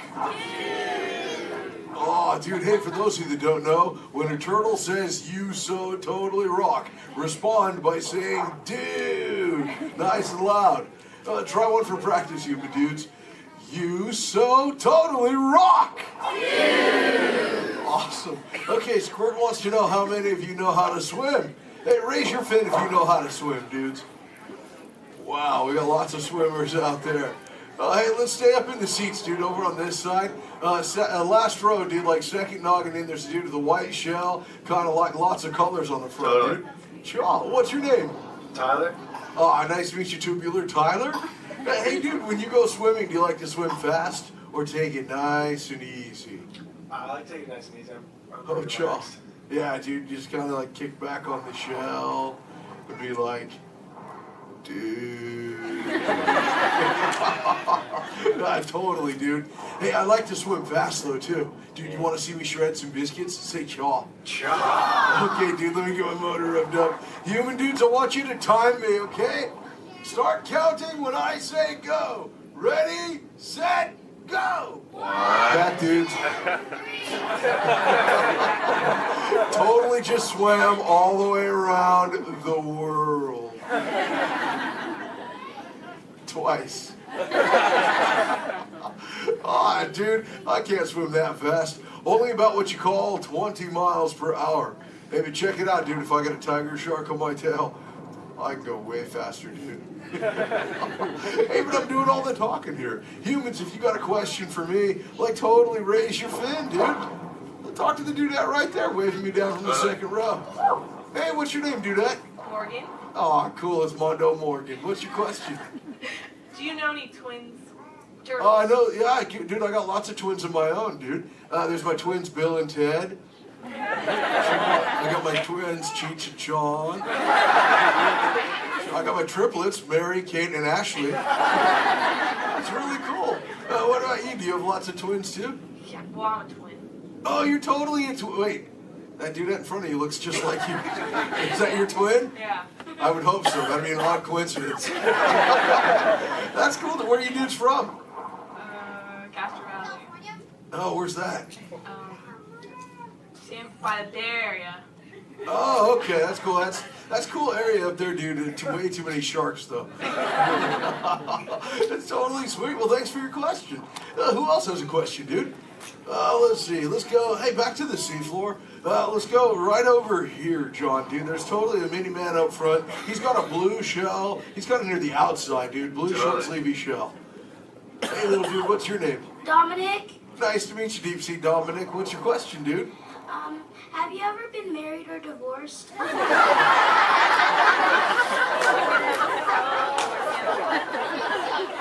That's a pretty specific question. Actually, dude, most turtles, dude, we don't stay with the same dudette like our entire lives, but I have actually found one that's kept me around forever, dude. Her name is Shelly. She's my turtle dove, dude. We've been together for 130 years, dude. But it's still so awesome, it only feels like the first 75. It's really cool. Hey, can I tell Shelly you said hi? Can I tell her you said hi? Hi. Oh, dude, she'll totally love to hear about you, dude. Let's see, who else has a question? Let's see. Let's go. Hey, John, dude, jump across the aisle. Up here near the front, there's totally a mini man. He's getting his fin waved by another dudette. Hey, little dude, what's your name? Braden. Oh, cool, dude. What's your question, Boogie Braden? How many kids do you have? Yeah, I got 65, dude. John, like I said, well, I already told you about my twins, dude. Like Squirt, he's my youngest. And then there's Sheldon, Shelby, Michelle, Herschel, Rochelle, Trishelle, Shell, Lella Ding Dong. See, I got my teenagers, Leonardo, Donatello, Raphael, Michelangelo, Zach, Kelly, Slater, Screech, Jesse, Lacey, Chris Jr. Let's see, there's John, Paul, George, and Ringo. John's going through a really weird phase right now, though, dude. He thinks he's a walrus. So there's Michael, Janet, Tito, Jermaine, LaToya, Randy, Marlon, Chris Jr., Chris Jr., Chris Jr., Chris Jr., Chris... Well, there's lots of Chris Jr.'s, dude. All the way up to my oldest son. His name is Keanu. Keanu's not very bright, but we still love him anyway. My What's that? sister's name is Trishelle, too. Oh, Trishelle, dude, that's a totally sweet name. She must be part turtle. That's Actually, hey, maybe you can help me out with something, dude. I got a question for you. I found a thingy on the beach the other day. Not really sure what you human dudes call it. Where did I put that? There it is. Hey, dude, what's this? That's a bikini. Oh, cool, a bikini, dude. Do you use a bikini when you go swimming? Oh, why not? Because I'm not a girl.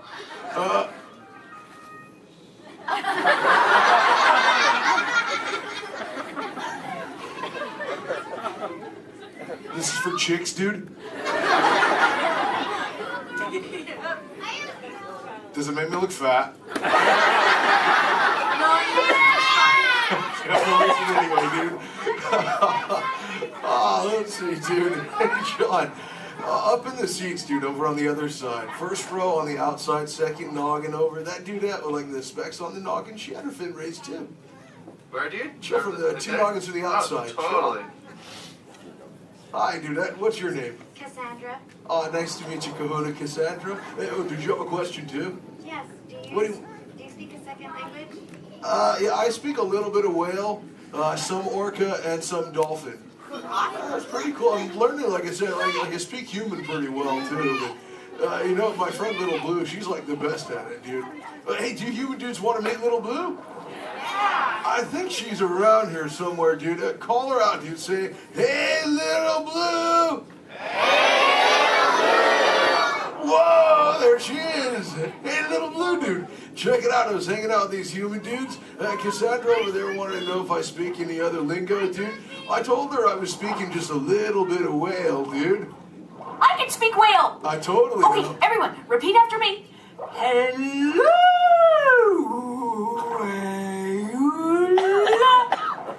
Okay, try that one all together, human dudes. Go.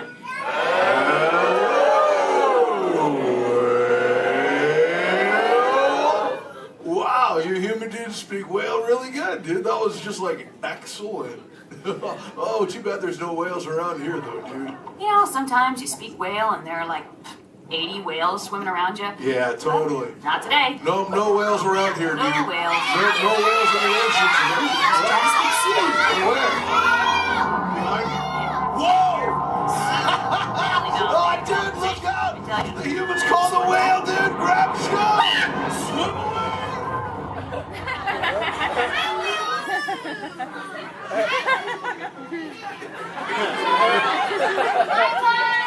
Dude, little blue, you're totally a squishy fishy. What should we do? Tell the whale to go away. Can't humans tell the whale to go away?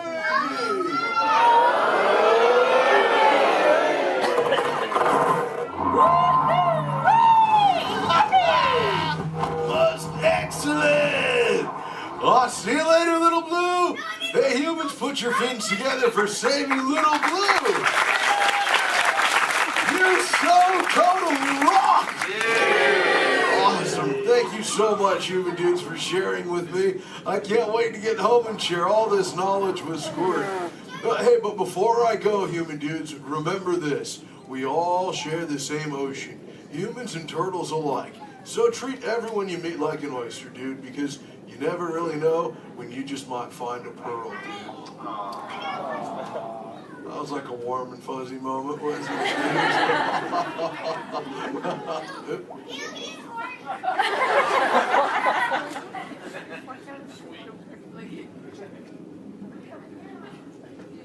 That wasn't me, dude. That was my twin. See you later, human dudes. Rock on! Well, you're busy, Ellen Grossman. Awesome. All right, you dudes, find your extra buddy and discover into the doors in the back. Thanks for swimming by.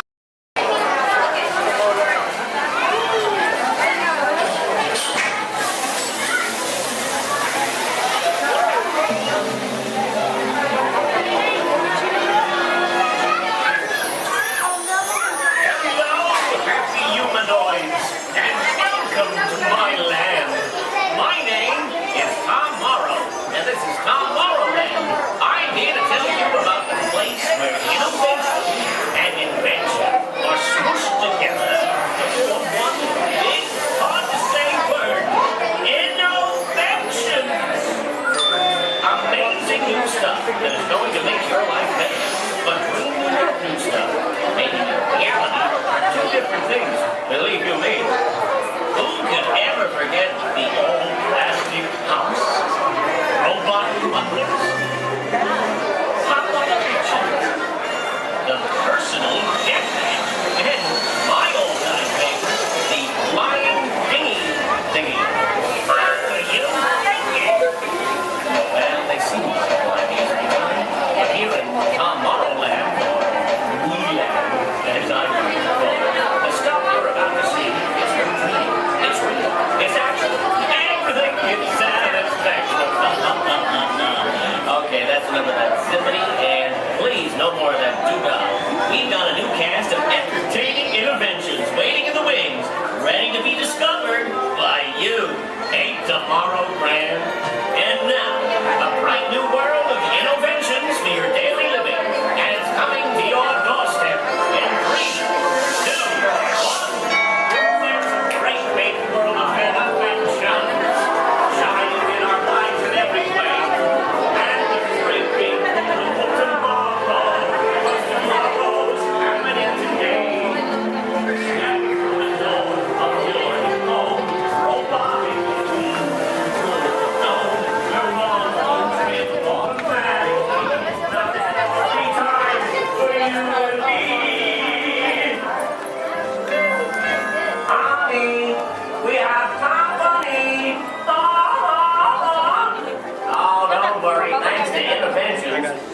Unexpected company is a snap. Like getting them to leave is still a nightmare. We're still working on that. Yes, sir, we've got all the latest things. And I'm not talking Mr. Coffee, whose work I admire, by the way. I'm talking smart relatives of mine. Genius gadgets that take the hard work out of housework. You want digital, analog, interactive, hyperactive, radioactive. Can you believe it? It's all here. You're gonna love it. I'm gonna have to ask you to leave now. I'm expecting company to arrive at any moment, so if you'll excuse me, I have to clean up this house. There's a great, big, beautiful tomorrow, headed right this way. Well, see you around and around and around and around and around. Oh, bye. Bye.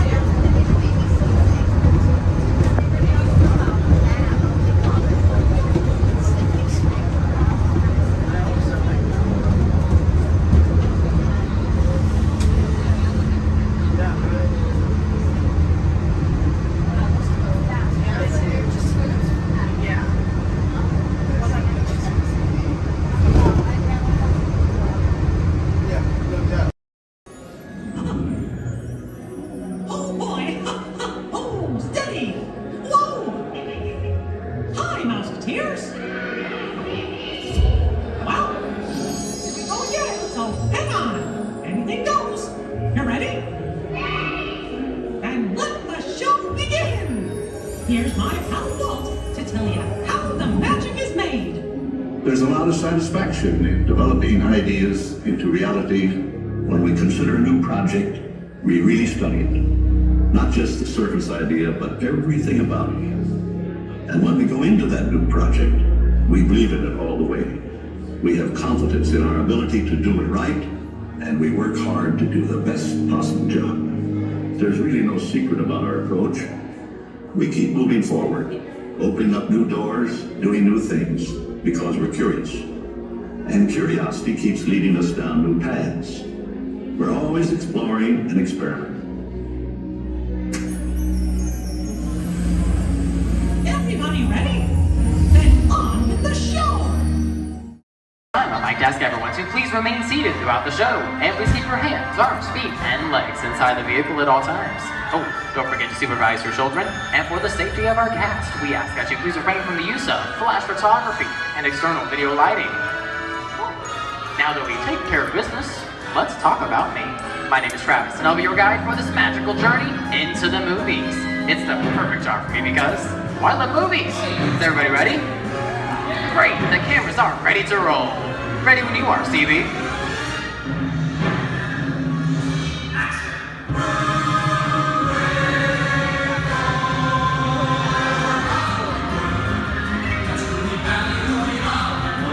And we are rolling.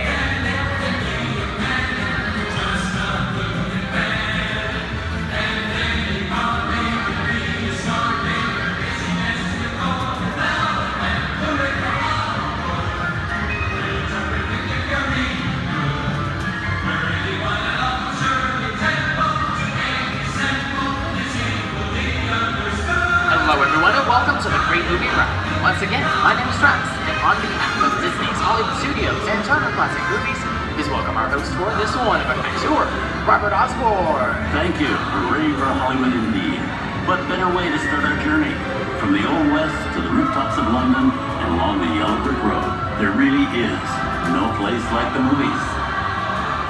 One of Hollywood's significant contributions to the world of film were great musicals.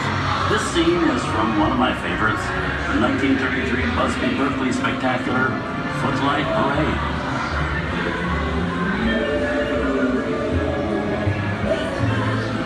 Here's one of the most famous of all dance sequences.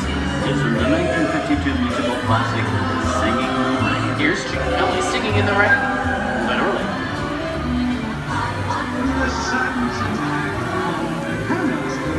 Here's one of the quintessential Disney musicals, Mary Poppins, starring Julie Andrews, Dick Van Dyke. This classic earned 13 Academy Award nominations. I love this song. Sing along.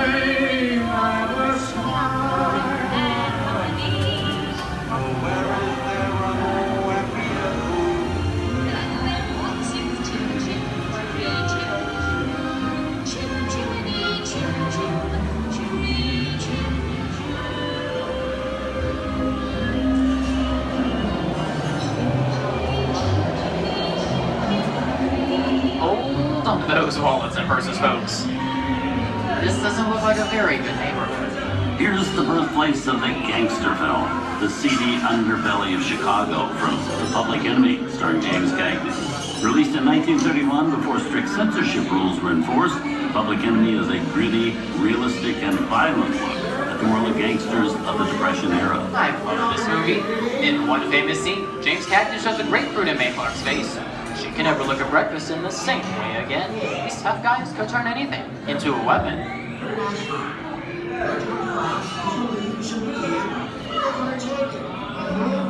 You want to kick in with the dog.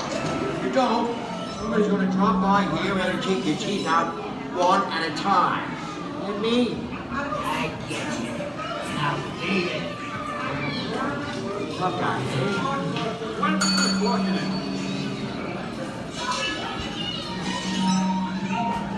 Sorry about the delay, folks. I don't want to run a red light, even in the movies. I don't let her leave my vehicle. I think it's time for a visit to a concession stand. Bye. So I was born waiting. Okay, Muggsy, whatever you say. Hey, I you know my name anyways.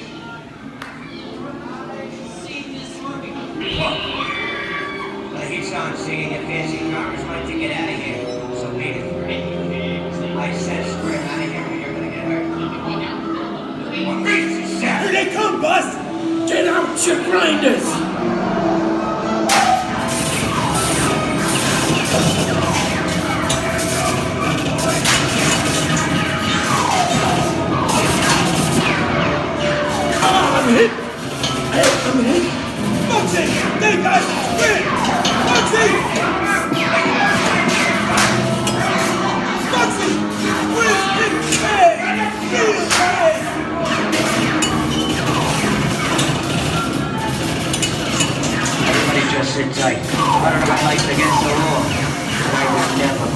Hey, watch this. No more red light.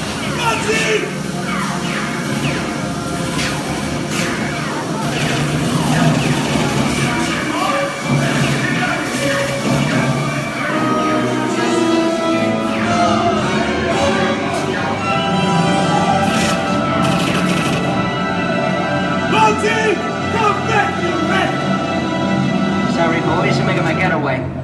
Give my regards to the warden, suckers. What are you looking at? Everybody just mind your P's and Q's and, maybe you won't get hurt. Oh. This must be the west side of town, huh? Western films depict the legendary American wild frontier, where cowboys and their loyal steeds maintain order in towns against the untamable wilderness. John Wayne and Clint Eastwood are two of the iconic stars who epitomize this ideal of the stoic gunslinger.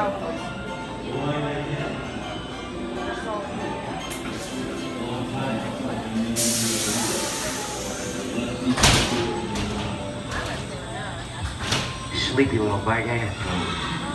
That's some mighty tough territory you're heading into, Pilgrim. I'd think about turning back if I was you. That is, if you want my opinion. But I reckon Now that we're in the clear, this looks like the perfect time to collect the all you valuables. We'll start with the jewelry and then we'll... What are you talking about? I didn't even work this neighborhood, copper.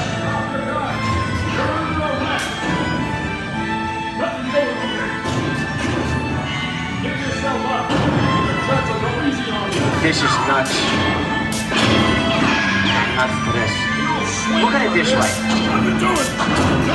Hey, Daddy, what is it?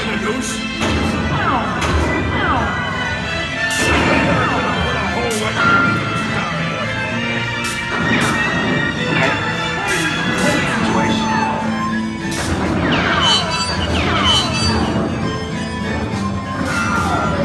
I don't know about you guys, but this is starting to get kind of creepy. Where are we? JC?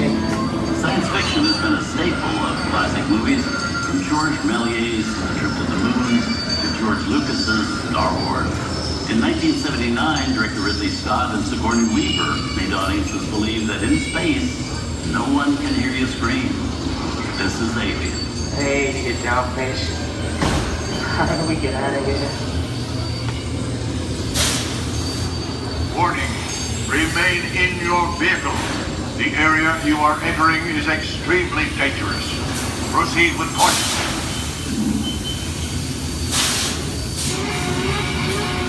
Danger. The emergency disrupt system is now activated. The ship will detonate in T-minus 10 seconds. The option to override detonation expires T-minus 5. What is that thing?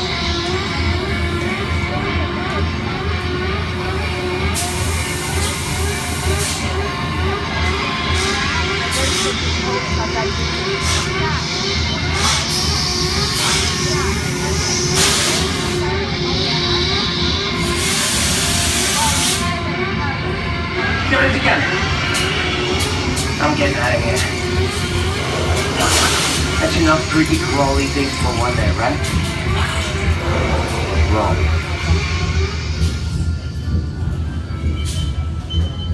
Steven Spielberg and George Lucas cemented their status as the blockbuster boys with their first partnership. Here from that legendary collaboration is Harrison Ford as archaeologist Indiana Jones in Raiders of the Lost Ark. Snakes. Why did it have to be snakes? Some of the biggest horror stars of Hollywood appear in the ancient story of the cursed Egyptian temple, a priceless jewel that beckons to all, but be warned, temptation always leads to destruction. Get a load of that show, guys. Time for me to get back to work. Good thing I don't believe in ghost stories. Don't nobody move while I go get the goods.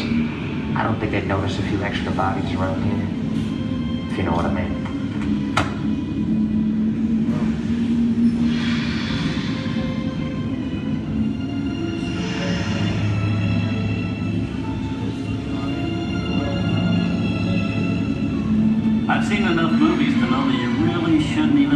think about trying to steal a jewel.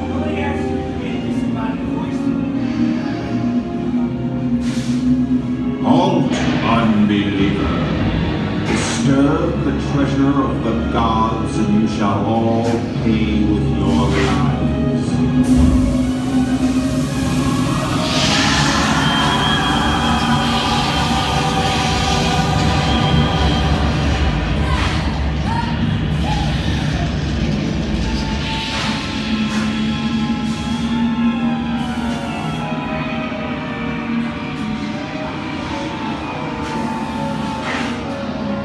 Not bad for my first movie, huh? The twist ending. That just goes to show you anything can happen in the movies. Now, let's get on with the show. I see dead people. Things that go bump in the night have always been a staple of movies. One of the first horror films was a silent short featuring a dancing skeleton, written by the Lumiere brothers in 1897. Both audiences and filmmakers felt really interested in the cop, but the term horror wasn't used to describe a film until the 1930s. Wow, it's really a jungle out there. Where are we? This is the jungle home of one of the most famous movie characters of them all, Tarzan. The movie's most popular Tarzan is undoubtedly Johnny Weissmuller, who's run through 12 films as the King of the Jungle. Over there is Reno Sullivan as Jay, and Tarzan, sidekick Cheetah, who was portrayed by over a dozen chimpanzee actors over the years.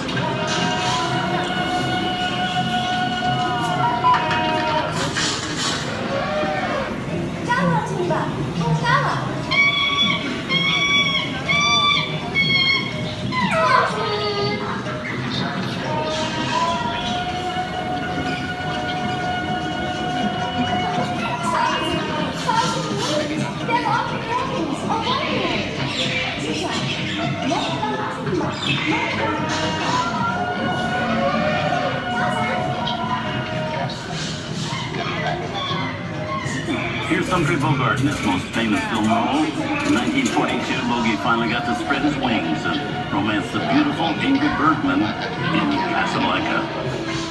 Look, I know that it'd be noble. It doesn't take much to see that the poverty of 3 little people don't amount to a hill of beans in this crazy world. Someday you'll understand that.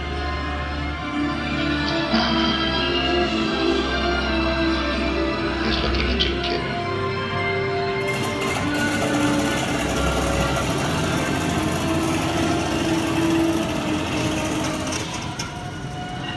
Inside of us, we both know you belong to Victor. It was work the thing that keeps you going. That thing moves around, not with it. And now, one of the most famous movie stars in one of his greatest roles, Mickey Mouse, as the Sorcerer's Apprentice in Fantasia. When the film came out in 1940, Walt Disney promised to add new musical sequences in the future. His nephew Roy kept that promise 60 years later with the release of Fantasia 2000.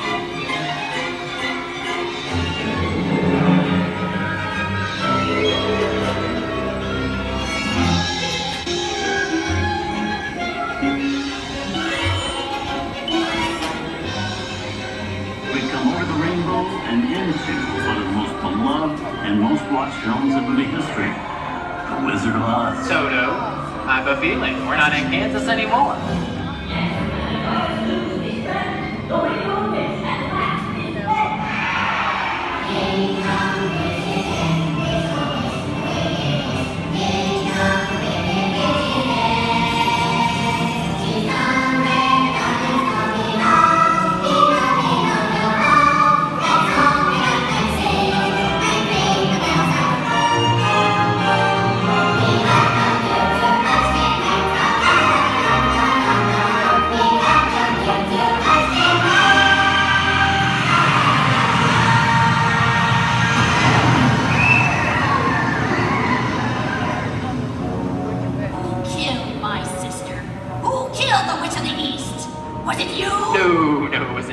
I didn't mean to kill anybody. Well, my little pretty, I can cause accidents too. Oh, rubbish. You have no power here.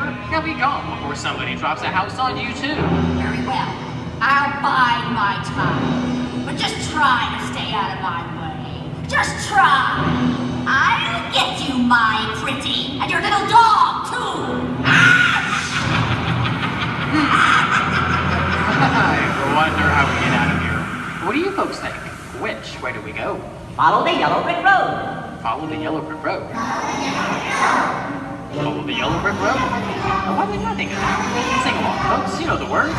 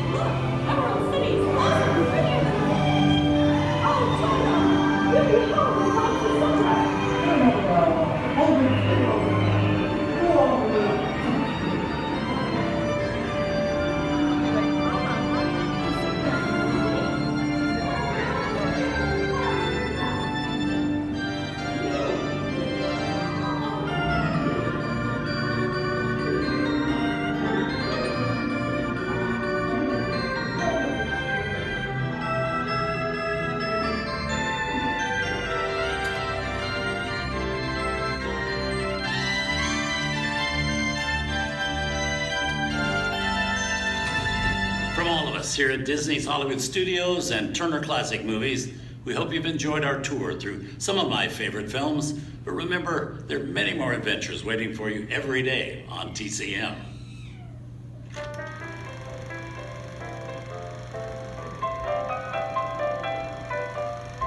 We didn't need dialogue. We had faces. Wait a minute. You ain't heard nothing yet. Step in time!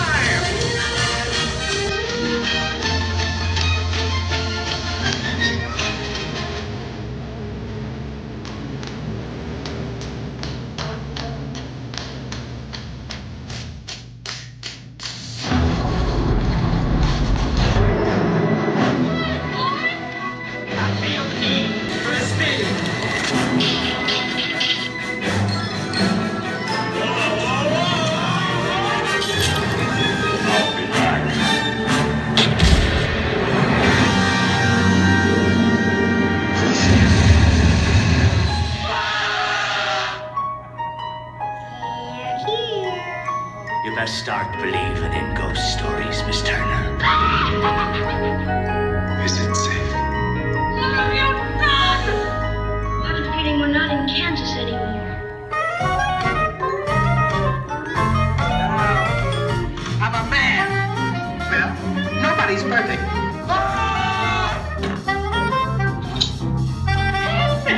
Shut up.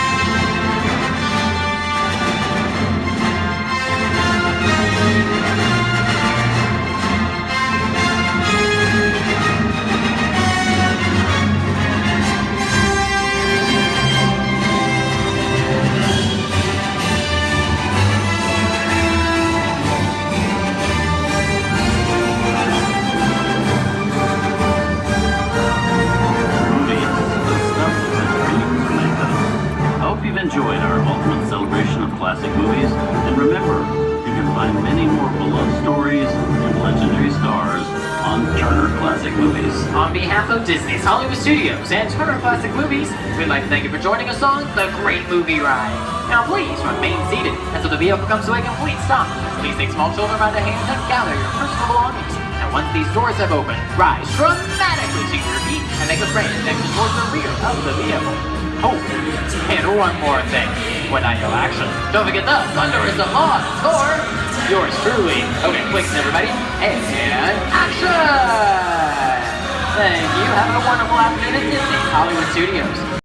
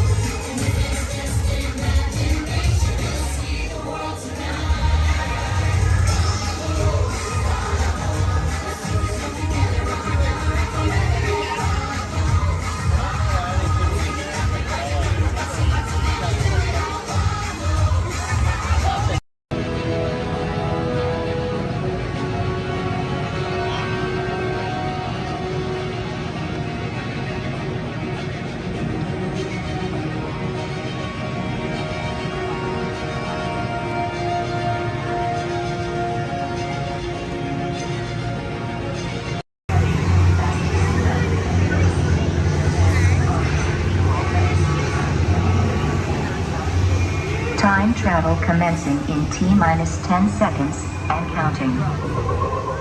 This is Seeker. Listen up. We've got to get in, grab the Iguanodon, and get out before that asteroid hits. Let's roll!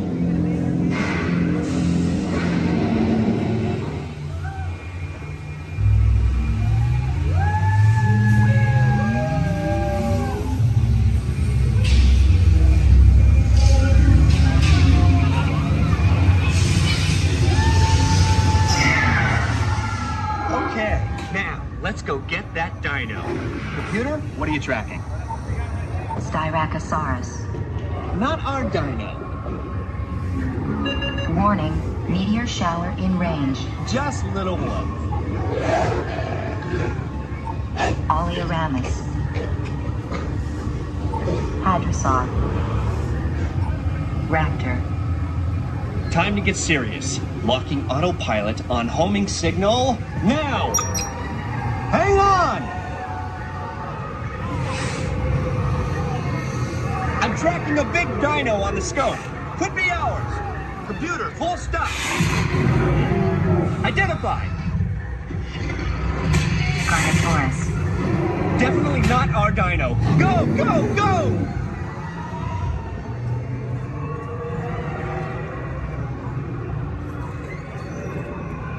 Another big guy coming up. Computer. Slow and identified. Sauropod. Still not our dino, but at least this one's a vegetarian.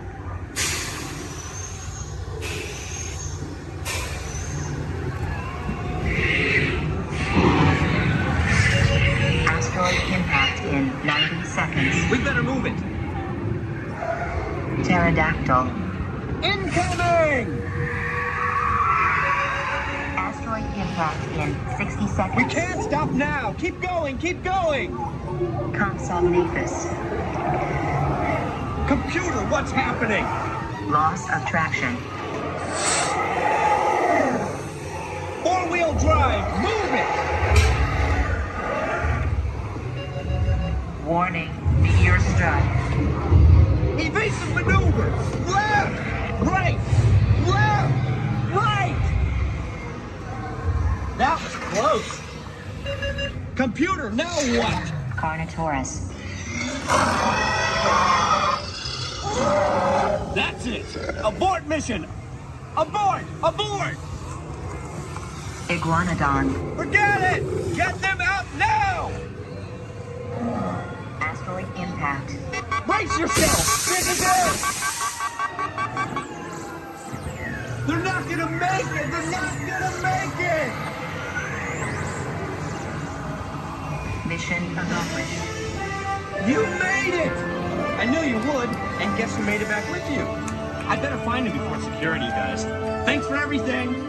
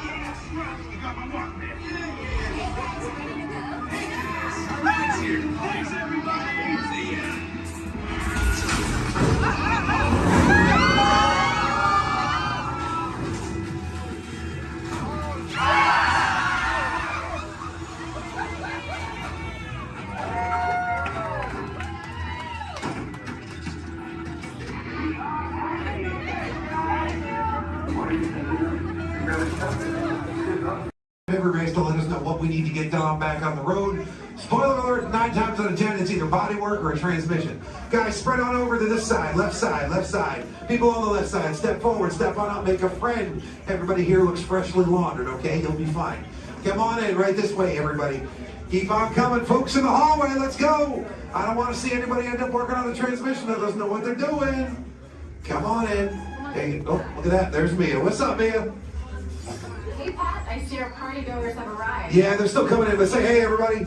Hey, I'm Mia, Dom's sister. Well, another race just wrapped, and it looks like my brother with another car for his collection. Anybody surprised? Honestly, I don't know why anybody challenges him. Mia. Well, we're meeting up at Sullivan's Garage for the after party, and while Tej works on your rides, you guys enjoy the break room. My brother calls this the family room. Oh, here we go. Dom says he doesn't have friends, he has Family. And the faces you see on these walls are our Family. When I'm in this room, I feel like we're all Family. So, welcome to our family. There it is. It's a thing around here. Hey, Tej, how's that Matthew McConaughey impression? All right. What's up, Mia? Hey, Tej, just welcoming these good people to our family. How are their rides coming along? The rides are ready to roll out and roll out inside. Perfect. Let's get the show on the road.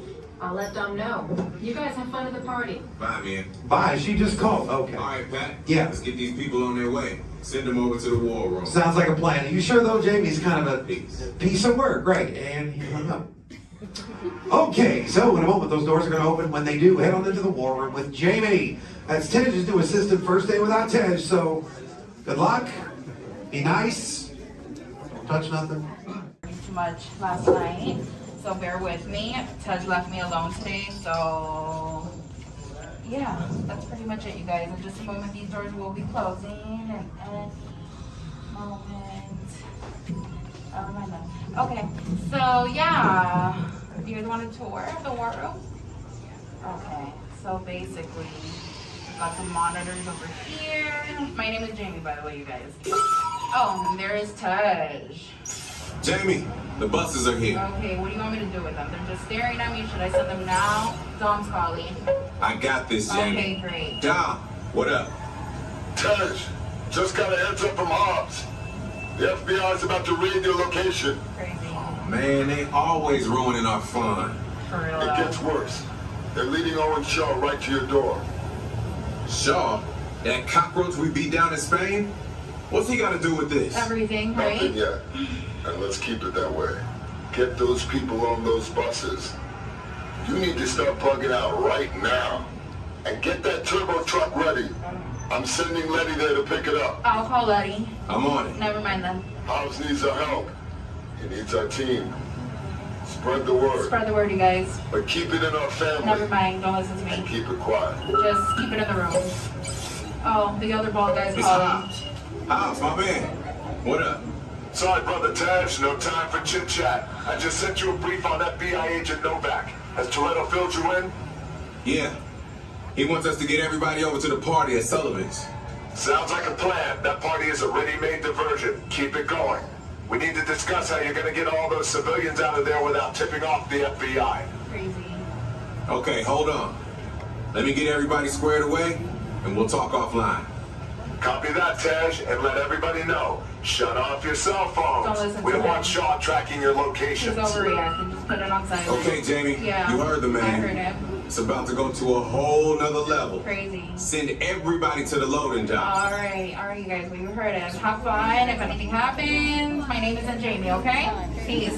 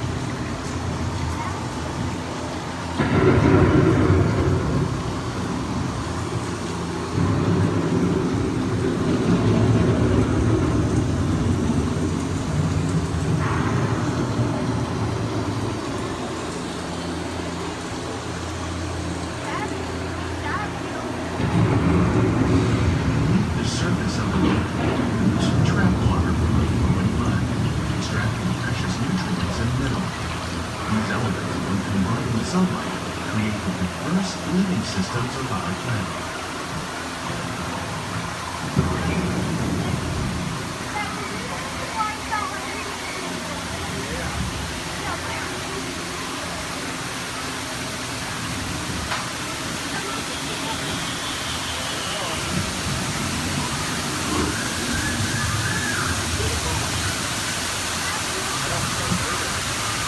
One of those living systems is the rainforest, home to the most amazing concentration of life on our planet. These dense and beautiful forests cover only a tiny portion of the Earth's surface, but they contain more than half of its planetary atmosphere. Rainforests are also extremely rich in protected living systems, providing oxygen, food, medicine, and other forms of essential life.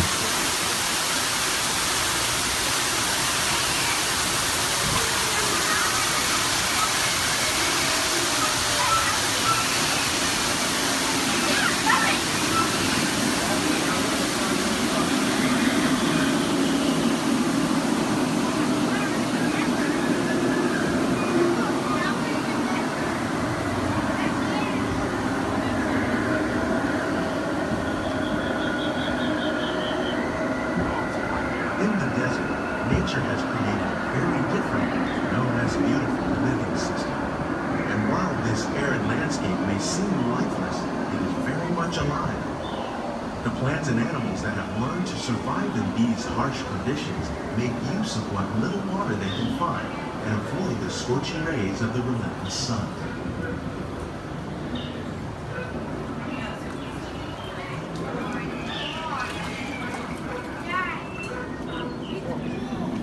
The American prairie once appeared as desolate as the desert, but over time, rainwater and nutrients gradually penetrated the hard surface of this land. Even the hooves of the muddy buffalo helped create the rich soil that one day become home to the American farm.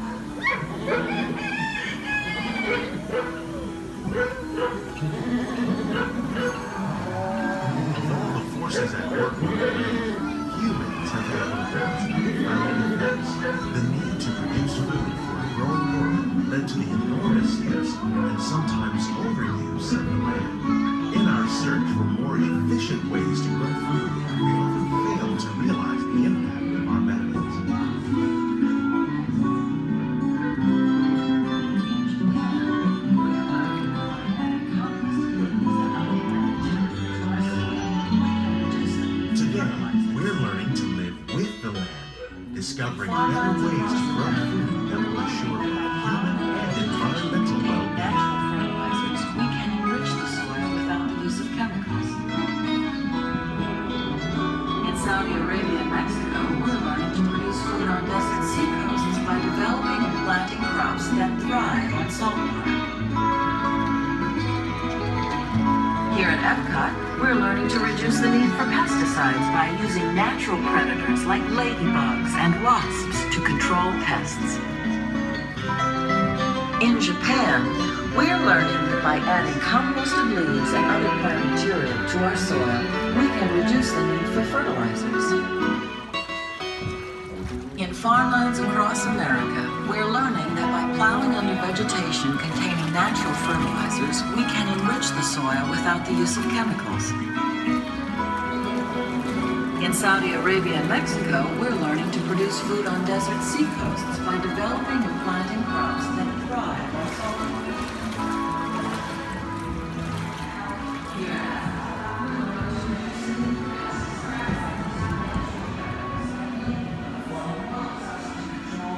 How will we meet tomorrow's growing needs for food production, yet still respect the needs of the land? Some of the answers are being discovered just ahead. To help us maintain these carefully controlled ecosystems, and for your safety, please remain seated in your boat at all times.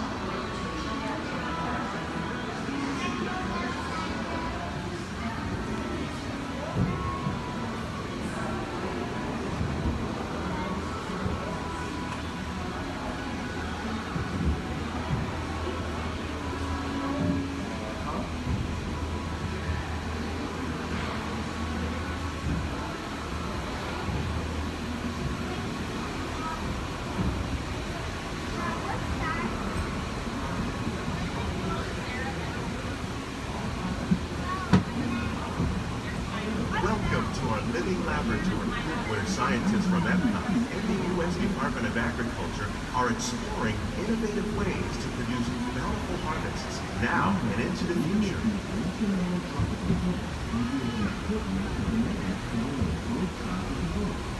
The tropics are home to the greatest diversity of plants on the planet. Many of these, like papaya, bananas, cacao, coffee, and rice, are well known around the world. These are just a few of the edible plants that have been an important source of nutrition for people living in the tropics. Many are rich in vitamins and minerals, while others are well adapted to growing in less than ideal conditions. Some, like the water lily, thrive in wet, swampy areas and waterways. All parts of this plant, even the flower petals, are edible. The starchy root of the plant has long been used to make flour for baking. One day, many of these lesser-known tropical plants may be as important as the bananas growing on both sides of the boat. More than 28 billion tons of bananas are eaten annually, making it the most popular fruit in the world.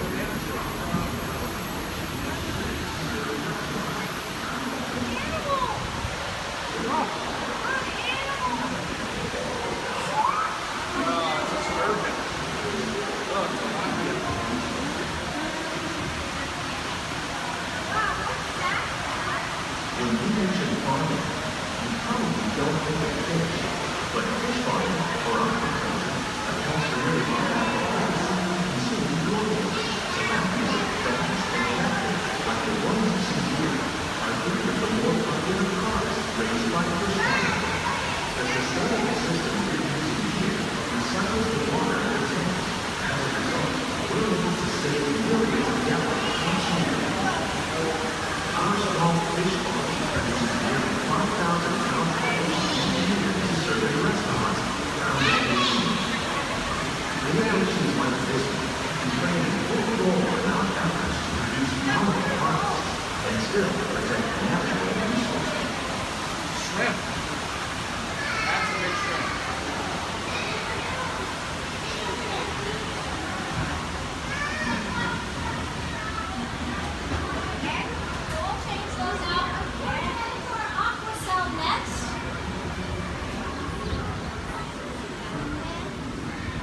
Little sunflowers.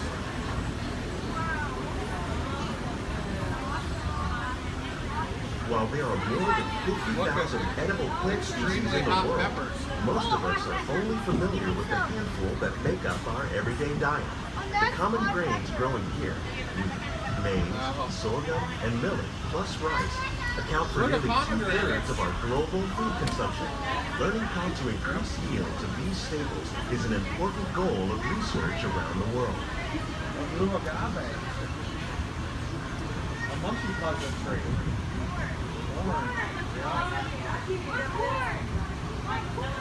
These plants are definitely on their way up. Innovative growing techniques like these increase yields while more efficiently using resources like water, fertilizer, and pesticides. Another innovation at work here is our integrated pest management program. By populating our greenhouses with beneficial insects that prey on harmful pests like aphids and flies, we are significantly reducing our reliance on conventional pesticides. We're growing these crops using our nutrient film system. This technique precisely controls and recycles water and nutrients. With it, we can produce over 27,000 heads of lettuce a year in this one small area. Look at the cucumbers.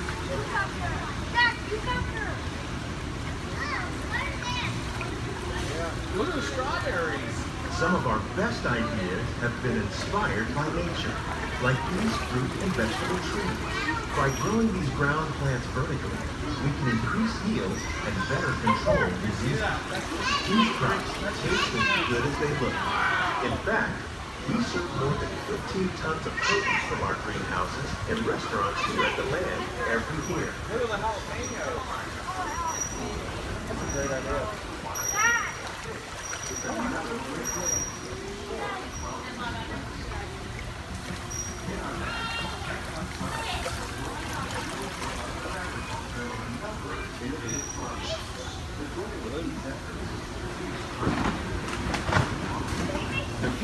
agriculture may include innovative ideas like this vertical growing system. Plants grown in this way use a fraction of the space required by traditional growing methods. That saves water and increases production. The aquaponics system on your left combines hydroponics with aquaculture. The fish provide a natural source of fertilizer for the plants, and the plants help keep the water clean for the fish. It's another great way to produce more while using less. In our labs, Epcot scientists are working with the U.S. Department of Agriculture on a number of innovative projects. The goal of these efforts is to produce higher yielding and better quality varieties. Together, we can continue to find more ways to increase production and protect the precious natural environment. Only a village will truly be living with the land.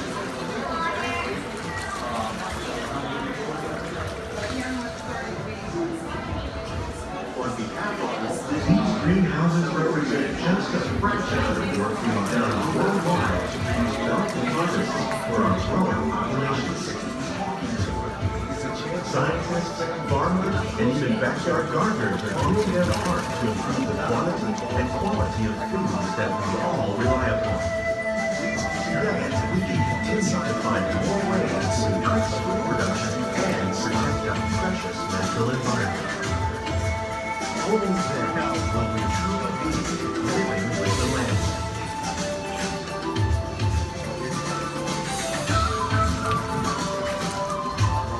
On behalf of Walt Disney World, we hope you've enjoyed this unique journey through our living laboratory. If you'd like a closer look, then check out the behind-the-scenes walking tour.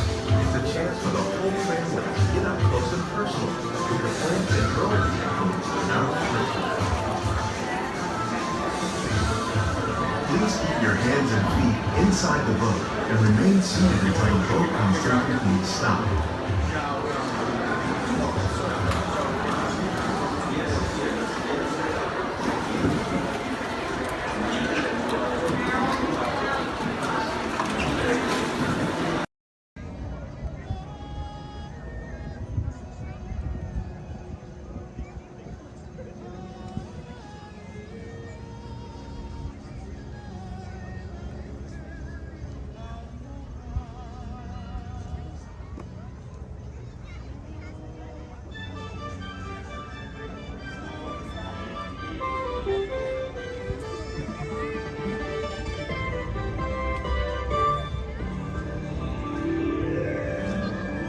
Guests of Disney's Polynesian Village Resort, aloha! Since 1971, the electrical water pageant has lit up the shores of Bay Lake, entertaining generations of dreamers from the young to the young at heart.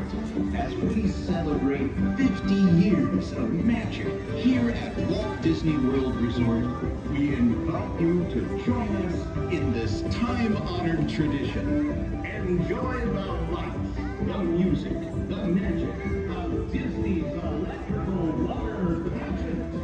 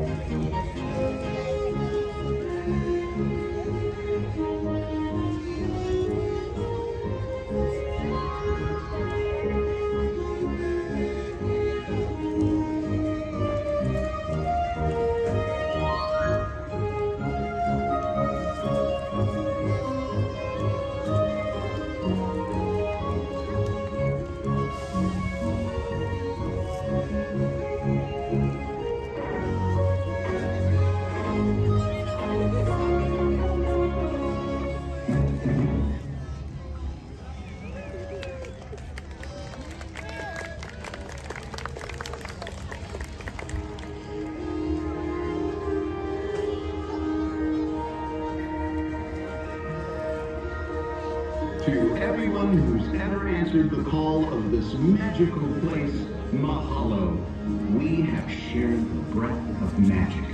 For 50 years, you have trusted us with your dreams, and tonight we hope you feel them twinkling in your eyes, enduring like the sparkle of Disney's electrical water patches.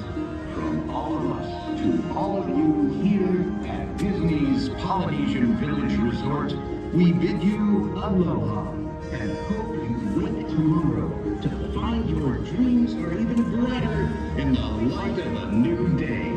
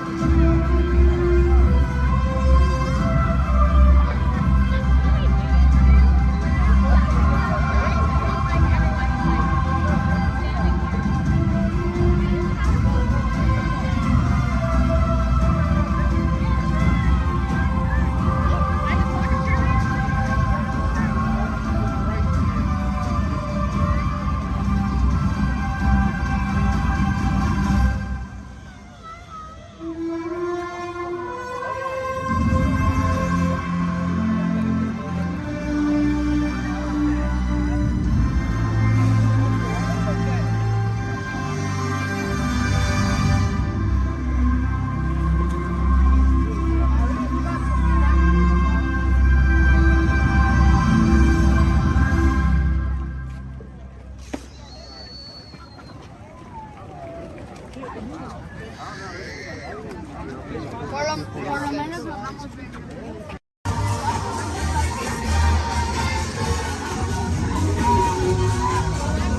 It's great to see you. Welcome to the celebration, everybody.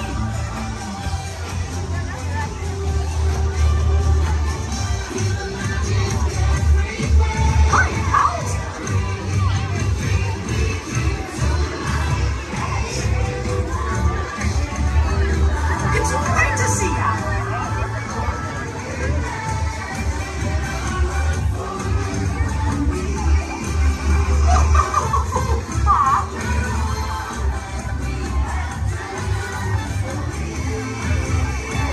There's magic everywhere.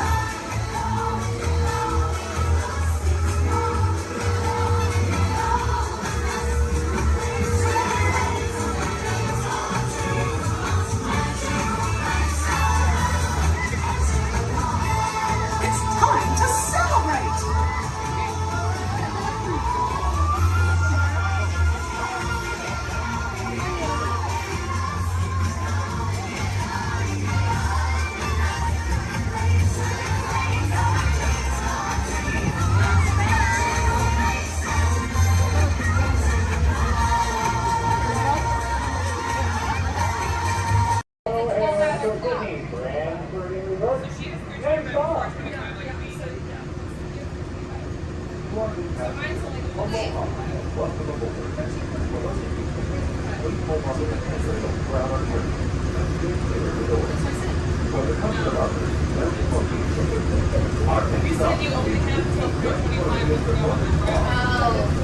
Sorry, I thought we were talking about. Okay, well then I'm confused. Which one should we do first?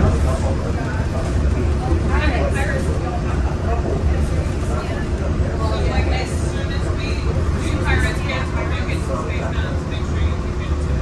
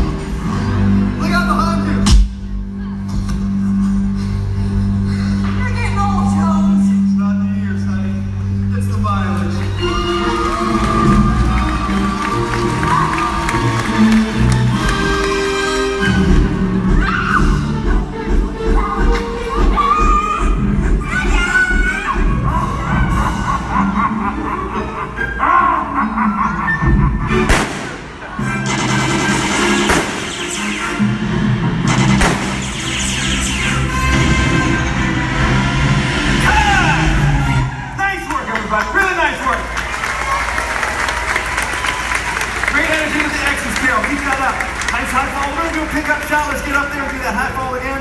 All right, Johnny, lock it down. You got it, boss. All right, let's bring the truck back to 1 as quickly as possible. Everybody else, listen up. The truck is filling slow, it's going hot, and I'm going to marry my driver effects at least 30 feet back. Hey, Carol. Yeah, thank you. We're all set, boss. All right, thanks, Johnny. Hey, Kevin, let's get you on your mark.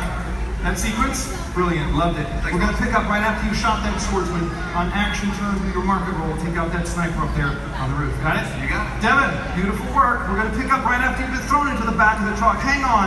That truck is going to go fast around the building. Most importantly, though, Chaz has loaded this truck with a lot of explosives, so you've got to get out fast. You too, Zach. All right, let's do this. Johnny?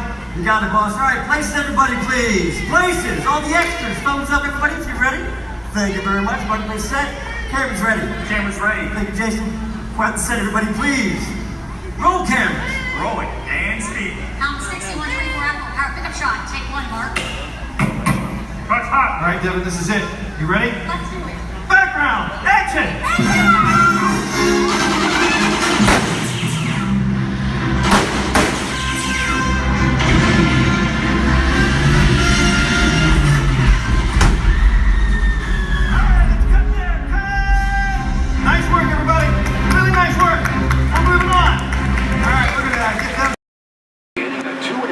Journey to downtown Disney Station and back.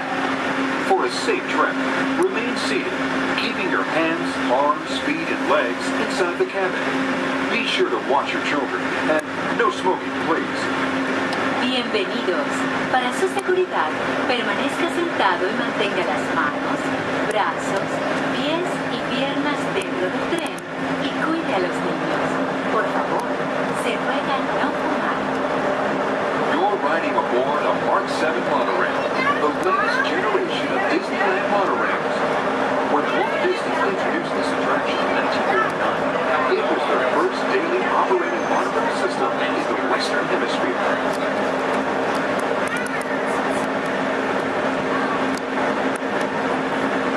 Just ahead is Disney's California Adventure, where you can live the ultimate California dream through attractions and live shows that are as diverse as the Golden State itself.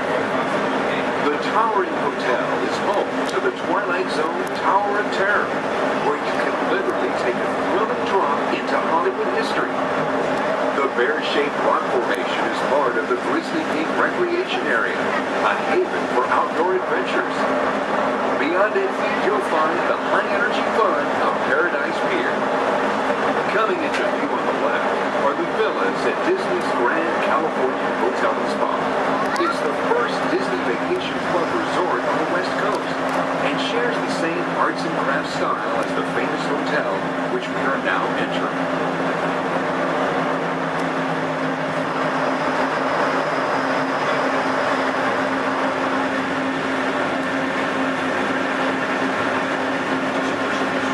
Now arriving at Downtown Disney Station, gateway to the Downtown Disney District and the Disneyland Resort Hotels.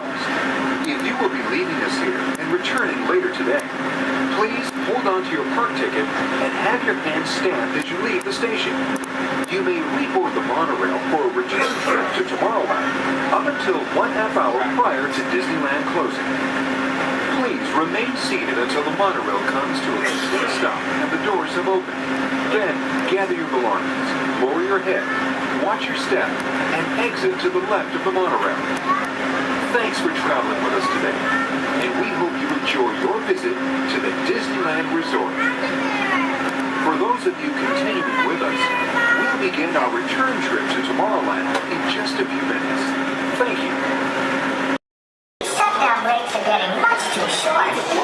Now, what have we here? Hey, haven't I seen you before? Seems like I'm always fixing this burnout. Oh, let's see now. No, that can't be right.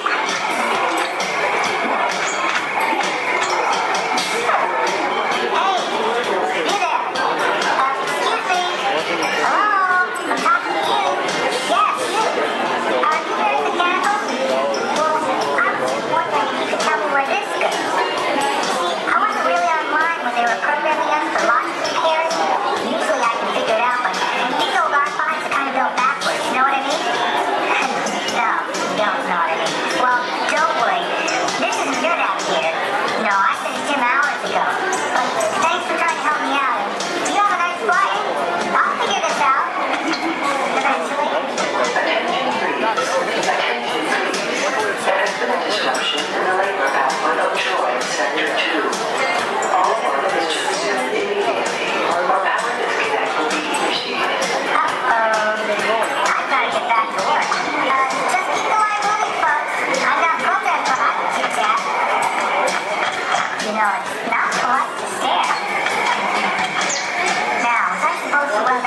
want positive to positive or negative to negative. No, positive. It was negative positive. Absolutely positive. Hey, what are y'all staring at? Oh, me. Well, you got cameras. Why don't you take a picture? It'll last long enough. Please remain seated at all times, keeping your hands, arms, feet, and legs inside the train. Please supervise all children, making sure they are seated away from the train openings, either fully on a lap or on a bench. Our next stop will be New Orleans Square Station. Do we want to discard? Do we want to stop at Nora? No, do you want to go all the way around? Right here, do we want to stop at Nora? Welcome aboard the Disneyland Railroad. We're embarking on a grand circle tour of the Magic Kingdom. We'll be stopping at New Orleans Square, Mickey's Toontown, and Tomorrowland. We'll also visit the Grand Canyon and make a trip back in time to the primeval world at the age of the dinosaurs before returning to Main Street Station. As we begin our journey, remember that for a safe trip, you need to stay seated, keeping your hands, arms, feet, and legs inside the train. And please watch your children. Bienvenidos a bordo del Disneyland Railroad. Para su seguridad, permanezca sentado y mantenga las manos, brazos, pies y piernas dentro del tren y cuide a los pequeños. Gracias. Our first stop is New Orleans Square Station. But to get there, we need to pass through the wilds of Adventureland. It may seem peaceful through here, but trust me, it's a real jungle out there. Literally. So be on the lookout. You just never know what might be lurking along the rails.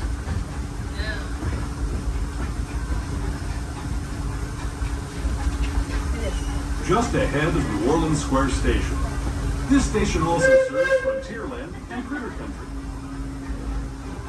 If you'll be leaving us here, please remain seated until the train comes to a complete stop. Then watch your step as you're getting on. For those of you continuing on with us, we'll be resuming our trip in just a moment.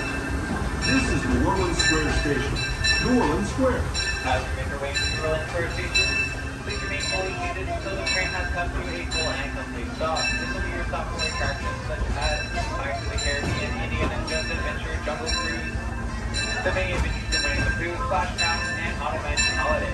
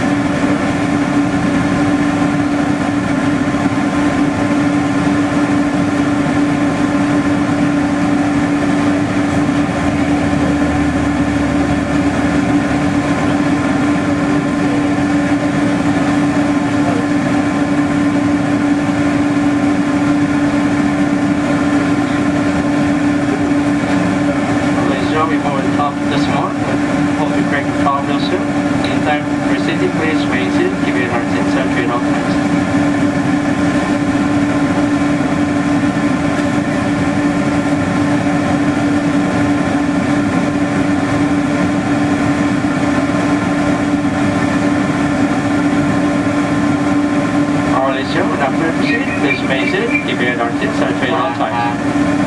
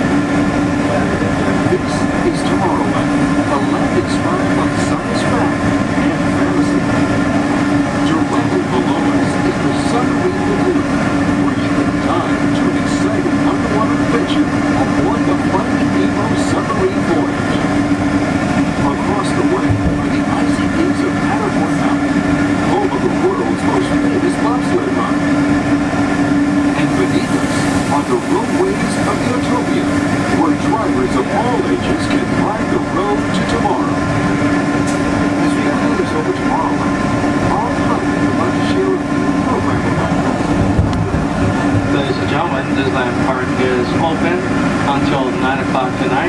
Meantime, a monorail train is departing every 5 minutes from the Tomorrowland station back to downtown Disney. If you would like to leave the park and return later today, please make sure you have with you your valid Disneyland passport ticket and a hand stamp so you can re-enter the park anytime up to 1/2 hour prior to Disney Park's closing. You can get your hand stamp whenever you depart today. Today here at Disneyland Park, we'll have Celebrate a Street Party down Main Street USA at 5:30 p.m. And also tonight, as part of Halloween time at the Disney Resort, we'll have Halloween Scream, a bonus surprise in the sky at 8 p.m. Thank you, and have a pleasant day here at the Disney Resort.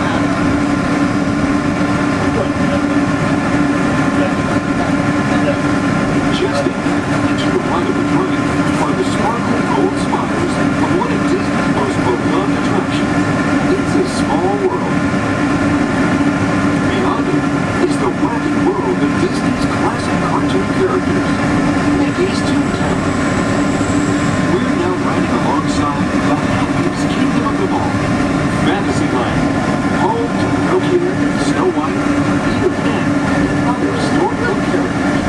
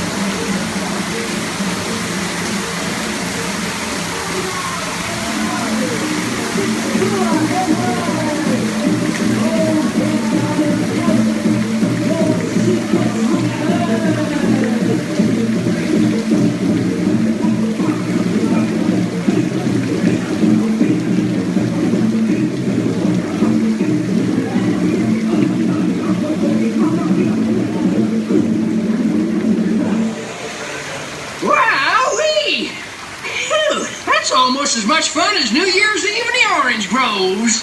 My word, we did get a mite carried away, huh? Yeah. I say, look out there across the water. It appears we're a bit of company. Law, me, yes. Welcome, you all. Permit us to introduce ourselves. My name is Claude, and my loquacious cousin over here is... I'll introduce myself, if you don't mind. Hi there. I'm, now, let's see now. It's right on the tip of my beak. Clyde Birdbrain. Oh, yeah. I'm Clyde Birdbrain.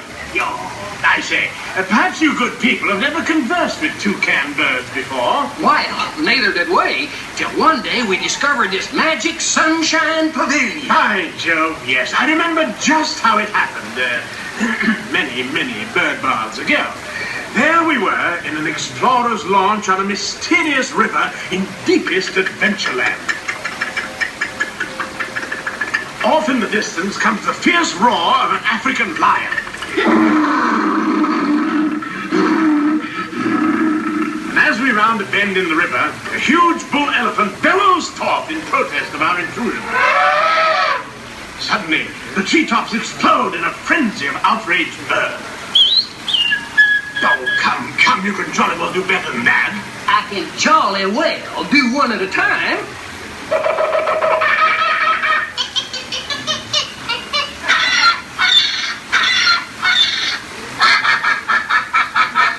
Meanwhile, shifty-eyed crocodiles lurk by the water's edge. Lurk, lurk, lurk. And the giant python slithers down from an overhanging limb. What's happened? What's wrong? I think snakes. Don't be ridiculous. I'm only relating a story. Oh, all right, Clyde. Enough is enough. That wasn't me. I never even opened my beak.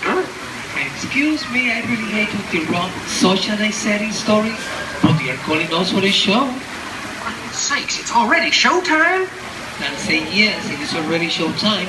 And now, Claude, it is your turn to make the announcement to all our guests. Righto. Ladies and gentlemen, boys and girls, gather up all your cameras, purses, and other articles, and now turn to your left towards the tall doors. When the drums begin, they'll open magically to lead you right into the Sunshine Pavilion. Is everybody ready? Follow me, please.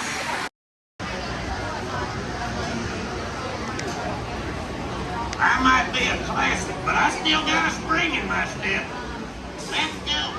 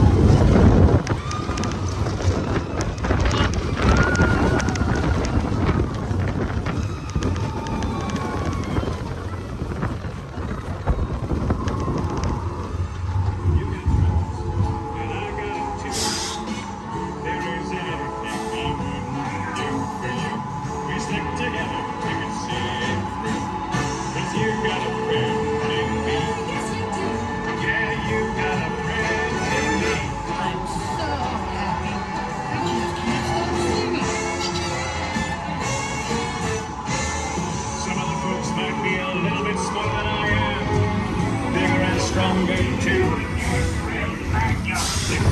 Now please stay seated till we come to a complete stop. Remember to grab all your stuff and step out to your right. So long, pal.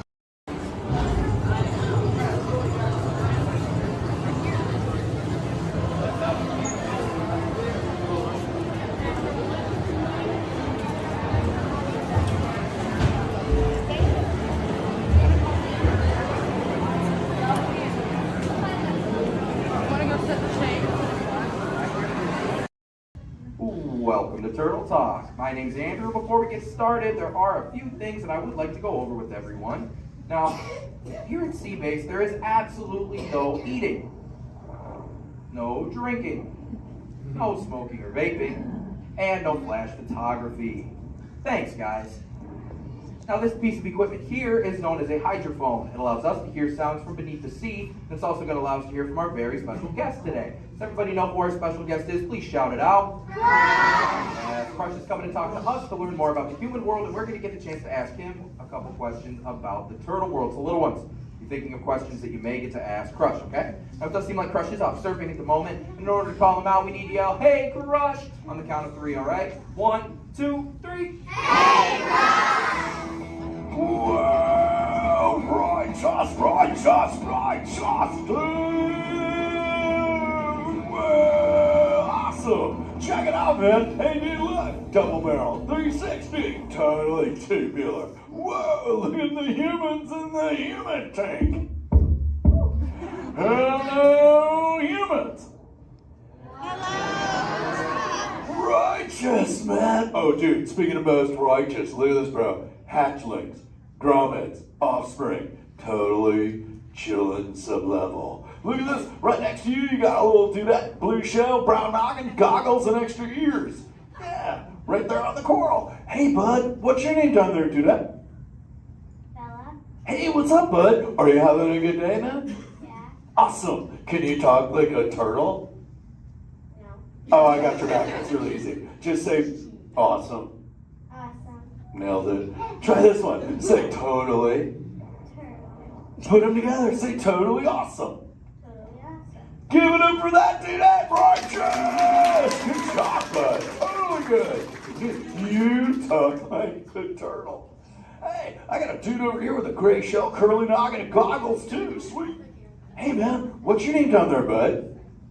Gustavo. Hey, where are you from, Gustavo? Where are you from? New York. Whoa, dude. Who brought you here today? I went on my car. Oh, we'll find out together. Don't sweat it. Hey, dudes, is there like maybe a parental unit, a life guardian of the Gustavo? If anybody's with them, right? Okay, let's talk to that chick and see what's up. All right, awesome. Hey, dude, what's up, bud? What is your name? Karen. Hey, Karen, what's up? How many kids you got? My English is not good. I'm from Brazil. Oh, I don't speak English either. I talk turtle. Karen, does it freak you out? Gustavo has no clue you're here. Don't worry, Karen. They come back when they get hungry. Karen, did you feel it, bud? Did you feel it? We're sharing a moment. Look at you, Karen. Awesome. Dude, my son's smart. He's like this. He goes, Dad, what's up with all the humans? And I go, dude, I do not know. Human dudes, I need human help. Can all of you help out and answer Squirt's questions? If you want to help, say, Chaw! Righteous! You so totally rock, dude! Oh, wait a minute. Sorry, dude, my bad. Check this out. When a turtle says, you so totally rock, everyone says, dude! Here we go. You so totally rock! Dude! You so totally rock! Dude! Now all of you totally talk turtle. So, on to Squirt's question. Numero uno. He goes, Dad, if humans go to a beach, what do they do? I said, bro, I do not know. Humans, do you go to the beach? Yes. Awesomeness. Okay, answer it for the Squirt dude. What does a human do at a beach? Shout it out. Swim. No way. Who likes to swim? Wave some fin if you love to swim, man. Oh, man, I got got waivers, look, even on the bench. What's up, waivers? Nice. Dude, want to see me swim? Say go crush. Go crush. Let's rock. Everyone yell. Rip it. Rip it. Roll it. Roll it. Punch it. Punch it. Rip it. Rip.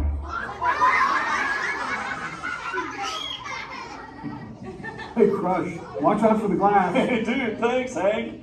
How long has that dude been there? Oh, no, man. My bad, bro, my bad. Where are the manners? I've been asking the questions. Dudes, do any humans have a question about being a turtle? Raise a fin. Hi, if you have a question about turtles. Cool. Got a chick over here, aisle style, red shell, brown knock, hanging loose. Hello, bud. What's your name? Hey, bud. What's your question? What turtles eat? Oh, dude, we're chowing green seagrass and green sea kelp. Big dudes, you're sitting on green seagrass benches. But check it out, Harper. We only eat green stuff, and so it actually turned this green. So, like, I'm green, and my kids are green, and my parents are green. Oh, and my wife's green, and my favorite color ever, purple. He's pulling your fin. It's green. Hey, there's a purple chick over here with like a jellyfish lid. Let's talk at this one on this side. Hey, bud, what's your name down low? Scarlet. Hey, cool name, Scarlet. What's your question? My name's not Scarlet. Oh, wait, what's your name? It's Charlotte.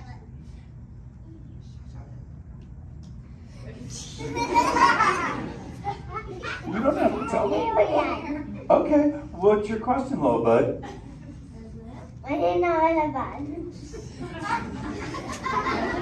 Okay. Hey, let's head over here. We got like a little friend on this side. Looks like a light blue shell, brown noggin. Let's talk to this bud. Hey, what's your name, dude? My name's Marley. Hey, Marley, what's up? What's your question? What would be your favorite? What's your favorite food? Oh, dude, besides eating green seagrass and green sea kelp, we totally chow on the jellies. Yeah, they're like so tasty. Hey, wait, Marley, do you eat food and sleep and stuff? Yeah. Do you know how to swim? Yeah. You're a turtle. Because all we do every day is eat, sleep, and surf. Hey, we got a bud by the bench. He's got a red shell curly noggin. Let's talk to that guy. Sweet. Hey, big man. What's your name, dude? Ezekiel. Hey, Ezekiel. What's your question, friend? How do turtles breathe? Okay, here's the deal. We have to go up every 15 minutes, bud, because I'm like you. I breathe oxygen. But here's the deal. We have to go up every 15. But when I sleep, Ezekiel, we can go in this little cave right there. See the green shell sticking out over there? We got to tuck under, and we can sleep 5 hours straight and absorb oxygen out of water when we're underwater. Who else has a question? This is kind of cool. Oh, whoa, dude, check it out. We got like a little friend chilling on this side by the bench. Looks like a grayish blue shell, brown knock, sitting on her own flips.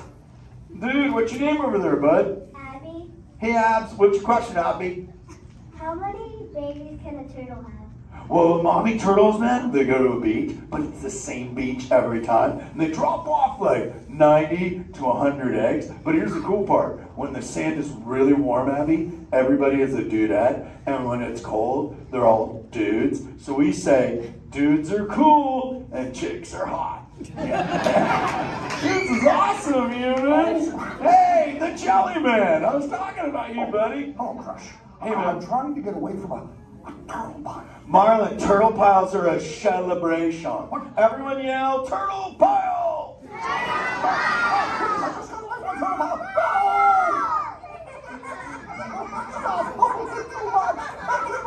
Oh, cool. Hey, boys, surf's up, dudes. Thanks a lot, Crush. For what? The turtle pile? Shout it out, humans! That dude has serious thrill issues. Humans, you rocked it! You so totally rock! Okay, like 4 kids remembered. The rest of you dudes pulled a hard Dory. Dudes, don't space out! Remember, Turtle says you so totally rock. Everyone screams! You so totally rock! There you go, you're back again. Oh, bummer. Hey, bro, the frequency thing is not working. Whoa, it's Bailey. Call him back with your fins. Put your both fins up. Yeah, put your both fins up. Go.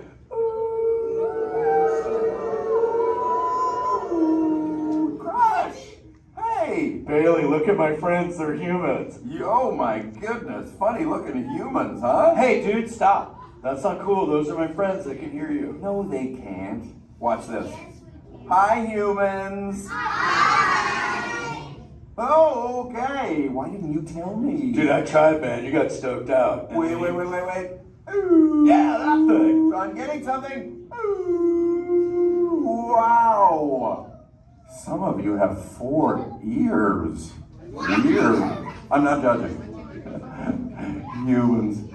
Later, Crush. Later, Bailey. Everyone say, later, Bailey, dude. Bailey's echolocation's awesome. We're going to do it. Everyone, both fins up. Go. Okay, sublevel. Really good. Back bench. Solid. Grandma, in the corner. This is where we put our fins up. Good job, Grandma. Good job. Fins up. Eyes closed. Go. How many fins am I holding up now? No, you gotta go. Yeah, you so totally rock. Squirt, come here. Squirt, look at this. Squirt, I just taught humans your ultimate favorite. Sweet. Dude, go for it. They'll blast you. You so totally rock. Rock on, human dude. Rock on, Squirt. That's my son. I'm in a jam. Oh, wait. Remember this thing. You gotta be good to the oceans. And the oceans will be good to you. And slap the fins together for my man Andrew. Rocking the mic, man. Oh, righteous. Love you. Use the word dude all day long. Because your parents will love you. Hey, Karen. You're welcome, Karen. Let's go! You so totally rock! Let's give it up for Crush. If you would like to learn more about Crush and his friends like green sea turtles, manatees, or sharks, you can do so up on the second floor of Sea Base. Now, little ones, don't move until your adult comes to get you. Adults, please collect your belongings, collect your children, head on up to those 2 right directions. Doors, or to safety, please don't stand up.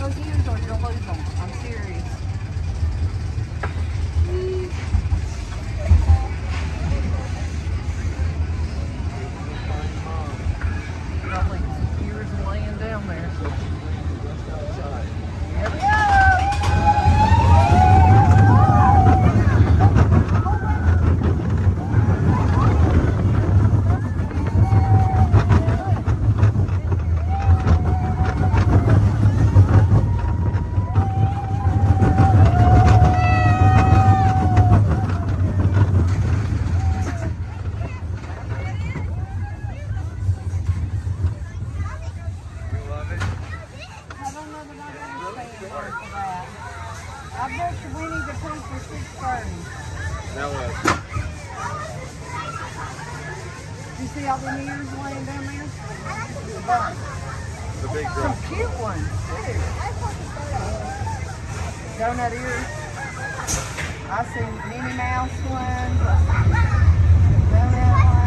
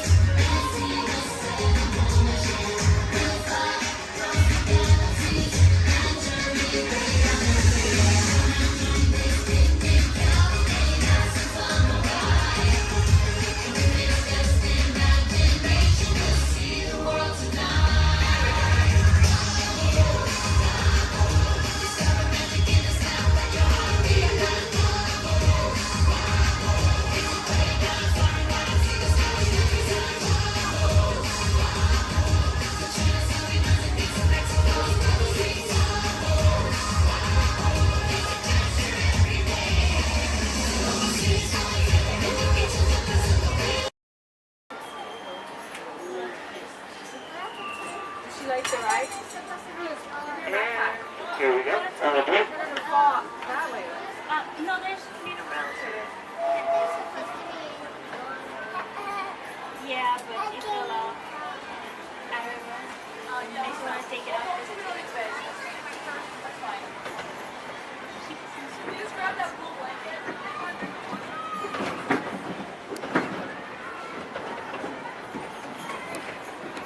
Hello, everyone. Thanks for joining us on the Disneyland Railroad. For a safe ride, remember to stay seated with your hands, arms, feet, and legs inside the train. And please, watch your kids. ¿Qué tal, amigos? Y bienvenidos a bordo. Para su seguridad, permanezca sentado y mantenga las manos, brazos, pies y piernas dentro del tren. Y cuide a los pequeños. Gracias. As we steam on through Fantasyland, you may want to take one more look at the majestic Matterhorn Mountain and the happiest group that ever sailed. It's a small world.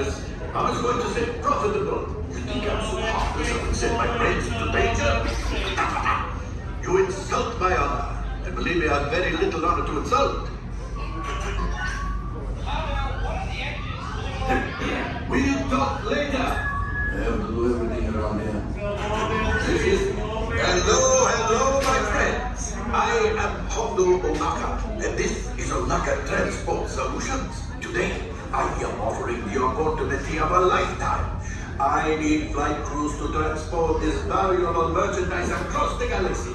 Pilots to navigate, engineers to operate the ship, and gunners to defend the shipments. And that is where you come in. Dimmelere Falcon. On loan for some very fast and very profitable expeditions. Chewbacca, my fine furry friend. Yes. As we agreed, you let us use the ship. We'll get you the supplies you need. In a win-win. You help the resistance, and I get all the profits. The first order will never know we were there. Okay, time to go, so, bye-bye. We better go before he changes his mind. Move along, my friends. Listen carefully and remember, the better you work together, the more you earn. Your lives and my profit depend on it. Now go.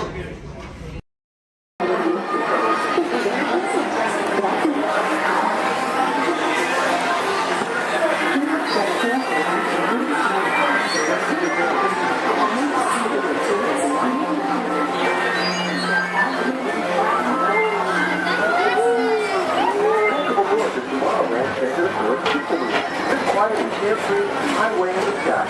We invite you to sit back, relax, and enjoy your grand circle tour of Florida. Along the way, you can preview many of the exciting places you want to be sure to enjoy today while visiting this land of tomorrow.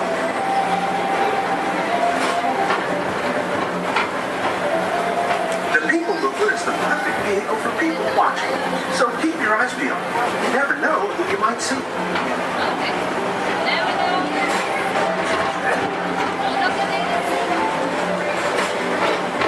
Coming up, Stitch's Great Escape, where you can report your duty as a security agent for the Galactic Federation.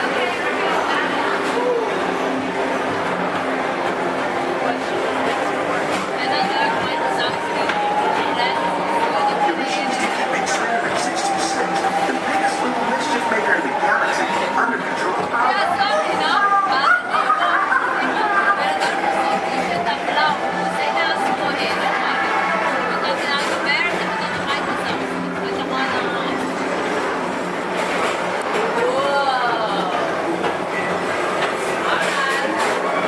And now, Tomorrowland Transit Authority proudly presents Progress City. Walt Disney's dream for an experimental prototype community of tomorrow. Progress City was the inspiration for Epcot, and many of its forward-thinking ideas have been realized throughout Walt Disney World.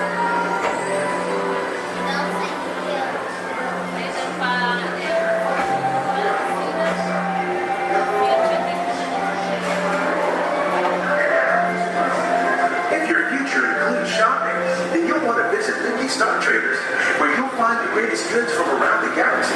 That's right. It's out of this world. Come on.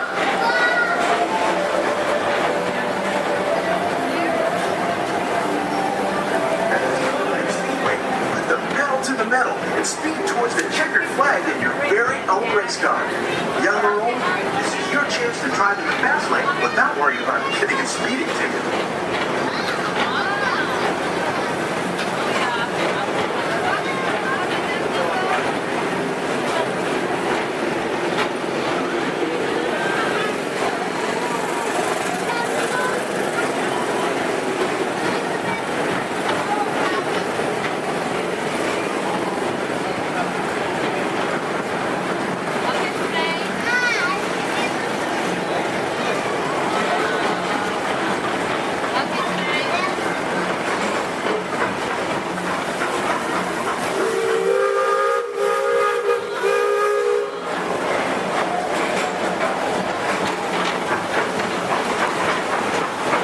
We're now entering one of the real wonders of our world, Space Mountain. Blast off on a high-speed outer space adventure and complete the cosmos.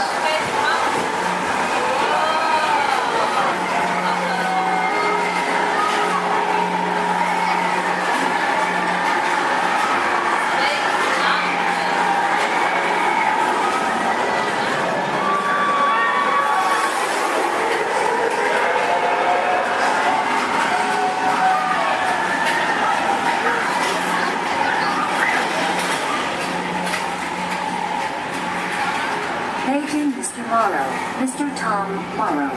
Please contact Mr. Johnson in the control tower to confirm your flight to the moon.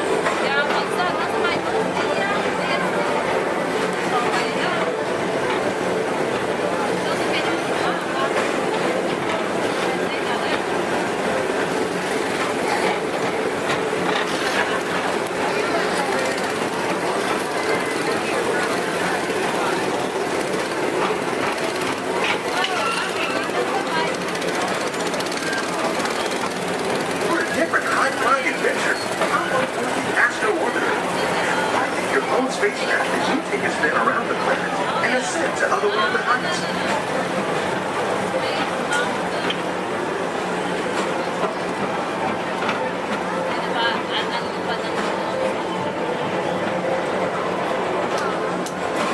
We're now approaching Walt Disney's Carousel Progress. Inside this rotating theater, 4 families welcome you into their homes of yesterday and today, starting way back at the turn of the 20th century. First presented at the New World's Fair, this legendary circular theater celebrates the progress that has made our lives better. It's a perfect reminder that there's always a great, big, beautiful tomorrow shining at the end of every day.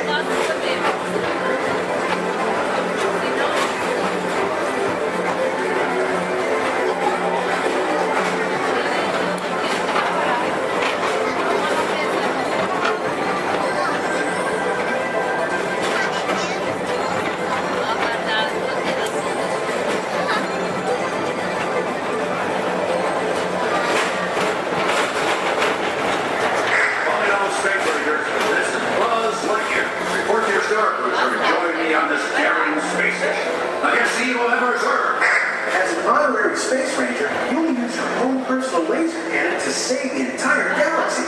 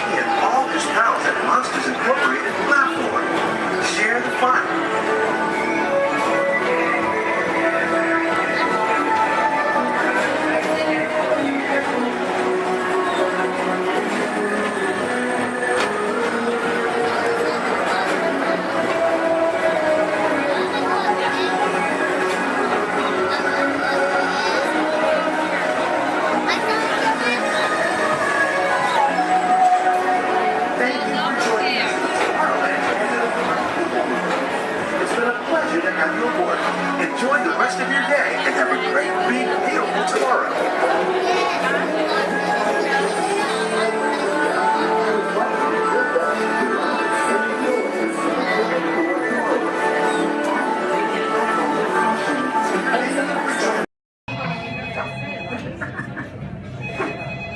Hello, Imagination Institute, Dr. Channing's office. I'm sorry, Dr. Channing is hosting a tour of our sensory dining. This hotel. Hello, Dr. Channing's office. Hello, Dr. Channing's office. Hello, Dr. Channing's office. What's that? You can't control your imagination and it's running wild. Oh dear. Yes, I'll have him call you as soon as he's available. Hello, Dr. Channing.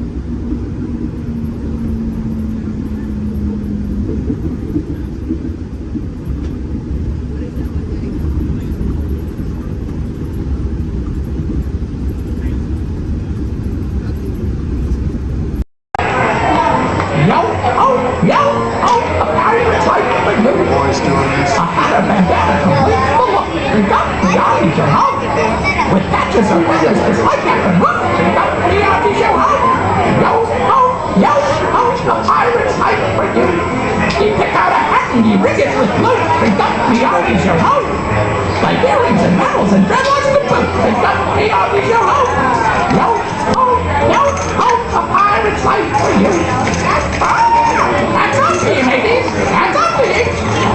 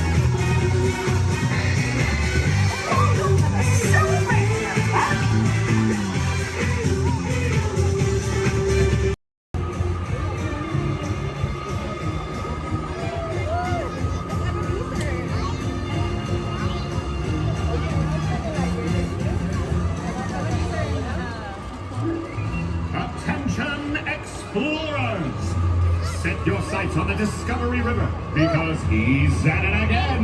Yes, famed billionaire and thrill seeker Scrooge McDuck is back in pursuit of high adventure.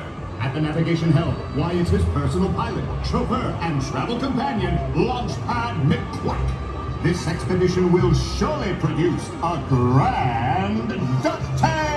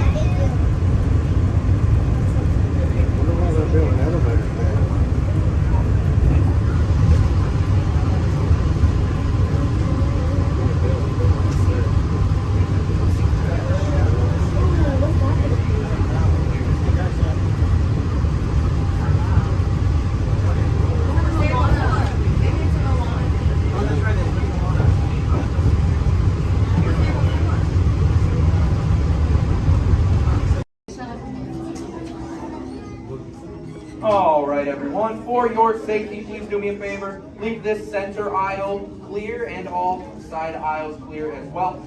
If for any reason you need to leave the theater, you can do so through these two right rear exit doors. That's if you're looking to leave. Please do so through these two right rear exit doors. They're a little bit heavy. Just give them a big old push and they'll open right up for you.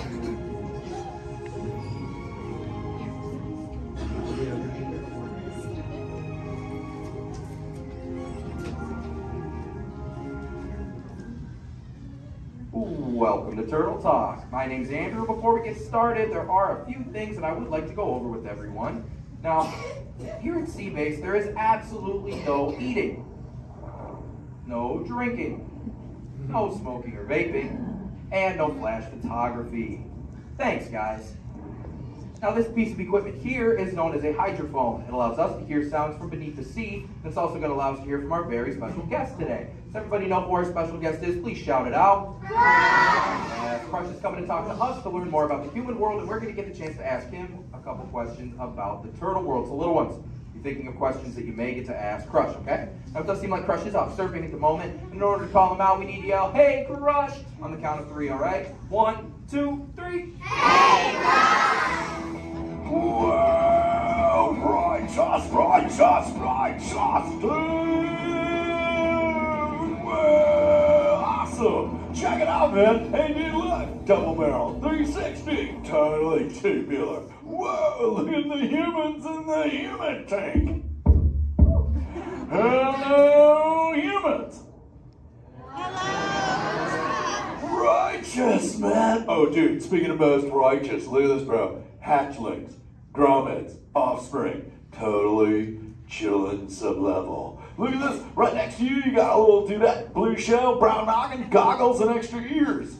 Yeah, right there on the coral. Hey, bud, what's your name down there, dudette? Bella. Hey, what's up, bud? Are you having a good day, man? Yeah. Awesome. Can you talk like a turtle? No. Oh, I got your back. That's really easy. Just say, awesome. Nailed it. Try this one. Say totally. Put them together. Say totally awesome. Give it up for that dude. Righteous. Good job, bud. Totally good. You talk like the turtle. Hey, I got a dude over here with a gray shell, curly noggin, and goggles too. Sweet. Hey, man, what's your name down there, bud? Gustavo. Hey, where are you from, Gustavo? Where are you from? New York. Whoa, dude. Who brought you here today? I went on my car. Oh, we'll find out together. Don't sweat it. Hey, dudes, is there like maybe a parental unit, a life guardian of the Gustavo? If anybody's with them, right? Okay, let's talk to that chick and see what's up. All right, awesome. Hey, dude, what's up, bud? What is your name? Karen. Hey, Karen, what's up? How many kids you got? My English is not good. I'm from Brazil. Oh, I don't speak English either. I talk turtle. Karen, does it freak you out Gustavo has no clue you're here?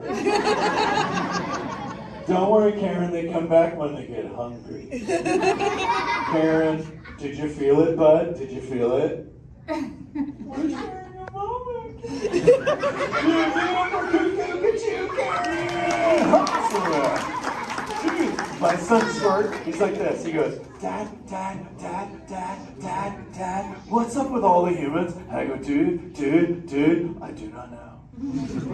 Human dudes, I need human help. Can all of you help out and answer Squirt's questions? If you want to help, say, Chaw! Righteous! You so totally rock, dude! Oh, wait a minute. Sorry, dude, my bad. Check this out. When a turtle says, you so totally rock, everyone says, dude! Here we go. You so totally rock! Dude! You so totally rock! Dude! Now all of you totally talk turtle. So, on to Squirt's question. Numero uno. He goes, Dad, if humans go to a beach, what do? I said, bro, I do not know. Humans, do you go to the beach? Yeah. Awesomeness. Okay, answer it for the Squirt dude. What does a human do at a beach? Shout it out. Swim. No way. Who likes to swim? Wave some fin if you love to swim, man. Oh, man, I got wavers. Look, even on the bench. What's up, wavers? Nice. Dude, want to see me swim? Say go crush. Go crush. Let's rock. Everyone yell. Rip it. Rip it. Roll it. Roll it. Punch it. Punch it. Rip it.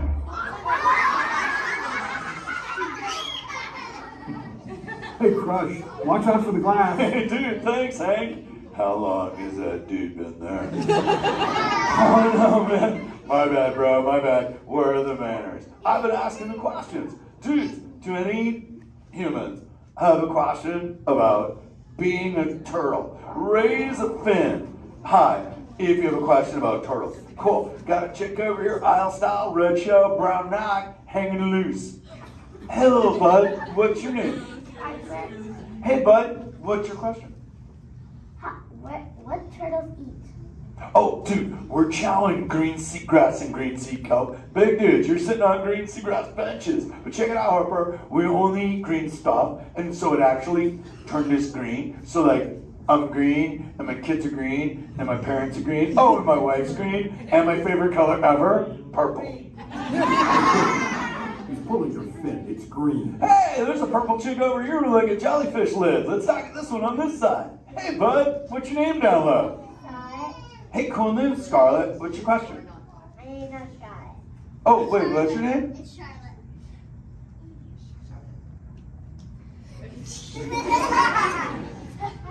You don't have to tell me.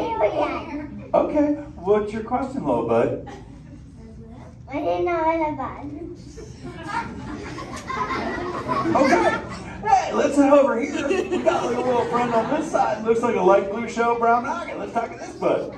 Hey, what's your name, dude? My name's Marley. Hey, Marley, what's up? What's your question? What would be your favorite? What's your favorite food? Oh, dude, besides eating green seagrass and green sea kelp, we totally chow on the jellies. Yeah, they're like so tasty. Hey, wait, Marley, do you eat food and sleep and stuff? Yeah. Do you know how to swim? Yeah. You're a turtle. Because all we do every day is eat, sleep, and surf. Hey, we got a bud by the bench. He's got a red shell curly noggin. Let's talk to that guy. Sweet. Hey, big man. What's your name, dude? Ezekiel. Hey, Ezekiel. What's your question, friend? How do turtles breathe? Okay, here's the deal. We have to go up every 15 minutes, bud, because I'm like you. I breathe oxygen. But here's the deal. We have to go up every 15. But when I sleep, Ezekiel, we can go in this little cave right there. See the green shell sticking out over there? We got to tuck under, and we can sleep 5 hours straight and absorb oxygen out of water when we're underwater. Who else has a question? This is kind of cool. Oh, whoa, dude, check it out. We got like a little friend chilling on this side by the bench. Looks like a grayish blue shell, brown rock sitting on her own flips. Dude, what's your name over there, bud? Abby. Hey, Abs, what's your question, Abby? How many babies can a turtle have? Well, mommy turtles, man, they go to a beach, but it's the same beach every time. And they drop off like 90 to 100 eggs. But here's the cool part. When the sand is really warm, Abby, everybody is a dudette. And when it's cold, they're all dudes. So we say, dudes are cool and chicks are hot. This is awesome, humans. Hey, the Jelly Man. I was talking about you, buddy. Oh, Crush. Hey, man. I'm trying to get away from a turtle pile. Marlon, turtle piles are a celebration. Everyone yell, turtle pile!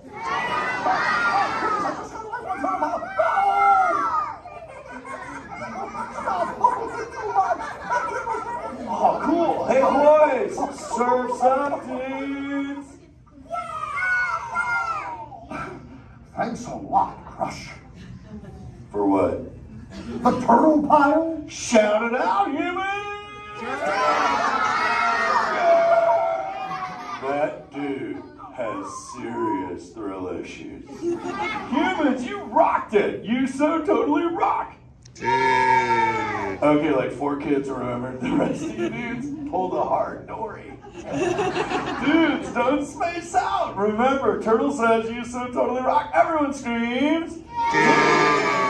You so totally rock! Dude. There you go, you're back again. Oh, bummer. Hey bro, the frequency thing is not working. Whoa, it's Bailey. Call him back with your fins. Put your both fins up. Yeah, put your both fins up. Go.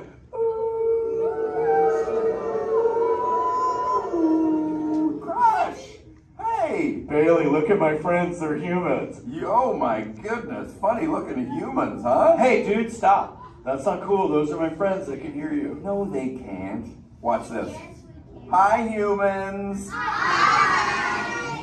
Oh, okay. Why didn't you tell me? Dude, I tried, man. You got stoked out. Wait. Ooh. Yeah, that thing. I'm getting something. Ooh. Wow. Some of you have 4 ears. Weird. I'm not judging. Humans. Later, Crush. Later, Bailey. Everyone say, later, Bailey, dude. Bailey's echolocation's awesome. We're going to do it. Everyone, both fins up. Go. Okay, sub-level. Really good. Back bench. Solid. Grandma, in the corner. This is where we put our fins up. Good job, Grandma. Good job. Fins up. Eyes closed. Go. How many fins am I holding up now? No, you gotta go. Yeah, you so totally rock. Squirt, come here. Squirt, look at this. Squirt, I just taught humans your ultimate favorite. Sweet. Dude, go for it. They'll blast you. You so totally rock. Yeah. Rock on, human dude. Rock on, Squirt. That's my son. I'm in a jam. Oh, wait. Remember this thing. You gotta be good to the oceans. And the oceans will be good to you. And slap the fins together for my man, Andrew. Rockin' the mic, man. Oh, righteous. Little dude. Use the word dude all day long. Because your parents will love you. Hey, Karen. You're welcome, Karen. Let's go! You so totally rock! Let's give it up for Crush. If you would like to learn more about Crush and his friends like green sea turtles, manatees, or sharks, you can do so up on the second floor of Sea Base. Now, little ones, don't move until your adult comes to get you. Adults, please collect your belongings, collect your children, and head on up to those 2 right there at the doors. Or to safety, please don't stand up. Jumbo friends, my name is Sky and I'll be your guide on the Romney Wildlife Reserve. If you look above your heads, there is an animal spotting guide. Probably not going to see all of those animals, but we have some pretty good luck. Just remember to stay seated at all times. That includes any little ones. Please don't hold anyone up or pass anyone around. Keep your hands, arms, feet, legs inside of the vehicle at all times. We brush up against some thorny brush. And these are going to be real wild animals. They are going to be moving around, so you may want to have your cameras out ready. Hold on tight.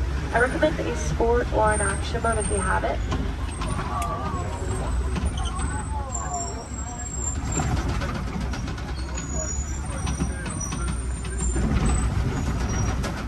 We are in the Little Ituri Forest, home to some of Africa's most shy types of creatures. They're usually very good at hiding, and their markings will help them to blend in. Like that okapi up on the right. They have white stripes on their legs, kind of like zebra stripes. Okapis are actually the only known relative to the giraffe. They have a similar skeletal structure without the long neck and long legs. They were believed to be mythical creatures until 1901. People thought they were too good to be true, but they are true. I think they're pretty great. To the right of the bamboo on the hill in the sun, there's a yellow-backed duiker, dark brown animal.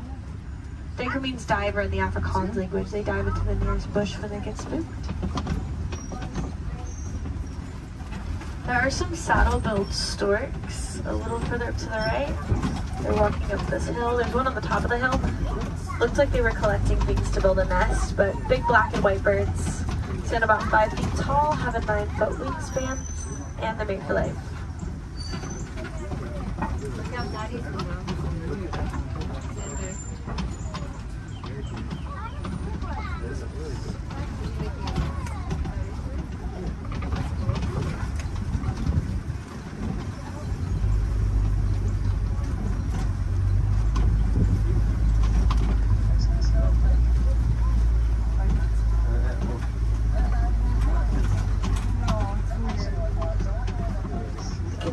Some antelope further up ahead to the left. There's going to be some tan ones called greater kudu. They can leap up 8 feet in the air to jump over obstacles, which is super helpful if they need to get away from a predator. There's some reddish ones called bongos. Their beautiful coloring is also a greasy substance that can mark leaves as they're passing through the forest, potentially making it easier for them to come back and find each other.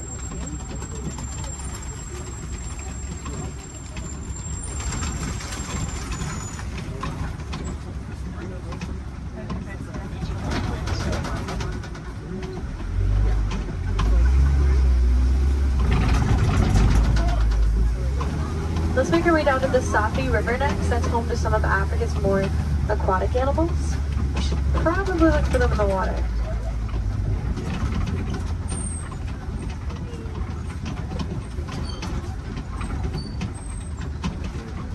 There are some big whitish gray birds on the land called pink-backed pelicans.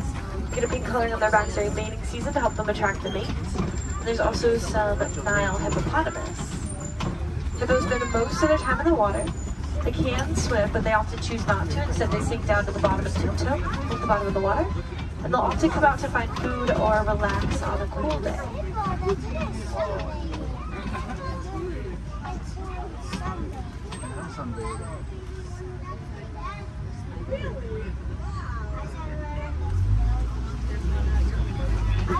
The Nile hippopotamus are one of Africa's most dangerous animals.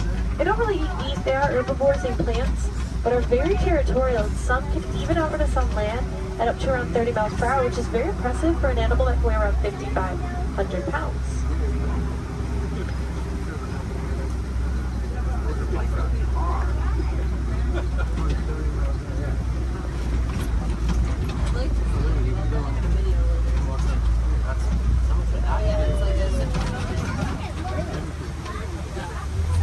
Underneath this bridge, there are some Nile crocodiles. They're very still, you won't see them moving around a whole lot. They spend a lot of time conserving energy in between their meals, but they have quick reflexes and a bite force that can crush bones. Sometimes they actually have to be very gentle with their jaws, like when they help their eggs to hatch by rolling them in between their teeth.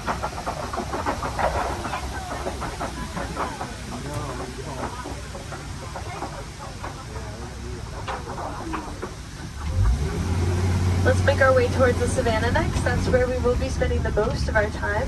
It's known to have vast open grasslands, and it's a really great place to find some more animals.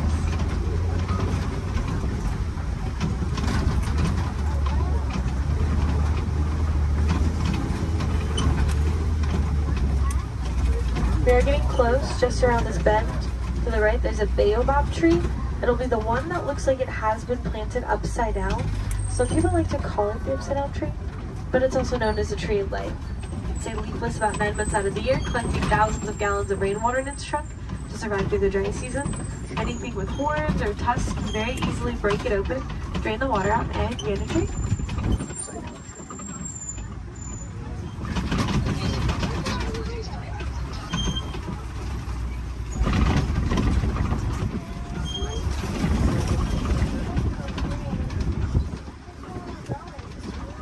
There's some wildebeests at the bottom to the right. Those are going to be the silverish animals. They can migrate in large herds of up to 1.5 million of them and also run around 50 miles per hour. So they line up in rows, group up and face different directions to avoid running into each other if they have to run away from something.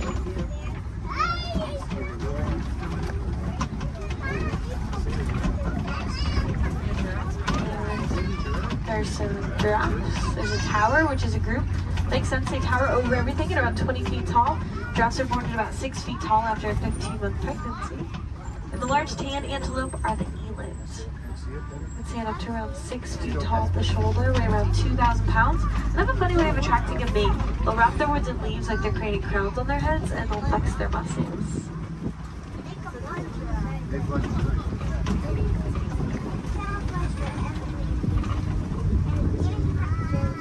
To the right of this den, on our left, there are some African painted dogs. They get their name from their beautiful markings that are as unique to them as our fingerprints are to us. They are not like your pups at home. The African painted dogs are the most successful hunters on the savannah. They hunt in packs and chase their prey to the point that it drops of exhaustion. So very dangerous, also very cute.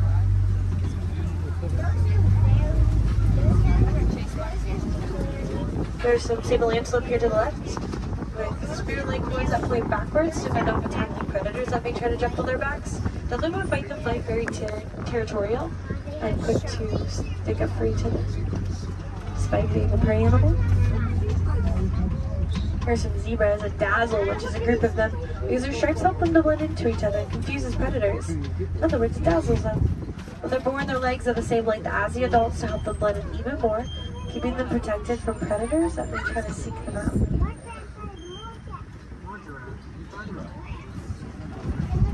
Large mounds at the side of the road are termite mounds, made up of animal dung, dirt, and termite saliva. They get as hard as concrete in the sun, so animals like elephants, giraffes, like to use them as a scratching post, wearing them down. Antelope can stand right on top of the worn down bugs to use them as a lookout, looking out for predators.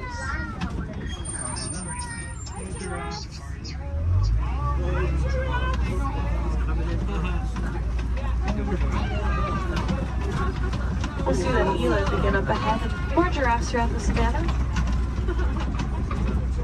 So we keep on going. See some wildebeest not too far away from us.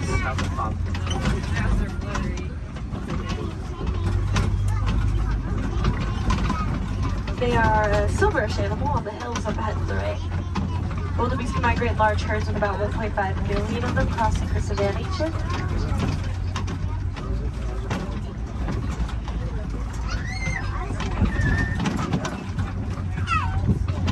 They also run around 50 miles per hour, so wildebeest face a pretty big challenge of trying to avoid running right into each other if they have to run away from something. So they often line up in rows, group up, and face different directions. Keep themselves from running into each other.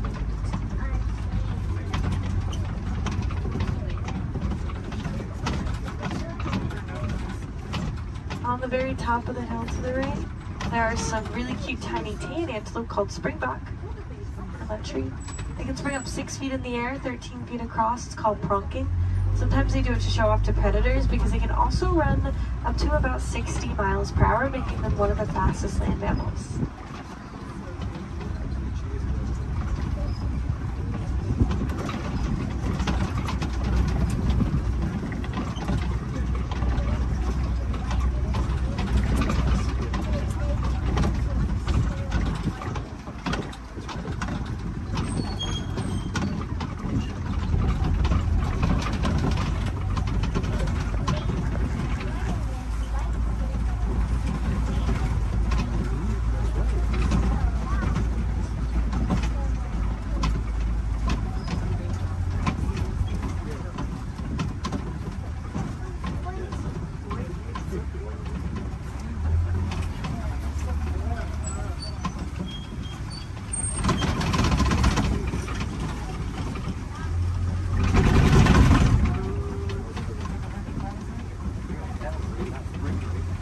There are some mandrills at the very end here to the left.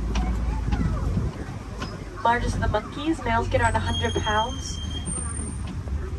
And they have a bright red and blue coloring on their face and rear end, just like Rafiki.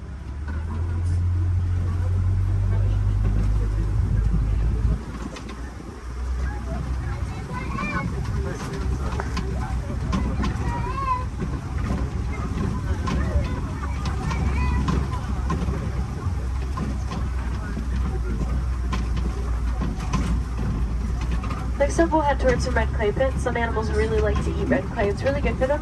Kind of like taking a vitamin. Although, unfortunately, red clay pits are also often a site of coltan mining, which can cause some problems like habitat destruction, limited food source, more poaching. It's actually very easy to help out with those issues if you are interested. All you have to do is recycle any of your old and used broken electronics or appliances. They contain that coltan. You might be able to find some recycle bins in places like your local grocery stores or electronic stores. Or you can check out Grace Gorillas. They're working to help gorillas in the Congo, and they cover the cost of shipping if you recycle with them. We're pretty big fans too. We named one of the gorillas Grace on Gorilla Falls Exploration Trail.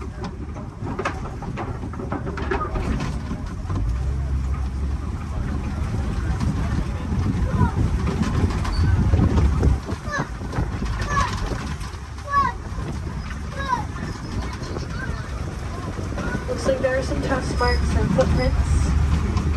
Could be getting close to smoke.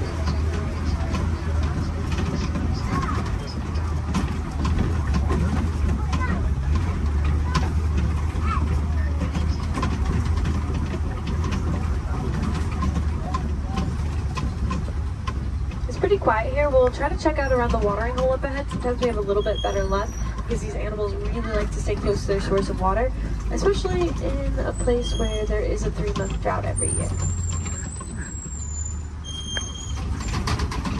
The savanna dry season does cause animals to have to migrate across the savanna in search of better sources of food and water. When they find them, they stay close to them for as long as possible.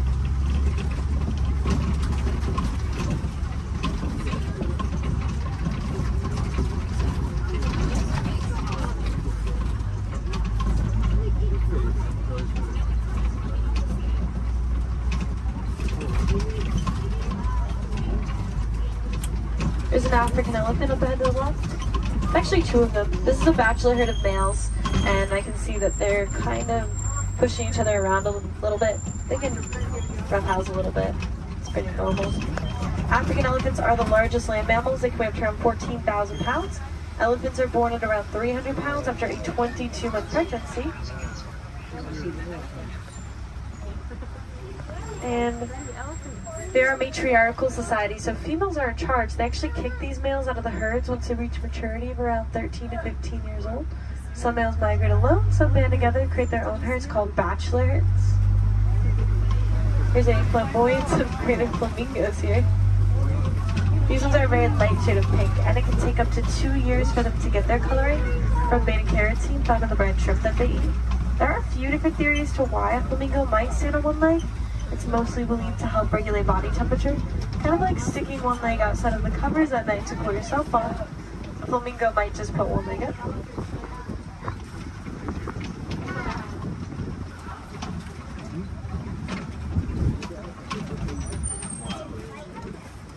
It's really cool to watch those elephants play.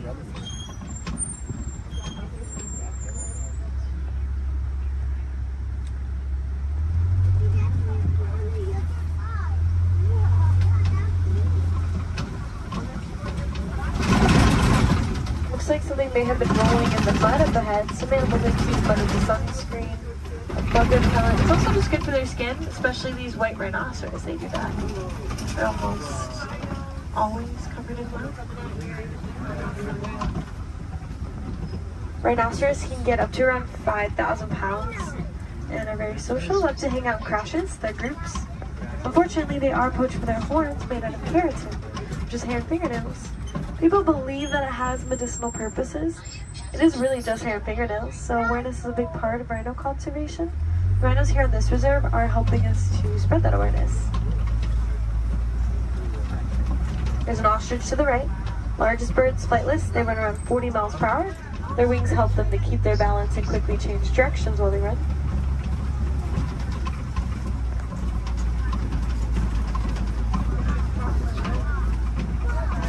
There are some cheetahs along the hills to the left. We should have a whole coalition of them, which is a group of them.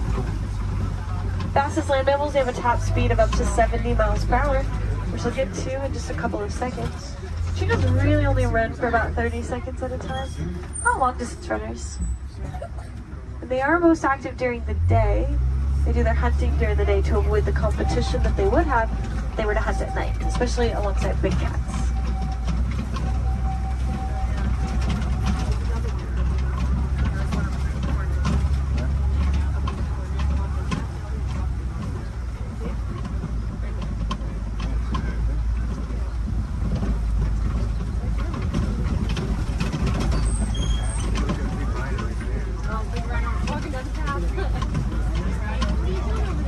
These large rocks are kopis, tallest point on the savanna. Some animals like to use them as a vantage point to look over the savanna. See if maybe they can find something on the other side.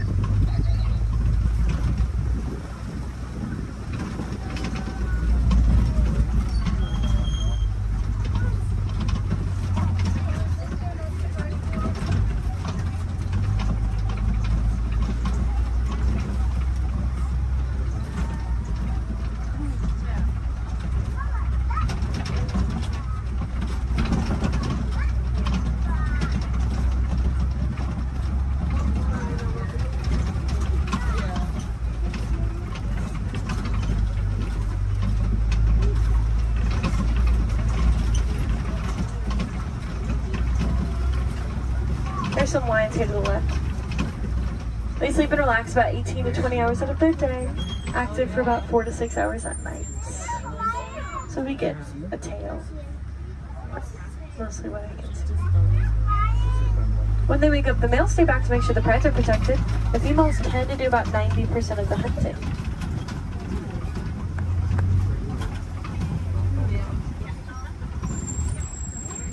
There's some warthogs in the back left. They just look like hairy rocks in the break of that bush. Pumbaa, that means foolish one in Swahili. Actually very intelligent. They'll back up into those burrows with their tusks out to ward off predators. Also use them to dig too, but they work smarter, not harder. They will find them abandoned or steal them from other animals if they can.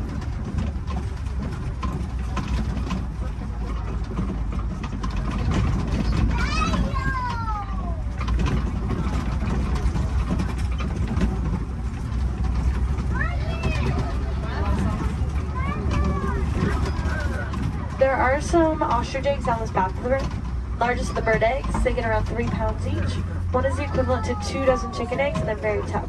Probably wouldn't crack if you were to stand on one, but I don't think that ostrich we saw earlier would like that very much. And now we are heading into the final area of the reserve. Mostly farmland. We'll see if we can find some farm animals before we head back to our warden's post.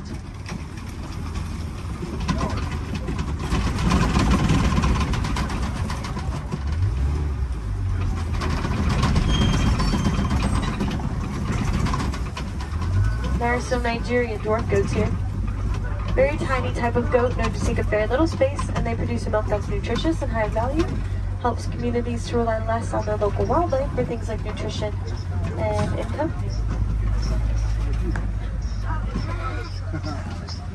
The yellow box and the yellow post here to the left is a beehive fence from our Elephants and Bees project, which is personally one of my favorite projects that we've ever worked on. Basically, elephants don't like bees. They can hear the buzzing over a mile away and stay away from it. So we've been helping to build beehive fences around crops for farmers in Kenya to keep elephants from eating and destroying crops. Then farmers won't have to resort to poaching them. It's also good for the bees, and farmers can sell the honey as an extra crop. So again, that is the Elephants and Bees project. It's about that time that we start to make our way back to the warden's post. Just make sure you have everything. Check those rows, gather up all of your trash. Please don't leave anything on the trucks. If any of you are wilderness explorers, you have been aboard the Simba 1.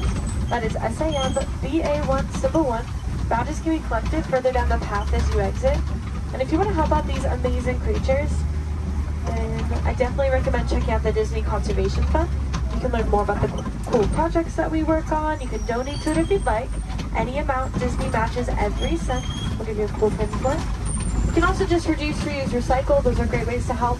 And if you learn any cool facts about animals or conservation anywhere around the park today, just share them with a friend. Awareness is always the first step, so by talking about the animals, you can help them out. Again, my name is Sky. I had a lot of fun out there. I hope you did too, and I hope you'll join us here again soon. No two safaris are ever the same. The animals will definitely make sure of that. But we aren't going to stop in this area right here. I'm actually going to take you back to the same warden's post I picked you up from. So we're just passing through, but it's not going to take us too long.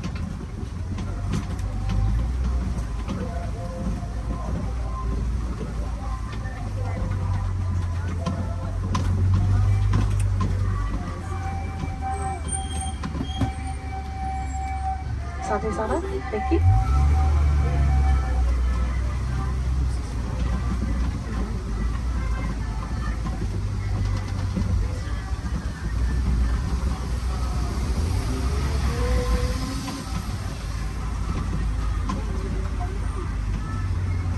Again, just going to pass through here and keep on going. While we have a few moments ahead of us, this is also a good time to decide where you want to head next.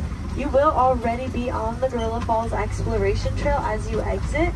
So if you continue on, you can see some animals like gorillas, meerkats, zebras, naked bull rats. Back in Asia is the Maharaja Jungle Trek if you'd like to see some animals like Sumatran tigers, Komodo dragons, fruit bats. There's also a trail called the Garden of the Tree of Life around the big tree in Discovery Island. So you can get a closer look at the carvings. There's a lot of really cool picture opportunities over there and more animals along the trail as well.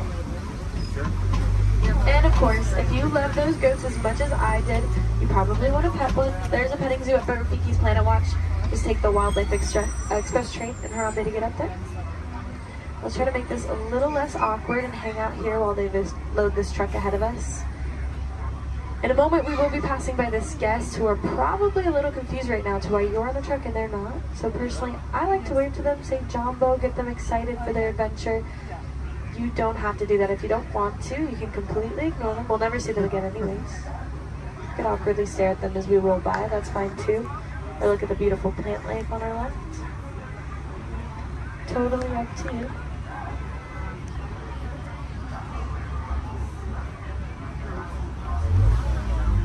Alright, here we go. Jumbo friends, jumbo warden.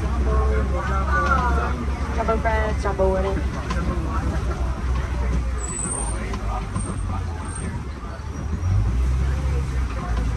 Here in Harambe we say Kwahrini, which means to go well. So Kwahrini, enjoy the rest of your day out there in the wilds. And don't make a big difference out there, friends. Bye.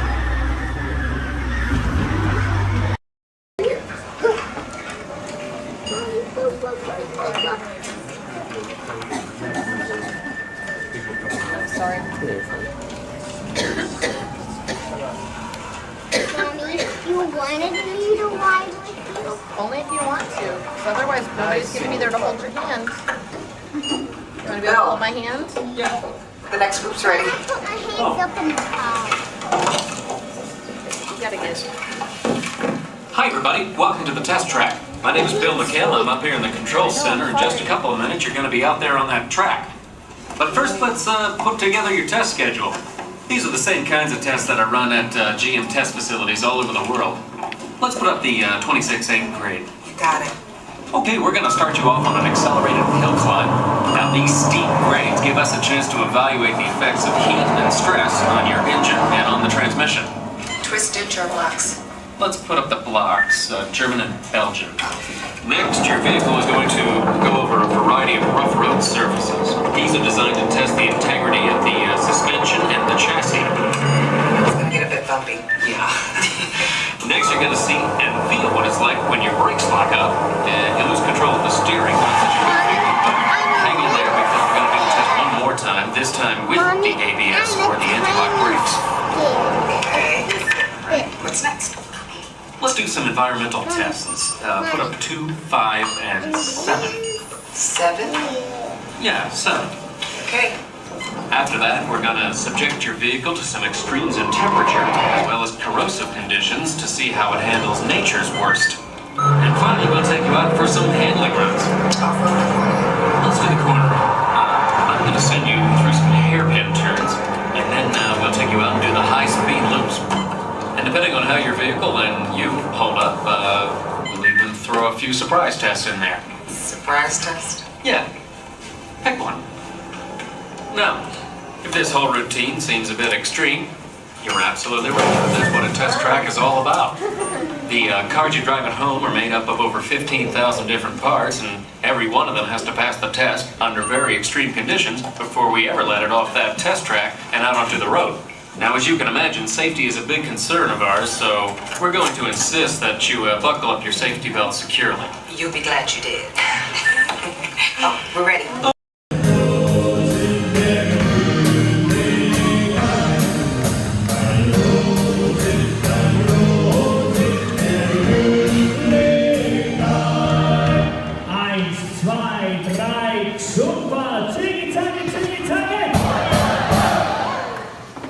Was that loud enough? Turn to your neighbor and say, louder!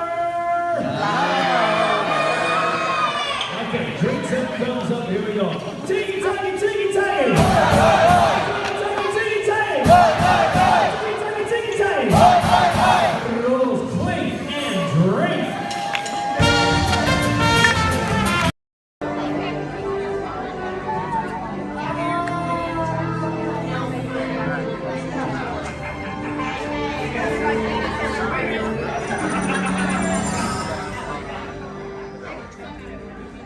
Greetings, Terrans. I am Nova Prime Irani Rayab, Commander of the Nova Corps. On behalf of all Xandarians, I hope you have enjoyed exploring the wonders of Xandar. As you have seen, your world and ours were born of the same moment, one which you refer to as the Big Bang.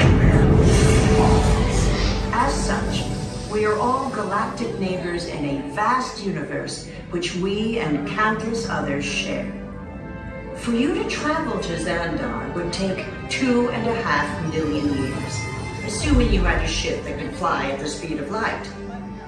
So we decided to come to you. But even we could not have reached you so easily were it not for the Cosmic Generator, an advanced piece of Xandarian technology that creates jump points, artificial tunnels that act as shortcuts, linking distant points in space. It is our desire to share this wondrous technology with your people so that together we might explore new worlds and create a brighter tomorrow. And now, as the culmination of the wonders of Xandar, you will be teleported to a Nova ship above your planet for a demonstration of the Cosmic Generator. I trust you will find it an unforgettable experience.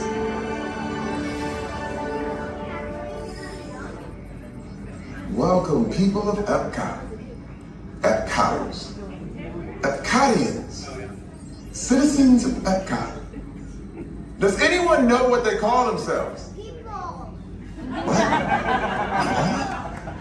Someone needs to tell me when I'm on. Welcome, Epcot Terrans. I am Centurion Tal Merrick, and we're just about ready to teleport you up to the ship for the demonstration. As you're about to enter a secure Nova area, I must ask you to put away your Terran communication devices at this time. Recording of any type is strictly prohibited. I am very serious about this. Now, please step forward into the chamber. You're gonna love this. You're on! That was the best. That was like probably highlight. You're on! Someone get that guy. I should warn you that we have never teleported Terrans before. But since your molecular structure is very similar to Xandarians, it should work. It'll work. So long as you are standing inside the lighted ring. You do not want to know what happened last time someone did not stand where I told them to, okay? Stand by for teleportation. Here we go.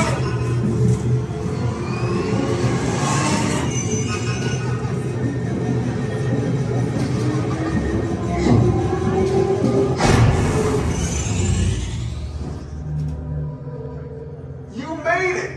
I mean, of course you did. Nova Prime, they're ready. Excellent. What you see before you is the Cosmic Generator. And in just a few moments, we'll be activating it so you can experience for yourself what's happening. I'm not sure. Our power's out. And the Cosmic Generator is gone. Interior Mod, go to Code Red. Prepare the fleet. And call the Guardians. Now. There is no cause for alarm. Turn off that alarm. I've got an important transmission coming in. Hey, what's up, Nova Corps? Our Cosmic Generator has been stolen. What? How? Why didn't we think of that? That thing's gotta be worth a fortune. I am Groot. Good question. Yeah, who do you think took it? Perhaps that really big man outside your ship. Oh, that is a big man. I need to alert Nova Prime. I'm watching Terrans for dogs. That's not creepy at all. This species has failed. Wait, whoa, we didn't even know there was a test. He's got the Cosmic Generator. He's creating a new jump point. Jump point to where? Not where. When? It's some kind of mutant jump point. It's going back to the dawn of time. Dawn of time, why? To erase an error. Well, that doesn't sound good. Your time is over. Wait, what do you mean? What do you mean that's so vague? The jump point is closing. Hey, Nova Dude, you and Nova Corps need to follow that whatever it is until we get there. We can. Our power is down, and I've got to get these Terrans onto evacuation shuttles. I got it. I reprogrammed the shuttles to follow them through the jump point. Wait, what? Look, they're our only chance of keeping track of that whack job until we get the cosmic generator back. Piece of cake. Wait! There's King. Where's this King? The odds are impossible. Yeah. But it's our only shot. Good luck. Are you sure you can control it? Come on, it's me. We got this. We're all toast. First there was cake, now there is toast. This plan is making me so hungry. Terrence, listen up. We need to make our way to the evacuation shelter now. We'll follow the plan to get our out. Welcome aboard the Walt Disney World monorail to Epcot. For those of you standing, please hold on to the handrails throughout our journey and stay clear of the door. For the comfort of others, no smoking, please. Thank you. As we turn south, you can catch a glimpse of the spires of Space Mountain, Magic Kingdom. Nearby is Disney's contemporary resort.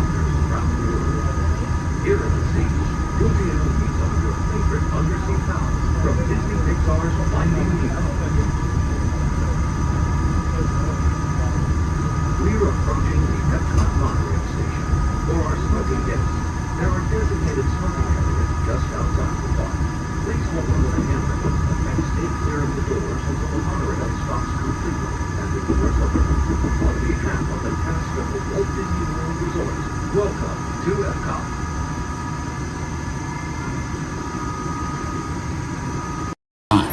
And please supervise children. Thank you. La estación de control de cinturones de seguridad está a la vuelta de la esquina. Por su seguridad, mantenga sus manos, brazos, pies Automated driving technology activated. Welcome to the sim track.